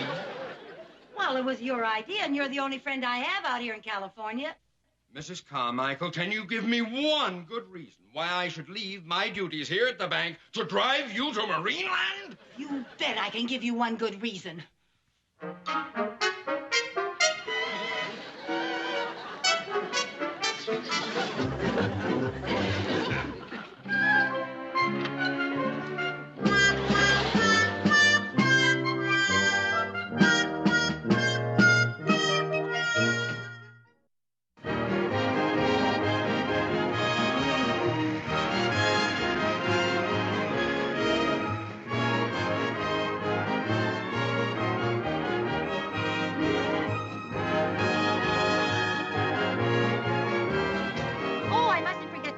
Postcard to Aunt Viv and her new husband. I was very pleased when I heard about Mrs. Bagley's marriage. Fine man, Vern Bunsen. Yeah, and you know, Vivian says one of the nicest things about her new husband is that his name matches the initials on her old luggage. And you know, Sherman's just crazy about his new father. Come on, Mom, let's get going. Jerry, would you like it if someday I got married again and you had a new father? I'd rather have a surfboard. They didn't have surfboards when I got married. Imagine going to Marineland and seeing Jimmy Pearsall all on the same day. You know, Jimmy Pearsall's Jerry's favorite baseball player. He's just great. And when he gets on base, boy, can he steal. Jerry, in the presence of a banker, never use the word steal. There he is, Mom, Jimmy Pearsall. But you go ahead, I'll wait. Yeah. Good luck, fella. Next. Hello. I'm Lucy Carmichael, and my son had me bring him all the way down here to meet you. Fine. Where is he? He's right. Oh, there he is. He's not usually bashful, but you're such a big hero to him. Don't be shy, pal. Shake hands. Hey, you got a pretty good grip. What do you want me to write? I don't know. Oh, just say to Jerry Carmichael from Jimmy Pearsall. How do you spell that? P-I-E-R-S-A-C-A-R.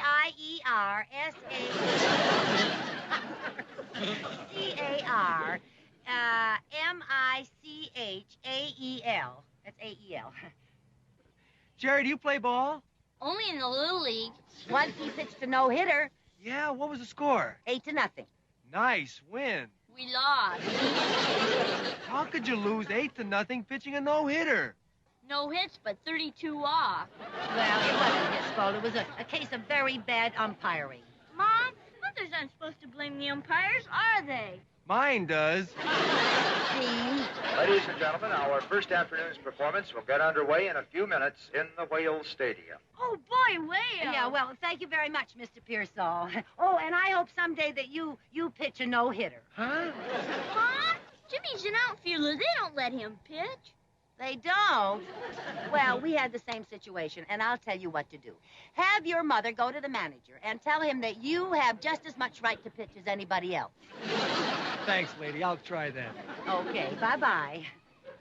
And they call me a kook. Mr. Pearsall, may I have your autograph?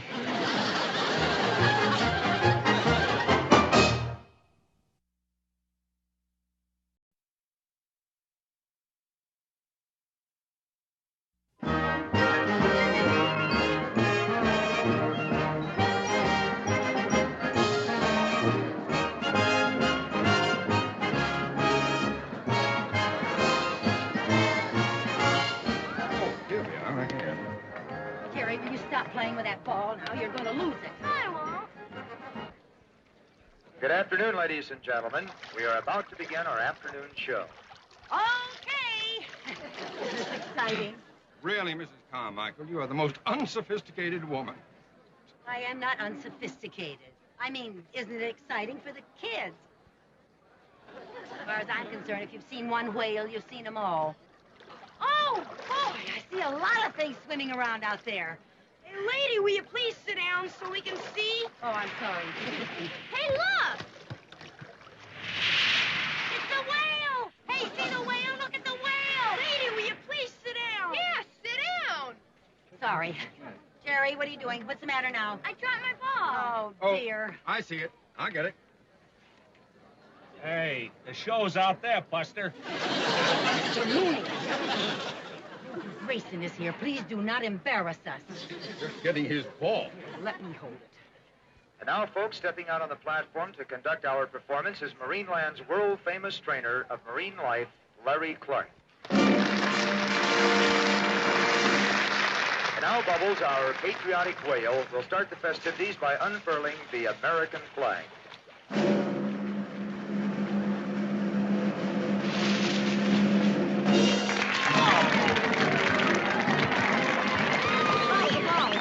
The ball. Oh.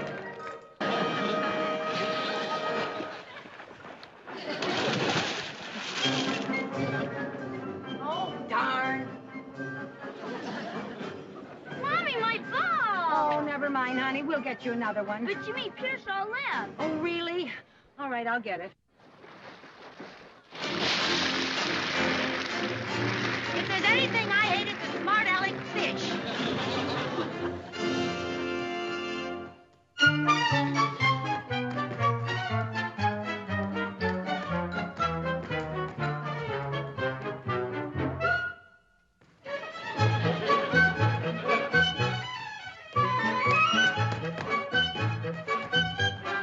Mom, get my ball!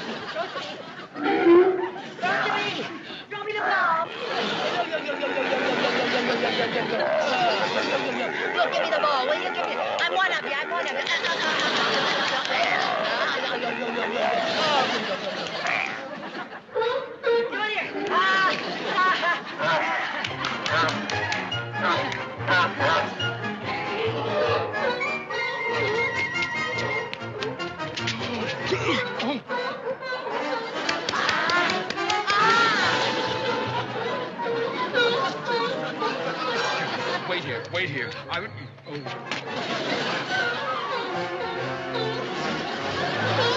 Mooney! Mr. Mooney, they come! They get me, Mr. Mooney! I'm coming.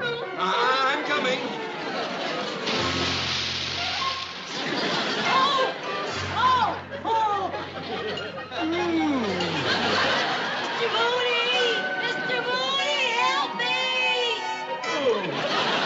Oh, Mr. Mooney! Help me! Look out! Mr. Mooney! Hang on. I can't hold on to it. I can't hang on! Watch it. Mr.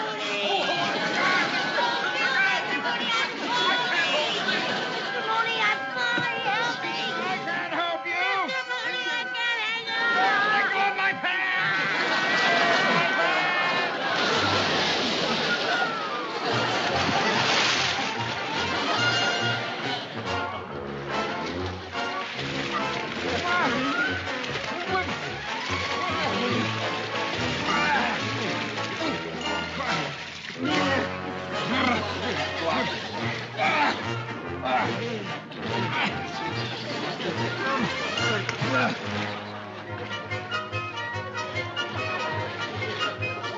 Mr. Mooney!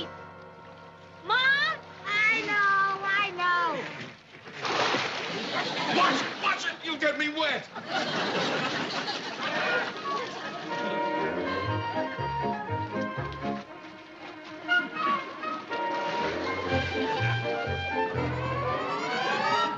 Thank you, Major. Well, Major Grayson, I can explain everything. Well, I certainly hope so. And Mrs. Carmichael, I'm enrolling your son in our school immediately. I think he'll be a lot safer with us. May I help you, sir? No, thank you.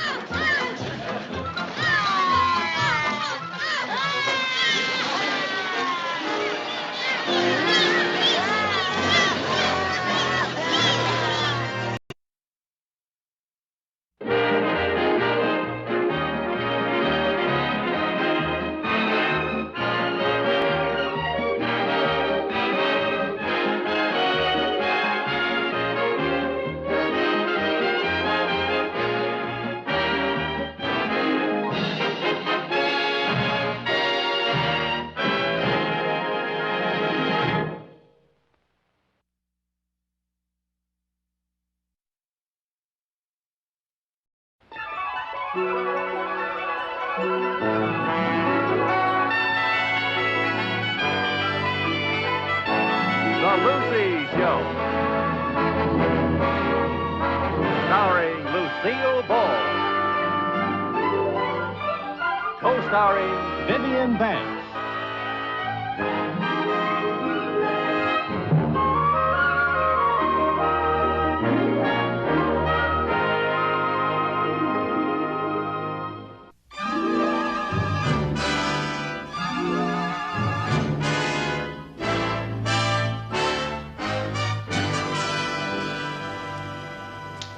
All right, everyone. Everybody on their toes. Remember, this is the big sale. Stand by. 1 minute to 0 hour. How do you feel, Wilcox? I'm scared, sir. You make this sound like D-Day. Do they ever get dangerous? Only if you stand in one place. Come on, boy. Good luck. Thank you, sir. Now!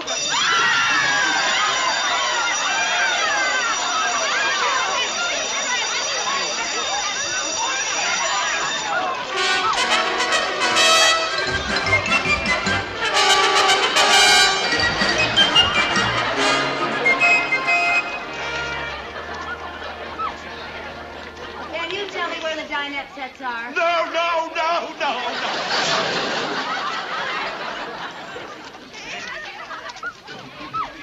Here, hold this.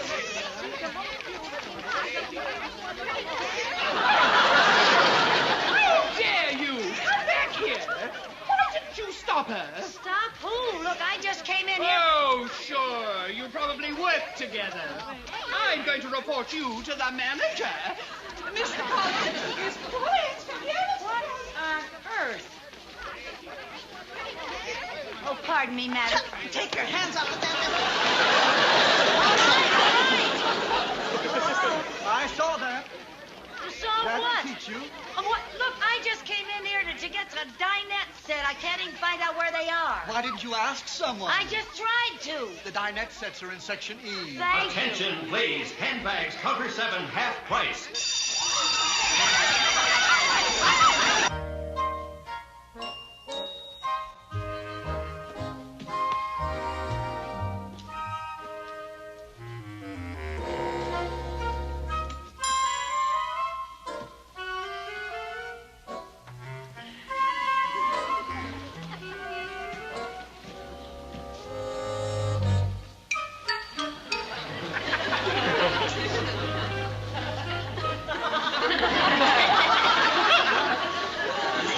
$66.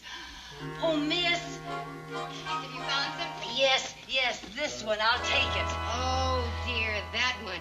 Oh, I should have warned you. What about? What's wrong with it? Well, nothing's wrong with it, but a very important customer named Mrs. Walker wanted me to hold it while she checked with her decorator, and she's coming back any minute. Oh, but I don't see any hold tag on it.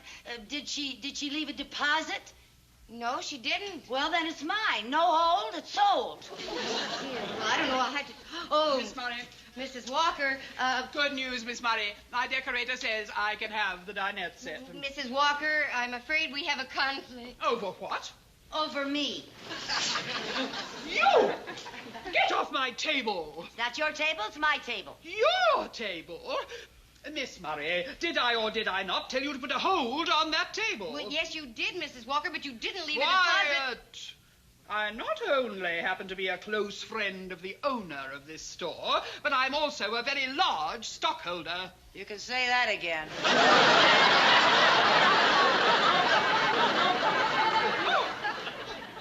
Oh! Mr. Collins! Mr. Collins! Collins! I got the dinette set. Oh, thank you. Thank you. It's about time someone told off that bargain basement bully. Now, is this a cash or a charge? I'll write a check. But go easy on the tax or I'll never make it. Now, listen, altogether, that comes to $99 in tax. $102.96. What? 100 and... how does it do that? Well, you see right here. For the dining room set, it's $99 plus the tax. Oh, no. It's $66. Unless...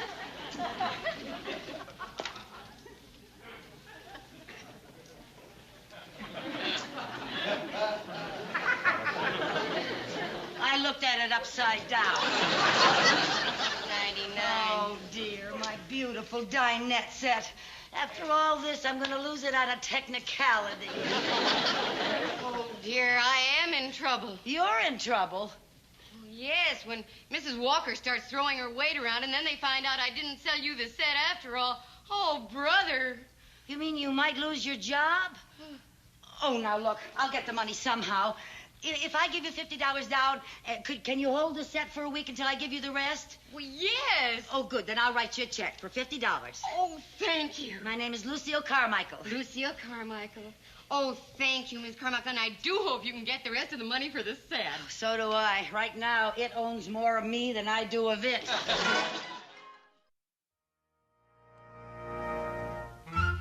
Hello, Mr. Mooney. Well, Mrs. Carmichael, what an exhilarating surprise. How nice of you to stop by on your day off. Well, thank you. Thank you very much. And may I take this opportunity to compliment you on the taste and unaffected elegance of your attire? Why, Mr. Mooney, how very sweet of you. You never noticed my clothes before. Oh, I always notice what you're wearing when you come in to con me out of money. Oh, Mr. Mooney, how can you be so aggravating? I take nasty pills.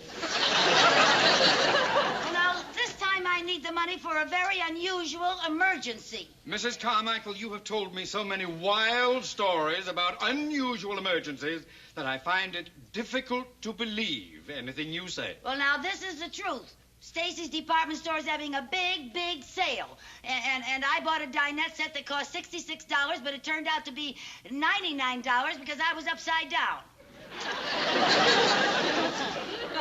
That I believe. Well, I wrote them a check for half, and they're holding the set for a week, and I've got to get the rest of the money, or I'll lose the set and the $50. All right, Mrs. Carmichael, I'm fully prepared to give you an answer to your needs.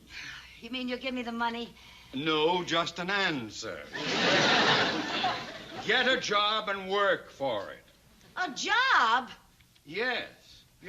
How could I get a job when I work part-time for you right here at the bank? Well, get another part-time job. Moonlight.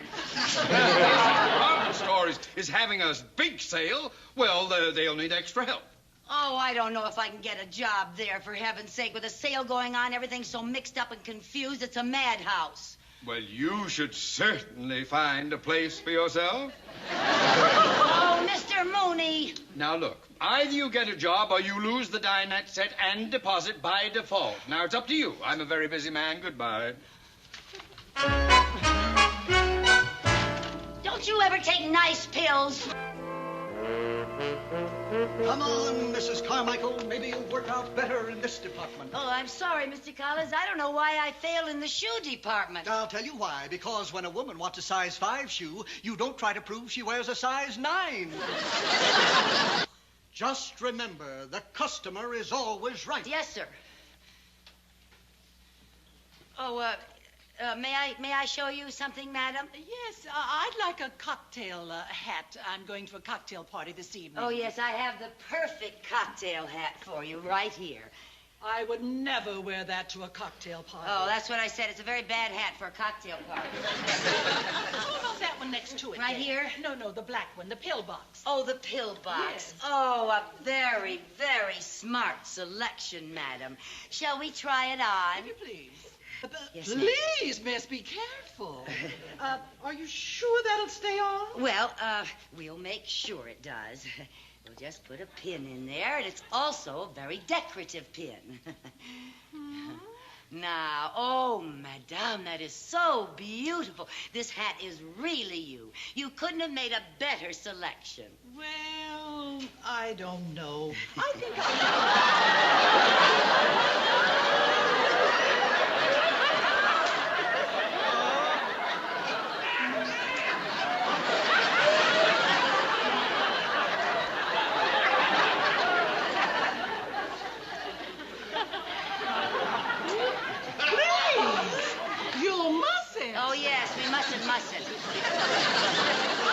try this one. Oh, would you put it on for me, please? Oh, madam, you wouldn't want to take this off. Oh, you just couldn't take it off. It's so perfect for you. Why, in my whole career, I have never seen a hat do so much for a person. In fact, I bet the designer made this especially for you. Or Elizabeth Taylor. Really? Really? Yes. I do look a bit like Liz. Yes. As you do, madam, only prettier. Now, will this be cash or charge? Well, the charge. All right. There we are. Be sure to put it in a good box. Oh, madame, you wouldn't want to take it off. If you do that, how would anyone know that you look so much like Elizabeth Taylor?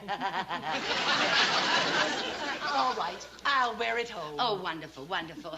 I only hope you don't run into Richard Burton. It would confuse the poor man so. Oh, you just look divine. Oh. Just divine. Oh, thank you. You're ravishing. Thank you very much. You're Thank you.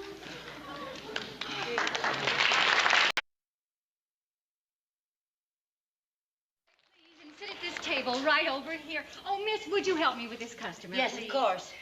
Bring over those hat pins. Yes, ma'am. Right here you are now. We put the bow there. Oh, that's lovely. Isn't that lovely? Oh, it's just divine. You again? I thought thought you were a customer. I am. I was. I work here now. Oh, the help we have nowadays. You've been haunting me all day. What are you doing in this department, anyway? Well, I'm sorry, Mrs. Walker. I just go where they tell me to. Oh, if I could depend on that, I'd really tell you where to go. Mr.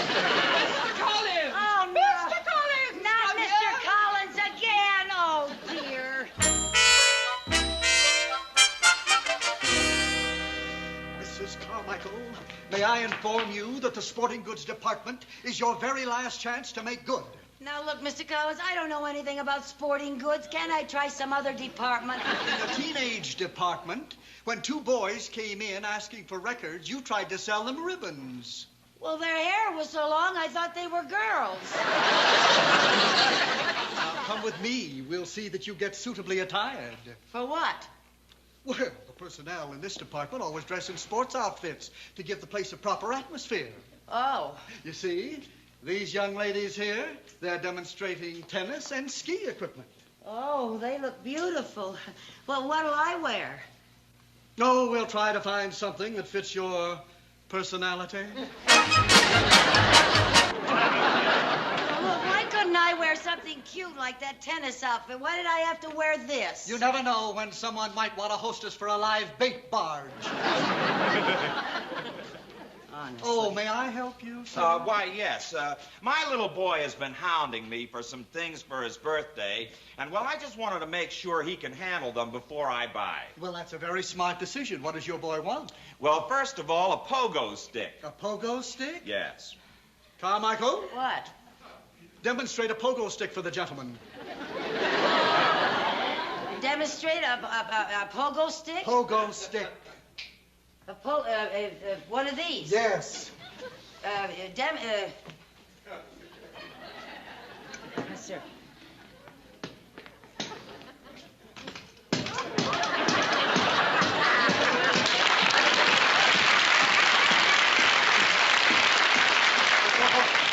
There. You see, your little boy will become an expert in no time at all. What else does he want? Yeah, a pair of stilts. Are they very hard to use? No. The stilts are very simple. I can even do the Watusi on stilts. Just demonstrate the stilts. Leave the dancing to Fred Astaire. Yes, sir. Yes, sir. Where are the stilts, sir? Stilts. Stilts. Yes, sir. Yes, sir. Stilts are very nice for a boy. They're marvelous for him, too. Really nice. Very, very nice for him.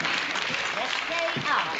You know, they're wonderful things to have when you live in Los Angeles, because on a clear day you can see Catalina.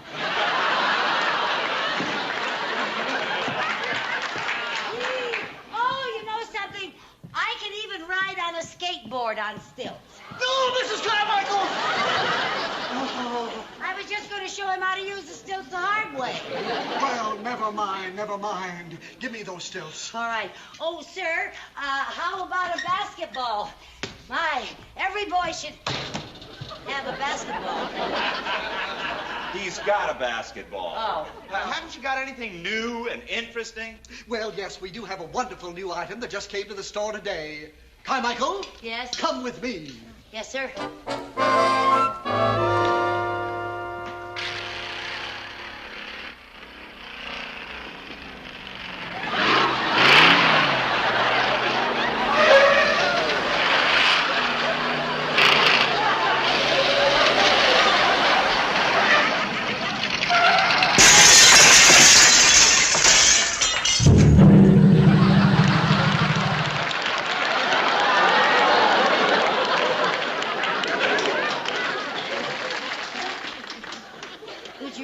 A drum? I wouldn't want to spoil the boy, no. No, with all those things, I think you'll have a very happy birthday. Oh, yes. Would you like me to deliver them today? Oh, no, his birthday's not for 6 months. I just came in today for a ping pong ball.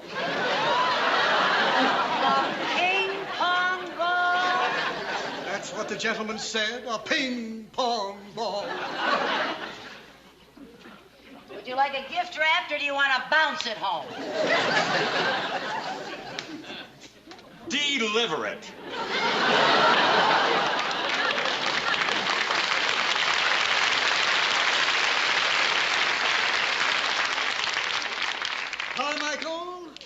just lost a customer. I just lost 8 pounds. The nerve of that guy. Can't you remember? The customer is...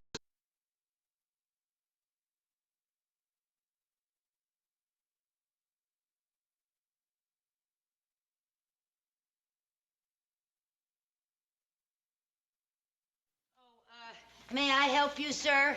Oh, yes, miss. I'm leaving on an extended vacation Thursday, and I'll need this list of equipment. Oh, all right. All of that? Yes, my first vacation in 10 years, and my wife and I are going to make the most of it. Oh, good, good. Well, you just tell me what you want, and I'm at your service. Well, first of all, I'd like to see what you have in fishing equipment. Fishing equipment. Yes, fishing equipment. Yes, we have nice fishing equipment. Oh, well, this looks like a nice rod. Uh-huh, that's a beauty. Does it cast well? It casts like crazy. Would you mind demonstrating it for me? Demonstrating it, yeah. Yes, I'd like to see how it is for distance. Oh, for distance. Oh, yes, sir. Yes, sir. I figure you can get quite a distance on a little pole like this. I'll get good distance here now. Oh, that's a splendid cast. Ah, yeah. Oh, by George, I think I caught something.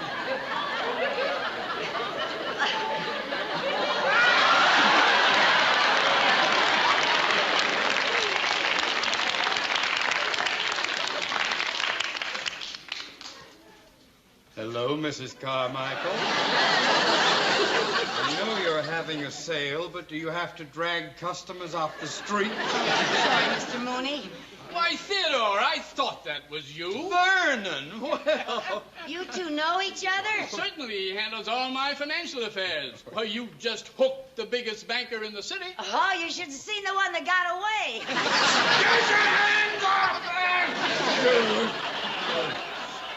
Did you come in to see me, Mr. Mooney? No. You'll never believe this, but I came in here to do some shopping.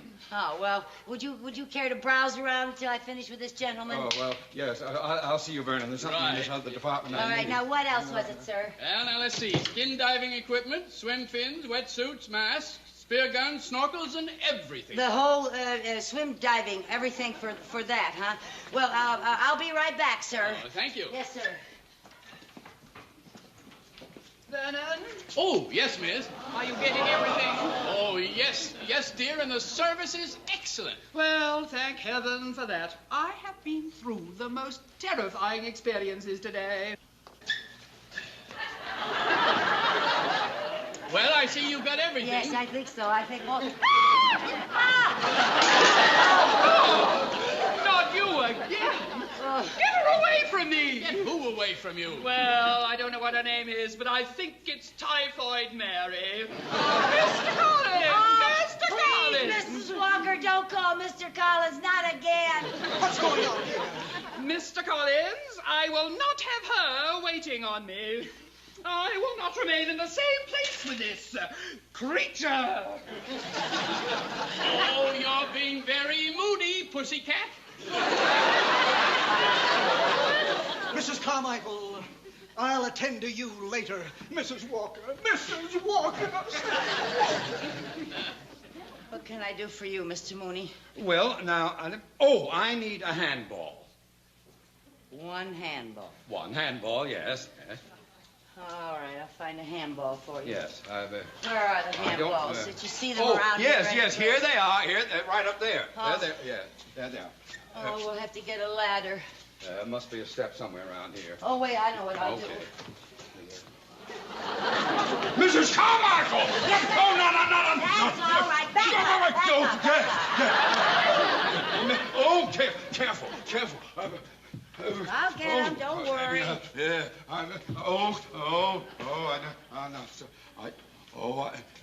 can I be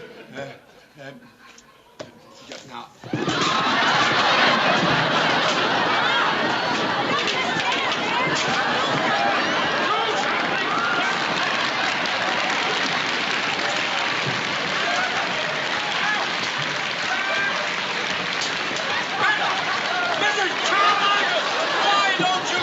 What do you mean, get fired? I couldn't help that. That was an accident. Oh, accident.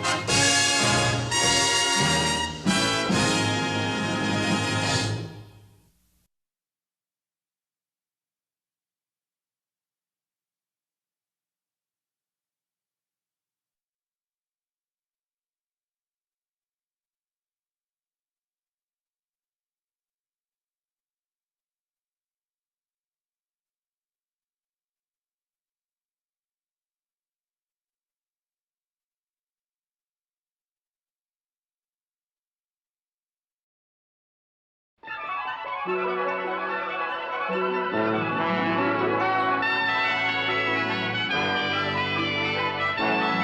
Lucy Show. Starring Lucille Ball. Co-starring Vivian Vance.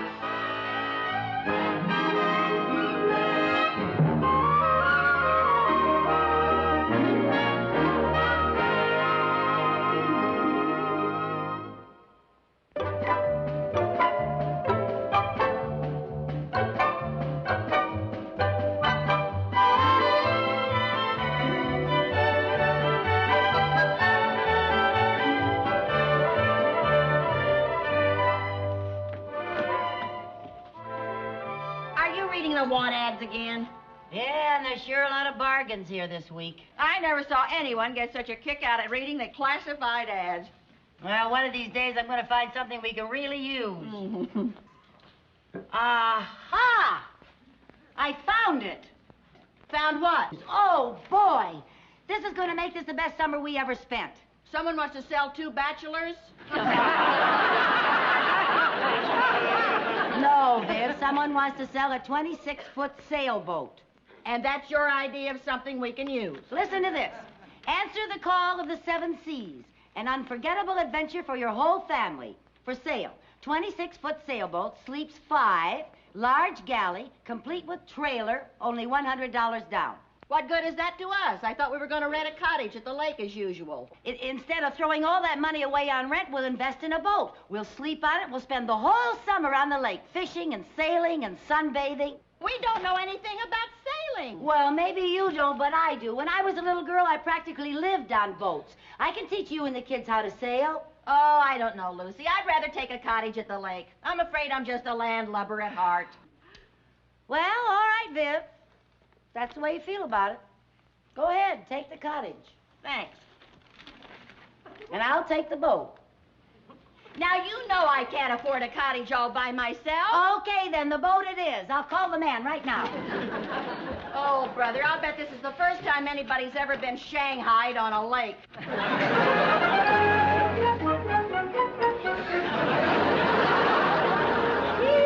about that? Up there, boys. Well, there she is, Viv. What do you think of her? I think she ought to be ashamed of herself. Oh, now, she'll be fine once we get her all fixed up. Now, the first thing we should do is give our boat a name. Hey! I wonder if there are any pirates around. Only the one who sold your mother this boat. Viv, why do you have to be so negative? Mom, this is so embarrassing. What's embarrassing? Well, I told my friends we were getting a yacht. Chris, any boat that's used for pleasure is called a yacht. This is a very little yacht. Which will give us very little pleasure.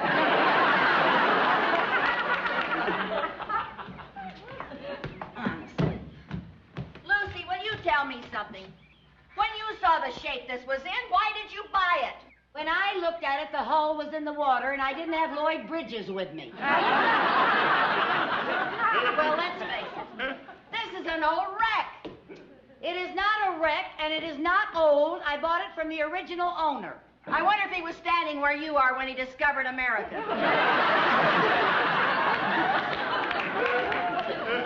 Mom, can we pull up the sails?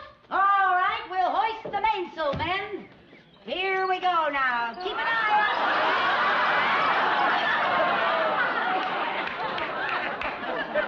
Well, I didn't see those either. The men had them all rolled up. Woo, whoosh. Listen, are you going to stand around griping, or are you going to pitch in and help fix this boat up? Oh, okay.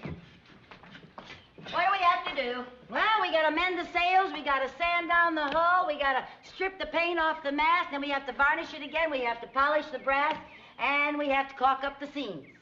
And give it a shave. Look, sailor, we got a lot of work to do, so heave to and start scraping those barnacles. Lucy, will you tell me something? What? Why is it that you're always the captain and I'm always the crew?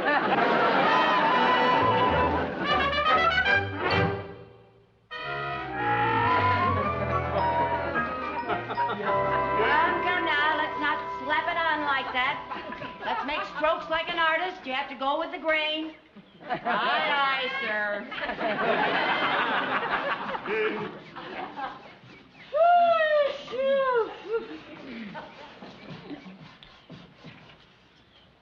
Avast there, mate. What do you think you're doing?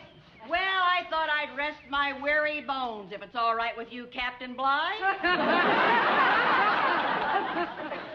Now, why don't you heave to and finish that boom before you take a break? Oh, heave to yourself. Watch it, sailor.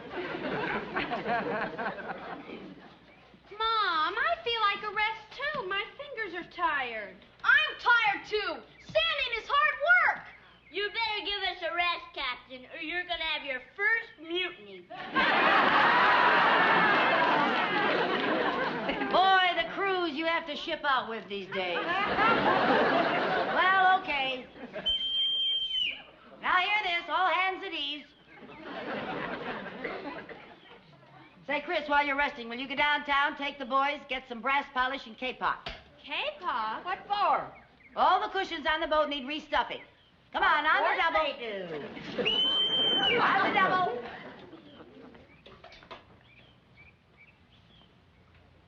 I like to run a taut ship.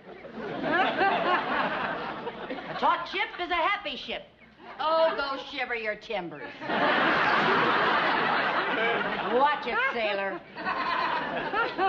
Hey, I felt a drop of rain. So? So, we gotta get this mast under cover. Don't tell me you bought a sailboat that we can't get wet. But if the mast gets wet, the varnish won't dry. And just where are we going to put a 35-foot mast? In the house. In the house? Unless you happen to have a 35-foot umbrella handy. Come on, get a hold of the other end. On the double, on the double.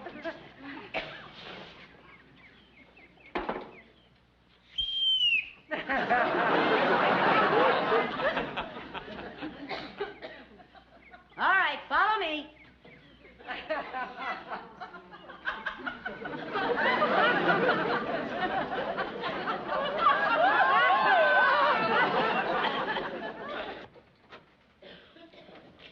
All right, straight ahead. Okay.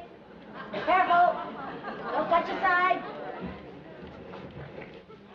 Oh, hold it. Back up. Now straighten it out. I can't straighten it out. The oak tree's in the way. Can't you scratch around it? Lucy, 100-year-old oak trees don't scratch. All right, back up. Careful now. All the way back. Let's go, sailor, on the double. All right. Full steam ahead.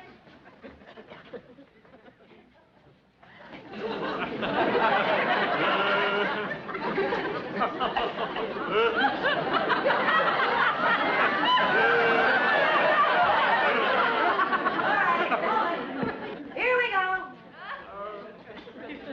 Straight ahead. Hold it. Okay, just a minute now. All right, straight ahead. Careful. Lift it up. Oh, no.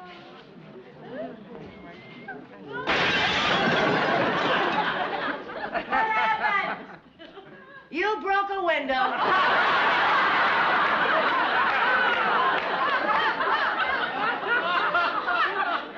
I broke a window. Well, don't worry. Accidents will happen. Back up. Hold it a minute.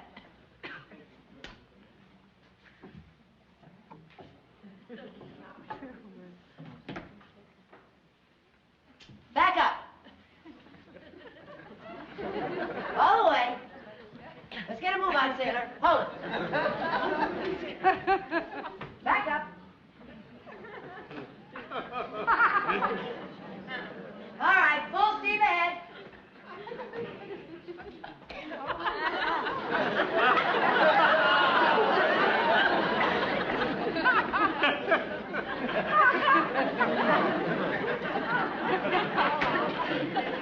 All right, hold it. Go straight ahead. who's there. Now go around. Come on, not the double, sailor. Straight ahead. All right, go ahead.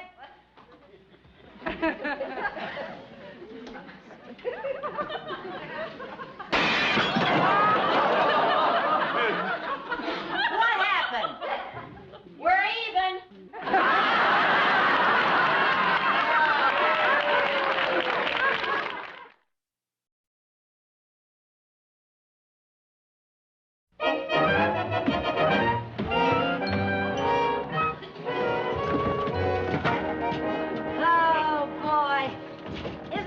Snug little craft. Doesn't she float like a dream? Couldn't she float without rocking back and forth so much? It's gonna rock like this when we're still tied up to the dock. What's it gonna be like when we get out in the lake tomorrow? Oh, you just haven't got your sea legs yet. It's not my sea legs I'm worried about. It's my sea stomach. Don't you worry. What are you gonna do with that chair? I brought that chair from home.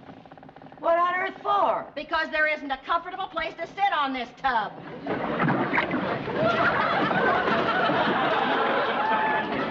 what's that?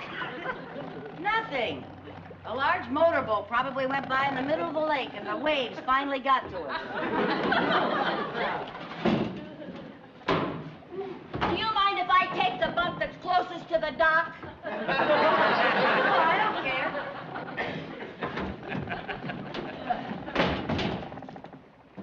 Hey, Viv, what are these pills for?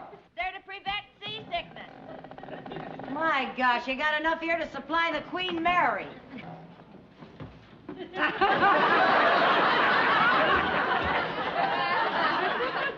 Oh, good heavens. Maybe we better name the boat after you, Chicken of the Sea.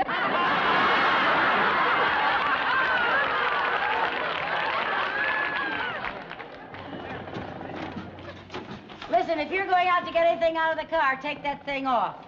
What would people think if they saw you in a life jacket while we're still tied up at the dock?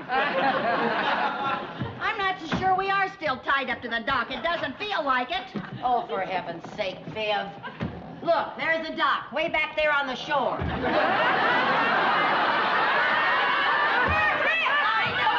knew it. We're out in the middle of the lake. I tied us with a half hitch. That's my best knot.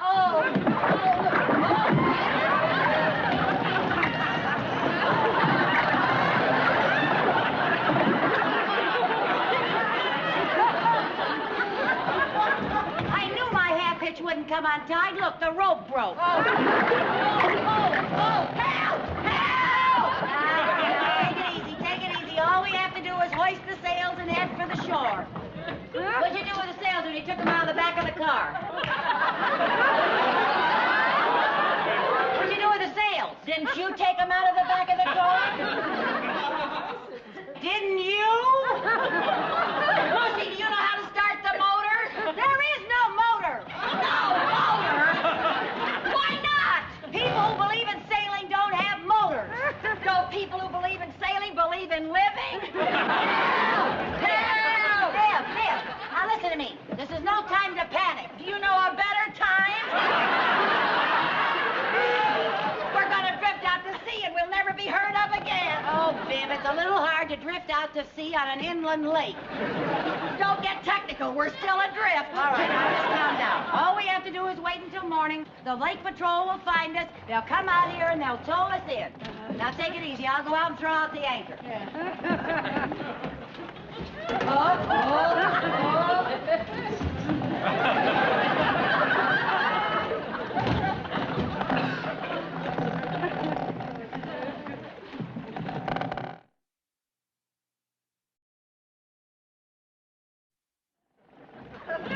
There, anchor's out, all secure. Well.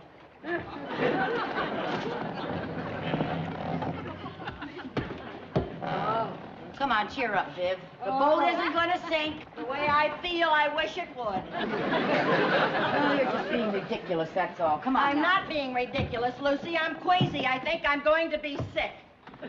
Oh, now, see here, sailor. You are not going to be sick. I'm your captain, and that's an order. Here, take 2 pills. Lucy, take up. Swallow.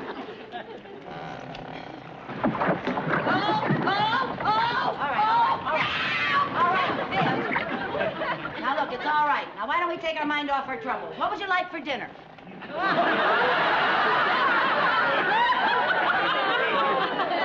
Can I have 2 more seasick pills? Oh, no, you can't. They make you sleepy. We got to keep our wits about us. Now, how would you like some pickled pig's feet?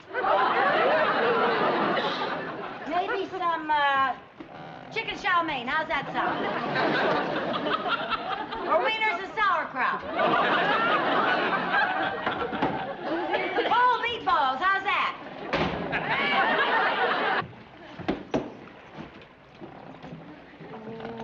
Sailing, sailing over the bounding main.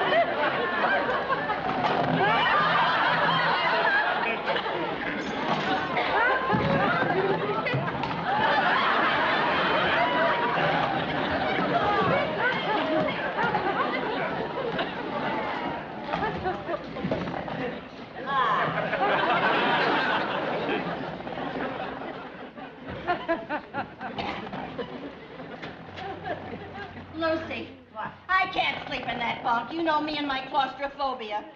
That bunk's too long and narrow, and it's close to the ceiling. Well, you get used to it. Why should I, unless I'm going to join the submarine service? Viv, why don't you look on the bright side? At least you're not seasick anymore. When I want to look on the bright side, I'll let you know. I'm going to try to go to sleep in my chair. I don't know what could be wrong with those bunks. We tried them at home, and they were fine. Well, try one now that we're on the high seas. Oh, all right, I will.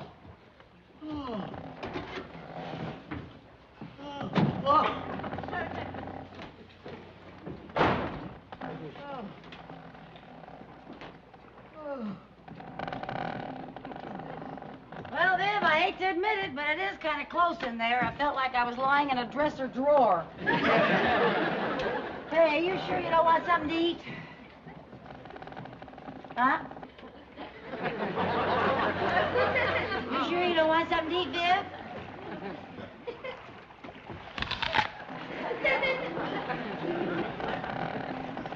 Must have been that second pill that did it.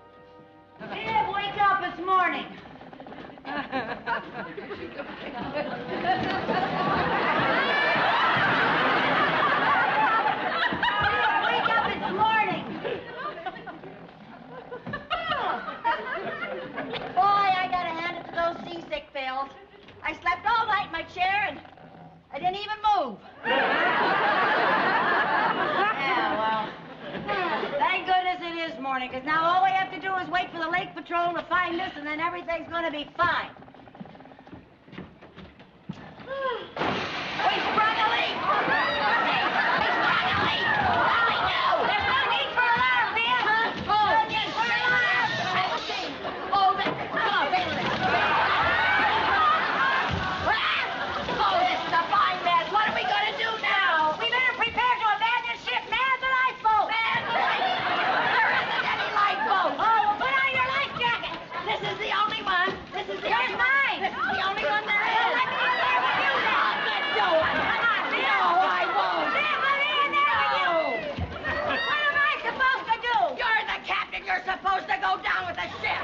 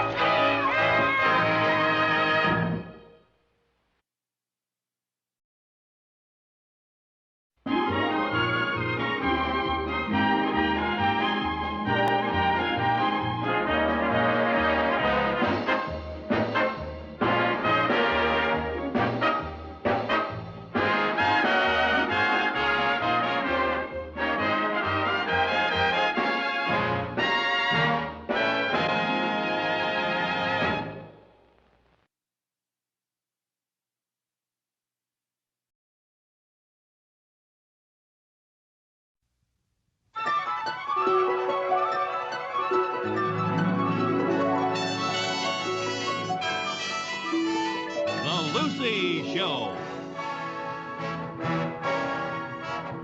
Starring Lucille Ball. Co-starring Gale Gordon.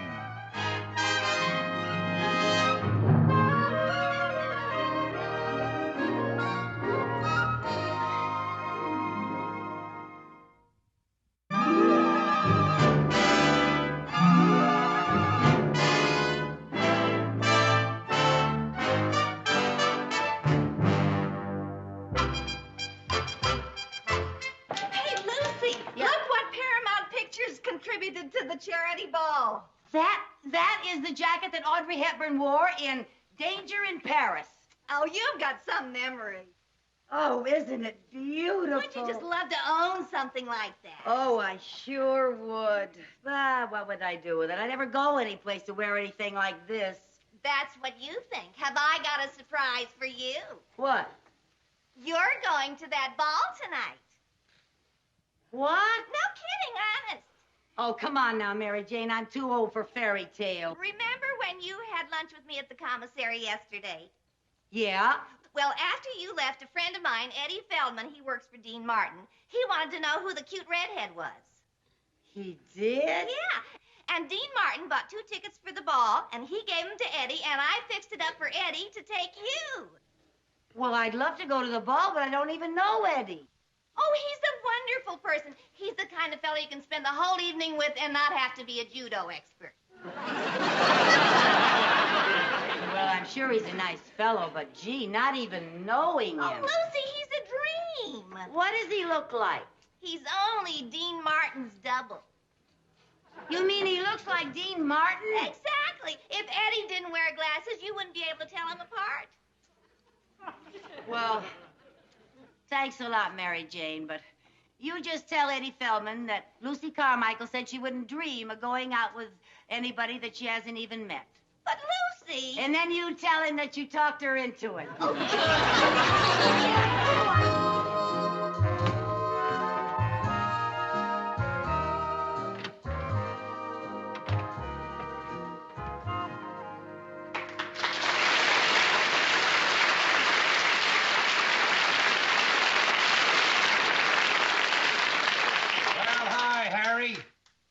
Oh, hi, Eddie.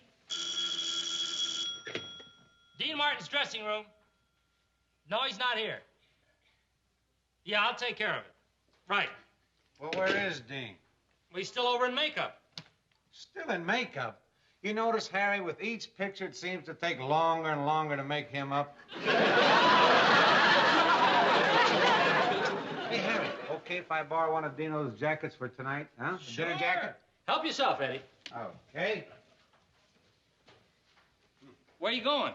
Oh, I got a date with a cute little redhead. I saw her in the commissary yesterday. We're going to go to that charity ball. Oh, I hear that's going to be quite a party. Well, it should be. Those tickets Dino gave me cost $100 apiece. Wow, that ought to impress your girl. It certainly should. Well, what's she look like? Well, she's attractive. She's no Liz Taylor. She's no Gina Lola Brigida. She ain't even a Bridget Bardot. And she's not going to wait if I'm late, so thanks for the jacket. Okay. Have a good time. Bye now. Dean Martin's dressing room. Yeah, Charlie. You're going to shoot the chase scene tonight? Well, will you need Dino? Just his double.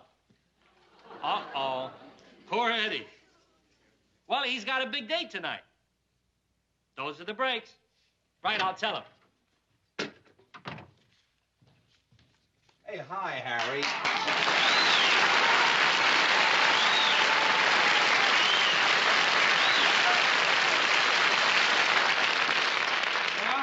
You all through, Dino? Yeah, any messages? Well, no, not for you. But the production office just called Eddie. He's got to work tonight. Why? Too bad. Oh, but well, he's got a big date. Yes? His first date with a new girl to go to the charity ball. And? That's show business. What do you want? Well, I feel sorry for the guy. Yeah. It's his first date with this girl, and if he doesn't show up, she's going to think he's an awful heel. Yeah. Hey! Let him go on his date. I'll be my own double tonight. I can fall off a horse. I've had lots of practice falling down. Forget it, Dino. You know the studio won't let you take a chance like that. I guess you're right. Where is Eddie? Well, he's in his dressing room. Good. I'm going over and tell Eddie that if he can fall off a horse for me, the least I can do is keep a date for him. Right? I don't care what anybody says, Dino. You're a nice guy. What nice guy? Eddie's my best friend, and I'm going to do what any guy would do. Go out with my best friend's girl.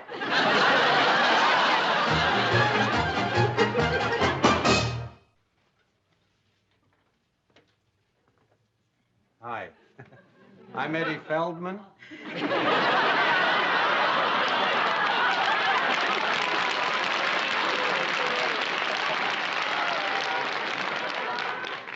Well, hi, I'm Lucy. Here. For me? Unless you want me to wear it. Touche. Oh, thank you, Eddie. They're beautiful. You know something? I don't think you look like Dean at all. I don't? Well, you look like him, but, you know, not as old. I guess that's because he dissipates. I understand he drinks pretty good.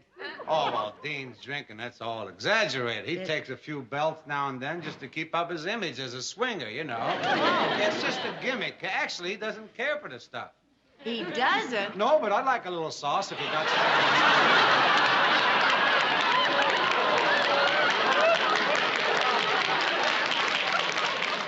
I don't usually, but inasmuch as I was having company, I did mix a couple of martinis.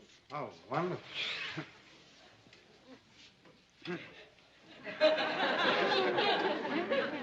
There we are. Thank you. My first one today. Me too. With my left hand. Well,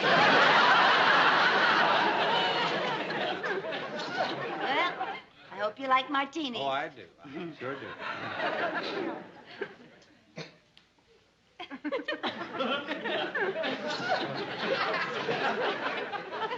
Oh, that's not bad.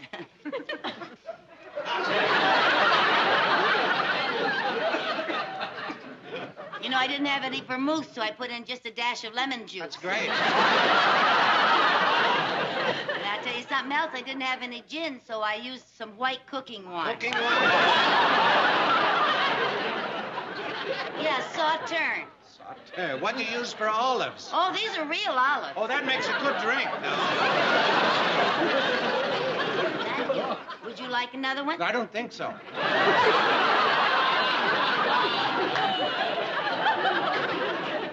One of these is about all I can handle. I couldn't handle another one of these either.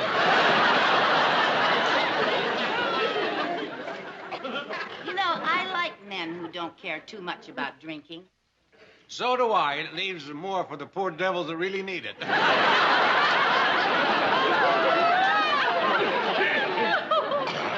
You know, when you talk, you sure sound like him. Well, that's all part of my job. Part of your job? I didn't know to double for someone that you had to sound like them, too. Well, sometimes they use me to dub in lines for Dean, you know, like when he gets hoarse from playing golf. Hoarse from playing golf? Yeah, well, he screams when he loses. He's a great competitor. Mary Jane tells me that you once had a very successful career of your own, Eddie. Yeah, well, that was a long time ago. Uh-huh. Well, she said you were on the Broadway stage and were quite a success, and then you came out here for your own acting career. Yeah, but when I got out here, they said I looked too much like Dean Martin. Yeah, well, I think that's terrible. Oh, I don't know. Maybe I'm better off. It's been 10 years of steady work, and I'm working for a real nice guy. Well, you're very nice to say that he's nice. Why? Well, after the way he's ruined your career, I should think that you'd resent him. Well, he's a hard guy not to like. Well, why shouldn't he be nice? Look how lucky he's been. Lucky? Yeah. Lucky? Yeah, you know, when I first saw Dean, he was working with Jerry. Jerry who? Jerry Lewis. Oh, I remember him. Yeah. And then when they split up, frankly, I was worried about Dean. I didn't think he was going to make it. Oh, neither did I. Yes, I was very worried about him. So was I. My whole family was worried about him. Oh, are your family Dean Martin fans, too? Well, not as much as they used to be. But they do like to see him, you know, do good. Yeah, well, I can understand that, of course. Oh, dear. Hmm? I hope all my chattering isn't going to make us late for the ball. Oh, no, we have plenty of time. We don't want to be the first ones there. Are you kidding? At $100 a ticket, I don't want to miss a minute. Would you be so kind, Eddie? Certainly. Thank you.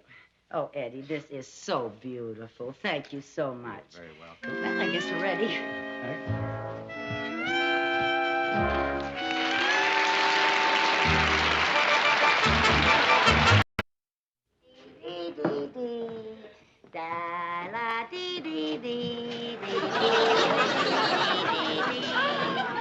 Oh, don't you just love dancing, Eddie? Yeah, especially like this. First time I've ever had a whole dance floor by myself. Well, I didn't realize that we'd be so early. Oh, we've only been here an hour. Oh, you're such a good dancer. Oh, look. What? The orchestra's coming in. Oh, they finally found a place? Come here. Pardon me, sir. Would you play a request? Surely. What is it? It goes da-dee-dee-dee-dee-dee-dee, da-dee-dee-dee. What's the title?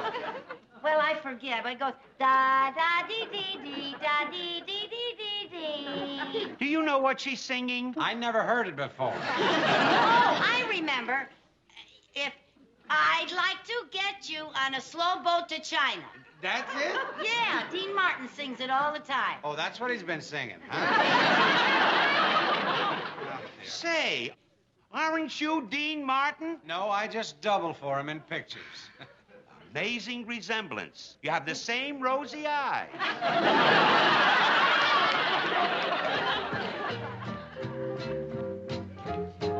That's it. That's it. That's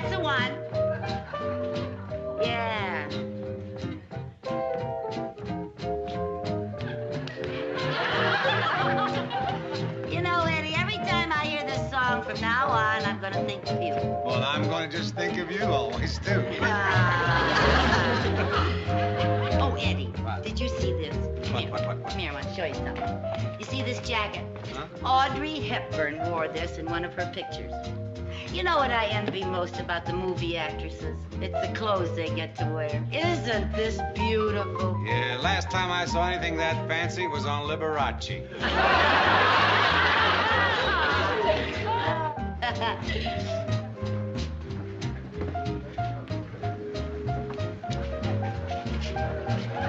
But there's my secretary, Mrs. Carmichael. Oh, yes, and look who she's with. Mrs. Carmichael? Mrs. Carmichael? Oh, hello, Mr. Mooney. Hello, Mrs. Carmichael. You all know my secretary, Mrs. Carmichael. How do you do? And of course you know who this is. Oh, we're very honored to have you here. Mr. Martin, won't you have a cigar? I've always been a fan of yours, Dean. I just loved your last picture, Dean. Yeah, I wonder if you'd give me an autograph for my mother. You folks are making a little mistake. A mistake? Yes, Mr. Mooney. Mr. Mooney, this is Eddie Feldman. He's a double in pictures. He just looks like Dean Martin. Oh!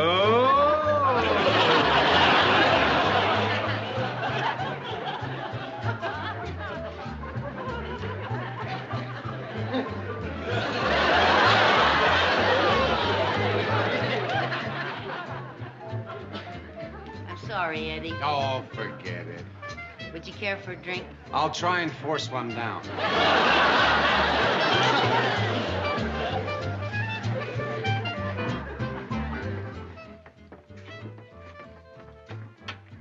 Oh, look, punch. Oh, goody. Oh, look, fresh pineapple and cherries and papaya and strawberries.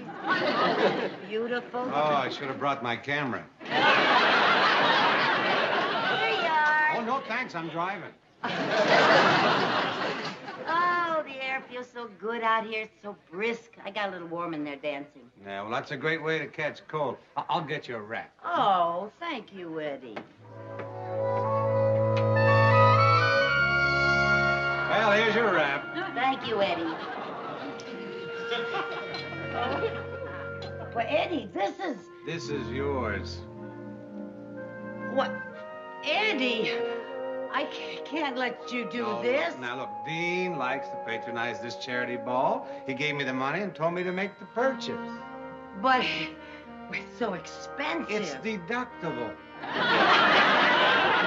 But if Dean had you buy the coat, well, then you should give the coat to Dean. He looks lousy in beads. Besides, he'd only leave it at some bar. Well, now, maybe he doesn't care, but you must have someone special that you want to give it to. She's got it. Oh, Eddie. Oh, Eddie, thank you. It's all right. Oh, I've never had anything as nice as this in my whole life. Oh, Eddie, it fits me. Oh, it's so beautiful.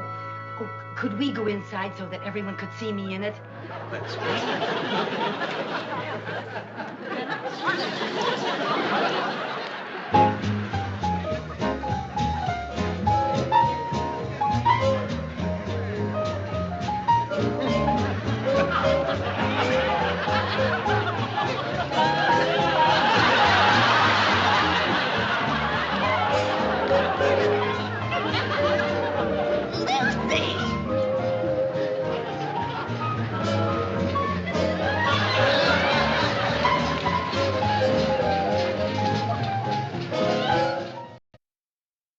Come in, Eddie. You?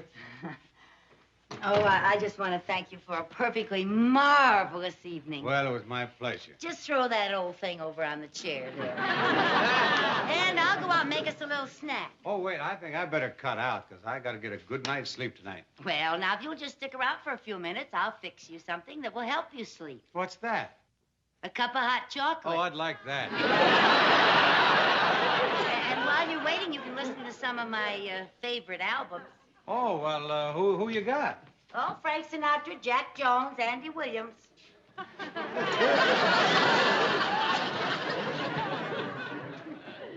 Well, I'm not too much of a record fan. Oh, why don't you just turn on the radio then? All right.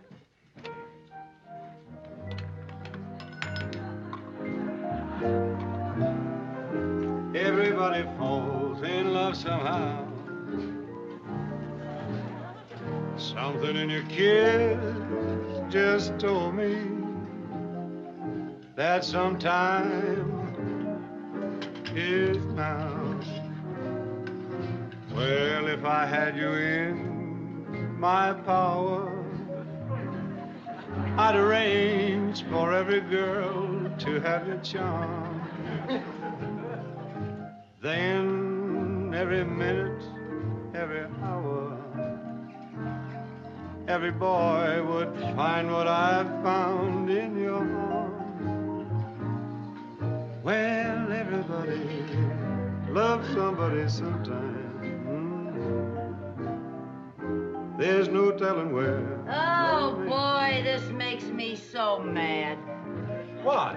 You even sing better than he does.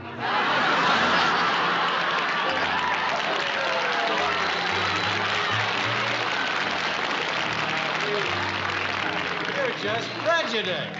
No, leave it to Hollywood to make a star out of the one with the least talent. Now, let's not get bitter. Maybe Dean doesn't have a lot of talent. Maybe he has been lucky, but it couldn't happen to a nicer guy. Well, I guess he does have his good points. And now, folks, we interrupt our music to bring you a news bulletin. Tonight, a real-life drama took place in the making of a motion picture. A horse ran away with Dean Martin's leading lady, and she was rescued by the heroic action of Dean Martin's double, Eddie Feldman.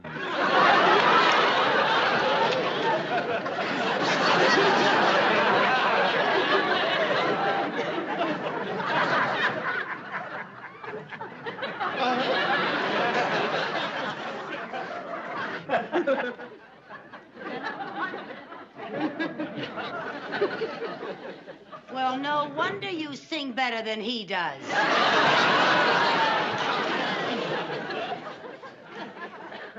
Now, look, honey, Eddie Feldman is a wonderful guy, and he found out he had to work tonight, and if he broke this engagement with you, you'd think he was some kind of a Hollywood phony, so I offered to take his place, that's all. Why didn't you tell me you were Dean Martin right off the bat? I'd have gone out with you anyway.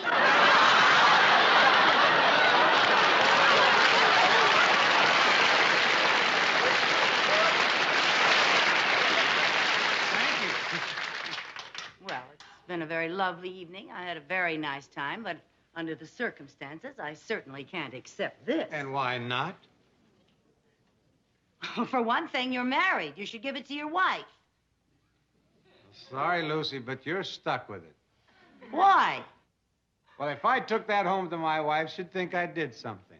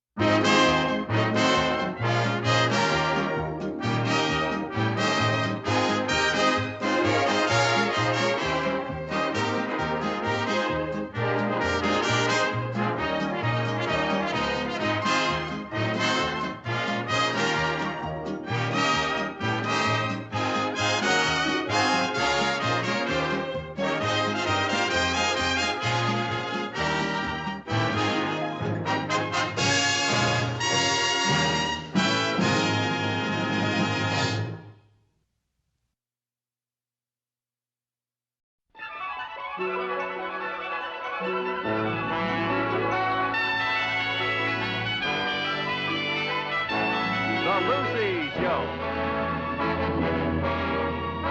Starring Lucille Ball. Co-starring Vivian Vance.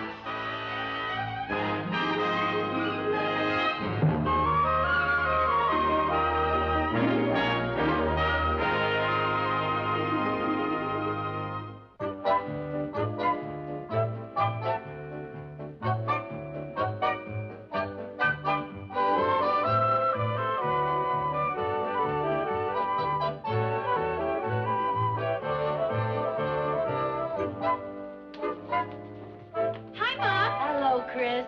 Mom, there's the greatest dress in the window at Grindstaff. It's beige chiffon with little tiny straps. It'd be perfect for you to wear to that dance you're going to Saturday night. Well, thanks, honey, but I can't afford a new dress. And anyway, I don't think I'm going. Oh, why not? Because I haven't a single thing to wear, and besides, I think it's going to be boring. Oh, you don't have a date yet, huh? How did you know? That's what I always say when I don't have a date. That must be where I heard it. Hi, Viv. Hi. Hey, Viv, have you snagged a date for Saturday night yet? Well, actually, there were so many men who wanted to take me that rather than play favorites, I decided not to go at all. That way nobody gets hurt. Hey, that's a good one. I'll use it next time I don't have a date. I wish I could help you find somebody, but the only men I know are boys. I sure wish you were younger. That makes 3 of us.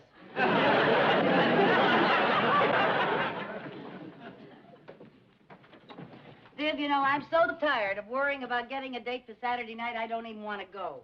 Listen, we paid $10 a ticket for that dance, and we're going to go to it if I have to rent a tux and lead all evening. Well, that sounds charming. The trouble with us, Lucy, we're just not trying to get dates. Not trying. We've done everything but loiter in the lobby of the YMCA. Hey, that's not a bad idea. Oh, come on. I'll go get my address book. There must be somebody we forgot. I hope so. Well, hi, Jerry. Hi. What's the matter? It's Old Man Taylor. Who's Old Man Taylor? My new teacher. He gave me a D in arithmetic. Oh, dear. Just when you were doing so well with Mrs. Lucas. Yeah. Why'd you have to go and have a baby right in the middle of one division? Well, honey, if you're having trouble with your arithmetic, I'll help you. Old Man Taylor's the toughest teacher I ever had. Yeah, well, I'm sure if you work harder, you'll do better. I wish he'd have a baby and quit. Hi, Jerry. Hi, Aunt. Any luck? Well, there's something here in the front of the book that might be interesting. It's a number, and it's got RB by it. Who do I know with the initials RB? Oh, why don't you call? What do you got to lose? Okay, why not? RB. I wonder who it is. Maybe it's Richard Burton. Hey, wouldn't that be nice?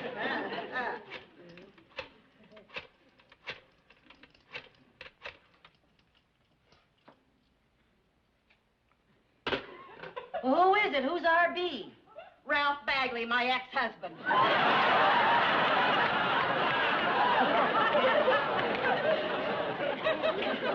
Well, now, let's just sit down and think. This is getting crucial.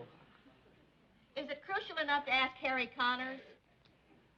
Look, every time I need a date, I ask poor old Harry next door. Now, I made up my mind this time I am just not going to do it. You're right. You should hold out for somebody new and exciting. You want to ask Harry? What's the matter with me? Don't I get somebody new and exciting, too? All right, somebody new and exciting for both of us.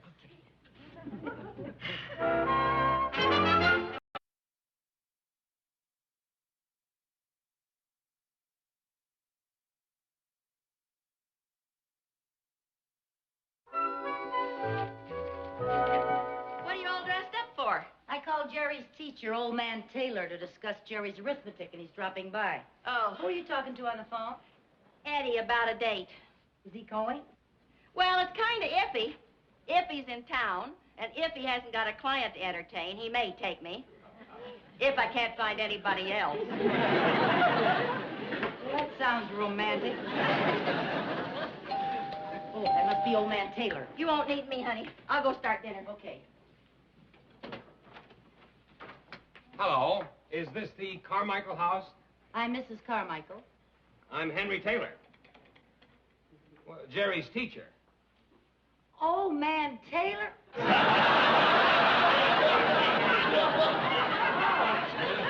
Well, won't you come in? Thank you very much.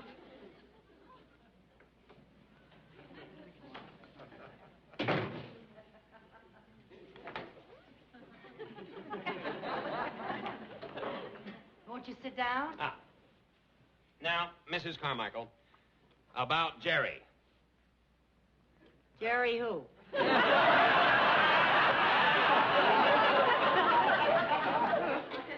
Your son, Jerry Carmichael. Oh, that Jerry. Yeah. What about it? You know about his arithmetic? Yeah. Oh, yes. What about it? He's not doing very well. Oh? Mr. Taylor, would you excuse me for a moment? Certainly.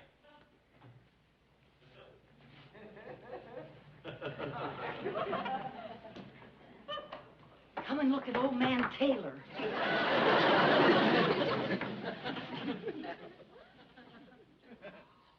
Whoa.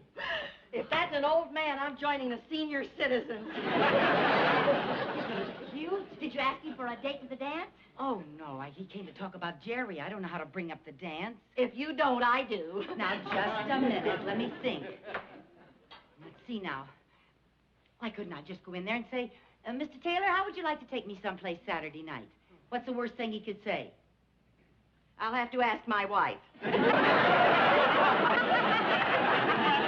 right. For all I know, he may have a wife and 6 kids. He may. He looks single. That doesn't mean a thing. Ralph looked single the entire time we were married. Hey, did he have on a wedding ring? I didn't notice. That's a good idea. Now then, Mr. Taylor, where were we? Well, we were talking about Jerry's arithmetic grades. Oh, yes, there does seem to be a problem, doesn't there? Oh, I don't think there's any cause for alarm. I just think he has to apply himself. And we are going to disallow that D that he received. You see, I've only been here a couple of weeks from San Francisco, and I've been trying to find out exactly how far Mrs. Lucas got with the class. Is anything the matter, Mrs. Carmichael? No, nothing's the matter. It's just that when my son has problems, I get nervous. Well, I don't think you have a single thing to worry about. Good.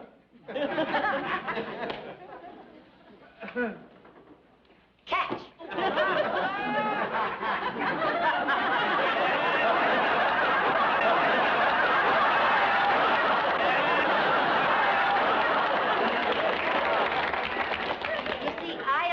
Test my son's arithmetic teachers. I test their reflexes. I see. Well, perhaps I'd better be running along, Mrs. Oh, no, Carmichael. Mr. Taylor. There's something I want to ask you. What is it? Mr. Taylor, are you maybe interested in coffee? Well, that would be very nice if it isn't too much trouble. No trouble at all. Isn't wearing a wedding ring. Did you ask him to go to the dance? No, not yet. Do you have some coffee? Sure. Lucy? What? I just happened to think. If a man is wearing a wedding ring, it means he's married. But if he isn't wearing one, it doesn't mean he's single. Well, thanks a lot. What do I do now? Oh, there must be some way to find out if a man's married. His driver's license, that would tell. If I could just get my hands on his billfold. While you're finding out if he's single, he's finding out that you're a pickpocket. Well, now, look. I'll find some way to get his coat off. Okay. And while I'm hanging it in the closet, I'll look through his billfold, and you keep talking to him about arithmetic. Okay. Okay, come on. You got it? Here we are. Mr. Taylor, this is Mrs. Bagley. How do you do, Mrs. Bagley? How do you do? I flunked arithmetic. Have you ever thought of giving any sort of private lessons to people who weren't any bright? Huh? Oh, I'm There, now, Viv, would you turn the heat down? It's sweltering in here. It feels fine to me. It's beastly. Oh, it's beastly in here. You look like you're burning up. Wouldn't you like to take off your coat? Oh, no, thanks. I feel just fine. Oh. I will have some of that coffee, though. Oh, yes. Yes. Here you are. Thank you. Cream? Oh, please, please. Say when. I'm terribly sorry. Nothing. Pay it no Oh, mind here, at take all. your coat off, and I'll take it out in the kitchen. I'll put some cold water on it. You'll never know what happened. Come along, dear. We'll fix it. Dear! Would you excuse me, please?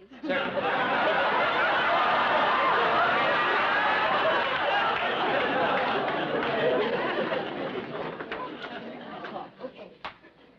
It's on the right sleeve. All right. Here's his driver's license. He's single. Yeah, he's born in December. Let's see, that's Sagittarius. I wonder how they get along with Leos. Why don't you go ahead and find out? Come on, get ready. You can ask me for the dance now. Okay. Put it back in. That was good work. Here we go. There we are, Mr. Taylor. Just as good as new. Thank you. As soon as it dries, you won't ever know what happened. All right. Oh, I'm sorry. That's all right. There we are now.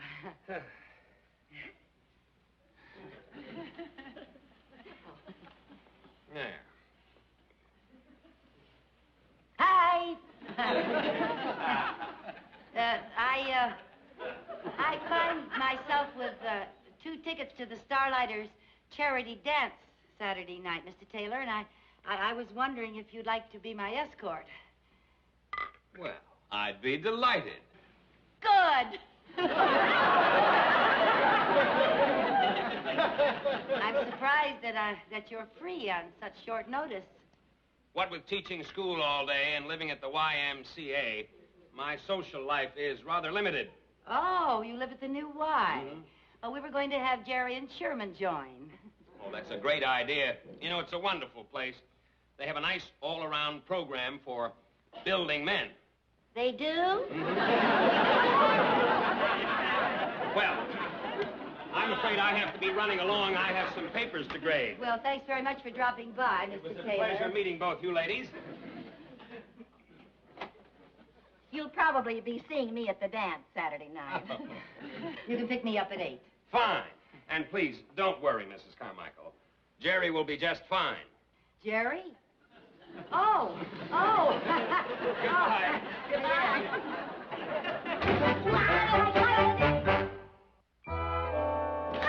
Hi, Shirley. Was that old man Taylor I saw coming out of our house? Yeah.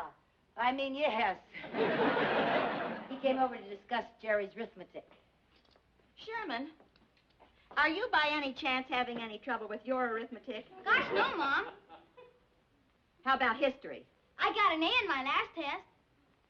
English? I'm doing fine in everything. Good, Sonny. Once you know it, I'd have a bright kid. Oh, Viv. What? His driver's license.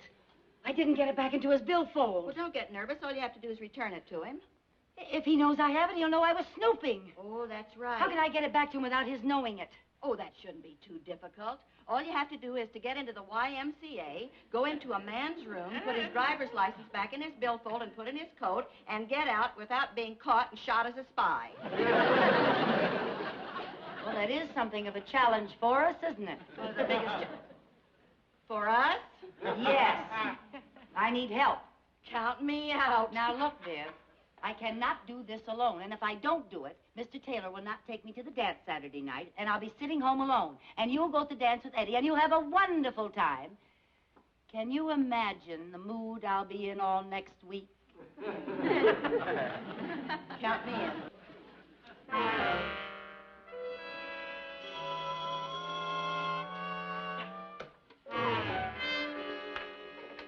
Hello. Oh, yes, Mrs. Bagley. No, not at all. No, that's quite all right. I'll be right down.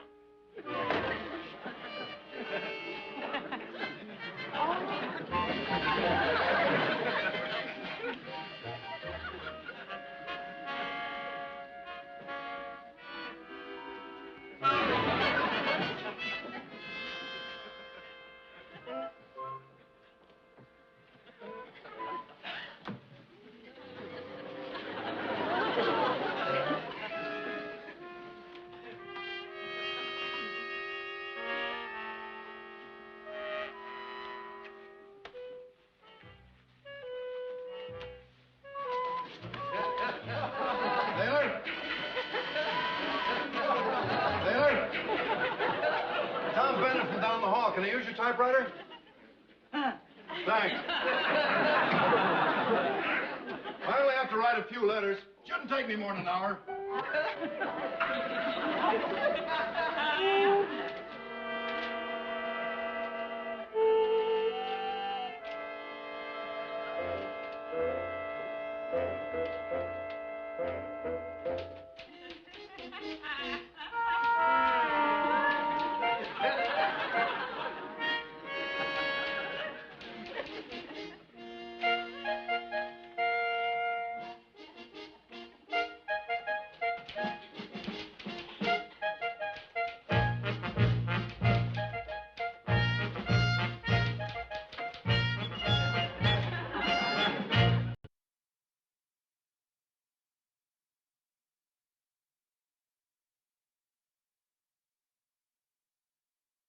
I really must be running along. I have a fencing lesson in just a few moments. Oh, no. Now, Mr. Taylor, please. All Now, right. before you go, would you mind writing all of that down for me? Just write it all down. When I explain it to my son, Sherman, I want to be sure I get everything right. Just write it right there.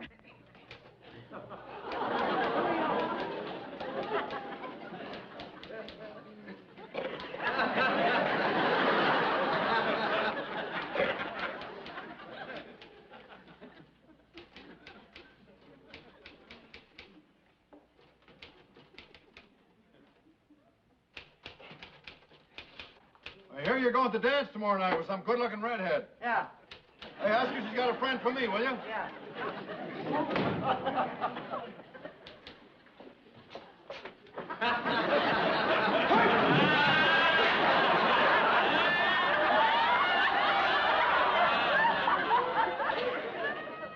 You are early for your lesson, Taylor. Pick up your toy, Taylor. All right? In your position. Here, Taylor. Here. Yes, right here. Very good. Attention. Straight. Huh? Salute. No, Taylor. Salute. Pick up your toy. That's one. Salute.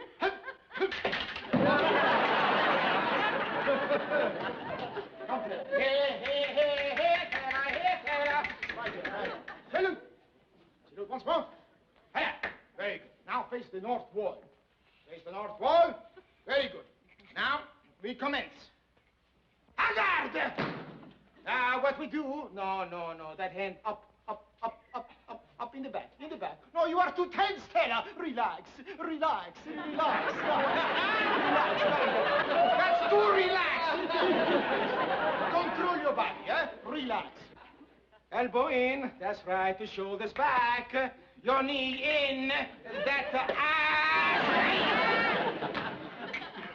Now we will do balestra. You will recognize the rhythm, eh? Balestra. Regard! Up. Relax. Very good. All right. Balestra.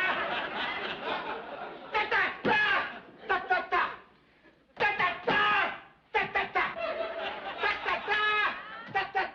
The rhythm. I cannot understand at all.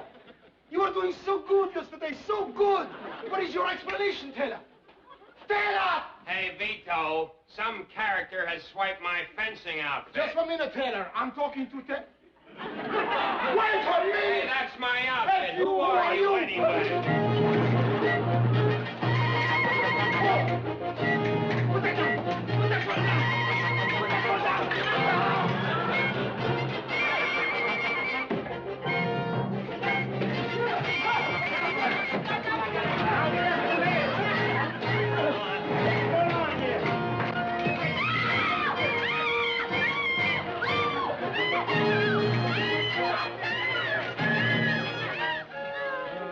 Sure am lucky to find such an attractive girl as you free on Saturday night.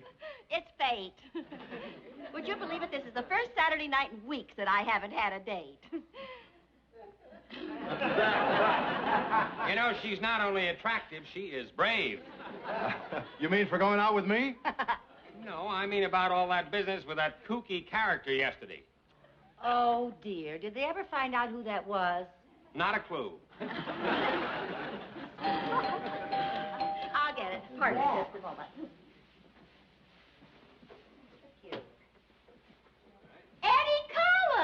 honey? What are you doing here? Well, I just got to thinking. I'm not going to put business before you, so I told my client I had a very important date. And I brought Charlie along for Lucy. Charlie Graham, Lucy Carmichael, and Vivian Bagley. Hello. Well, Charlie Graham, I'd like you to know Henry Taylor. Mr. Taylor. Charlie, say it. Well, Harry! Ready for the dance? Oh, I thought you were going on a flight. Well, I was, but I got to thinking I can't stand you up, boy. So I had someone else take the flight, and I brought along Stan Williams for Viv. Hey, Stan! Oh, for heaven's sake! Any problem? Well, I just don't know who's going to have the first dance. Well, how do you do, Stan? Stan Williams, I'd like you to know Tom Bennett.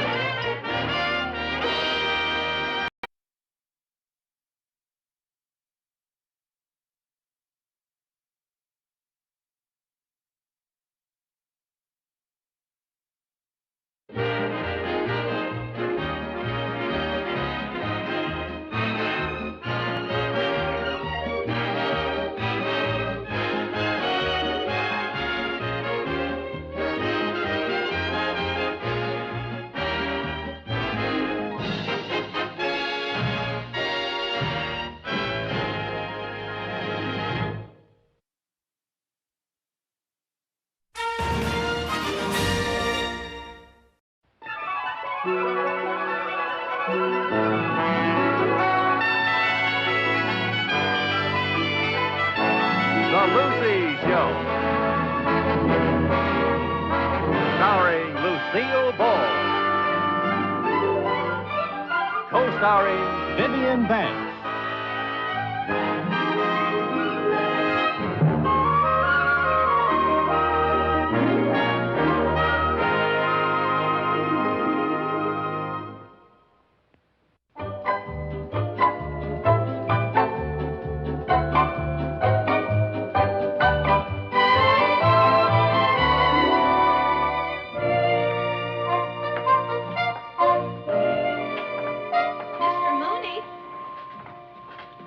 Oh, yes, Miss Tanner.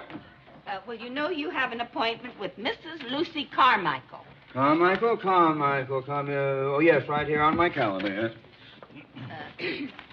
Mr. Mooney. Yes. Well, about Mrs. Carmichael. Well, there are some things you should be warned about.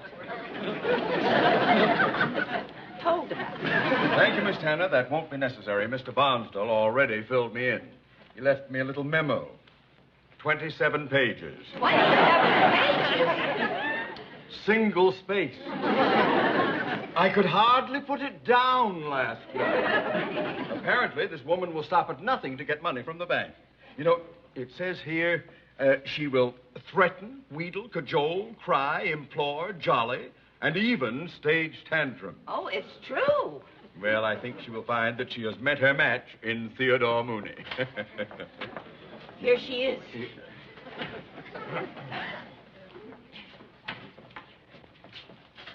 Thank you. Mr. Mooney? Yes? I'm Lucy Carmichael. I believe we have an appointment. Mrs. Carmichael? Mrs. Carmichael. Mrs. Carmichael, please. Sit down. Are you comfy? Oh, yes, thank you. Mrs. Carmichael, I have certainly been looking forward to meeting you.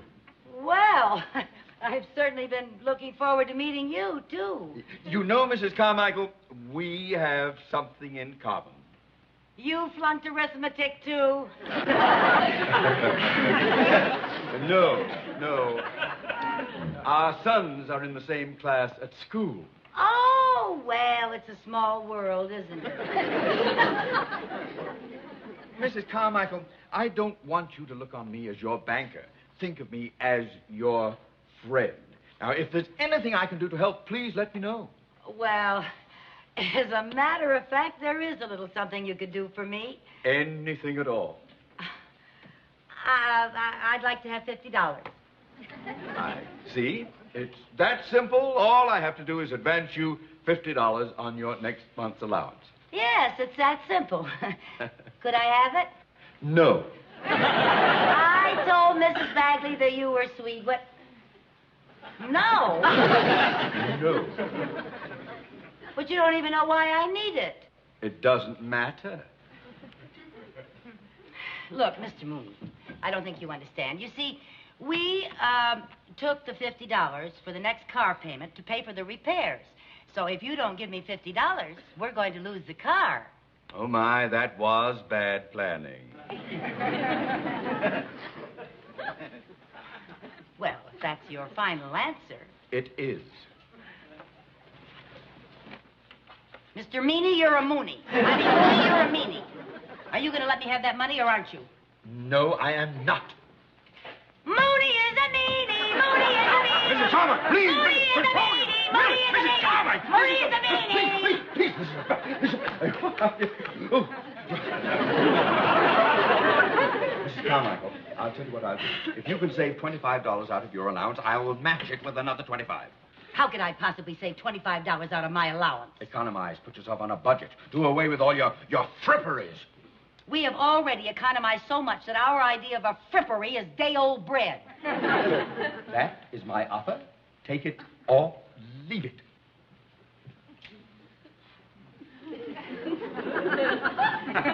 I'll take it.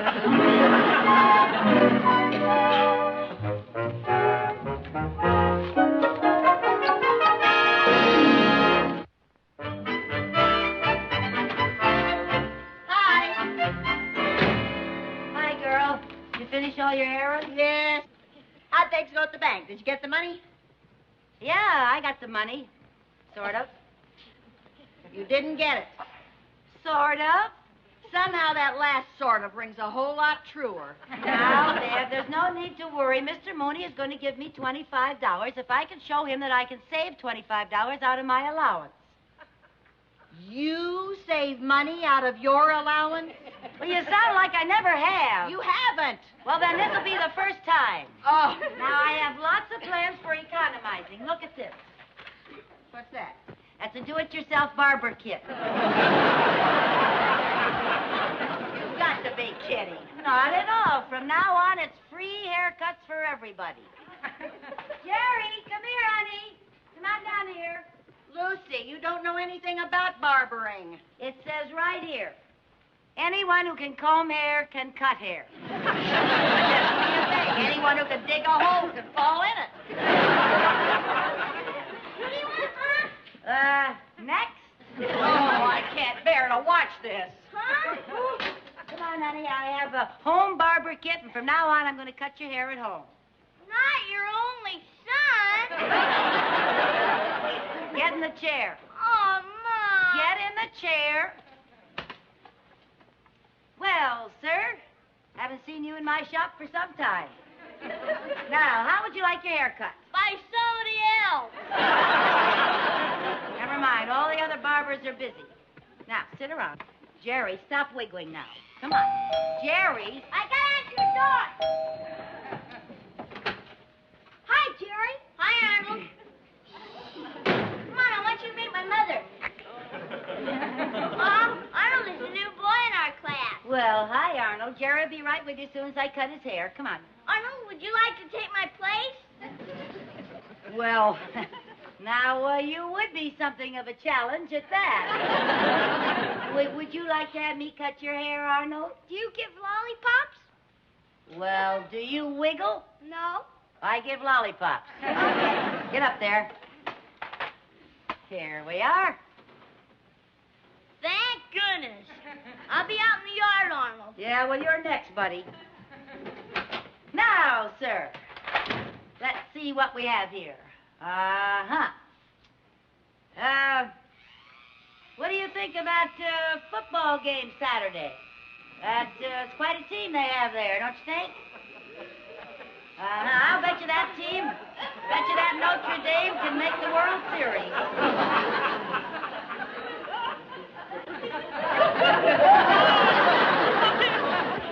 They're wearing their hair kind of close cropped this year. There, now it's all evened up.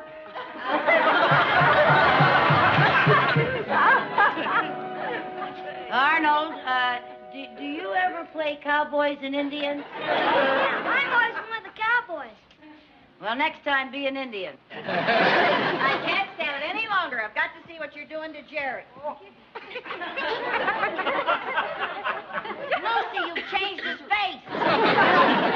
Vivian, this is Arnold, a new little friend of Jerry's. Would you get him a lollipop, please? I ought to get him a lawyer. Here you are, Arnold. Thanks. Well, I gotta be going. Wait a minute, honey. Where do you live? Maybe I better drive you home, have a little talk with your folks. I'm not going home. I'm gonna meet my father at the bank. Father, bank, new boy in school. Your name wouldn't be Mooney, would it? Sure, Arnold Mooney. Arnold Mooney. Nice work, Lucy. Well, I gotta go. Wait a minute. Would you like to stay for dinner, or maybe the weekend, or spend a couple of months? How fast does your hair grow, anyway? Bye.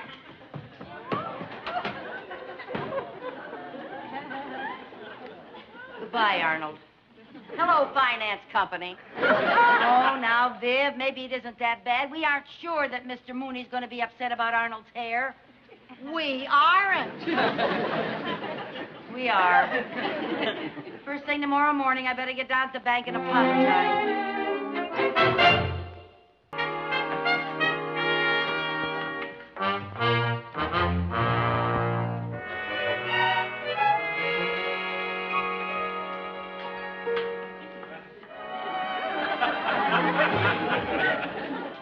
Mr. Mooney, I've got to talk to you. Oh, no. It's you, the scalper. Mr. Mooney, I came to apologize. Well, I was hoping you'd come here to hold us up. Then we could at least shoot it out. Now, sir, I don't blame you for being a little upset. Upset? I'm not upset. Now just get out of here and never darken my balls again. But you just got to give me a few minutes to explain. Now, Mrs. Carmichael, you... Joan, don't!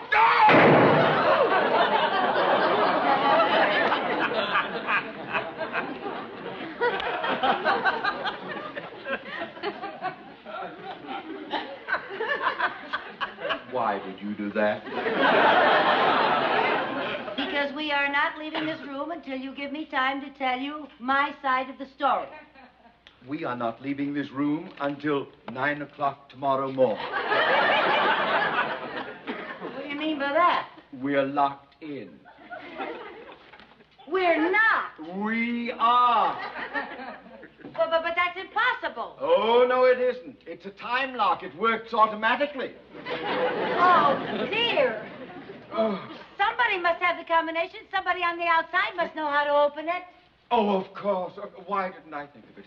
Somebody can open it from the outside. Well, of course. Who has the combination? I have. Boy, talk about bad planning. Wait a minute. That is a new lock. I sent a copy of the combination to the president of our New York office. They must be getting in touch with him right now. Oh, good. Oh, yes. Now, let's see. He'd get that combination this morning because I mailed the letter last night, you see. I made a special delivery, registered, return receipt, request... Oh, no! Well, I guess we're stuck. Well, we'll just have to make the best of it. At least we can talk.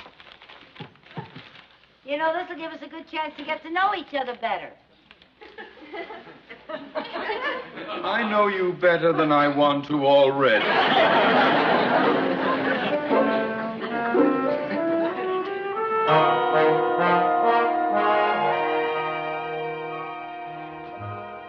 What time is it? How long have we been in here?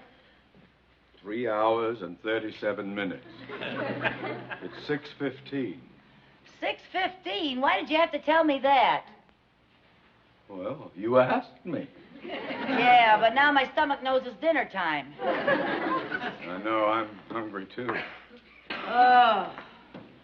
Wait, I forgot. My groceries. Groceries? Yeah. What? Take a napkin. Bottle brush. Beef. Baked beans. Baked beans! Beef! Yeah, boy. Knowing you, I bet you didn't bring a can opener. No, I didn't. Oh, wait, we're in luck. Macaroni. Uncooked macaroni? Well, it's all we've got. Gee, I've never eaten uncooked macaroni either.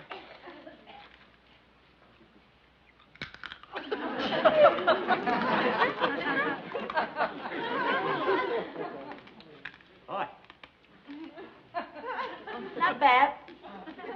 Have some? Never.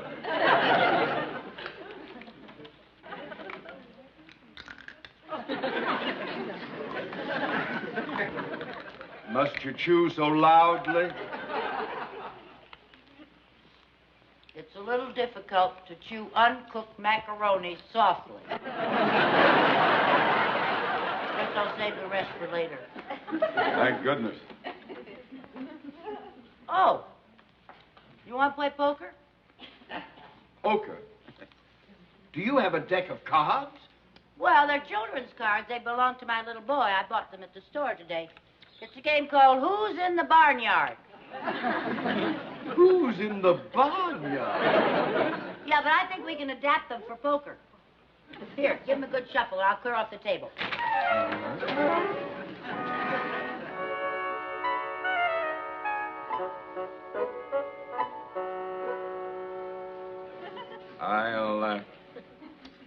I'll take two.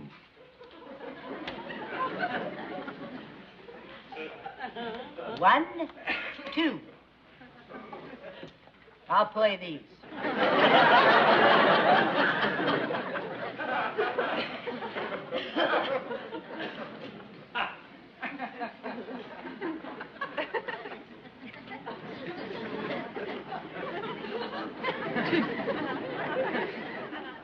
I'll bet 5,000.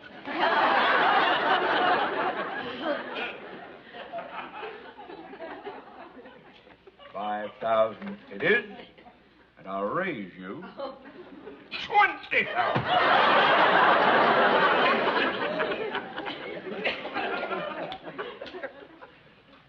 I'll see you. And raise you 50,000. 50,000 it is. I call. I hope you know what you're doing. Oh, I know what I'm doing. 3 piggies and 2 bunnies.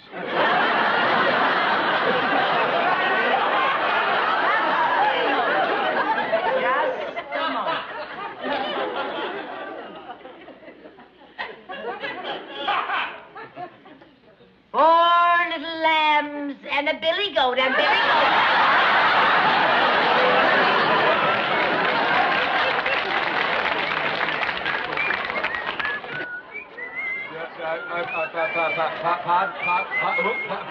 Pardon me, that is still the bank's money. Oh, I forgot we were playing for fun. Oh, dear. Oh, I am so hungry. How was that macaroni anyway? Well, plain but filling. Yeah. Could you let me have just a little? I'd like to try it. Sure. All right. Here you are. Oh, thank you.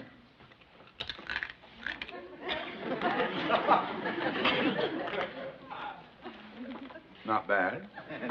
Not bad at all. Won't you join me? No, I'm saving mine. Oh. Here, I'll divide it. Oh. Some for you, some for me. All right. One for you and one for me. One for you and one for me. One for you and one for me. One for you and one for me. You're taking all the big ones. One for you and one for me.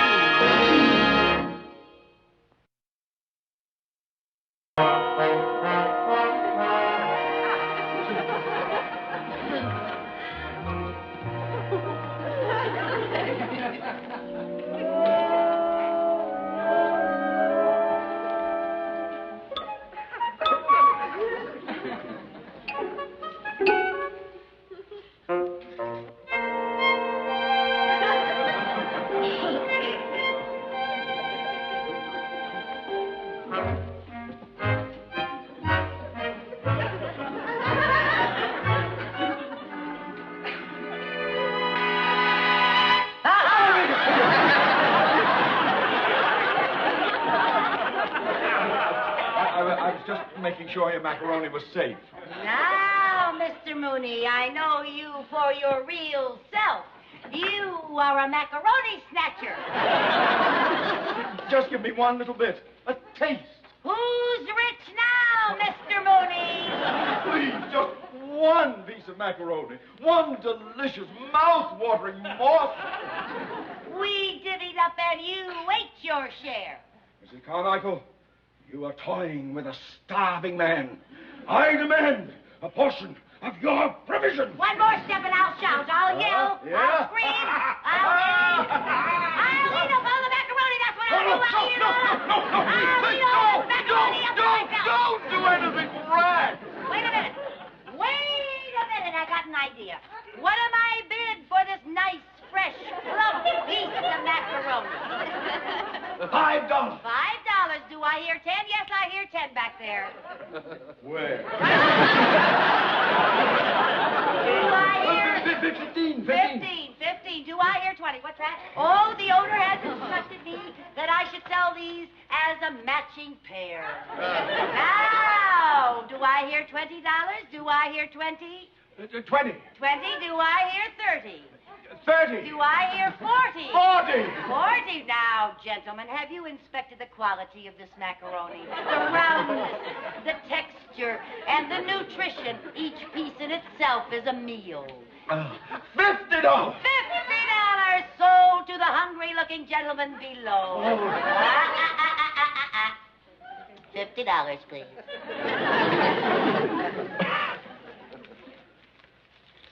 $50.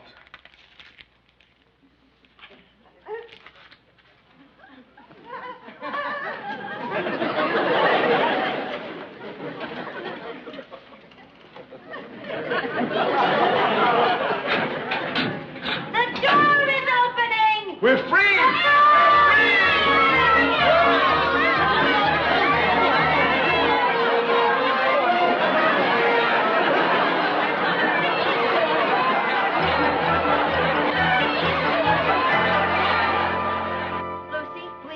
I'm on television. Oh. Pardon me, please. Oh, well, Mrs. Carmichael, could Yeah. you tell me exactly how this thing happened? Oh, are you a reporter? Yes, I am. Oh, well, actually, it was all my fault. I did the dumbest thing. You see, I wanted to talk to Mr. Mooney in private. So without realizing what I was doing when I got in there, I closed the door. Yes, I did. I closed the door like that. Mr. Mooney is still in there. Oh, no! Yes, he is. He didn't come out. Oh, no!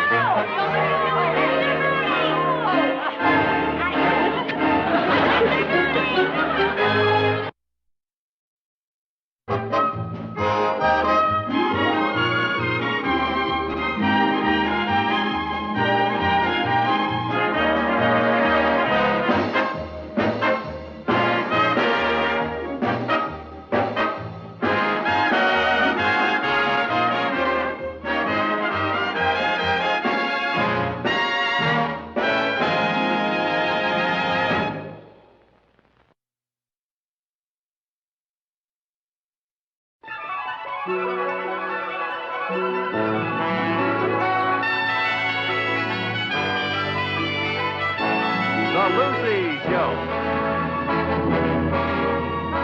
Starring Lucille Ball.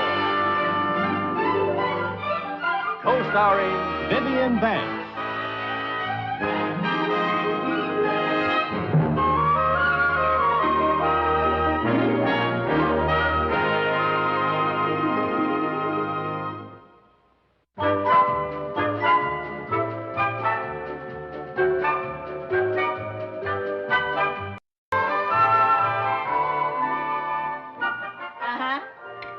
You did?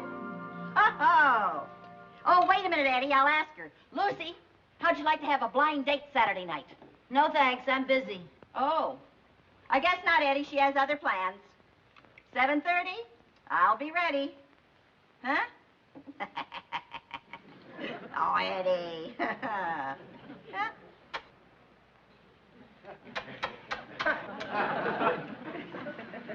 What is she doing? She's throwing Eddie some kisses over the phone. Well, if you got a kiss, that's the only way to do it. Okay, Eddie, toodaloo. I didn't know you were busy Saturday night. What are you going to do? I'm taking the kids to the movies. Oh, gee, Mom, I didn't know about that. Cynthia's coming over and we're going to do each other's hair. Oh, well, that's all right, dear. Just Sherman and Jerry and I'll go. I'm sorry, Aunt Lucy, but I'm playing basketball at the Y Saturday night. Oh. Well, looks like that leaves just you and me, Jerry. I can't go either. Why not? Don't you remember Billy Simmons is having a dumb old birthday party? Oh, that's right. What's so dumb about a birthday party? He invited girls. Well, what's the matter with that? Yeah, girls are neat. When you get older, Jerry, you'll like girls. I should live so long. Come on, Jerry, let's go do our homework. Okay. Yeah, I've got a lot of homework to do, too. I better get started. Excuse me. They're going to do their homework? Uh-huh. Are they sick or something? No, the TV set is broken. Wait a minute. What? Lucy, you weren't really busy when I asked you to go out Saturday night, were you? No. But after that dud you and Eddie fixed me up with last Saturday night, I've sworn off blind dates forever. Oh, this one's different. Oh, sure. He is. He's a client of Eddie's. I've met him, and we're both crazy about him. Well, then you two go out with him. Oh, now, wait a minute. Will you listen to me? His name is Bill King. He's charming and attractive. He's very witty, and he's got scads of money. Well, how come this combination Cary Grant, Bob Hope, and J. Paul Getty can't get his own date for Saturday night? Because he's fussy. Well, I'm fussy, too. Boy, are you. Whoosh. Oh, come now. I'm not that fussy. Yes, you are. Every new man you meet has to suit you perfectly. Oh. You'll find something wrong with every single one of them. That one's a bore. This one's a tightwad. That one doesn't like children. This one can't carry a tune. He wears wax on his mustache. He wears alligator shoes. He is All right, Viv, you made your point. I'm just trying to make you see how picky you are. Lucy, you've got to learn to play along. Make a man's interest your interest. If he likes fishing, you tell him that you like fishing. If he likes baseball, you say you like baseball. You've got to learn to adjust. But that's dishonest. Supposing you start off that way and end up marrying the man. Oh, after that, it's up to him to adjust. Well, I guess you're right. Maybe I am too persnickety. Then you'll go Saturday night, huh? Well, now, maybe I will. Tell me some more about him. You mean more than he's handsome, he's clever, and he's loaded? Well, I have to learn to unpersnick gradually. Oh, I'm going to call Eddie and tell him you'll go. And if I know Bill King, we'll probably go to 21 for dinner, and then we'll take in a Broadway show, and then we'll go supper dancing at the Waldorf. Well, if I tried, I guess I could learn to adjust to that. Hurry up, Lucy. Bill and Eddie will be here any minute. I'm ready. But my heart isn't in it. Now, Lucy, I thought we agreed that from now on you're going to think positive. Look, when they ask us where we want to go to dinner, now what do we say? The Four Seasons? The Colony? Where would you like to go? Back upstairs. All right. That's my last negative thought. I am going to have a good time. I am going to adjust like mad. And who knows? He may be the man of my dreams. Good girl. And even if he isn't the man of your dreams, at least it'll get you out of the house for a change. Yeah. You know, it isn't very often that we get to get ourselves all gussied up and go in for a big night on the town. Yeah, that's true. Here they are. Hi, Tootsie! Hi. You remember Bill King? Hello, Bill. Good to see you again, Vivian. Oh, it's good to see you again. Hi, Lucy. Bill, I want you to meet my friend Lucy Carmichael. Bill King. How do you do, Lucy? Hello. Didn't I tell you she was gorgeous? Oh, Eddie. Gorgeous. She's a knockout. Oh, my goodness. Easy, fellas. You're embarrassing her. Vivian, I'll let you know when I'm embarrassed. Well, shall we go? Tootsie, on our way over here, Bill had a great idea about where to eat dinner. Yeah, I got to figuring that you're probably just as bored as I am with 21 in the Stork Club. Oh, yes, bored to tears. No, so I thought we'd eat someplace different for a change. Well, she hasn't been at the colony for, maybe 2 or 3 weeks. Oh, he didn't mean the colony. We thought for a change we'd have a home-cooked meal. And just where were you planning to cook this home-cooked meal? We thought we'd eat here. Here? You mean this here? Well, I figured anyone as gorgeous and popular as you doesn't get many chances to eat at home. Oh, no, well, that's right. I barely know where the kitchen is. Well, Tootsie, how does it sound? Well, anything you fellas want to do is all right with us. Isn't it, Lucy? Oh, sure. Oh, darn it, I just remembered there isn't a thing in the house to eat. Yes, that's right. So, looks like another boring evening at 21. Oh, we took care of that. On our way, we stopped and bought 4 of the most beautiful steaks you ever saw. Yeah, I got them out in the car. I'll go get them. I'll start the charcoal on the barbecue.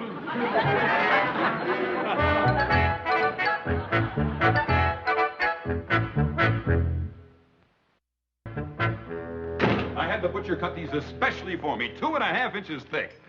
Oh, yum, yum. Say, you know, I just realized something. You're all dressed up. I'll bet you really want to go into New York and you're just being polite. No. I'll tell you what let's do. Let's have dinner at home, and then let's go dancing someplace later, huh? Oh, Viv, that's a keen idea. Well, I'm sorry. I'm afraid that's out. Why? Well, I'd love to go dancing, but I have to get up early in the morning. Oh, well, no sense Lucille, we'll go dancing the next time, huh? Vivian, we don't know if there's going to be a next time. Well, I certainly hope so. I'll take the steaks out to Eddie. I like steaks. Now, you two just get acquainted.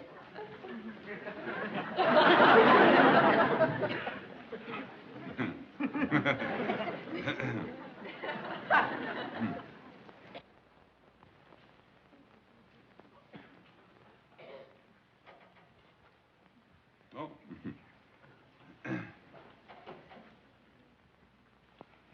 I like your house. Oh, I like it, too.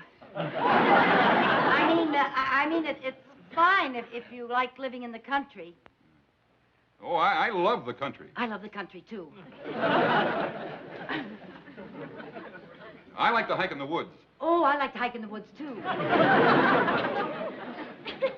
But for really all-around exercise, I like swimming. I like swimming, too.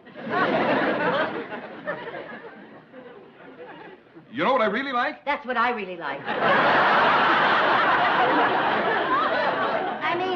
What do you really like? Hunting. Oh, me too.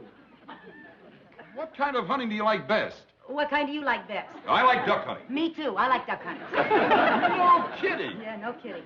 Say, I'm going duck hunting tomorrow. Oh. Why don't you go along? Why not?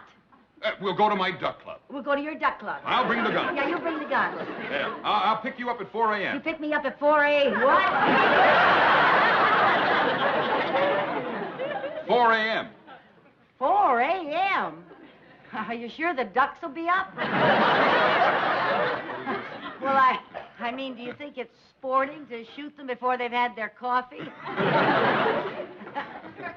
The charcoal's almost ready. Oh, I'm going Vivian. to make a salad. Vivian, I owe you and Eddie a vote of thanks. You have found me the perfect woman. She likes to eat at home, and she loves duck hunting. Yes, she likes to eat at home, and she loves duck hunting. Yeah, Viv, we're going duck hunting tomorrow. Bill's picking me up at 4 a.m. in the morning. Isn't it amazing? Lucy likes everything I like. Good. I'll go make the salad. Oh, this is great. Oh, I like to eat at home. I hate to eat in restaurants. Yeah, I like hating to eat in restaurants, too.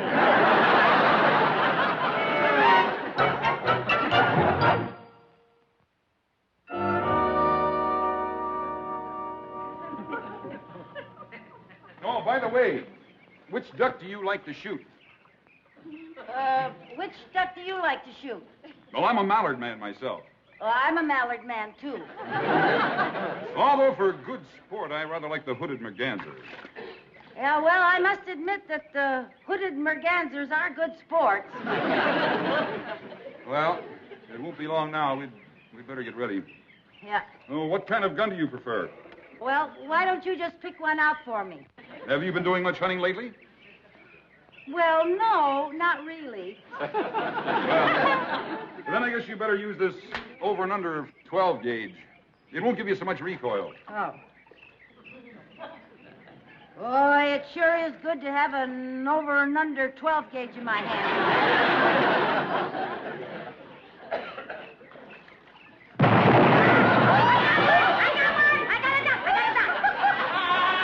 Lucy, that is a decoy. Well, it sure fooled me.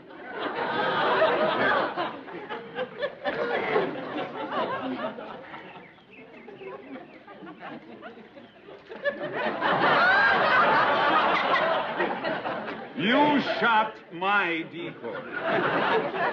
I carved it myself. Well, you sure did a good job to fool an old hunter like me.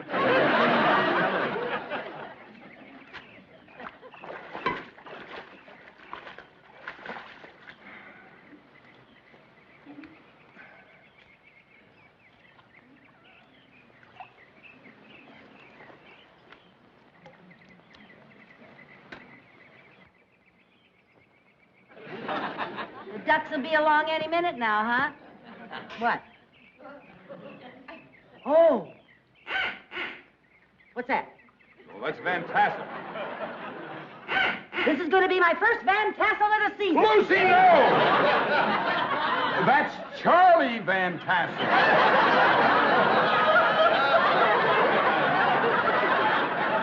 Yeah, he's in the next duck blind. He's giving duck calls. Oh. Anyway, you wouldn't want to shoot old Charlie. He's out of season. No, I sure wouldn't want to. I would. Say, where's your duck call? Did you bring it along? My duck call? Yeah. By George, I knew I'd forgotten something. Yeah. Say, I got a new one yesterday. Oh? Sounds just like a mallard. Oh, may I try it? Oh, sure. Yeah. Oh.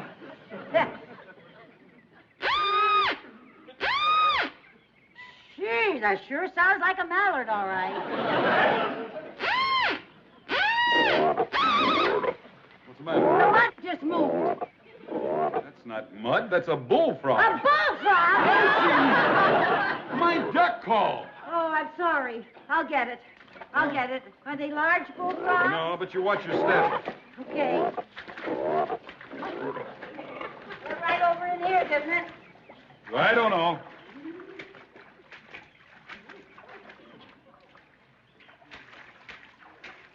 Is this the only one you have?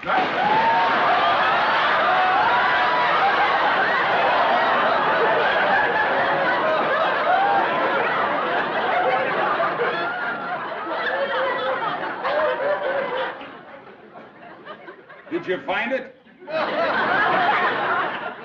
I didn't find it. Would you help me out of here, please? Certainly.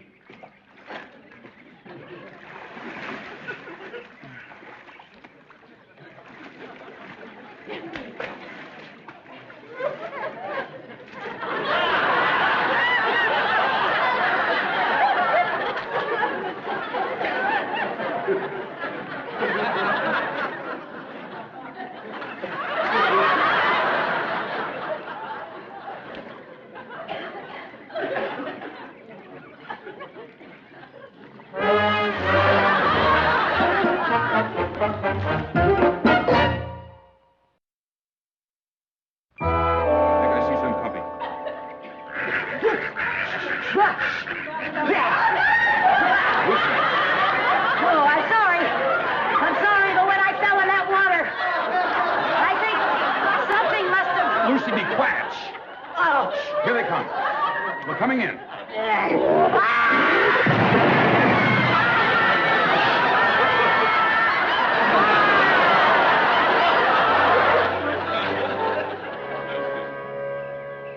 No.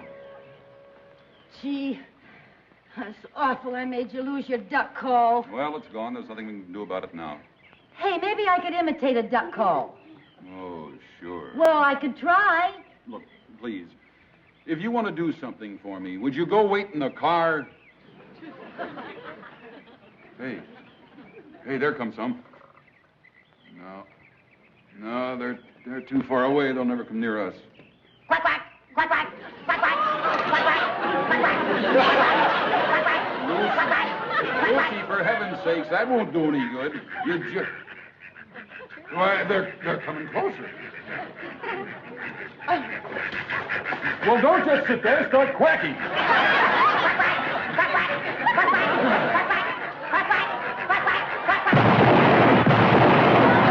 Keep quacking.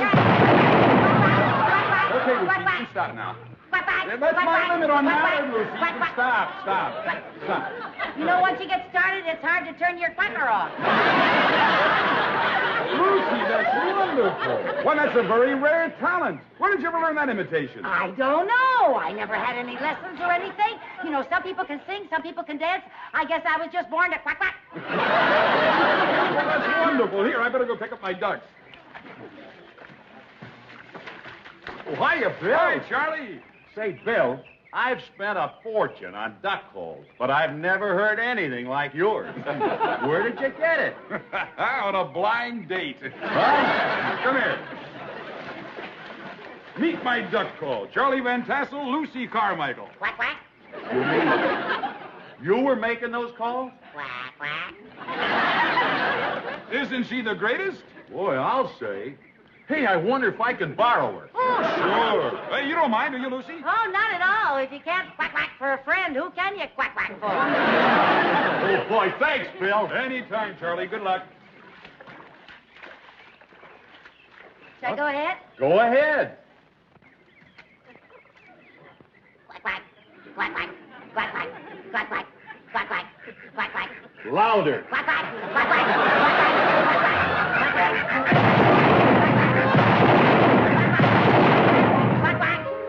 Thanks very much. Whoa. Oh, not at all.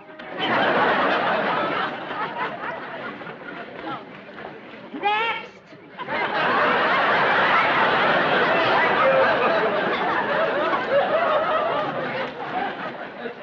What kind of duck call would you like? Mallard, hooded, merganser, or scout?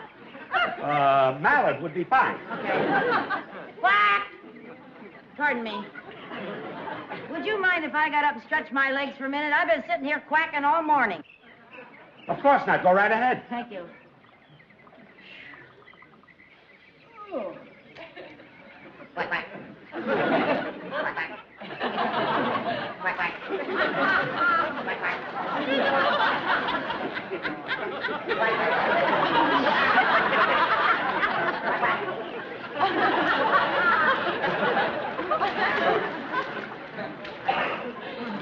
I'll be with you fellas in a minute. Quack, quack.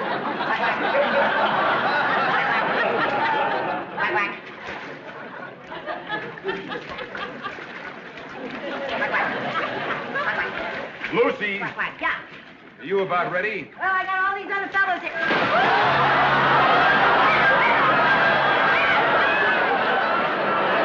Go ahead. Quack, quack. Quack, quack.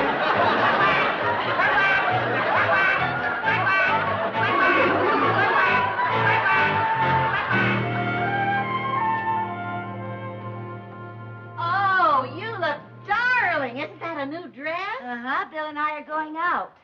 You mean you're not going duck hunting in the morning? No, ma'am. The duck hunting season ended yesterday, and may I say hallelujah. I couldn't have looked another hooded merganser in the beak. It all worked out fine. You like what he likes. Eddie says Bill's just crazy about you. Oh, I'm not sure if he's crazy about me or crazy about my quack quacks. Well, from now on, it'll be dining and dancing every night. Oh, it'll be fun to go dancing. I just hope my feet haven't become webbed. You still.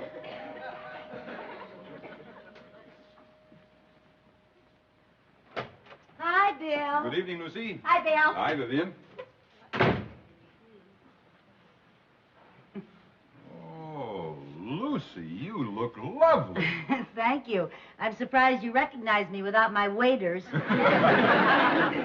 Well, we're really going to celebrate tonight. The sky is the limit.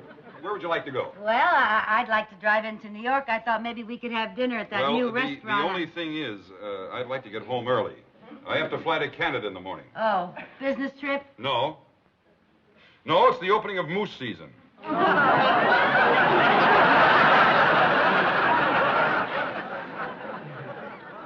The moose season? Say, Lucy, would you like to join me? How are you on moose calls?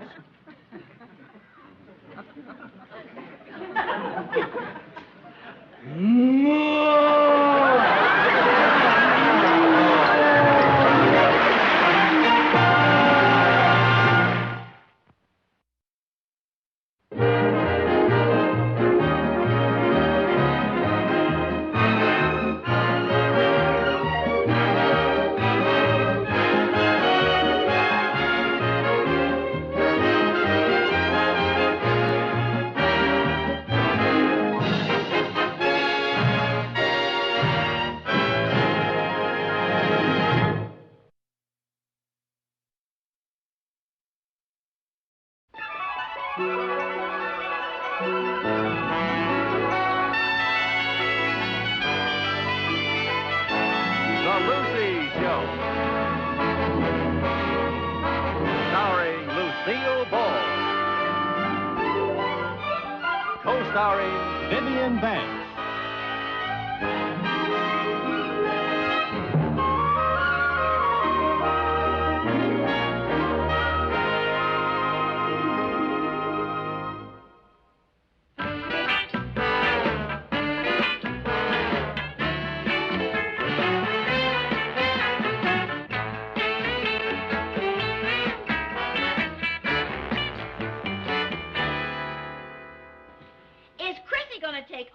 Clothes just for 1 week at Sandy Cove? That's right. Here's her list. 6 pairs of capris, 4 sweaters, 1 pair of jeans, a jacket, 2 shifts, 5 bathing suits, and if for some strange reason she should want to look like a girl, 1 dress. Has she got luggage enough for all these clothes? Oh, sure. Maybe I'll have to carry my things in a paper bag. You can borrow my suitcase. Too late. Chris beat me to it. Oh, dear. Lucy, I certainly admire your nerve chaperoning a club of teenage girls for a whole week. Well, I think it'd kind of be fun. Are you sure you don't want to change your mind and come along? No, thanks. I wouldn't fit in. I'm too old to be a teenager and too young to die. Of all the creeps, Debbie Westcott's father is the creepiest. Chris, I hardly think it proper for you to call your school principal a creep. But he won't let Debbie go with us to Sandy Cove. And if Debbie Westcott can't go, the other girls' parents won't let them go either. Well, did you tell Mr. Westcott that I was going with you? Yes, but he still said no. What a drag. Oh, I just think that's a shame. I'm finally old enough to go to Sandy Cove, and what does that old rinky-dink do? Chop. Well, wait, maybe I could call Mr. Westcott and get him to change his mind. Oh, that'll be the day. Well, it's worth a try. Go ahead, Lucy. Give old Rinky Dink a ding-a-ling.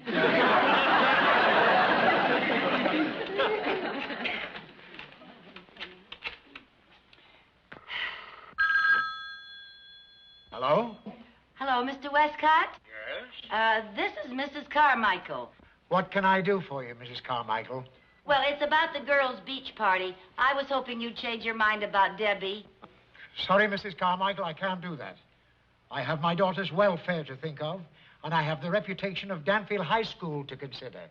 But, Mr. Westcott, I'm going to be the chaperone, and I plan to supervise the girls very closely. Nothing personal, of course, but one woman can't possibly keep a close watch on 8 girls for a whole week.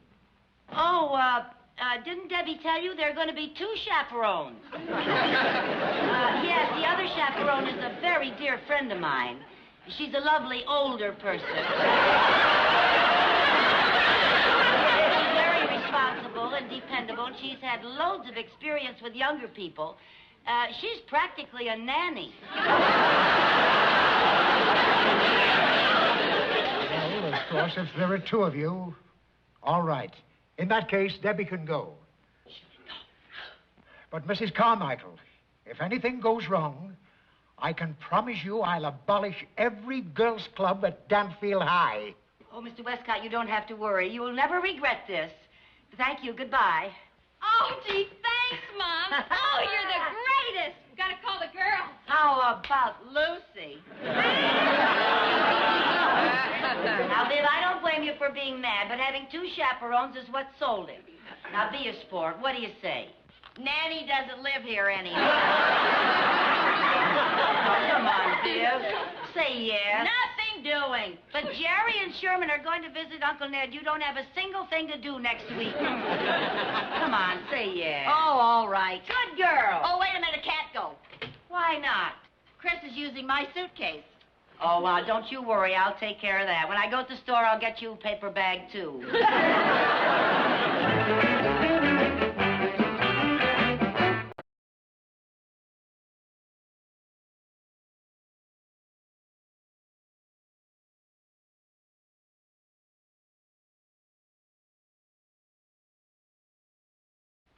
Hey, you know that real tall, good-looking guy that looks like Paul Newman?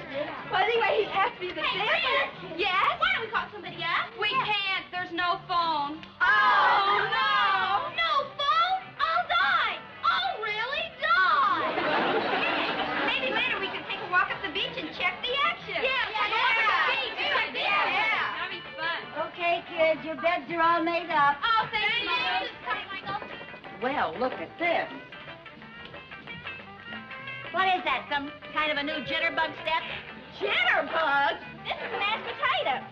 Oh, the mashed potato. Yeah, now that I see it, what else could it be? Okay, kids, let's go to bed. Bed? You're kidding. We were going to take a walk up the beach and check the action. Well, now you got a whole week to check the action. We had a long drive, and we're all tired. No, we're not. Yes, you are. Okay, up to bed. Too bad. We're tired. Come on now. And give me the pop bottle. No pop, no candy. Give me the candy. And don't take the radio. You're going to sleep, not dance. Wash, hash, and tut a dud roar gun. Yeah, wash, hash, tut yucksoos. Well, that wasn't a very nice thing for them to say. What'd they say? They called us two dudda-gucky yaksus. Is that bad? It means we're two old fogies.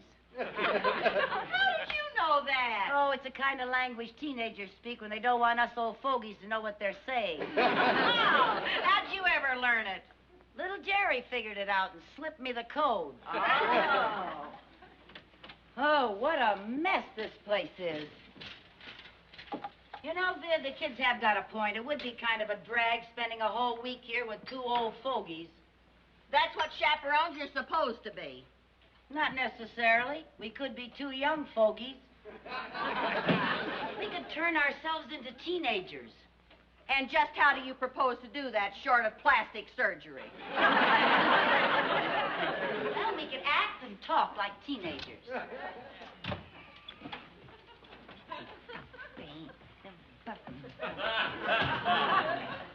What's that? A mashed potato. Lucy, I think you got lumps in your gravy.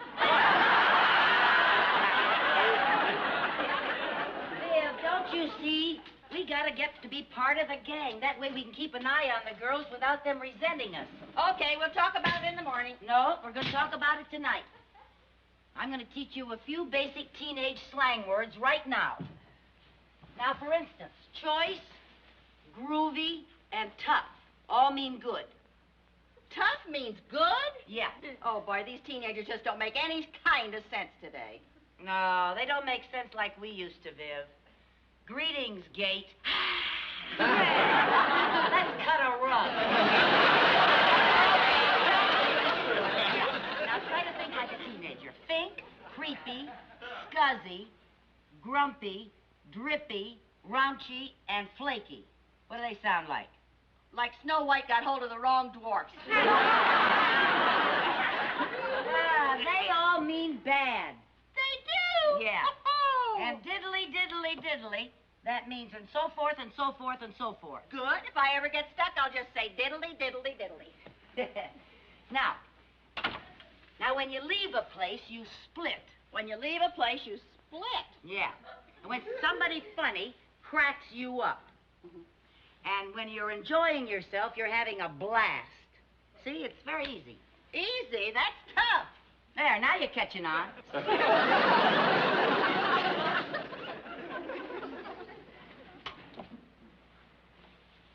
Lucy? What? Don't you think I ought to shut the window?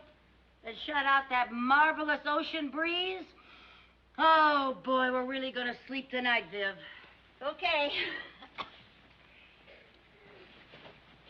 Good night. Pleasant dreams, Bill.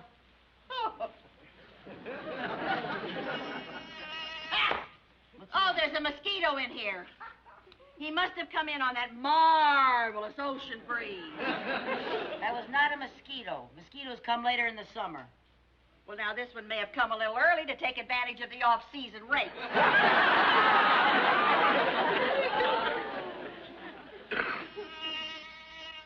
Oh, you're right. And he brought a friend to share expenses.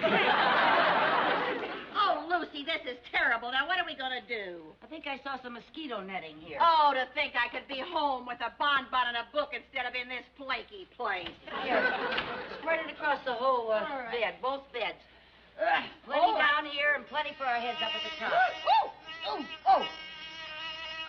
Oh, let's hurry. slide over. Gee.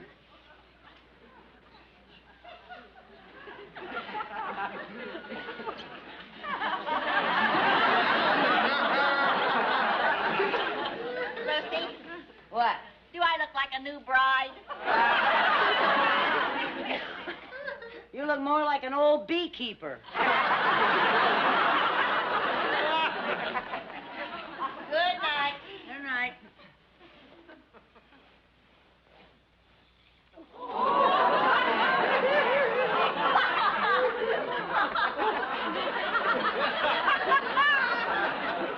Good thing we got this netting. The biggest mosquito I ever saw. Lucy, will you please go to sleep, Bill?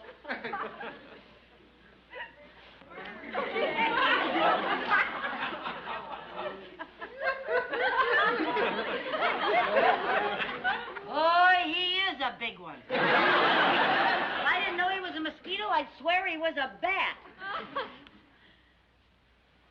That was a bat! A bat! That was a bat!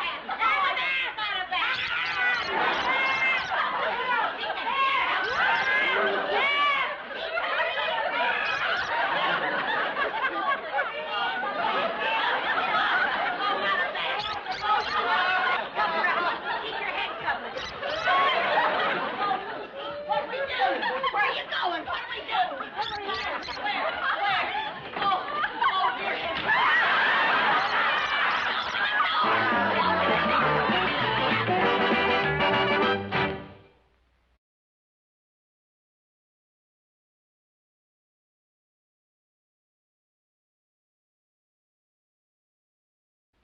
One who'll love you till he dies.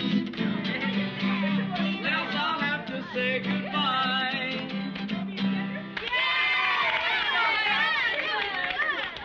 Hey, what was all that screaming at your pad last night? A bat got in the house and gave our chaperones a fit. They were so scared they stayed in the closet for 2 hours. Well, what do you know? The bat just replaced the dog as man's best friend. I didn't even see it. I slept through the whole thing. Me too. If I ever saw a bat, I'd die. I'd really die. Listen, Cynthia, if you ever see a bat, just cool it. They won't bug you if you don't bug them. Go, Bill. Lay down now. Oh, man! Don't look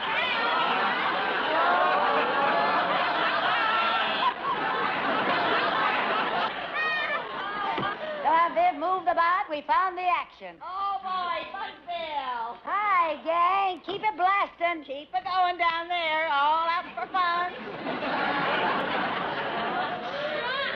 Do you know those weirdos? The lead weirdo is my mother. Hi there, everybody. Hey, how about this weather, Viv? Ain't it tough? Oh, it is groovy fink.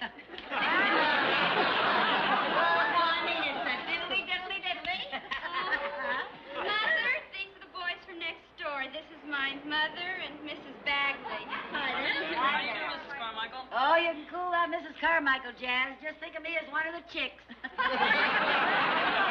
Yes, chop on that Mrs. Bagley. How about another song, Bill? Hey, one at a time. And you know, big girls don't cry. Yeah. Hey, we know that, Viv. Yeah, we know that, but let's do it, huh? Big girls don't cry. Big girls don't cry. Big girls don't cry.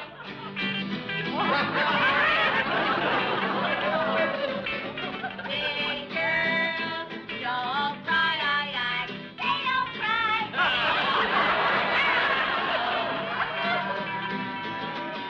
My girl said goodbye.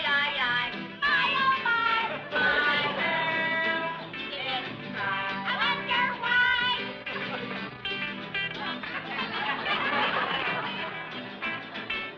I'm a fool, silly fool.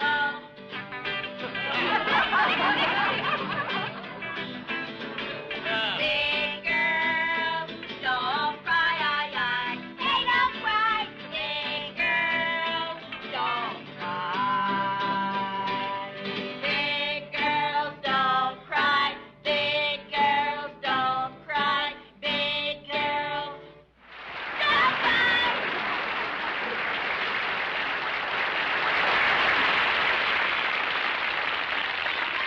I love that song.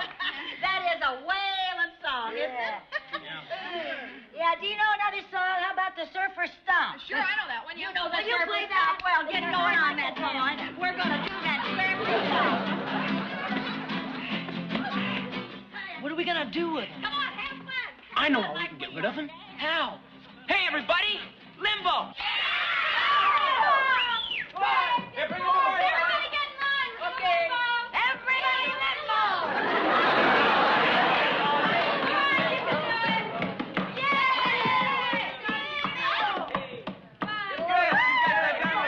Oh, wait a minute now, Lucy. If you think I'm going to do that, you are out to lunch. Sit down and watch. Nothing doing. Get up there, Viv. Me? Oh, I'm going to. Oh, Lucy. Sure. Well, get going. That beat there, fellas. Keep that beat. Keep that beat. Keep that beat. Keep that beat. Keep that beat. Keep that beat.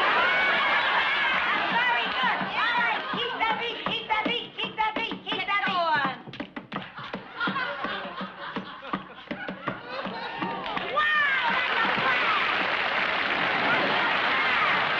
Lucy, I'm going to go in the house. Wait a minute. Why do you want to split? Because my pants just did. All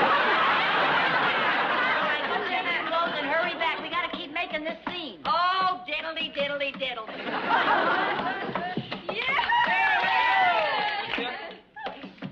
One down and one to go. Hey, Cynthia, hold it for me, okay? Sure. Hey, come on, girl.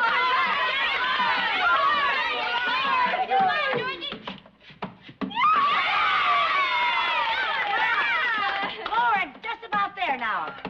Oh, this is fun. I dig this. I dig this. Now then, keep the beat. Keep the beat. Keep the beat. Keep the beat. Well, that's enough of that. We're gonna do something else now. We're gonna play volleyball. Yeah, volleyball. Get the ball. You sit down and watch. We're gonna play volleyball. Hey, Georgie. Okay, I'm the captain. I got the ball. Well, what team am I on? Let's go. Let's go. Come on, kids. Everybody ready? Yeah.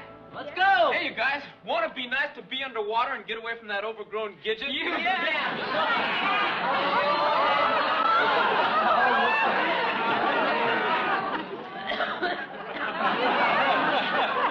I'm all ready for the underwater bit. Last one in's a rotten fink.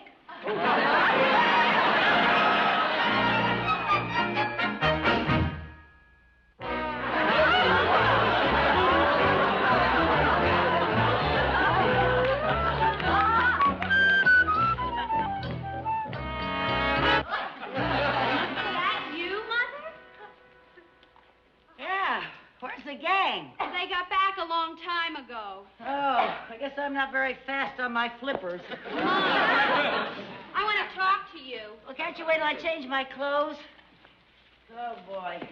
Now I know why they call this a wetsuit. Mother, you've ruined my spring vacation. Do you mean to tell me I came all the way up from the bottom of the ocean to hear my own daughter say a thing like that? Oh, Mom, it's just that we kids don't want you and Aunt Viv to act like teenagers. You don't? No, if you're going to be chaperones, act like chaperones. Well, last night you called us two old fogies. Well, that's because you made us go to bed so early. It didn't mean anything. Oh, I'm sorry, honey. I'm sorry if I embarrassed you. I'll try to make it up to you. You ask the fellas to come over and we'll have a party tonight. A party? Yeah, and Aunt Viv and I'll be chaperones, and we promise to stay way in the background and do nothing but chap. Oh, that's neato. Wait a minute, Mom. Old fogey? How long have you been able to understand our secret language? Oh, a couple of years now. Sure. Diddly, diddly, diddly.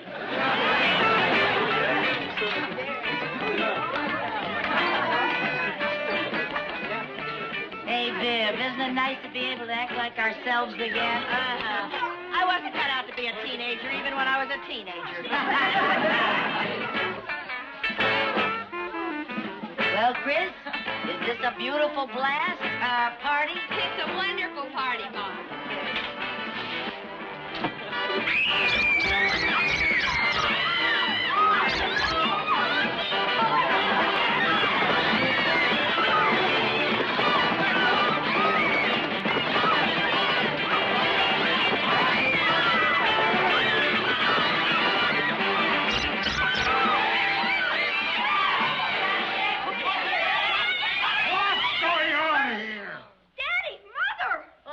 Mrs. Carmichael, I warned you about wild parties. Oh, Mr. Westcott, this ain't a wild party. We were chasing a bat.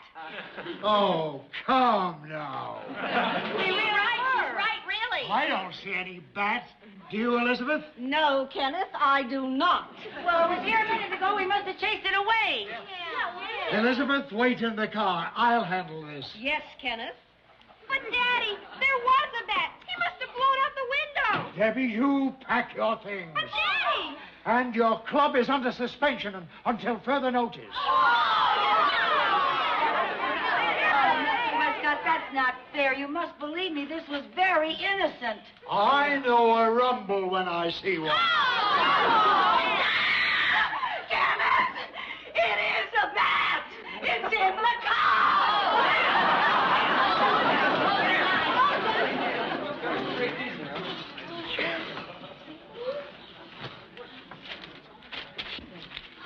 Mrs. Carmichael! Believe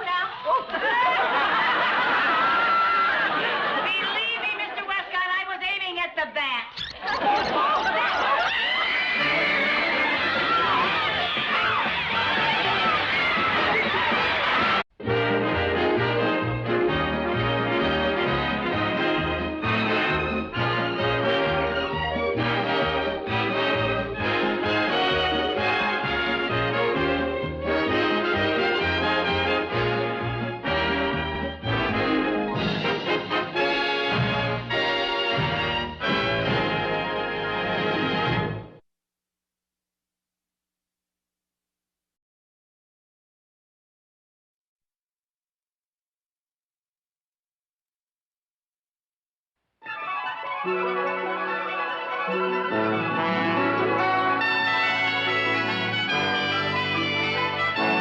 The Lucy Show. Starring Lucille Ball. Co-starring Vivian Vance.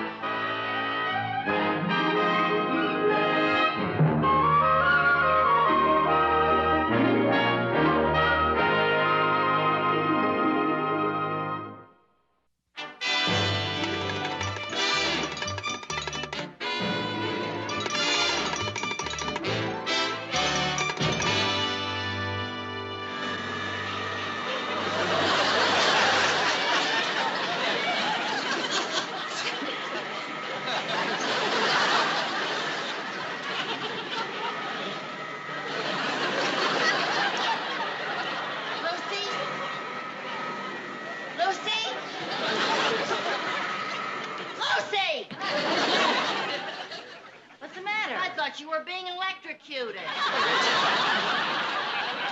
I was dancing. Oh, you were dancing. Well, you looked like an Indian trying to make it rain. I was listening to the radio. Oh. You got some lipstick on your nose. Oh, dear. You got some on your ear, too. Oh, must have put my makeup on in a hurry. Don't you look in the mirror?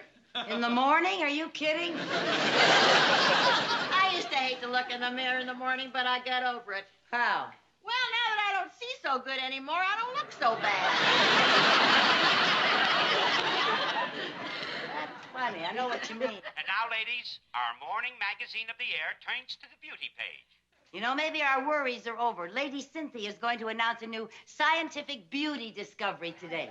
And now, here is Lady Cynthia and her beauty tips. Good morning, ladies. How would you like to have your biggest beauty problem behind you?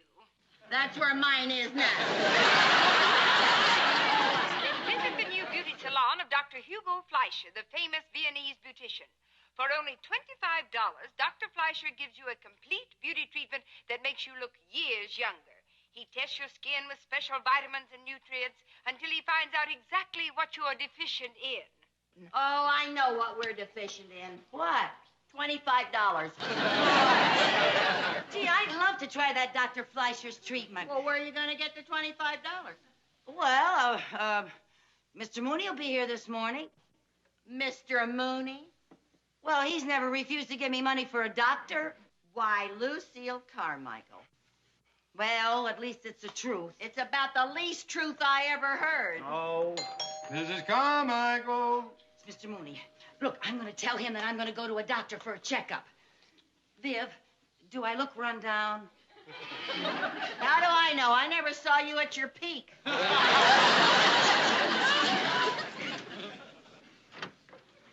Oh. Good morning, Mr. Carmichael. Good morning, Mr. Mooney. Sorry I took so long answering the door, but I just don't seem to have any pep lately. Oh, I'm so sorry. Well, in that case, I won't hold things up. I just dropped by to give you your weekly allowance check. Oh, thank you, Mr. Mooney. And will you please write me an extra check for $25? Now, Mrs. Carmichael, I've told you time and time again, I will give you no more money. But it's not for me, Mr. Mooney. Just make the check out to Dr. Hugo Fleischer. The doctor? Yes. Well, of course. Yes, indeed. I hope you're not ill. Oh, no, it's nothing serious. I've just been feeling a little run down lately, that's all. Well, you know what they say, an ounce of prevention is worth a pound of cure. Very sensible, very sensible. All right, boys, bring the camera right in here. We'll hide it in that alcove. Well, we're all set up, Dr. Fleischer. Are you sure this won't be bad for my business? Bad? This will be the greatest publicity you ever had. Look, my television program, The Boiling Point, has millions of viewers. Millions? Sure. And this week on Boiling Point, we're going to show just how much abuse the average woman will take for the sake of beauty without losing her temper, you see? But if she loses her temper, I lose a customer. No. Oh, of course not. American women are great sports. And once we tell them they're on television, they go along with the gang. Here comes our first pigeon. Go get him. Right. Okay, fellas, get that camera in there, huh? Now, Doctor, if you'll just wait in here, I please. don't know You if can this hear is the everything right right thing in. to do. Doctor, don't worry about a The thing. reputation of Doctor, my business. trust me.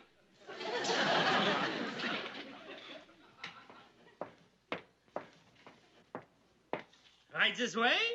Thank you. Herr Doctor. Good morning. Oh, good morning, Doctor. May I help you? Well, yes, I'm Mrs. Carmichael, and I heard on the radio about your wonderful beauty discovery, and that for $25 I could get a beauty checkup. Mm-hmm. Do you have an appointment? No. Do you have $25? Yes. Then you have an appointment. Thank you. My assistant Hans will seat you. Thank you. Please, sit right here. Oh, okay. Here. Sit down. Now, what is your problem? Well, I don't really have a problem. I just want you to make me look pretty. Mm-hmm. Then I must ask you how old you are. Why? Well, I want to know how much time there is left. Please, lady, don't shout. Now, just sit back and relax. Come right Carmichael. Mrs. Carmichael, I do not pamper my clients. Now, if you don't want my beauty consultation, then you can just I want it. Then sit still. Now, we shall start by first checking you for classification. Classification, right?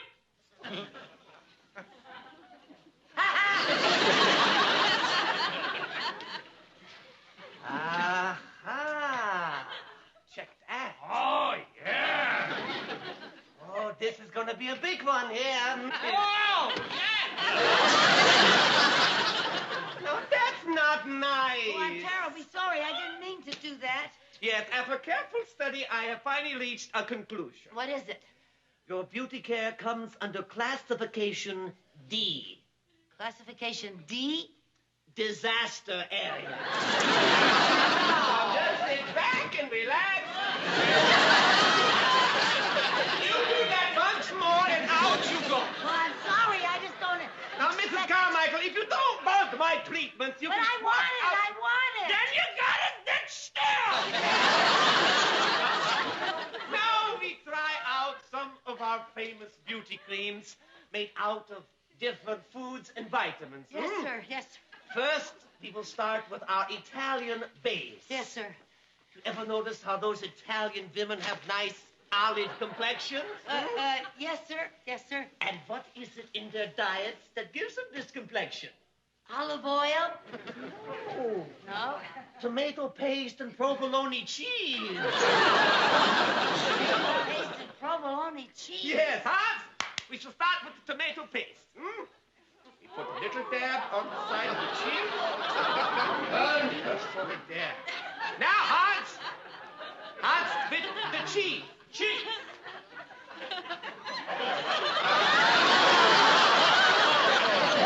Already the pores are nourishing themselves, huh? Do you feel anything? No, but I can smell the provolone. Now we try our protein. Huh? Well, what's that? Tuna fish. Tuna fish? The oil does wonders for the skin. Oh. That's right. Wunderbar. How's that? Well, at least I can't smell the provolone anymore.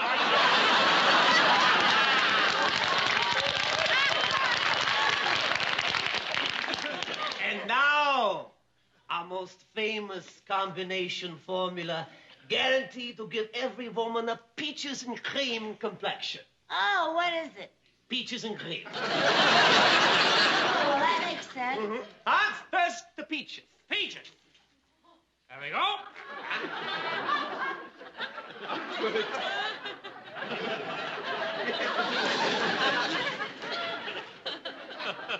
Open your mouth. Now, Hans, make with the cream. The cream. Right.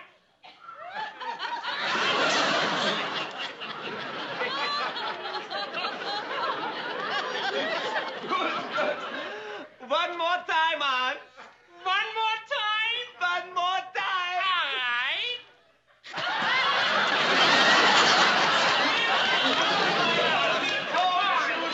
To do that.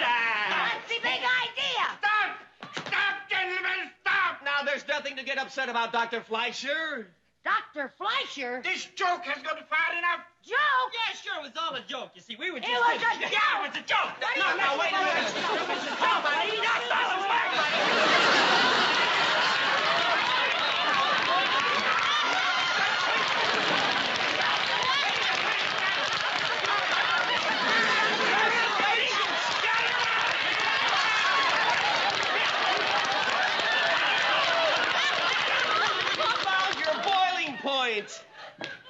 You found my what? Your boiling point. Mrs. Carmichael, you're on television. Look. On my what? Look at his face. Oh, for heaven's sake. Oh, I must look a sight. Hello, Sam. Hello, Jerry, Chris, and Jerry. Oh. Now, Mrs. Carmichael, if you'll just sign this release. I had no idea. You'll receive a 5-year supply of fly paper. Oh, thank you.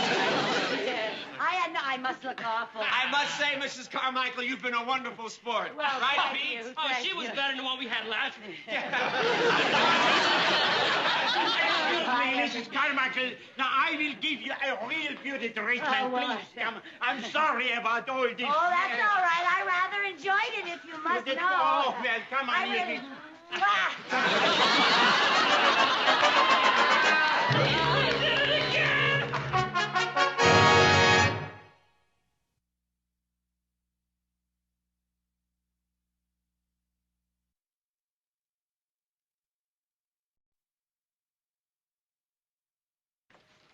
Oh, Mr. Mooney. Good afternoon, Mrs. Carmichael. What a surprise. Good afternoon, Miss Bagley.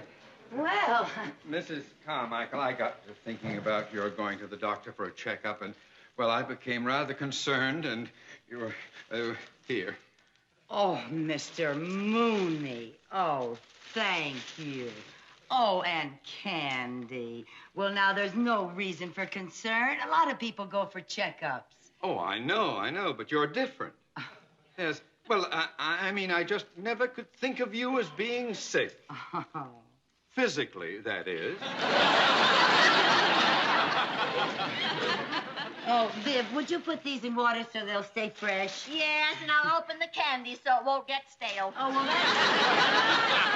oh, won't you sit down, Mr. Mooney? Oh, thank you. My goodness, I didn't realize that you could be so sentimental. Why, Mrs. Carmichael, just because I deal in cold cash doesn't mean that I have a cold heart. Oh, well, of course not.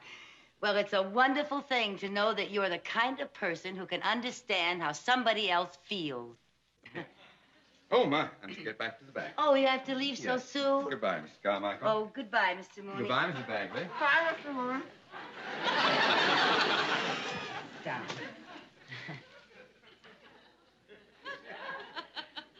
Mrs. Carmichael, Yes? I do hope you can forgive me for some of the unkind things I might have said to you in the past. Because when I thought of the possibility of you being ill, I was overcome with remorse. Oh. I realized I shouldn't blame a woman like you just because you don't know anything about finance and budgets and economy. After all, you can't help being stupid.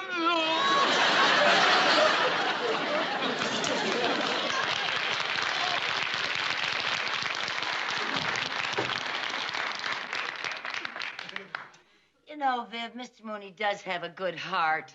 I wonder how good his heart will be if he finds out that Dr. Fleischer's a beautician. Suppose he sees you on television. Yipe! He can't see me on television. What am I going to do, Viv? Well, you're just going to have to keep him from showing the show, that's all. I got to go see that Mr. Patterson right away. Yeah, you go see him now, Lucy. Come on, you better hurry, too. Now, if he gives you any argument, you stick up for your rights now. Tell him that you will sue him. Oh, I wouldn't want to do a thing like that. I want to be real nice, Viv. You know, you can catch more flies with honey than you can with vinegar. Who needs honey? We got a 5-year supply of fly paper.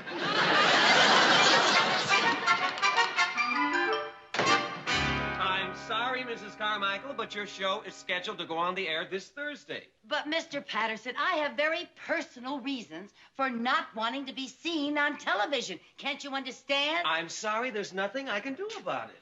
Oh. If there's nothing you can do about it, then I am going to get a lawyer. Lawyer? Yes. Oh, wait a minute. Remember this piece of paper? What's that? It's our signed agreement for your appearance on our television show. I signed that? You sure did. Well, then I want it right now. Now, Mrs. Carmichael, you signed this of your own free will. But, Mr. And I'm afraid Patterson. there's nothing we can... Patterson, Excuse Mr. Patterson. me? Yes. Say, we just ran a rough timing on Wednesday's show. Yeah, how'd it time out? Well, we're about a minute short. Does that include the last commercial? Including everything, we're still a minute short. Well, we'll just have to dream up some kind of a funny finish that runs about a minute. Okay, when do you want to get together? How about tonight? My wife's out of town. Maybe we can go someplace for dinner, huh? Name it. Hey, how about that French restaurant, the Can A Go Go? Yeah, where the waitresses are dressed like can dancers? Yeah, but I go there because the food is excellent. You sly dog. First day she leaves, you're going to start. Pete, I have someone in the office. I'll call you back. Now, Mrs. Carmichael, it's not the intention of our show to embarrass anyone, but you did sign an agreement. Mr. Patterson, really, can't you believe me? Mrs. Carmichael, I don't don't have time to argue with you. I've got to get this to the film editor. Oh.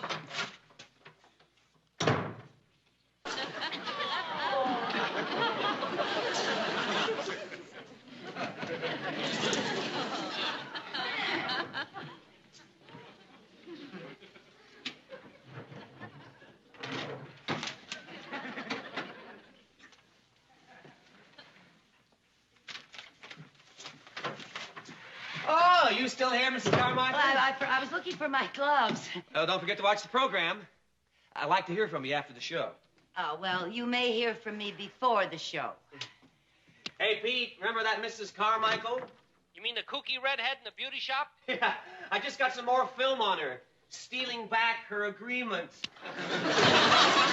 What? Why, that's the sneakiest thing I ever heard of. How dare you do a thing like that? How dare you do a thing like that? Again. You found what again? Your boiling point. Oh, good work, fellas. Well, you may think you have the last laugh, but you cannot put me on that program without my written permission. And I have that.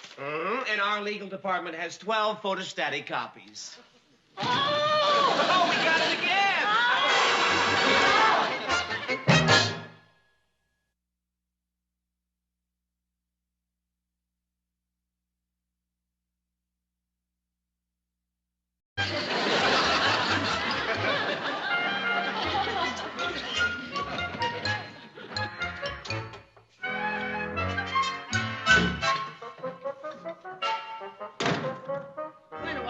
Hey, what happened to Joe? Joe? Yeah, our regular window washer. We're not here today. Hey, I bet I know what happened. His wife had that baby, right? Yeah. Boy or girl? Oh, it was a boy. Hey, that's great. Here. The Joe's boy. Oh, no. Oh, go ahead. They're imported. $50 a box. I always say there's nothing like a good cigar, huh? Especially a good cigar like this. It makes you feel so relaxed, you know? So content. So masculine. You know, cigar smoking's about the only thing that women haven't taken up yet. But give them enough time, they'll probably catch on to that. You regular cigar smoker? Oh, yep, uh-huh. Well, I guess you guys can afford it, huh? You make pretty good money. But you earn it. I wouldn't hang out that window for $1 million.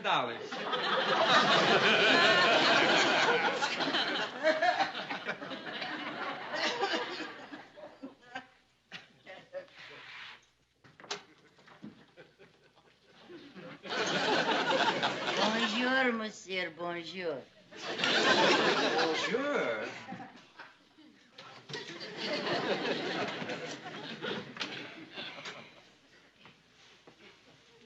You know, Mr. Patterson, you're even more handsome in person than you are on television.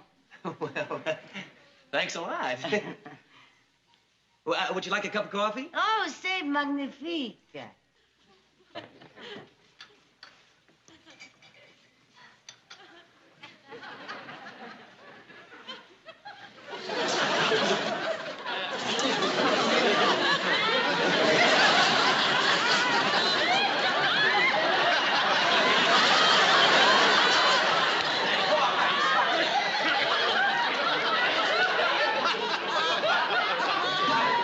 I'm so fascinated by your coffee. Oh, you like? Well, then maybe you get Gigi on TV, huh? Well, I sing. Oh? Yes, when love comes in and takes you for a spin. Oh, la, la, la, c'est magnifique. Oh, la, la, la, oh, la, la, la, oh, la, la, la.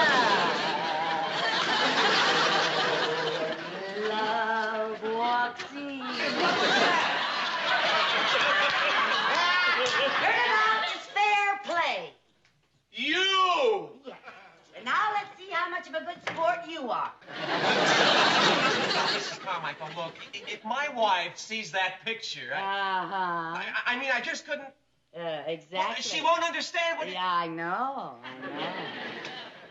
All right, you win. Here's the film we took of you. Thank you. Now give me the picture you took of me. We can't. Why not? Because there's no film in the camera. Film? You mean you didn't take a picture of me? Of course not. That wouldn't be nice.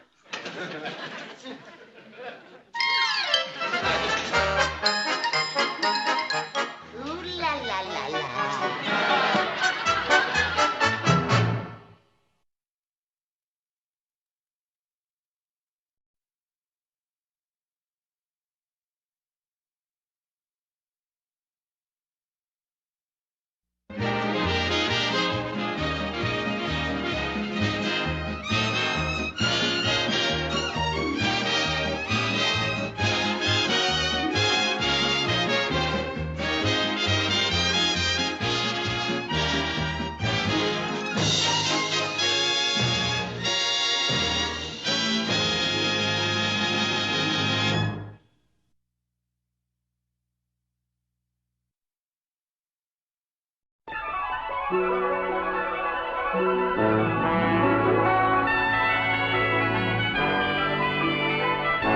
The Lucy Show.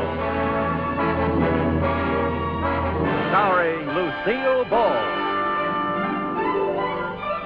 Co-starring Vivian Vance.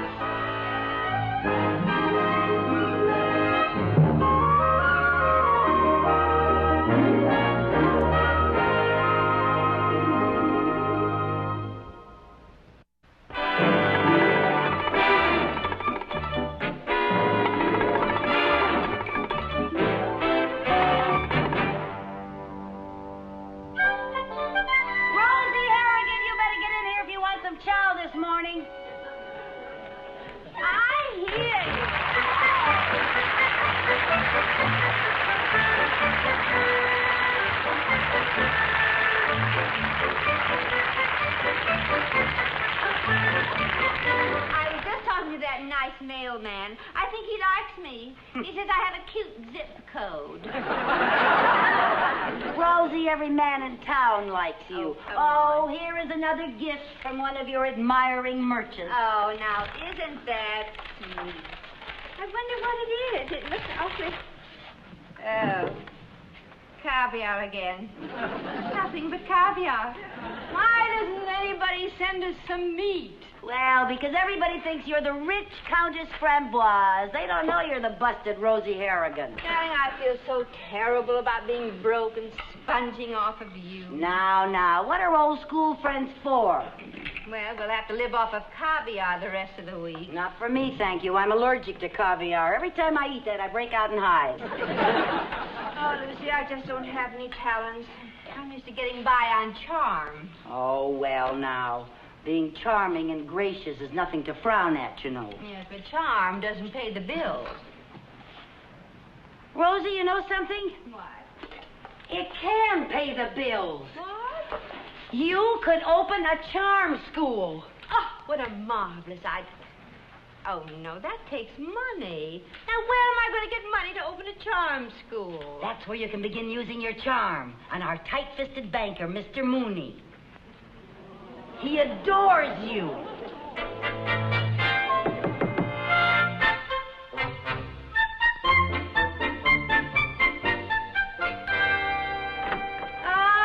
Bonjour, monsieur. Entrez. Countess Framboise! I was so excited when you asked me to come over here.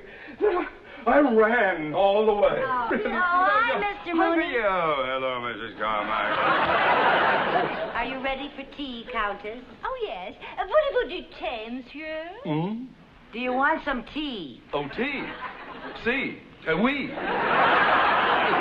Right in. Thank you very much. Oh, please be seated. Oh, thank you. I've so looked forward to chatting with you. Oh, I'm honored, Countess, honored. You know, you are like a breath of culture here in Danfield. Oh, now, monsieur, vous êtes si séduisant. Oh, I didn't know.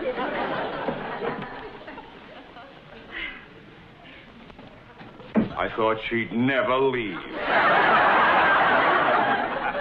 Lucy is a wonderful person. She wants to leave us alone because, frankly, I have a little favor to ask of you. A favor? Of me? A lowly commoner? Yes, Mr. Money. That's Mooney. Of course, you can call me Theodore. Well, I'm glad that you spoke of culture. Because, frankly, I think Danfield could use a little culture. Oh, my sentiments, exactly. Yes. Then I am sure you can understand why I'd like to open a charm school here in Danfield. A charm school? Oh, what a wonderful idea. I couldn't help overhearing. Now, what do you think of this idea? Why, Countess, with you in charge, a charm school would be sensational. Oh, I knew a man of your breeding would agree with me. There's just one tiny little problem. Money. You see, all of my money is tied up in a Swiss bank. Oh, well, couldn't you send for it? Well, you see, my bank is way up on one of those Alps, and it takes the postman forever to get there. So I thought perhaps your bank... Oh, dear. Oh, Countess, much as it hurts me to say this, my bank is not in a financial position to advance a loan just now. I was so counting on you. Counting on Teddy. Yeah. Oh, fudge. Wait a minute. There is a Mr. and Mrs. Dunbar from New York in town. Now, they were discussing investments only yesterday. Now, they might be just the ones to back your venture. You really think so? Oh, Countess, once they meet you, how could they resist? I mean, after all, I'll go and arrange a meeting right away. Oh, Teddy. Yes. You are wonderful. No, yeah.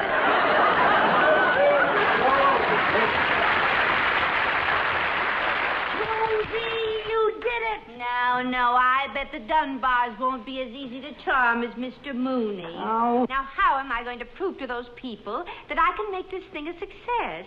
Lucy, I don't know anything about teaching charm. Rosie, I have a plan. Did you see my fair lady? Yes. Now listen. So you see, my school here in Danfield would only be a start, Mrs. Dunbar. I'm planning to spread the Countess Framboise charm method all over the world. Well, heaven knows the world needs more charming people. I think it sounds expensive. Quiet, Fred. Pay no attention to my husband. He made all of his money in oil. Crude oil. Yes, indeed. Well, now, as I was saying, all I require is enough capital for this little suite of offices. Well, Countess, I think your charm school sounds fascinating. But why waste it on this place? Everybody in Danfield is so, common. We only come here to visit Fred's relatives. But, my dear, that is the challenge. Out there are hundreds of women who haven't the faintest idea how to walk or talk or dress. I am longing to bring them the Countess Framboise charm method. Yes, I am ready. I am ready. Now, if there was only something I could do to prove to you what I am... Wait a minute, woman. We're conducting business here. Go right ahead. Ain't gonna bother me none.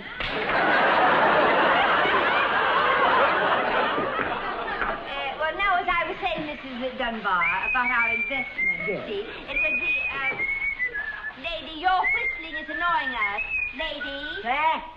Your whistling is annoying us. Oh, yeah, I don't whistle so good since I had my two front teeth knocked out in a fight. Hanging by their roots. I deplore fighting. Yeah, me too. I got a kick out of it. But now, as to our investment... Well, Countess, before we would dream Hey, of what making time any... is it, fat lady? It's 12 o'clock. Oh, boy, I gotta feed my face. Oh, beat it up.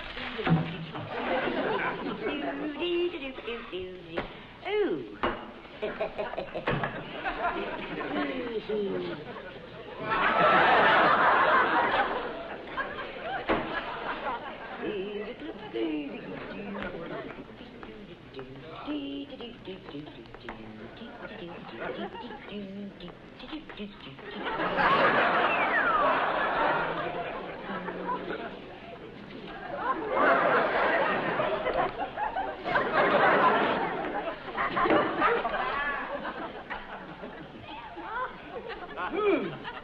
Good. What's the matter with you? You want a swig? How vile. It's the only flavor they had left, pink bile. We should talk over here. What a crude person. Yes, well, my dear, you can't blame her. She's a victim of society. In fact, she's exactly the type that my school could help. Do you think you could help her? Quiet, Fred. Do you think you could help her? Well, it might be a very interesting challenge. Now, let me give her a few tests. Pardon me. What'd you do? I would like to talk to you, Miss Lumpwamper. Liza Lumpwamper. I come from a long line of Lumpwampers. Lumpwamper. Well, I'd like to play a little game with you, Miss Lumpwamper. Oh, what do you want to play, honey? You got some dice? No. I would like you to say, the rain in Maine falls plainly on the grain. Now, why would you want me to say a stupid thing like that? It ain't even cloudy out. How do you know it's raining in Maine? Now. I was just trying to study your speech habits. Well, I don't have any habits. I just say what comes to my mind. But I'd like you to recite something. You mean like a poem? Yes, a poem. I mean a poem. Oh, I know a loverly poem. Oh, good. Yeah, it's called, Pull Down the Awning, Mother. Daddy's leading a shady life. Standing in front of the local saloon, and I saw him dancing with him. Oh, the best part's coming. No. Never mind. Countess, I think you'd be wasting your time trying to transform this person.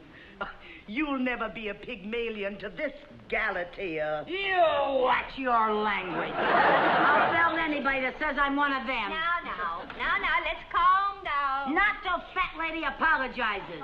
I apologize? Well, that's more like it. You better learn some manners. Why can't you be nice like your son here?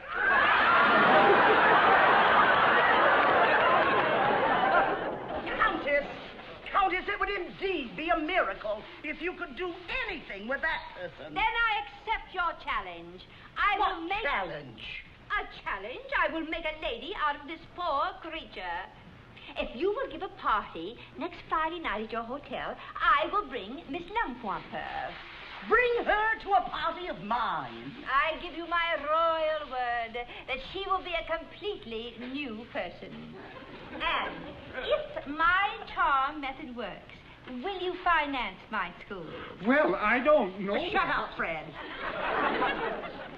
We'll do it.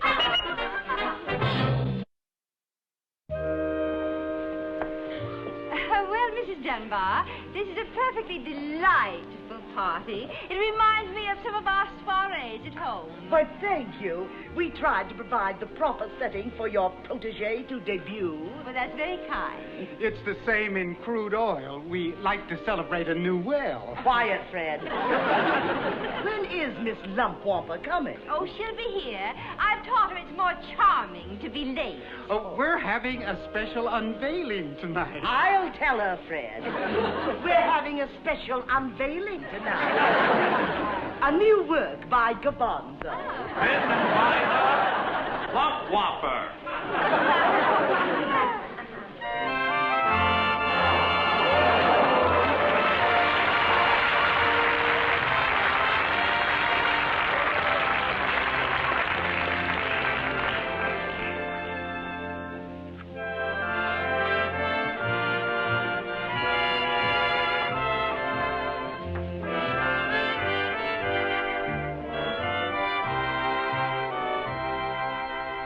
Good evening, Eliza. What do you think of my creation? I think she's beautiful. Quiet, Fred. Well, she doesn't look bad on the surface, but can she talk? Say something, Eliza. The rain in Maine falls plainly on the grain. That was very good, my dear. Now mingle with the guests. À tout à l'heure. See you later, fat lady.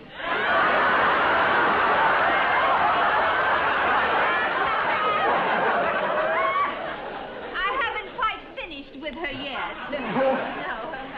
I think you did a wonderful job. She looks beautiful. Oh, shut up, Fred. Oh, I'm sorry, fat lady.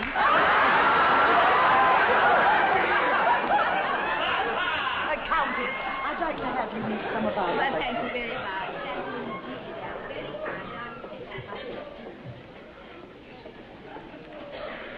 Excuse me, Miss Lumpwamper.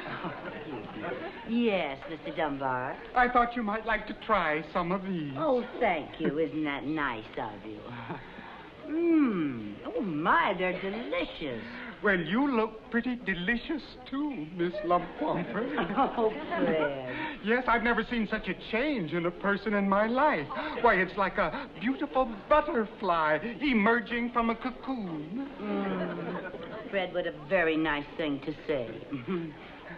And you know, I think it's the first time I've ever heard you finish a complete sentence. It felt so good. What you mean? Oh, Fred, you're so nice. These are delicious. Oh, well, I'll bring you some more. Oh, would you? Yes. Oh, I appreciate that so much. Oh, they're just wonderful. I'll be right back. Hurry back. Lucy, do you know what you're doing? Yes. I'm getting along with Fred very well. I think I've got him hooked. No, you're eating those canapes. Yes, I know. But I'm eating them very daintily. I have my pinky out. I thought you said you were allergic to caviar. Oh, I am. I can't stand caviar. I get hives. That's caviar. I didn't notice. Well... Oh, what am I going to do? Well, if I know hives, you're going to itch. Oh, I know I'm going to itch. Yes, I know. But if you're going to scratch, scratch daintily and leave the pinky out.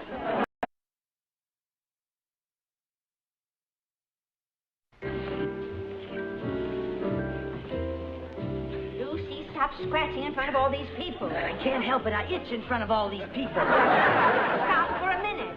Oh, dear. Here comes that Mrs. Balance. Let's get out here. Come on. Oh, Countess. Countess. Yes. Oh, dear. Countess, my husband and I are going to France next month, and we would love to see your chateau. Oh. How do we get there? Well, it's rather difficult to explain. That means you take the boat from Le Havre to Paris, then you go south to Marseille, then up to Lyon. Why don't you draw a map? A map? Yes, right here. Oh, yes. Oh, that's a marked idea that I can explain here, yes. Well, now, you take the boat from Le Havre to Paris. Oh. Now, while you're in Paris, I would suggest that you see the Eiffel Tower. Oh, it's higher. It is. Very tall. And it has a very broad base. Yes. Very broad base. Now, don't get it confused with the Arc de Triomphe, which is shaped like this. Oh. You should see both of them, though. Well, once you've left Paris, you go straight to Marseille. Oh. Yes. Then you go north to Lyon. Oh, we should go south again. No.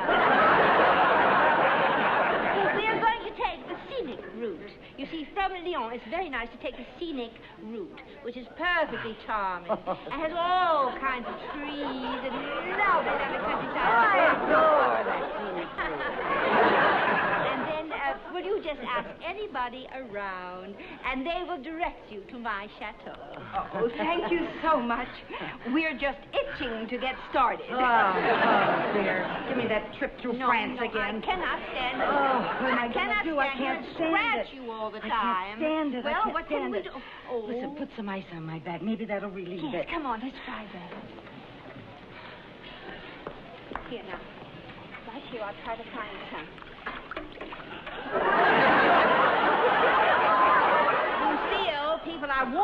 Oh, get me a big chunk. Well, it's slippery. I can't find any. Wait a Oh, minute. let me get it. Let me get it. Miss Lumpwalker, what are you doing? Did you find my earring, Liza? What? My earring dropped in the punch Oh, bowl. no, I haven't found it yet. Well, do try, my dear. She's searching for my earring. I lost one, you see. But, Countess, you're wearing your earring. Yes, well, it's a spare. I always carry a spare. My dear, never mind, just never mind. I wonder if you'd mind excusing us, please, Mrs. Dunbar. Liza, I think we should go home. No, I'll be all right if I could just find someplace to hide for some uninterrupted scratching. I know, but there are people in every room. Well, I'll find a place. We've almost got these people convinced we don't want to do anything wrong now. No. We'll have to start from scratch. Oh. No, why did I say that?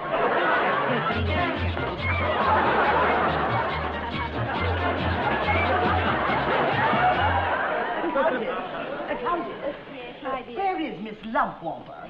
Well, I'm not sure. I think she's around here somewhere. Well, it's time to unveil the statue. Oh, dear. Attention, everybody! Everybody! Gather round, everybody. It's unveiling time. The new work by that great futuristic sculptor, Gabonzo.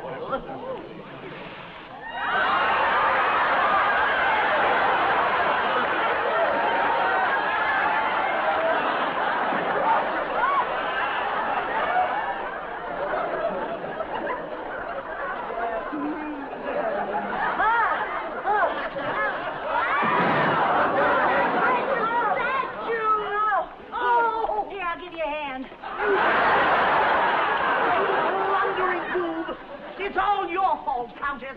This is nothing but a slovenly charwoman. She'll never be anything else. Now, just a minute. Now, just a minute. We have to remember our manners. Our manners? Yes, a real lady knows. There's a proper time for everything.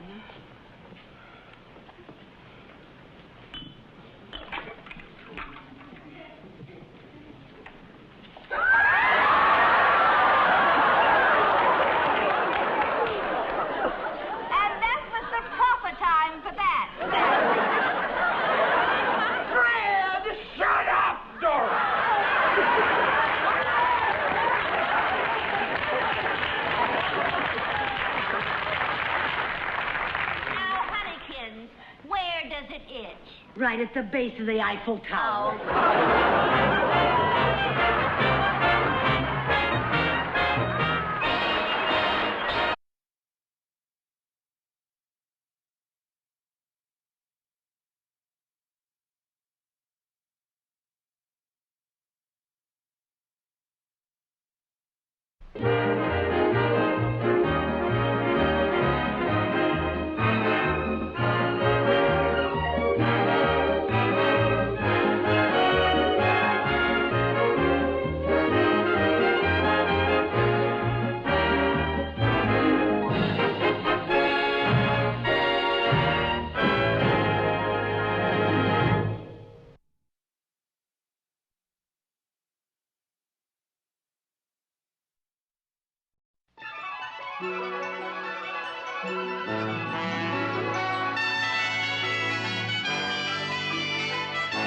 The Lucy Show.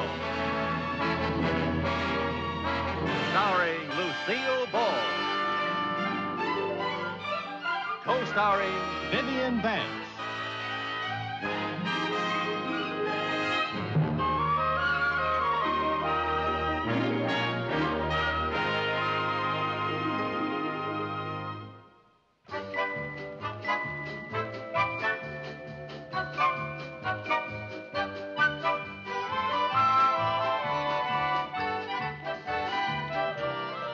What's for breakfast? Toast and coffee. That's all? Well, the kids ate all the oatmeal. It'll do us good to diet a little. Oh, now look, Lucy, I've had nothing but toast and coffee for a week. Pretty soon I'll be skin and bones. Viv, face it.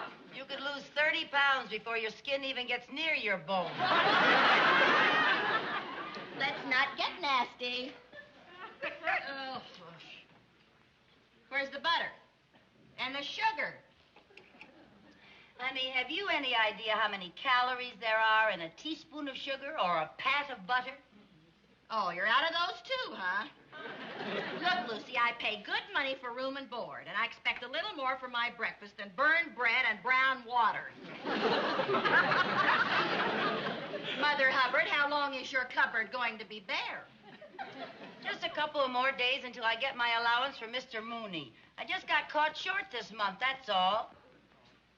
I just can't eat dry toast. And I don't like my coffee black. Oh, I'll have a bite to eat downtown before I get my hair done. Oh, that explains why you're so grumpy. I am not grumpy. Oh, yes, you are now, Viv, honey. But I don't mind. You were always in a foul mood when your roots need retouching.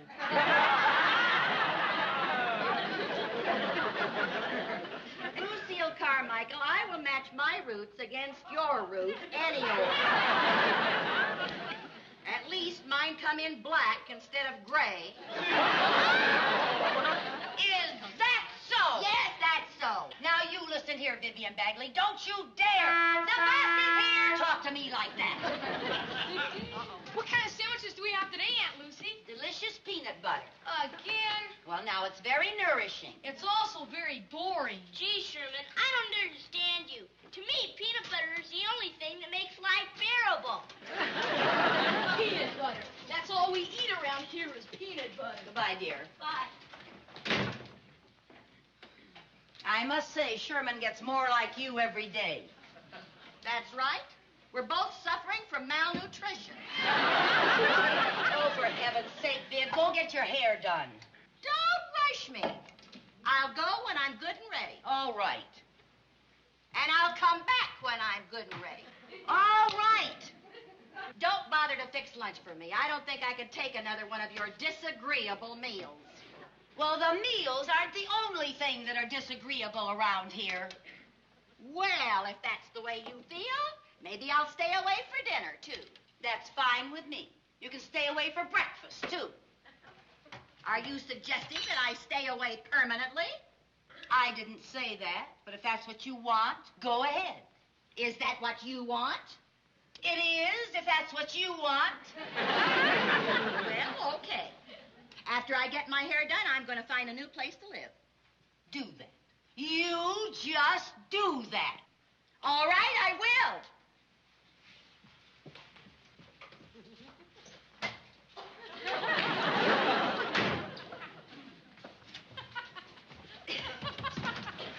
And my roots are just as black as yours are.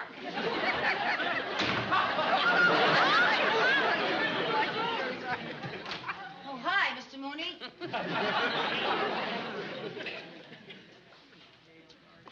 Now, only your hairdresser and I know. What in the world is wrong with Mrs. Bagley? Oh, we just had a terrible fight. Oh, another one of those. Well, this one is serious. She got all in a huff just because I didn't have a little pat of butter and a teaspoon of sugar on the table. Mrs. Carmichael, She shouldn't please. be worried about Please, sugar. I beg of you. Spare me the grubby detail. I came over here to discuss your finances. Well, I want to have a talk with you, too. Your financial affairs are in the worst state they have ever been in. But I need money right away. The only way you will get any money is to buy a small printing press and learn how to draw a picture of George Washington.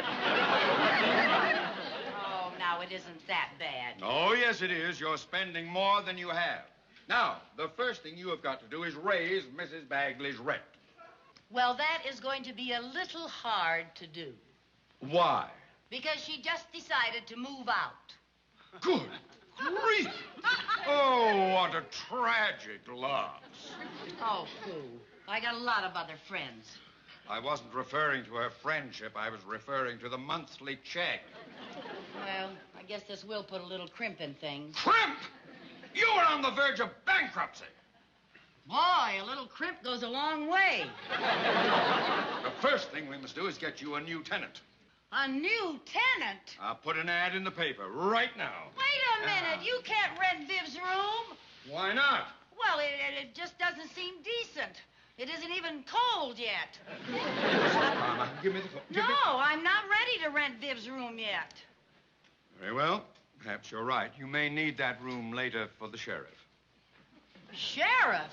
Well, after all, he might as well be comfortable while he's waiting for you to obey the eviction orders.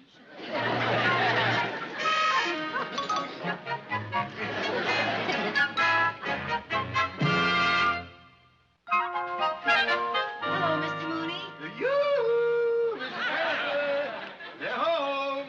Oh, she's a lovely lady. She's looking for a place for herself and her son. And I've already quoted her a price $5 higher than Mrs. Bagley was paying. Oh. Come in, come in. Yeah.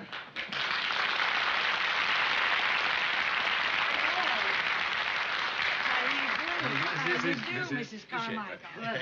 How do you do, Mrs. Schaefer? And this is my son, Bob. Hello, Hello, Bob. how are you? And this is my daughter, Chris. Hello. Oh, whoa.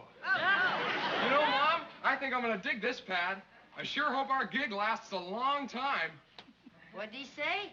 He thinks Chris is very attractive, and he hopes our booking at the Elm Tree Inn will be a long one. Oh, you're in show business. Oh, yes, yes. Mrs. Schaefer is a singer, and her son plays the drums. Oh, how wonderful. Well, I sure hope your gig is a long one. How would you like to see the pad? Room?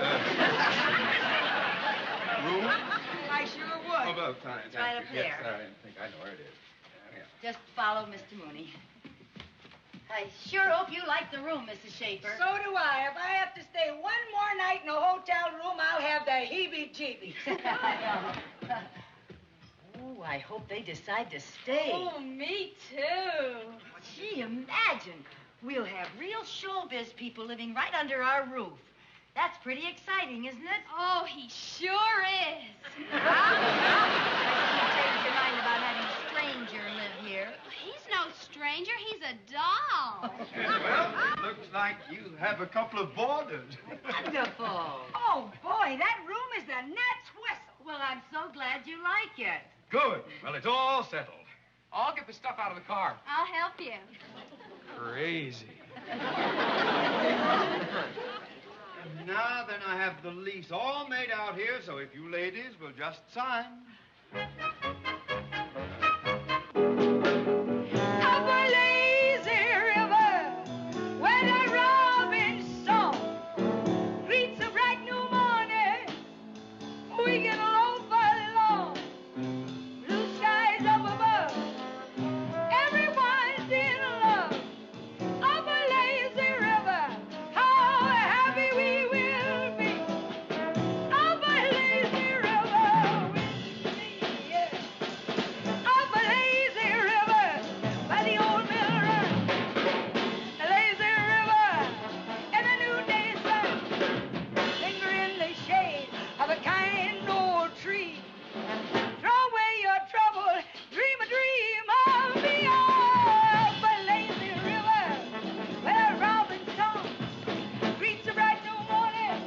We can loaf along through skies up above. Everyone's in love. Up a lazy river, how happy we will be. Yeah, up a lazy river with me.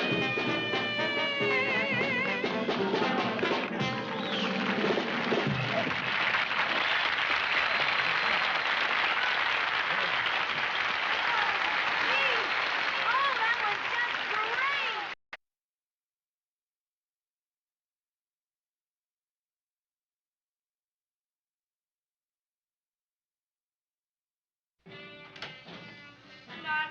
Hi, sweetheart.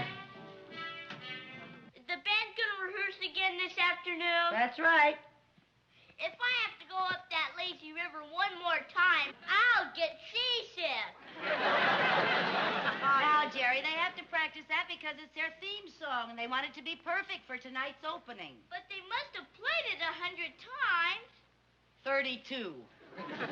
They're paying boarders, and if it's their business if they want to play the same tune over and over. And over and over and over. Never mind now.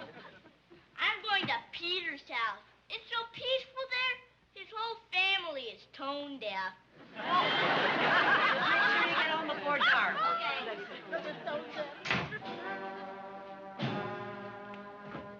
Up a lazy river by the old mill run. Lazy river in the noonday sun. Linger in the shade of a kind old tree. Throw away your trouble, dream a dream of me. Up a lazy river where the robin's song reach the bright new morning. We can loaf along. Blue skies up above. Everyone's in love.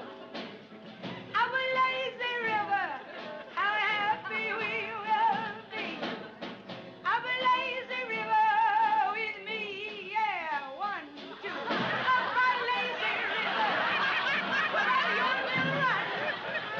Lazy river, in a noonday sun, linger in the shade of a kind old tree.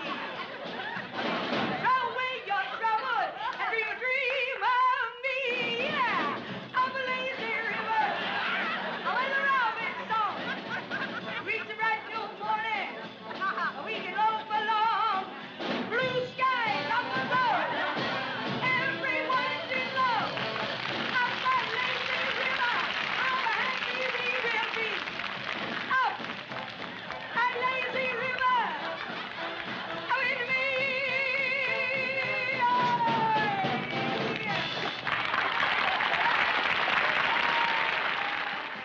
Mom, I'm going to Randy's. Okay, Mom? Mom? Oh, yeah, honey? You have any more of those earplugs? No, afraid not. Then I'm going to Randy's. Just a minute, young man. Let me see that shirt. You're not going anywhere until you put on a clean shirt. A clean shirt? Randy will think I'm a dude. You have a long way to go before you become a dude. Now, march.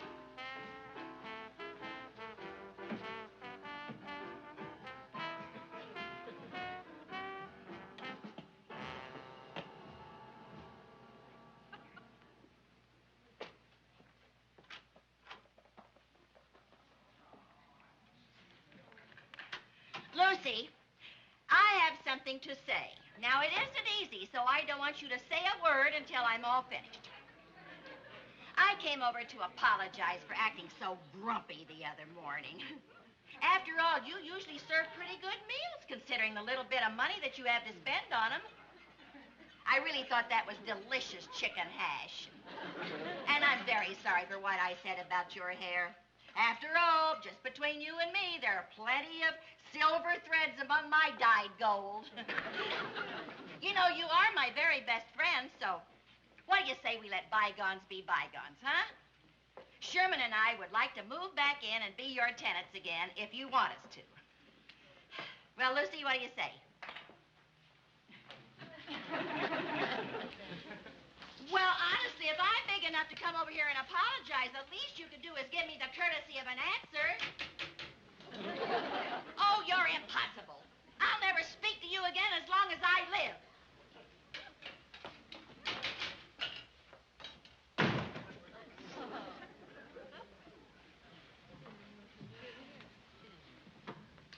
Mom? Oh, Mom! Yeah, honey. They stopped rehearsing, so you don't need those anymore. Oh, thank goodness. The guy from the band was giving me a ride over to Randy's. Oh, okay, honey.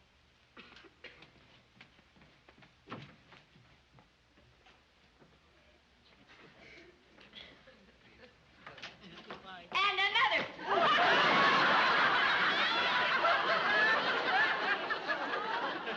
Viv, boy, am I glad to see you. Glad to see me?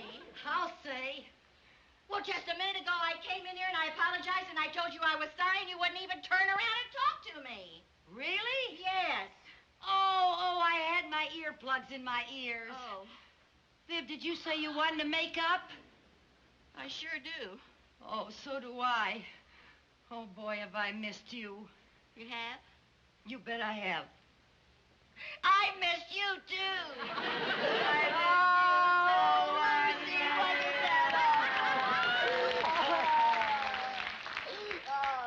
Why were you wearing your earplugs, honey? Well, I rented your room to a singer, and she rehearses all day with her band. She's very good, but you can get too much of a good thing. Oh, poor little thing. You rented my room. Well, now, it wasn't my fault. It was Mr. Mooney's idea. When he found out that your room was vacant, he almost broke out in hives. Well, I guess we can't move back in here after all. Now, wait a minute. Roberta's awfully nice, and maybe if I talked to her and explained things, maybe she'd move out. Do you really think she would? Boy, I hope so. Come on, we'll go talk to her right now. Good. Lucy, can I talk to you? I was just coming in to talk to you. Oh, Mrs. Bagley, this is Mrs. Schaefer. How do you do, Mrs. Bagley? How do you do, Mrs. Schaefer? What was it you wanted to talk to me about? My agent just called. I've got an audition at the Copa in New York Friday afternoon. Oh, that's just wonderful. Yeah, but now everything seems to be all whopper-jawed. Whopper-jawed? Yeah. You see, if they like me, I have to leave right away. Would you consider letting me out of my lease? Well, that's a lot to ask, but I think maybe I could do that. Oh, thank you. Oh! Friday afternoon. What? Bob promised to play for Chris's dance. Oh, I forgot all about that. Well, Chris will just have to find another band in a hurry. Oh, no, she won't. Bob promised to play for that dance, and I've always taught Bob to keep his promises. Well, what'll you do? Can you get another band for your audition? Well, I can't afford another band. I guess it's just goodbye, Copa. And hello, motel. Now, wait a minute. I know where you can get another band for free. You do? Yeah, it's just for the audition, isn't it? That's all, just for the audition. Well, now, don't you worry about a thing, Roberta. I have just the group for you. Oh, thank you. That's wonderful. Okay. Up a lazy river by the old mill run.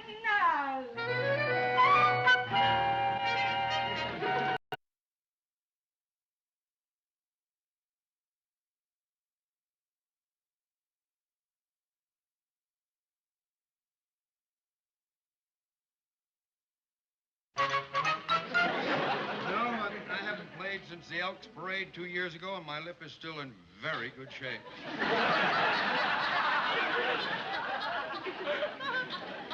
Oh, brother. I'm surprised Roberta agreed to go ahead with this audition after she heard us play yesterday. Well, we're better than nothing. That's a matter of opinion. Well, we can't be too bad, or we wouldn't be auditioning at the Copa. Oh, for heaven's sakes, Lucy. Oh, hi, Roberta. Hi. Gentlemen, this is not my regular band. These are friends of mine that came over to play for me. Yes, I'm Lucy Carmichael on the Skins. This is Vivian Bagley on the old 88. And this is Theodore Mooney on the slush pump. Hi. I think we'll start off with Bill Bailey. Won't you please come home? That'll be fine. Okay. 1, 2, won't you come home, Bill Bailey? Won't you come home? I've cried the whole night long. You do the cooking, honey, and I'll pay the rent. You know you done me wrong. And from that rainy evening, you threw me off. Had nothing but a fine to Ain't it a shame? I to blame. Bill Bailey, won't you please come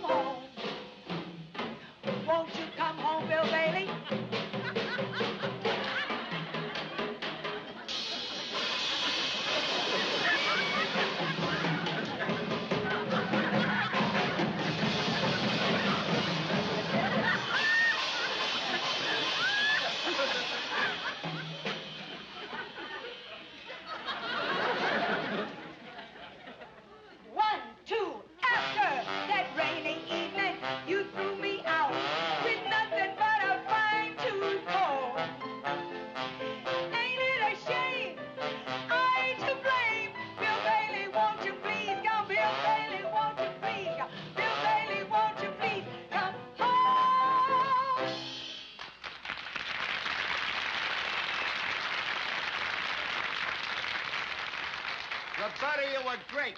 Just great. And we'd love to have you here at the Copa.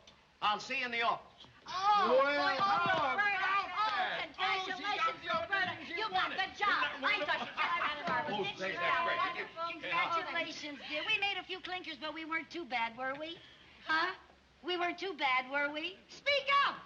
We weren't too bad, were we? Oh, wait a minute. Yeah, you weren't taking any chances, were you?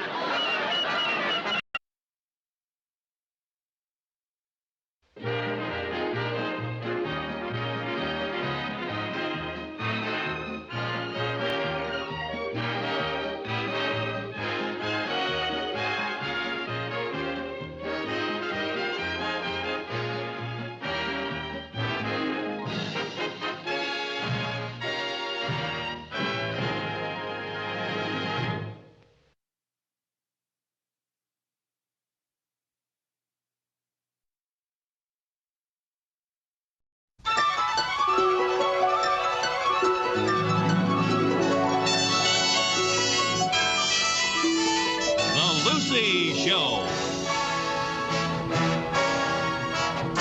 Starring Lucille Ball. Co-starring Gale Gordon.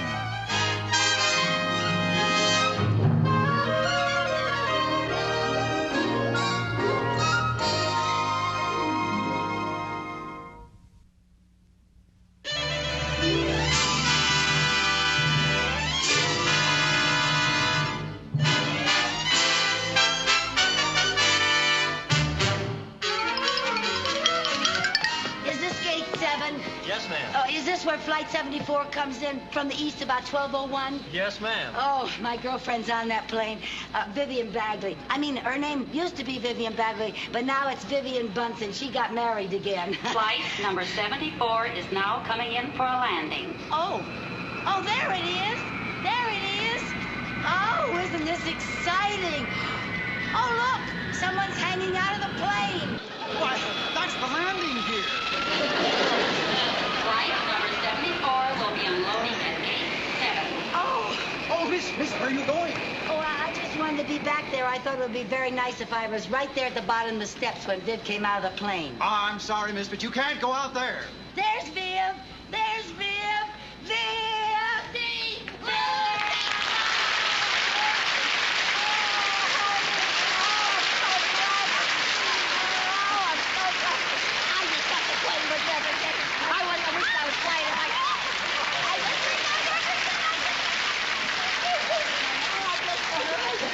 I'm so happy to see you. Oh, and I'm so glad to see you.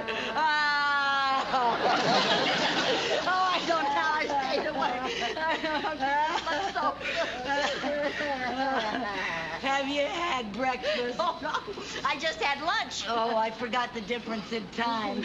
Oh, I love it. Now that I'm in California, I'm 3 hours younger. Same old Viv, that's what you are. Here, let me carry this for you. Gee, oh, boy, that's heavy. What do you got in here? I bought you a present. What? A big bag of oranges.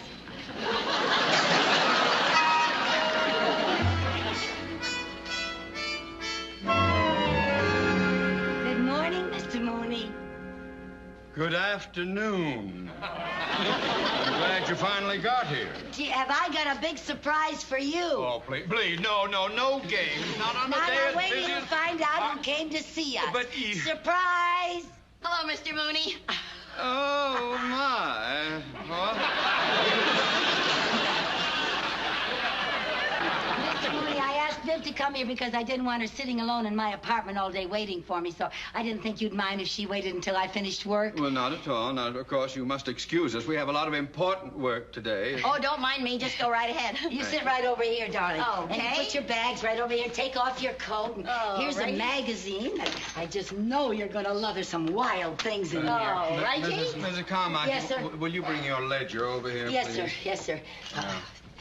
Now, will you refer to page 44? Yes, sir. Yes, sir. Yes, now, 44. Oh, Lucy, look at this gown. Look at that. That's the one, Viv. Is that too much? Of course, you have to have the figure for it. Oh, say, did you notice I've lost a lot of weight? I'm down to a size 12, and that's without my girdle. Yeah, I sure did notice. I noticed that on the way home from the airport. Oh, you did? Yeah, we never had that much room in the cab before. Since I got married, I just stopped eating between meals. You did? Yep. I just eat my 6 meals a day now, and that's it. 6 meals? Uh-huh. I have to keep up my strength. If I don't, it gets a week I can't eat. And if I can't eat, I don't have the energy for those singing lessons. Oh, you're giving singing lessons? Not giving, taking. Oh, how wonderful. How are you doing? Oh, wait till you hear me. Not here. All right, Mr. Mooney, but I want you to hear me before I leave town. Oh, I want to hear you, Viv. I want to. My husband refers to me as his happy little canary. Ah, that's cute. Cute? 150-pound canary?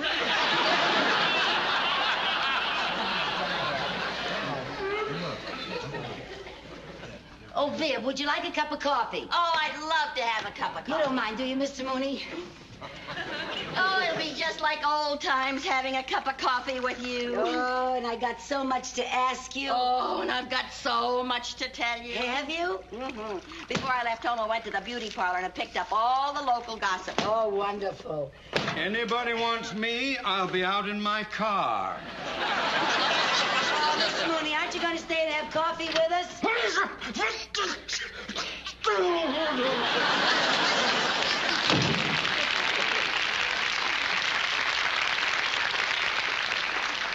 You're right. He hasn't changed a bit. He sure hasn't. And I'm so glad he's gone. Now we can gossip all we want to. Tell me about everybody. Well, now let's see. When I was in the beauty parlor, I heard something about Helen and Joe Walton's son. You mean little Herbie Walton? Yeah, you remember him? Certainly. I was at his high school graduation.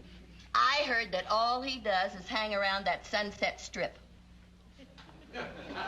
Yeah. Well, they said he just got so he looks very unusual. Like what? Well, he's got hair down to his shoulders, and he's got a guitar hanging around his neck, and he wears a watch in his ear for an earring. Well, never mind that. Tell me why he looks unusual. I just told you. He's got hair down to here, and he wears a watch in his ear like an earring. Well, on the Sunset Strip, everybody looks like that. Well, maybe you folks out here in California are used to things like that, but oh boy, if his mother ever hears what happened to him. Do you mean Helen doesn't know? No, she doesn't go to my beauty parlor. Well, maybe we better get up on that Sunset Strip and straighten out little Herbie before his folks hear about him. Oh, now, Lucy, there's nothing we can do. What do you mean there's nothing we can do? We can try to talk to him. Oh, his generation lives in a kooky little world all their own. They don't want to talk to us. Well, maybe he would talk to us if he sees us up there on the Sunset Strip and he thinks that we're his own kind. Now, Lucy, we're outsiders. He wouldn't talk to us. Besides, I didn't come here to butt into anybody's business. I came here to see the sights. Well, then you got nothing to worry about. You're going to see the Sunset Strip, and believe me, girl, that's a sight.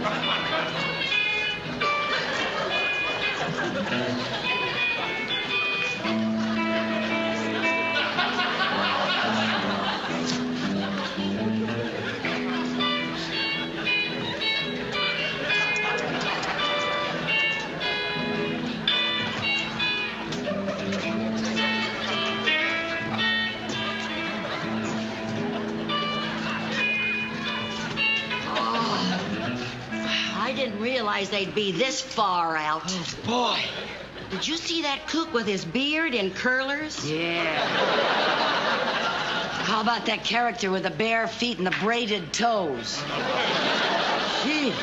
I think I look just as ridiculous. I don't see why I let you talk me into this. Because we want to find Herbie Walton, don't we? Well, maybe one of those weirdos knows where we could find Herbie. But remember, they don't trust outsiders. Let's act like we're one of them. Come on. Just pay no attention.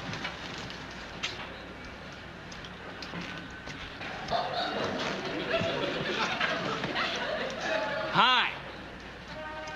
Hi. Hi. Hi. What's your name? Hi. Hi, what's your name? Hi. Oh, hi, I'm Vi. I'm Luce. Luce? That's short for Lucy.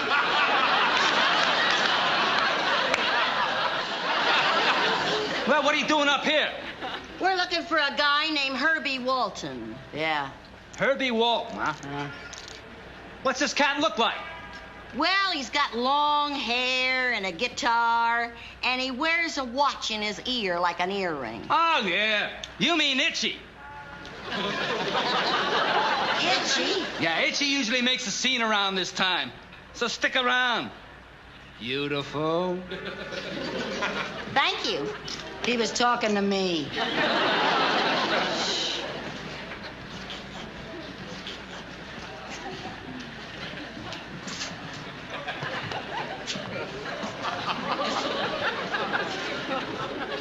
Say, Harry.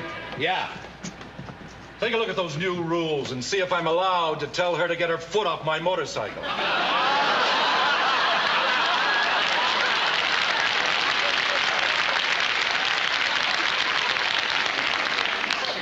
It says here it's okay if you take your hat off first.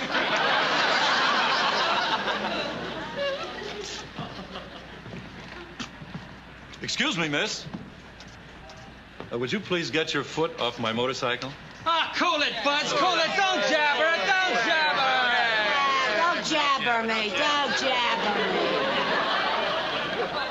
Get your foot off my motorcycle. Cool it, man. Cool it. All right. Cool it. I'll call the fuss. Yeah. I mean, I'll call the police.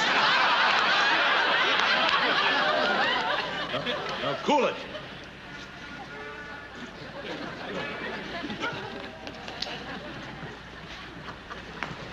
Don't blow your stack, pussycat. Don't blow your stack.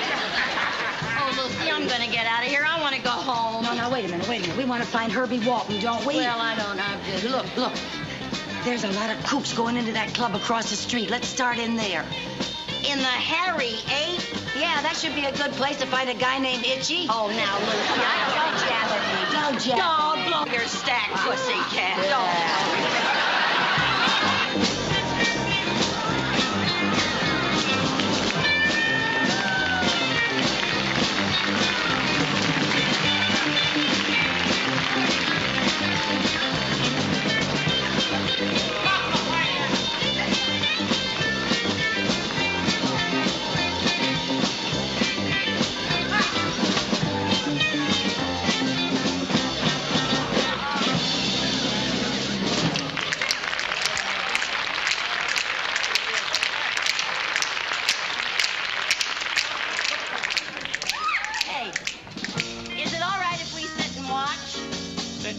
What are you, some kind of squares? What do you mean, squares? Nobody comes to the Hairy Ape to sit and watch. Either you swing with the in-group or you're out. All right, man. Cool it. We swing pretty good. Cool it. Yeah, don't blow your stack, pussycat. Don't.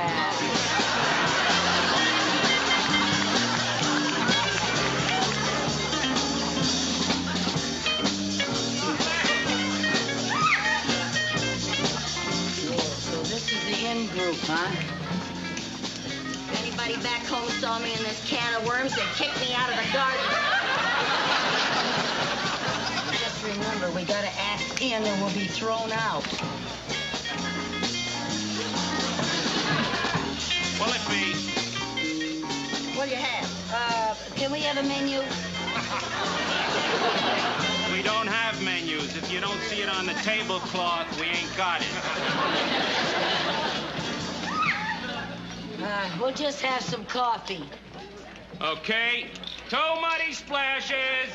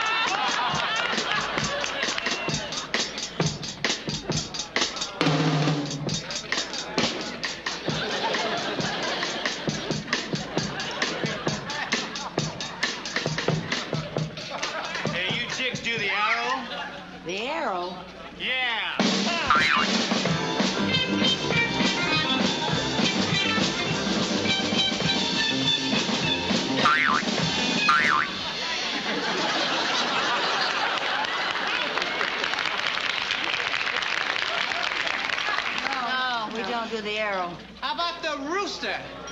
The rooster?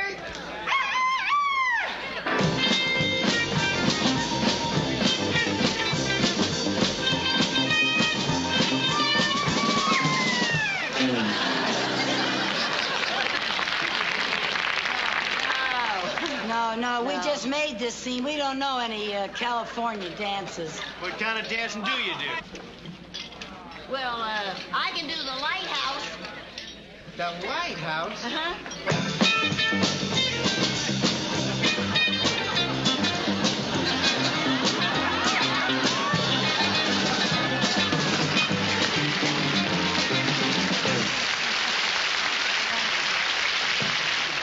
Hey, that's good. What do you do? I can do the chipmunk. The chipmunk? Yeah.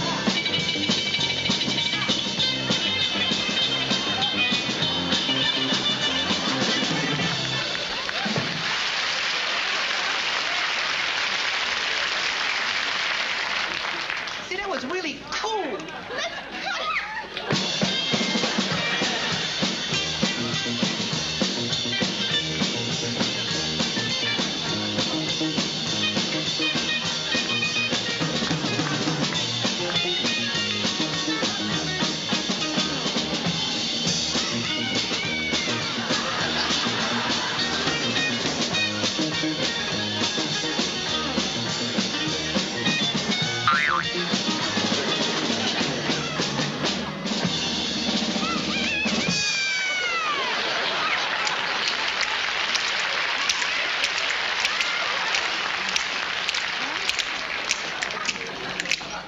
Walk away.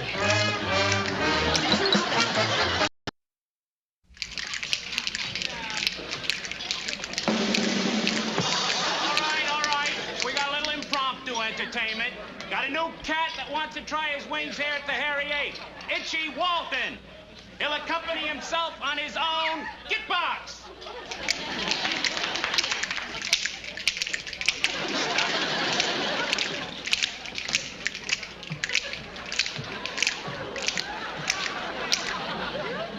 Isn't that awful? Look at that hair. And his father, a barber. No wonder he's itchy. I'm going to sing my own composition, Lament to a Small Town. I come from a small town with grassroots, blue serge suits, and turkey shoots. It's Squaresville, man, like New Moon Hay, or Groundhog's Day, or Friday night at the PTA. Yeah, the dialogue's dull as dull can be. They say things like, long time no see, or howdy, neighbor, golly gee. Yeah, or a village fool when he blows his cool will come on with a by Jiminy. Well, I split these scenes before my teens. Had to take my leave on Christmas Eve because I sealed Santa up in the chimney. Yeah. I could hear him shout that he wanted out as I grabbed his sleigh for my getaway. On hipster, on swinger, on playboy, on bunny. Let's get to the city and go for the money. Merry Christmas.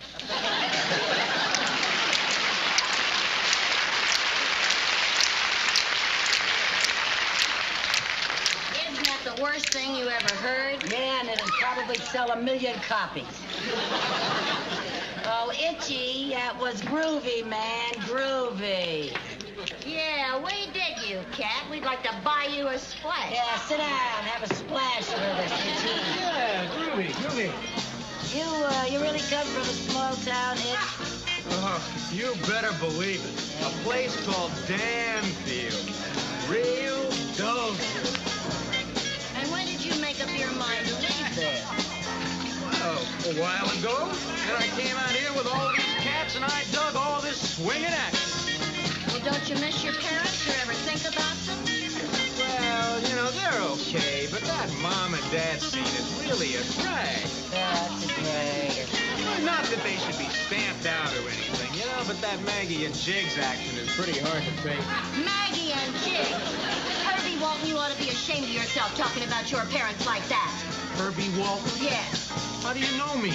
I'm Mrs. Bunsen. Mrs. Bunsen? From Danfield? Yes, and this is Mrs. Carmichael. Maybe you remember her. She used to live there. In Dolesville. Well, yeah, sure, but what are you two doing here? Yeah, like this? We're trying to find you, Itchy, and bring you to your senses. Oh, well, now, Mrs. Carmichael, I was just putting you on. What do you mean by that?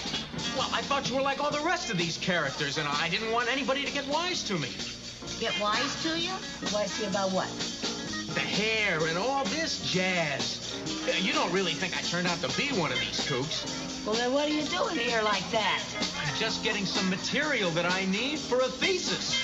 A thesis? Yes, for my psychology class. Oh, for heaven's sake. Oh, believe me, I can't wait to take this wig off. Oh, what's a wig? Oh, well, are we glad to hear that? Listen, will you do me a favor? Sure, what? What time is it? 10:30. Oh, my gosh, I gotta be cutting out. What? I mean getting back to the dorm. The dormitory. Nice to see you. Oh, I'm so glad we found you, Herbie. Good luck with your thesis. Oh, thank you. Oh, when I write Mom and Dad, I'll tell them I saw you. But I won't tell them how you look. Oh. Well, now, aren't you glad we came? Everything turned out just fine. Yeah, for once, one of your crazy schemes didn't backfire. Come on, let's get out of here. Yeah.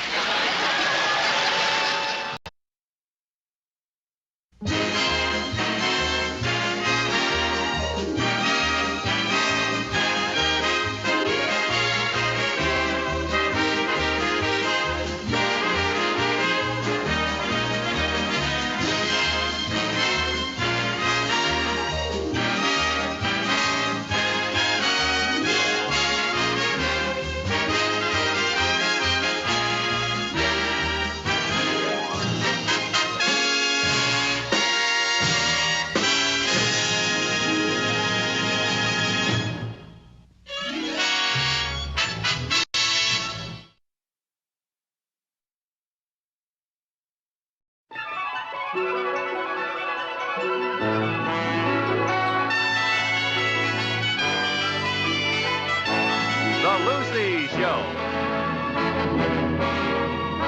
Starring Lucille Ball. Co-starring Gale Gordon.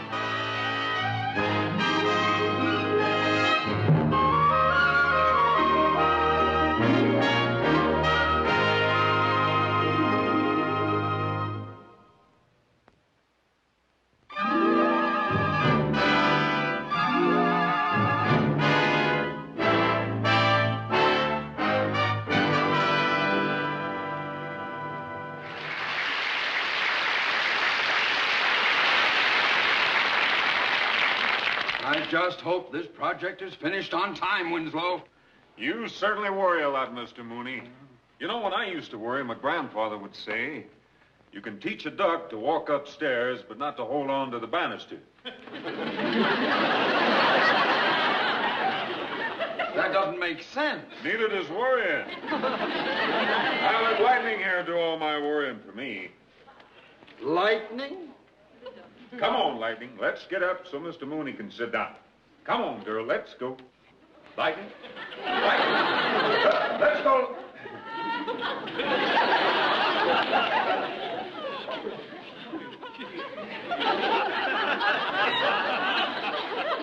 Well, she may not be so frisky, but she makes a great paperweight. Hi, it's me. Oh, hi, Lucille. What?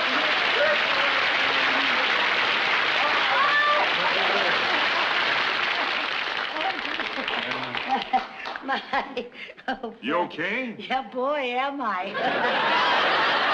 I mean, yes, I am. Except that when I get up this high, I get a little dizzy. Hey, that's pretty funny. If you think that's funny, you should see the way she keeps books. Oh, Mr. Mooney. Say, it's kind of nice to see you again. Oh, well, it's nice to see you too, Frank, but don't you think you better let me down? Oh, yeah. Thank you. Whoops, there's a phone. Excuse me. Okay, Frank. Well, hi there, Lightning. Why aren't you on duty at the bank? Are you over here on some silly excuse to see Frank Winslow? No, I'm not. I'm over here on bank business. Bank business? Yes, I brought you your lunch. At 10 o'clock in the morning? I told you I'd be back by 11. Oh, I'm sorry. I don't know how I can be so absent-minded. It's easy when your mind is absent. Hi there, Lightning. Say, Lightning sure likes you, Lucy.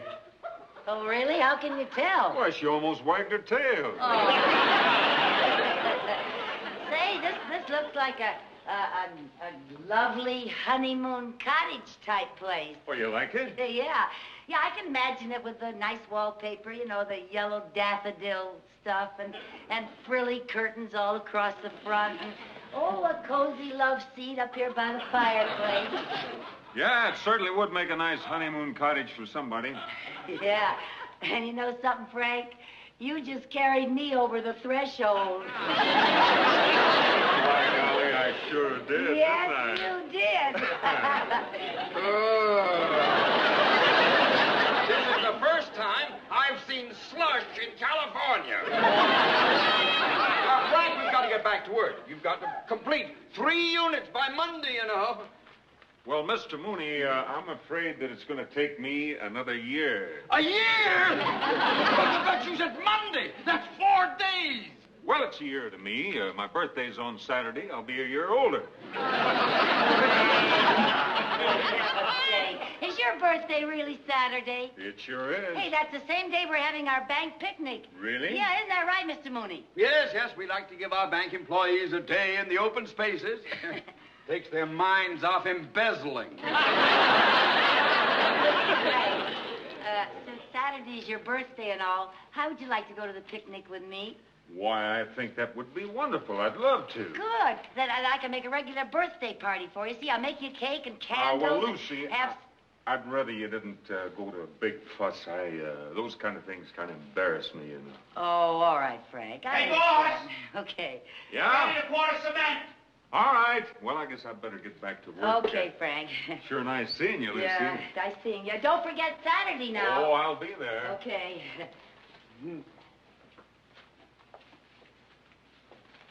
Mr. Mooney, I need... Some money to buy a birthday present for Frank.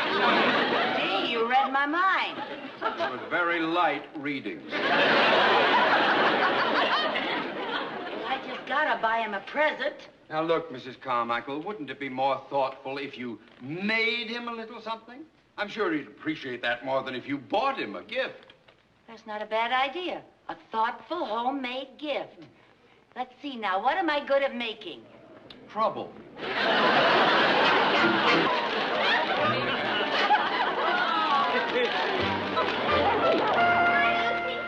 hi, Mary Jane. What's all this? Well, Saturday is Frank Winslow's birthday. I'm going to surprise him and knit him a sweater. Well, I never saw so much yarn in my whole life. I just hope he likes red. What made you decide on red? Well, I figured it out psychologically. Frank is big, bold, and bright, so I figured he'd like a big, bold, bright color. Anyway, the red yarn was on sale. So I just have to make all that into a sweater before Saturday.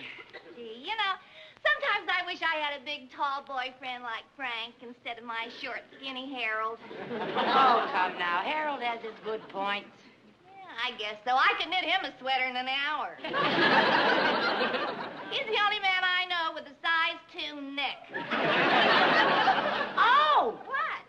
I just remembered. I don't know Frank's size. How can I knit him a sweater if I don't know his size? You don't know his size? No, and I've got to know how big his chest is and how long he is front and back and oh, what am I going to do? Give him the needles and yarn and tell him it's a do-it-yourself sweater. Jane, I'm just going to have to go back out to that construction site and get his measurements. Oh, Lucy, then he'll know you're giving him a present and it won't be a surprise. Well, not if I do it in a sneaky way. How are you going to do that? I don't know. It's so sneaky I haven't figured it out yet. I'll be right back. See you later. Okay. Hi, Frank. Well, hi there, little lady. Well, this is certainly an unexpected pleasure. What brings you way out here? Well, I was doing some shopping for the bank picnic, and I thought maybe I better ask you what you like to eat. Oh, well, I just love turkey. Oh, a nice turkey sandwich? No, the whole turkey. Hey, boss! Yeah? You want to give me the order for the lumber? All right, I'll check my worksheet and get right back to you. Oh, you go ahead. You go ahead with your work. I'll just stick around. All right, well, you make yourself right at home. Okay, thank you. Oh, hi there, Lightning. Hi.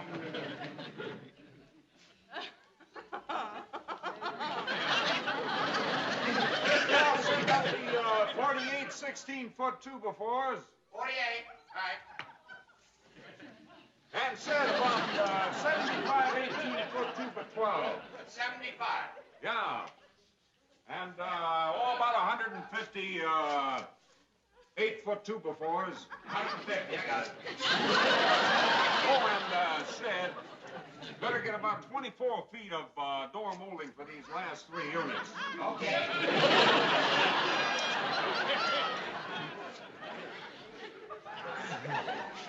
Oh, looking for something, Lucy?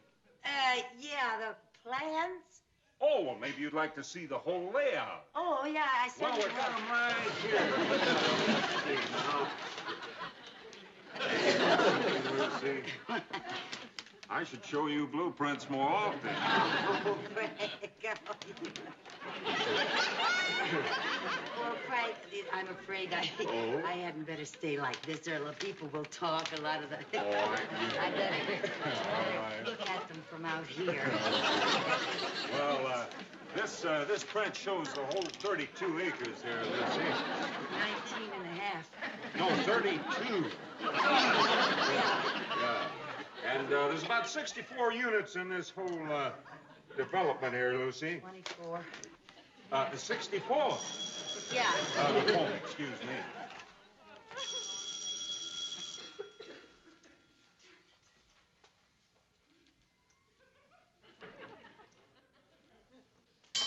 Oh, dear.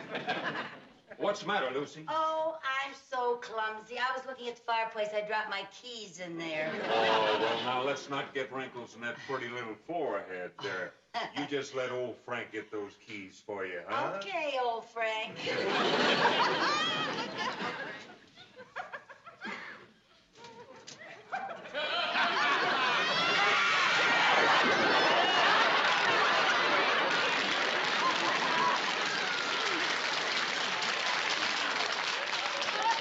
How'd you get up there? It wasn't easy.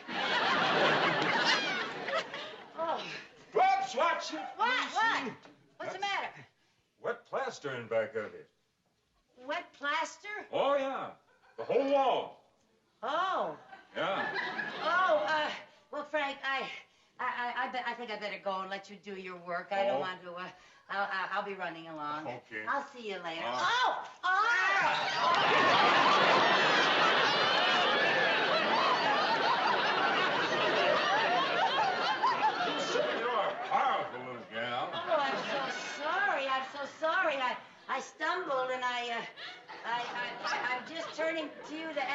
my keys. You didn't give me my keys. The keys, oh, yeah.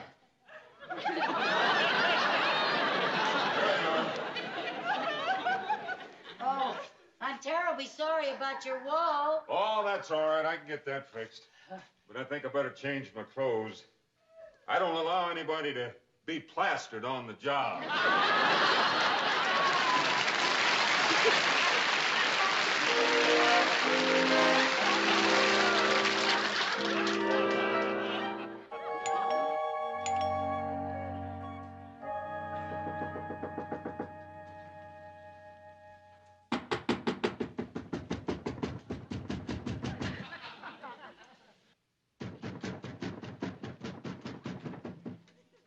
Oh, Mr. Mooney. Mrs. Carmichael, you didn't show up this morning at the bank. I couldn't reach you on the phone. Well, I didn't know what had happened to you. I came over here to see if you were ill. No, I'm not ill. I just overslept. What time is it? Well, if you hurry, you can get to the bank just in time for your lunch break. Sorry. Oh, don't apologize. Without you there, we've had one of the quietest days since Roosevelt closed the bank. I have a very good excuse. Oh, I'm sure you have, and I love to hear your excuses. Well, now, it just so happens that I was up all night knitting. Knitting? Yeah. You? Oh, that's a good one. It was your idea. You told me to make something for Frank Winslow's birthday, and I did. But I didn't finish it till 4 o'clock this morning. Now, look.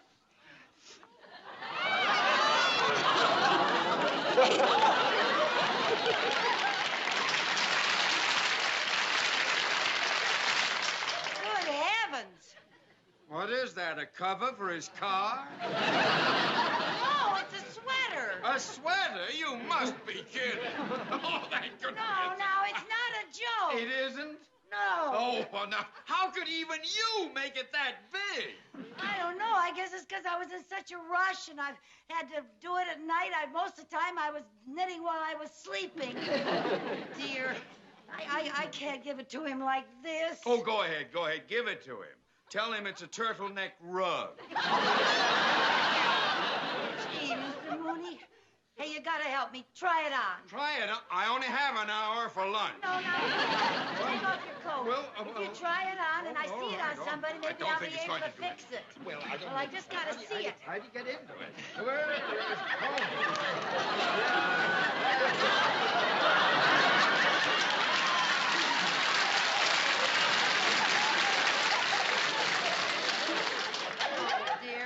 Gonna do tomorrow is his birthday.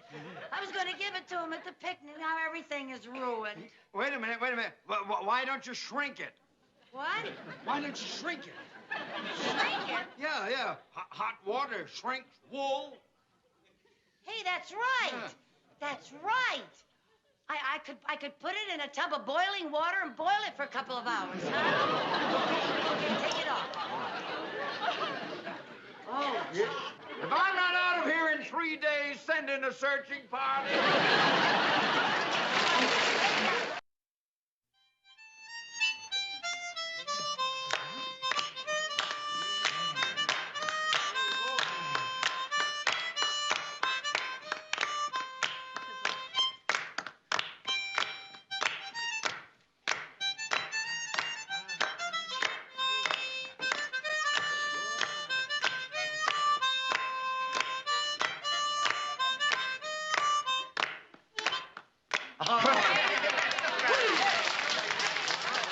Hey there, fella. That was wonderful. I didn't know you knew how to play the harmonica.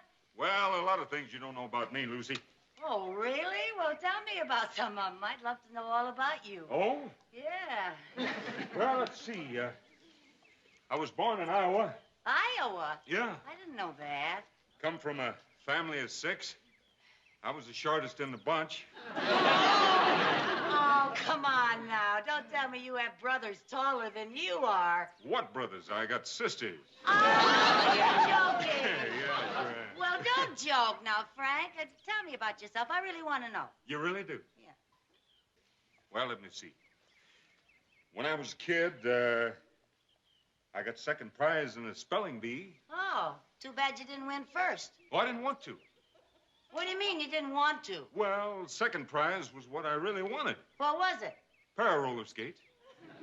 What was the first prize? Well, the first prize was a big red sled. You don't like sleds? Oh, I love sleds, but I just hate the color red.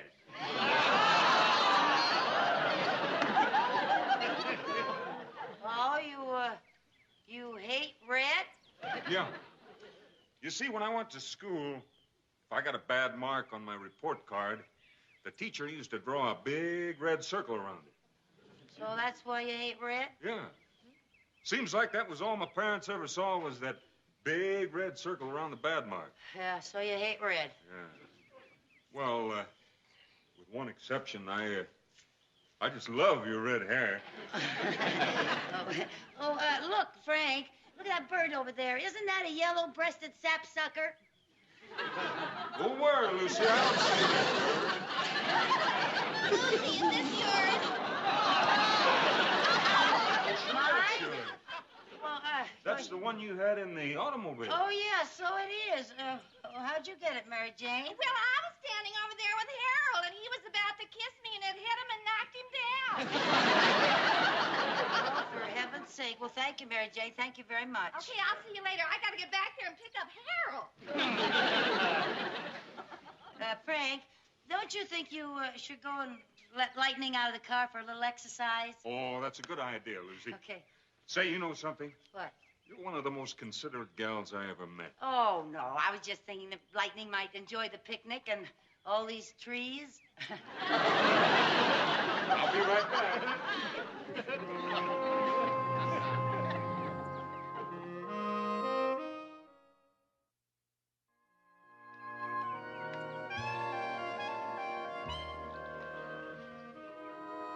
Lucy, where have you been? I've been out in the woods burying that sweater. Burying the sweater? Yes. Why? Well, I had to bury it after I found out that Frank took the skates instead of the sled because all his parents ever looked at were those big circles. What? Here comes Frank. Shh. Lucy, Yeah? I gotta thank you on behalf of Lightning. For what? Oh, she was so tickled to get out of that car, she sent you this. Lightning sent me that? Well, actually, she kissed me on the hand, but I just raised my sights a little. Oh. Come and get it! Well, shall we join the bunch for lunch and punch? You better help me carry this. Lucy. Yeah? Would you mind if we didn't eat with the bunch? I mean, if we just kind of ate alone? Why, no, I'd love that. Oh, wonderful. Eat right here. Well, that's wonderful, Frank. Well, what do you got? Well, I think you'll like what I have. Holy... You did it!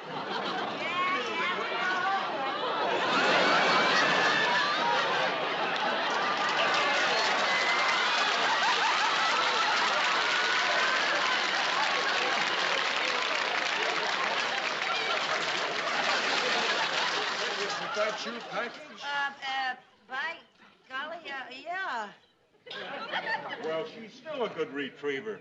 She's not asleep. Yeah, well, she picked a fine time to get a burst of energy. Say, Lucy, Yeah? you've been acting mighty mysterious about that package all day long. What is it? Say, wait a minute. You didn't go out and buy me a birthday present, did you? No, I swear I didn't buy you a present, Frank. Well, it's a surprise. Well, can I see it? Oh, I guess you might as well, Frank. You see, I didn't know what to do for your birthday. You didn't want any big fuss or anything, and didn't want anybody buying you a present. And, well, even though you hate red, go ahead and open it.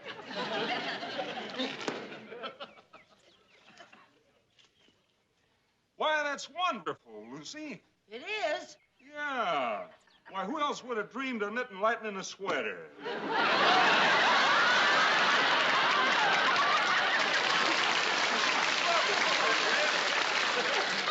For lightning? Lightning will like that? Yeah. Oh. And she'll just love the color red. Well, that's wonderful.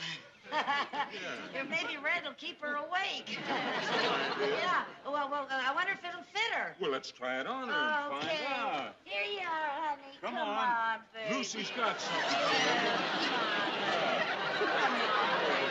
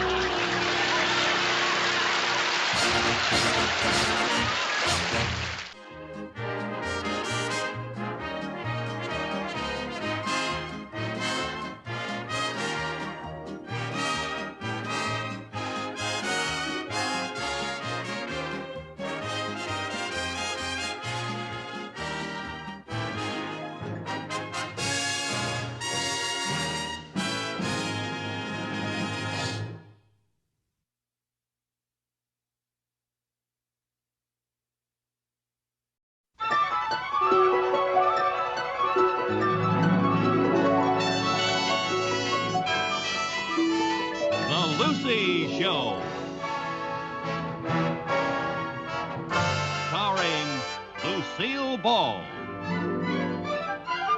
Co-starring Gale Gordon.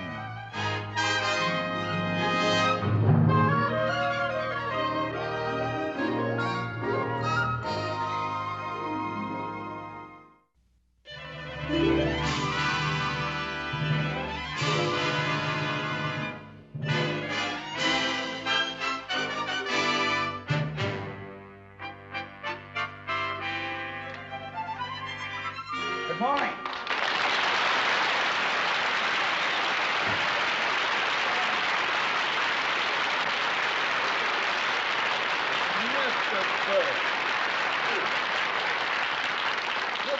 Sit down, Mr. Burns. Now then, what can I do for you? I stopped by to pick up my dividend statement. Ah, yes. Well, my secretary has your file. She'll be right back. I'll just sit here and look at the stock report. Oh, yes. I envy you, Mr. Burns. How's that? Well, being able to retire in the prime of your life, just sit back and to collect dividends. Well, that might be true about some people, but not about me. Huh? It kills me not to be doing an act. Well, why did you stop working? Well, I've always liked to work with women. I had a great act going with Carroll Channing, and then she left me. She went into Hello, Dolly, and then I did an act with Dorothy Provine, and she went into television, and Connie Stevens went into pictures. Well, why don't you find some other girl to work with you? Mr. Mooney, comedians are not that easy to find. Gotta find a girl with a kind of a pixie personality, eccentric, way out, a real kook. A girl like that is very, very hard to find. Here are the contracts, Mr. Mooney. Well, it's about time you got here. I've been trying to find Mr. Burns' file. Oh, George Burns. How do you do? Oh, you've been a favorite of mine for years. Oh, thank you. Oh, I used to watch you all the time on radio. You watched me on radio? I mean, I used to listen to you on television. You listened to me on television? Yeah, that was the year my picture tube went out. You should have gone back to watching me on radio. Oh,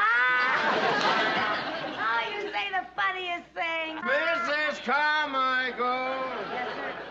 I've been trying to find Mr. Burns' file. It is not under the B's. Oh, I must have put it under the X's. Why would you put the B file under the X's? Well, that poor little file never has anything in it.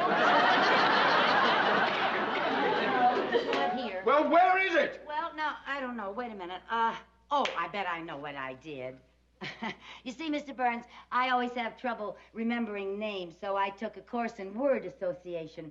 Now, Burns reminds me of fire. So you filed it under the F's? No, fire reminds me of stove. So you put my file under the S's? No, stove reminds me of pot roast. It's your turn. You filed it under the P's? No, pot roast reminds me of noodles. Mrs. Carmichael, you're making me angry. She's making me hungry. And noodles reminds me of my mother. It's your turn. Noodles remind you of your mother? Yeah, she made the best noodles, and I'll bet that's where I put your file. Under noodles? No, under gravy. Mrs. Carmichael, I don't know what I'm going to do with you. I know what I'm going to do with her. Start a whole new career. Mrs. Carmichael. Yes, sir? Have you ever thought about going on the stage? Oh, my life. How would you like to do an act with me? Oh, Mr. Burns, you can't be serious. I know it. That's why I want to get back on the stage. Oh. What do you say? Oh, well, that's very nice of you, Mr. Burns, but I couldn't do that. I couldn't quit my job here. Why not? Because it wouldn't be fair to you, Mr. Mooney. You need me. Good help is hard to find. Well, I'd be delighted to start looking. Now, Mrs. Carmichael, this is a great opportunity for you to make a lot of money. Yes, I know it does sound like a wonderful opportunity. Yes. But... Oh, and you know, today, my horoscope said that my whole future was going to take a turn for the better. So did mine. How much would I I make? Well, it's unprofessional for an artist to discuss money. Oh. That's usually handled by your agent or someone who handles your financial matters. Oh, well, Mr. Mooney usually handles all my financial things. Yes, and I'd be delighted to represent you in this matter. Would you? Yes, indeed. For the customary 20%. 10% is customary. Oh, 10. Oh, yeah. Well, you see, I'm new to show business. You two talk it over, and when you decide on what you want, you can get together with my agent. Fine. Here's my address. Be at my apartment tonight, and we can start rehearsing. Your apartment? Nice and quiet there, and nobody will bother us. Well, I hardly know you, Mr. Burns, and going to your apartment, you in show business and all. Mrs. Carmichael, you don't have to worry about a man like Mr. Burns. She does, too. See you tonight. Okay, Goodbye, Mr. Mrs. Burns. Carmichael. Oh, thank you. Goodbye, Mr. Mooney.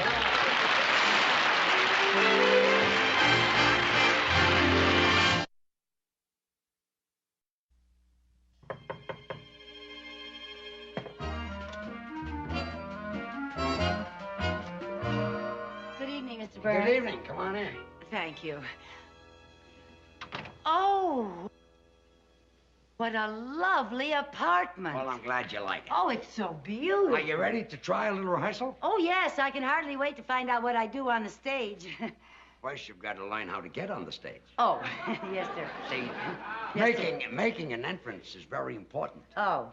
Now, let's see. Where are we? That'll be the wings right there. Oh, uh-huh. Now, this will be center stage. Yes, sir. Yeah.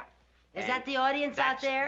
That's the audience. Okay. Now, we're introduced over the house mic. Oh, are we? Ladies and gentlemen, here they are, George Burns and Lucy Carmichael.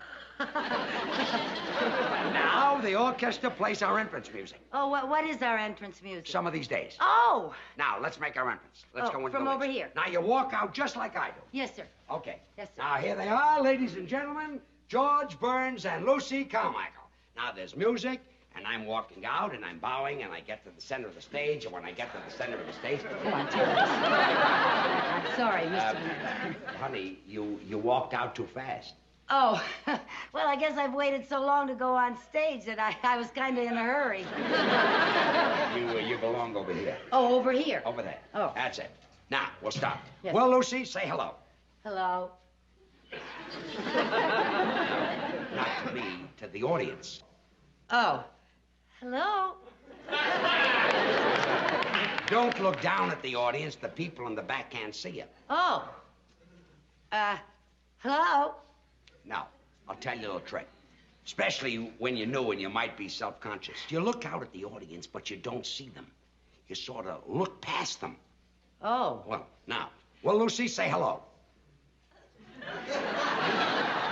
Hello. That was very good. Oh, thank you. Do that again.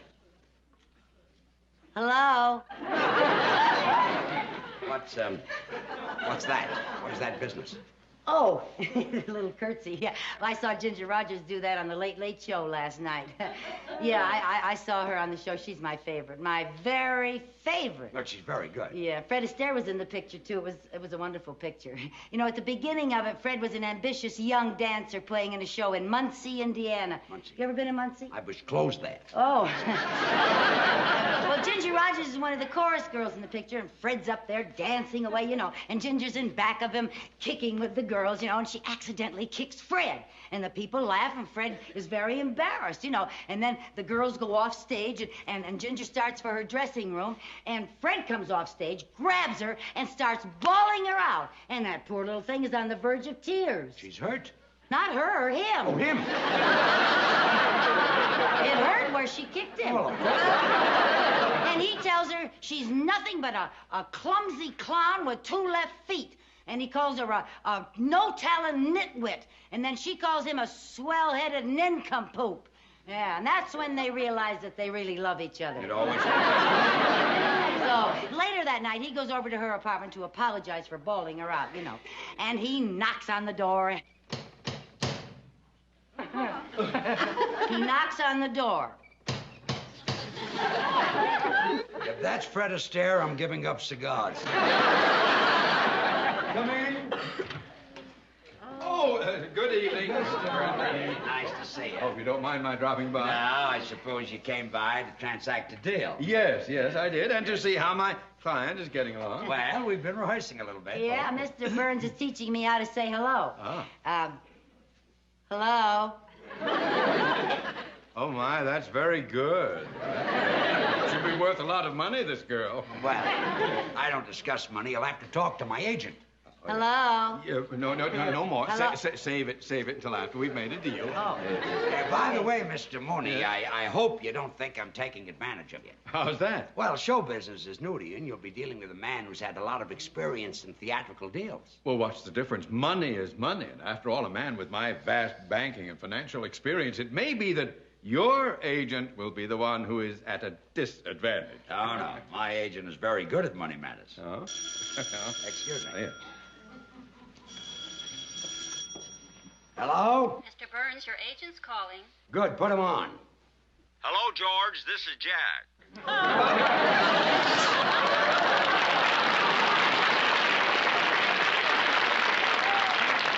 Just in time. Mrs. Carmichael's agent is here right now. Fine. Let me talk to him. Good. Here he is. His name is Mooney. Mr. Mooney. Hey, Mr. Mooney, my agent. Yeah. What's his name? Benny. Jack Benny. Jack Benny is your agent?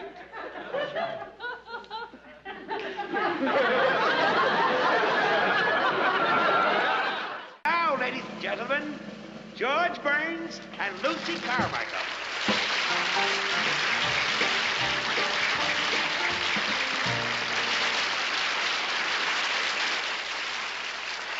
Lucy, say hello. Hello? Well, now that you're on the stage, what are you going to do? Oh, well, when I was in the beauty parlor this afternoon, I heard a wonderful joke. Would you like to hear it? It had everybody dying laughing. We'd all like to hear it. Oh, well, this one man looked up and said to the other man, "Don't ask me, I just got here myself."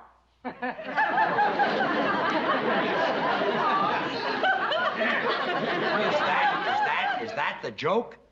Well, there was some stuff ahead of it that I didn't hear. That's the line that they were dying laughing at. I wouldn't tell that if I were you. Too old? Oh, yes, it's been kicked. Oh. Let's talk about your brother. Oh, which brother do you want to talk about? The one that's married or the one that's in love? The tall one. Oh, yeah. Well, that's my brother Harry. He's with the FBI. Your brother's with the FBI? Yeah, they picked him up in Kansas City. So the FBI picked him up? Well, they had to. He couldn't pick himself up. Loaded again. Yeah. Poor Harry. Hasn't your family ever tried to do something about his drinking? Well, we sent him to a psychiatrist, and the psychiatrist worked and worked to get to the bottom of Harry's drinking. And finally, he found out Harry's problem. What was it? Harry likes to drink. Well, we all have our reasons. I think Harry drinks to forget. Forget what? That he's a kleptomaniac. He's a kleptomaniac. Harry was always going into stores and taking things, so you know what my mother did? What? Well, she took some adhesive, and she taped his hand shut, all but this one finger. Taped his hand shut, all but that. Why? Well, so he could play marbles with my other brother. You can't play marbles with one finger. Well, Mother did that to even up the game. You see, Harry didn't have all of his fingers, and my other brother didn't have all of his marbles.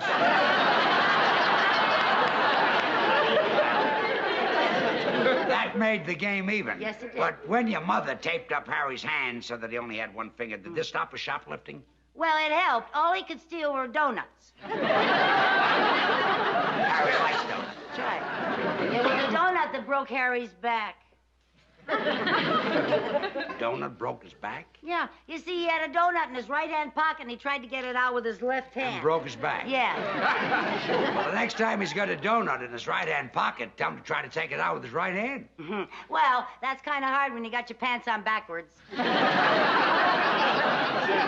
had his pants on backwards? Yeah. You see, Harry had a suit with two pair of pants, and he put one pair on frontwards and one pair on backwards. So that he could walk either way. That's when the truck hit him. What truck? The truck that didn't have its lights on.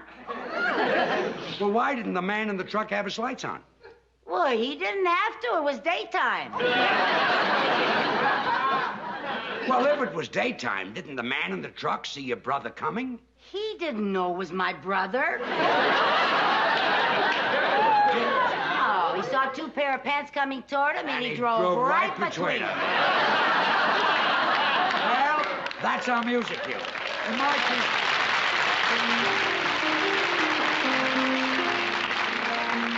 Two sweethearts in a country town, the neighbors say, lived happily the whole day long.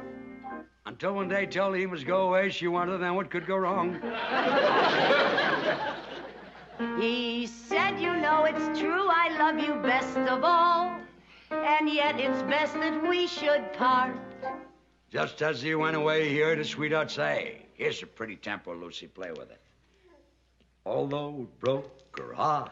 Some of these days. Yes, some of these days. You'll miss me, honey. You're gonna miss me, honey. Some of these days. Yes, one of these days. You'll feel so lonely. You'll be feeling, oh, so You'll lonely. Miss my hugging. You used to love it when I'd hug and squeeze you. Miss my kiss. You'd ask for more, and I tease miss you. Me only. You want me only. When you go away. When you're a million You'll miles. feel so lonely. In the evening when the sun goes Just down. for me only. I'll be on the other side of town. For you know, honey. Oh, you know, baby. You've had your way. That you went and had your way. And when you leave me, I know 'twill grieve you me. You can bet you're gonna be full of sorrow. To miss your blue-eyed baby some of these days.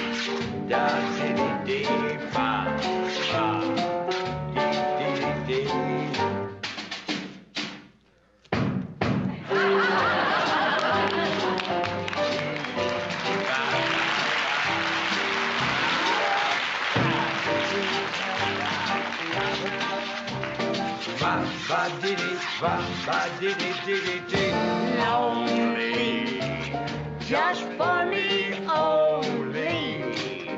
'Cause you know, honey, that you had your way. That you've had your way. And when you say goodbye, wipe that tear from your eye. You're gonna miss your baby. You're gonna miss your red-haired mama. You're gonna miss your blue-eyed baby some of these.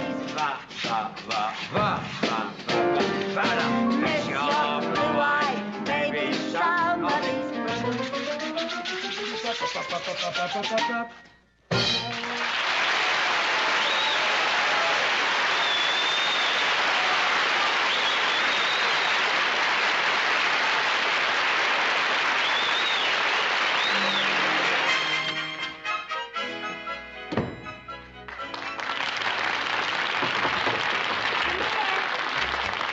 Lucy, you were just great. Thank you. Everybody out front is talking about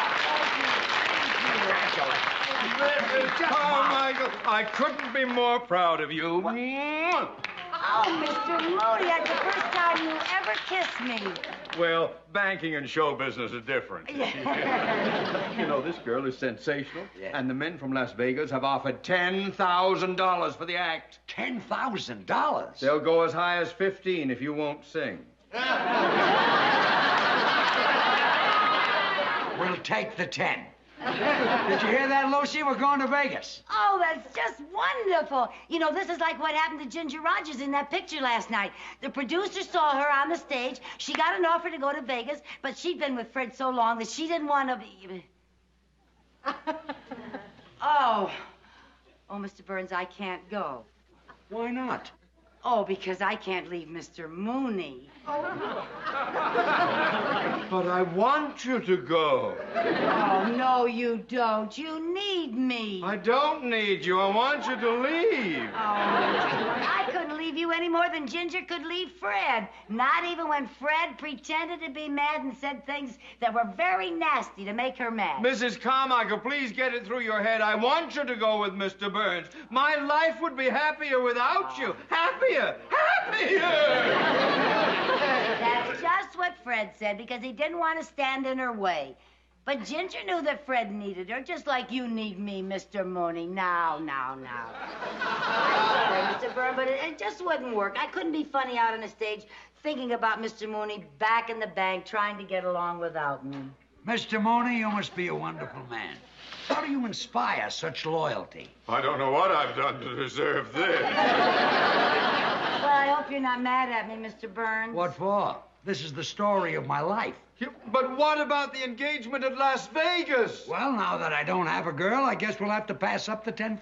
Oh, I'm just awfully sorry about it, but, you know, Mr. Burns, Mr. Mooney has... What are you doing? If you think I'm going to let $10,000 go down the drain, you are crazy. Some of these days...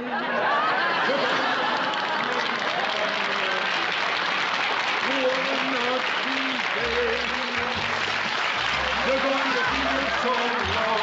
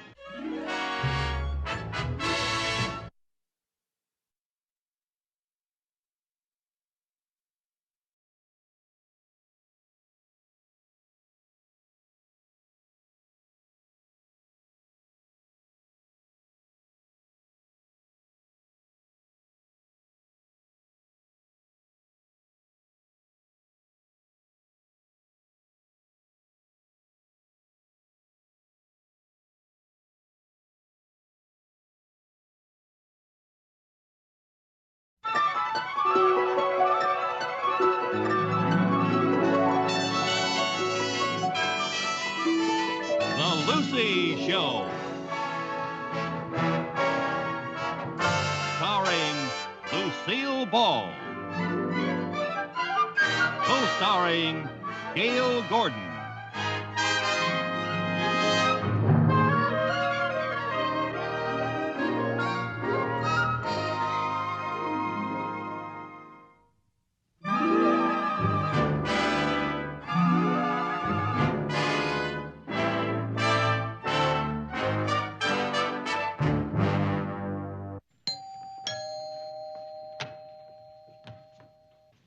Mrs. Carmichael? Yes?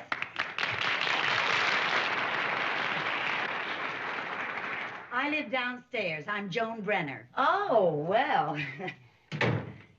I found your mailbox key. Oh, thank you so much. Won't you come in? Oh, thank you.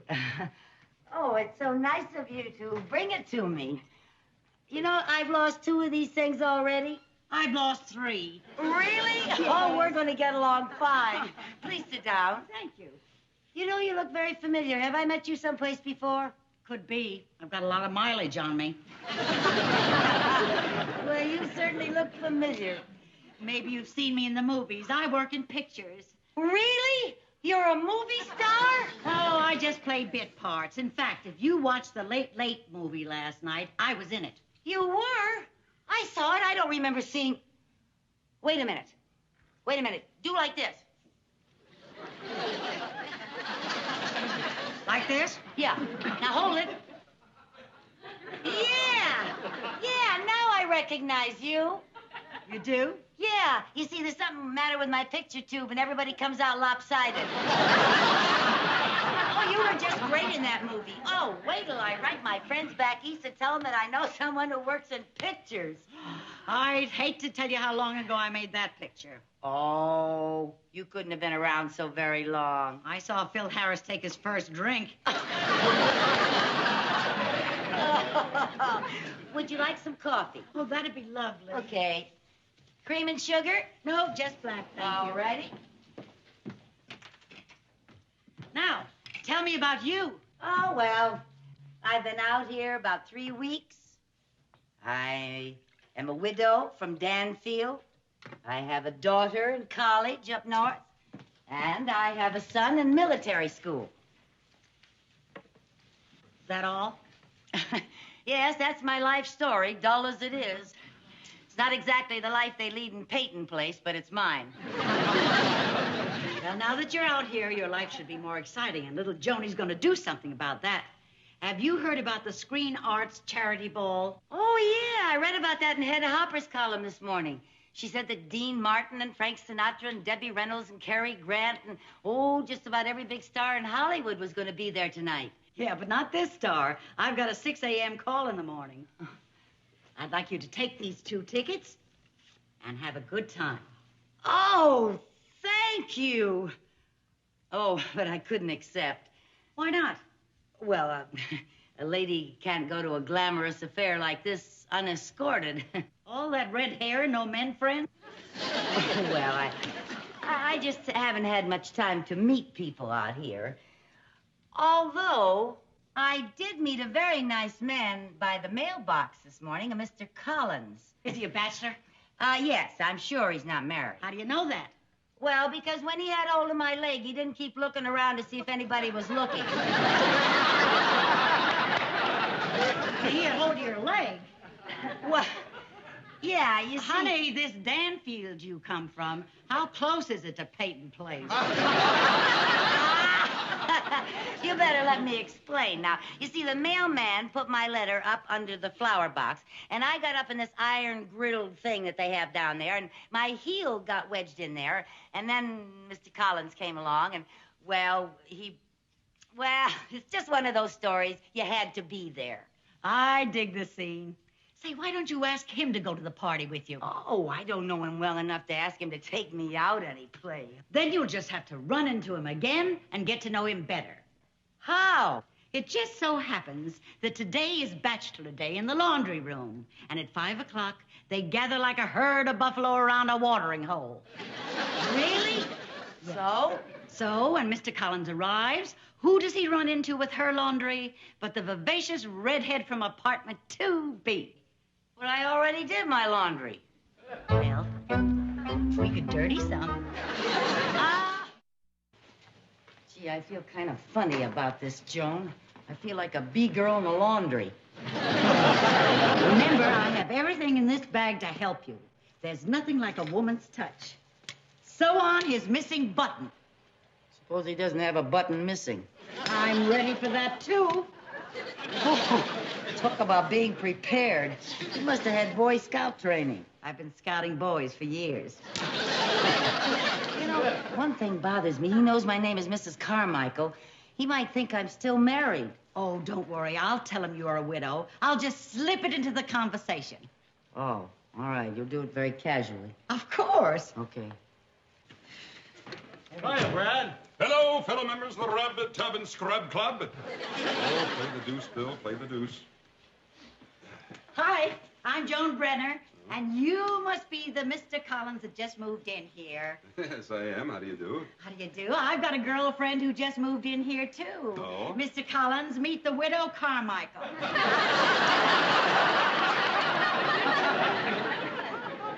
Oh, Mrs. Carmichael and I have met. Oh, yes. Now I remember. Oh, yes, we met by the mailbox. And now we're meeting at the watering hole. I mean, in the laundry. Cut it out, Bill. Quit peeking through the discard. You're cheating. I hope there's not going to be a fight. Oh, they never fight. They always argue that way. Must be pretty high stakes. What do they play for? To see who does the ironing.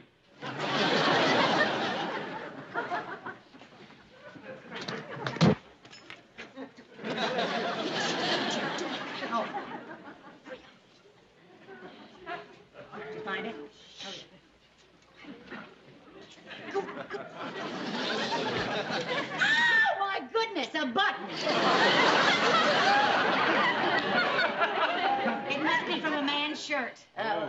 Maybe it's from your shirt, Mr. Collins. I was just looking here. Well, let's have a look.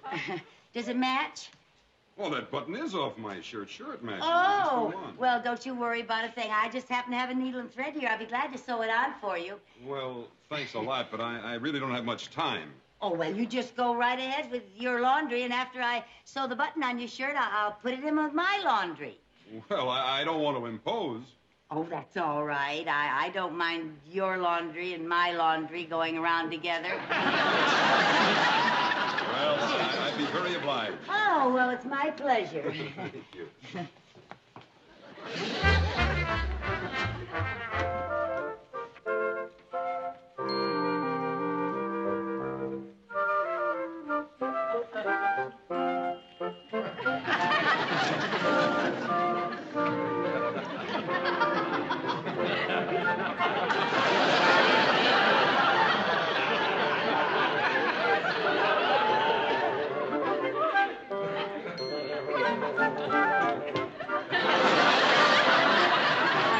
Thank you.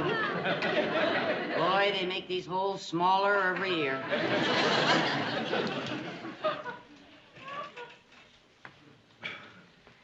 Mrs. Carmichael, Yes? I don't know how to thank you.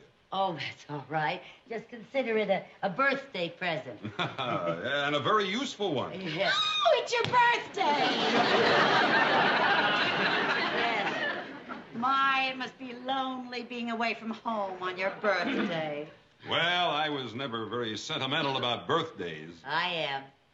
You're like my mother. I am. No, I mean about birthdays. Oh. Every birthday she baked my favorite cake. A 3-layer banana cream. A 3-layer banana cream. Just thinking about it, and I gain weight. Mr. Collins, are you going out someplace tonight and celebrate? Oh, no. No, I don't like to go out on nights before I have an early morning flight. Oh, are you a pilot? Yeah. Oh, he's a pilot. Yeah, I've got to get out to the airport and check on my flight plan for tomorrow. That's why I'm in a hurry to get this laundry done. Oh, well, Mr. Collins, you just go right ahead. I'll be very happy to take care of your laundry for you. Really? Sure. Oh, well, thanks so much. Look, just stack it up someplace. I'll be back in a couple of hours and use the dryers when they're not busy. That's fine. Don't you worry about a thing. I'll take care of it for you. I'll stack it all up on the sink. Oh, thanks a lot. Bye. Bye. Lucy, what? Why didn't you ask him to the ball tonight? Well, I didn't have time. Besides, I don't feel that I know him well enough to ask him for a date. I know how you can get to know him better. How? Remember that bit about the mother and the birthday cake? Yeah. Well, while he's gone, you bake a birthday cake. And when he comes back, you give him a surprise party. A surprise party? Yes, we'll ask the gang and have it right here. In the laundry room? Sure, with a little decorating, I can make this look like a laundry a-go-go. That might work. Did he say a 3-layer banana cream? Yes. I gotta get to the market. I got a lot to do. Okay, let's go. That's a wonderful idea.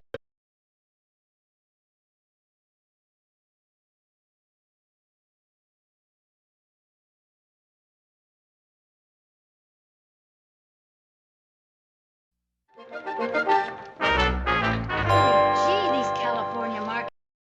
Mind that. Let's get the shopping done. Give me half the list. Okay.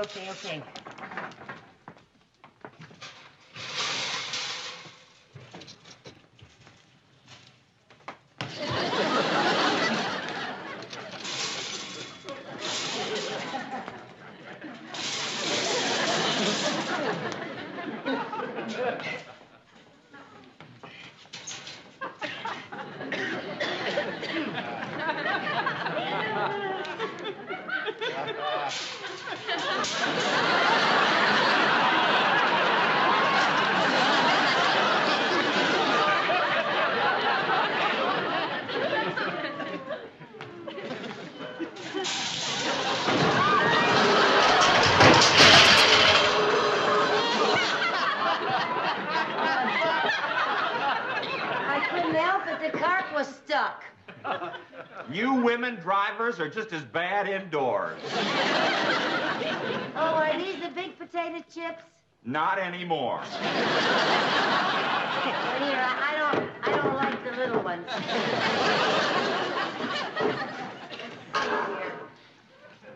2 pounds of bananas. Oh, here they are. 2. Nice.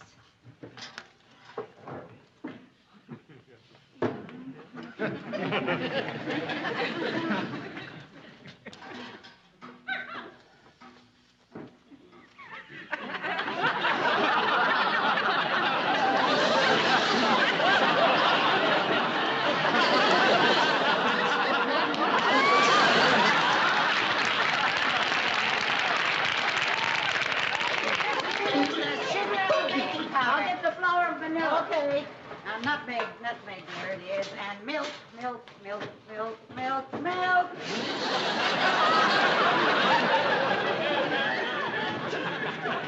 the flour and the vanilla. I'll get the cream and butter. All right, I have to get the little birthday candles.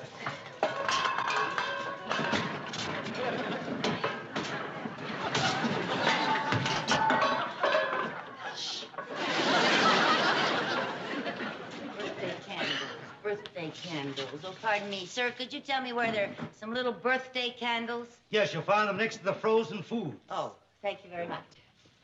Certainly have a nice month. You again. Well, I'm awfully sorry. I'm looking for the frozen foods. Could you tell me where to go? Lady, nothing would freeze where I tell you to go. I said I was sorry.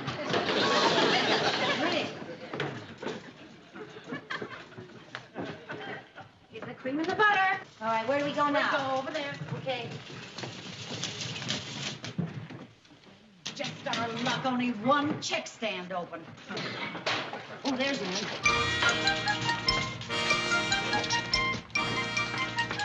Oh, I'll have to go back and get this check okayed. Excuse me.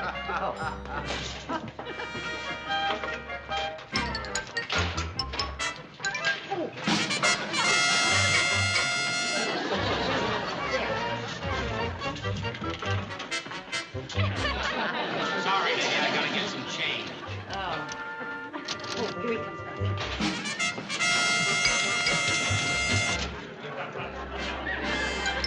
There you are. Thank you.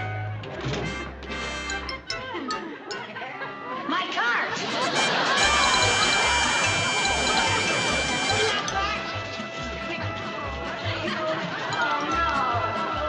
Oh, no. Oh, good heavens. We'll never get out of here in time to bake that cake. Maybe you'll have to come here and eat it. Oh, mister, I only have a jar of mustard here. Oh, just one item. Let her through, folks. I just have to... Oh, fine, thank you. Sir, I just have one item. Oh, one item. Let her through, folks. Yes, thank you very much. That's lovely. Marty, I just have some bananas. That's one item. Mine I got the right change. Right Thank you very much. Sir, I just have one item, sir. Oh, just one item. Let mine. Yes. Lady, give you. Thank you very much.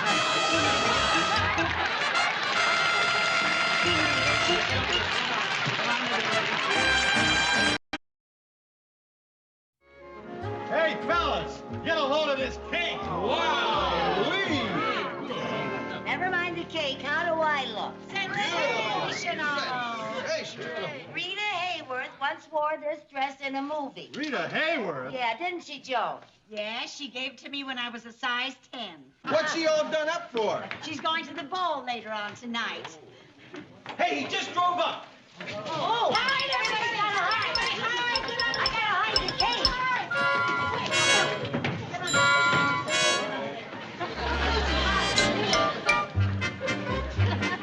Lucy, yeah, I gotta hide. Where am I gonna go?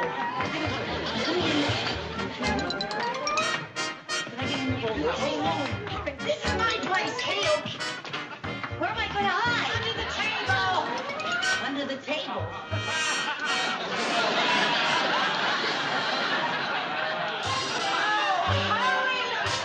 I don't think Rita Hayworth ever tried to hide under a table in this dress.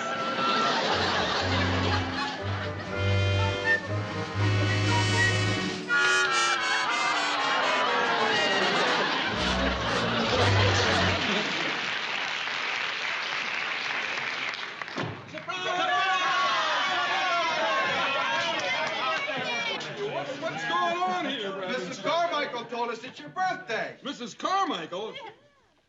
Well, where is she? Surprise! Well, Mrs. Carmichael. Mr. Collins, the widow Carmichael planned this whole thing. Really? Oh, well, this is wonderful. Would somebody please help the widow Carmichael up? Oh, thank you very much.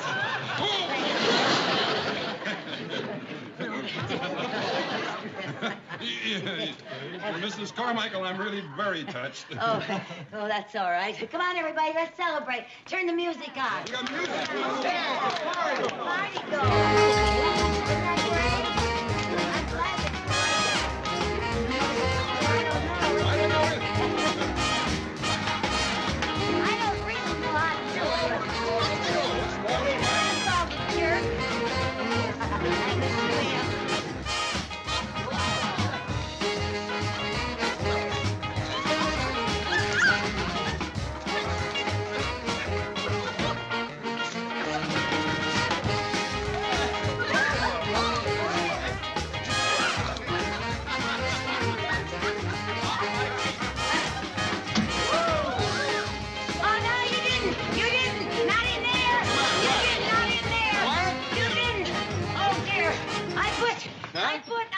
What's the matter in I here? put a cake in there.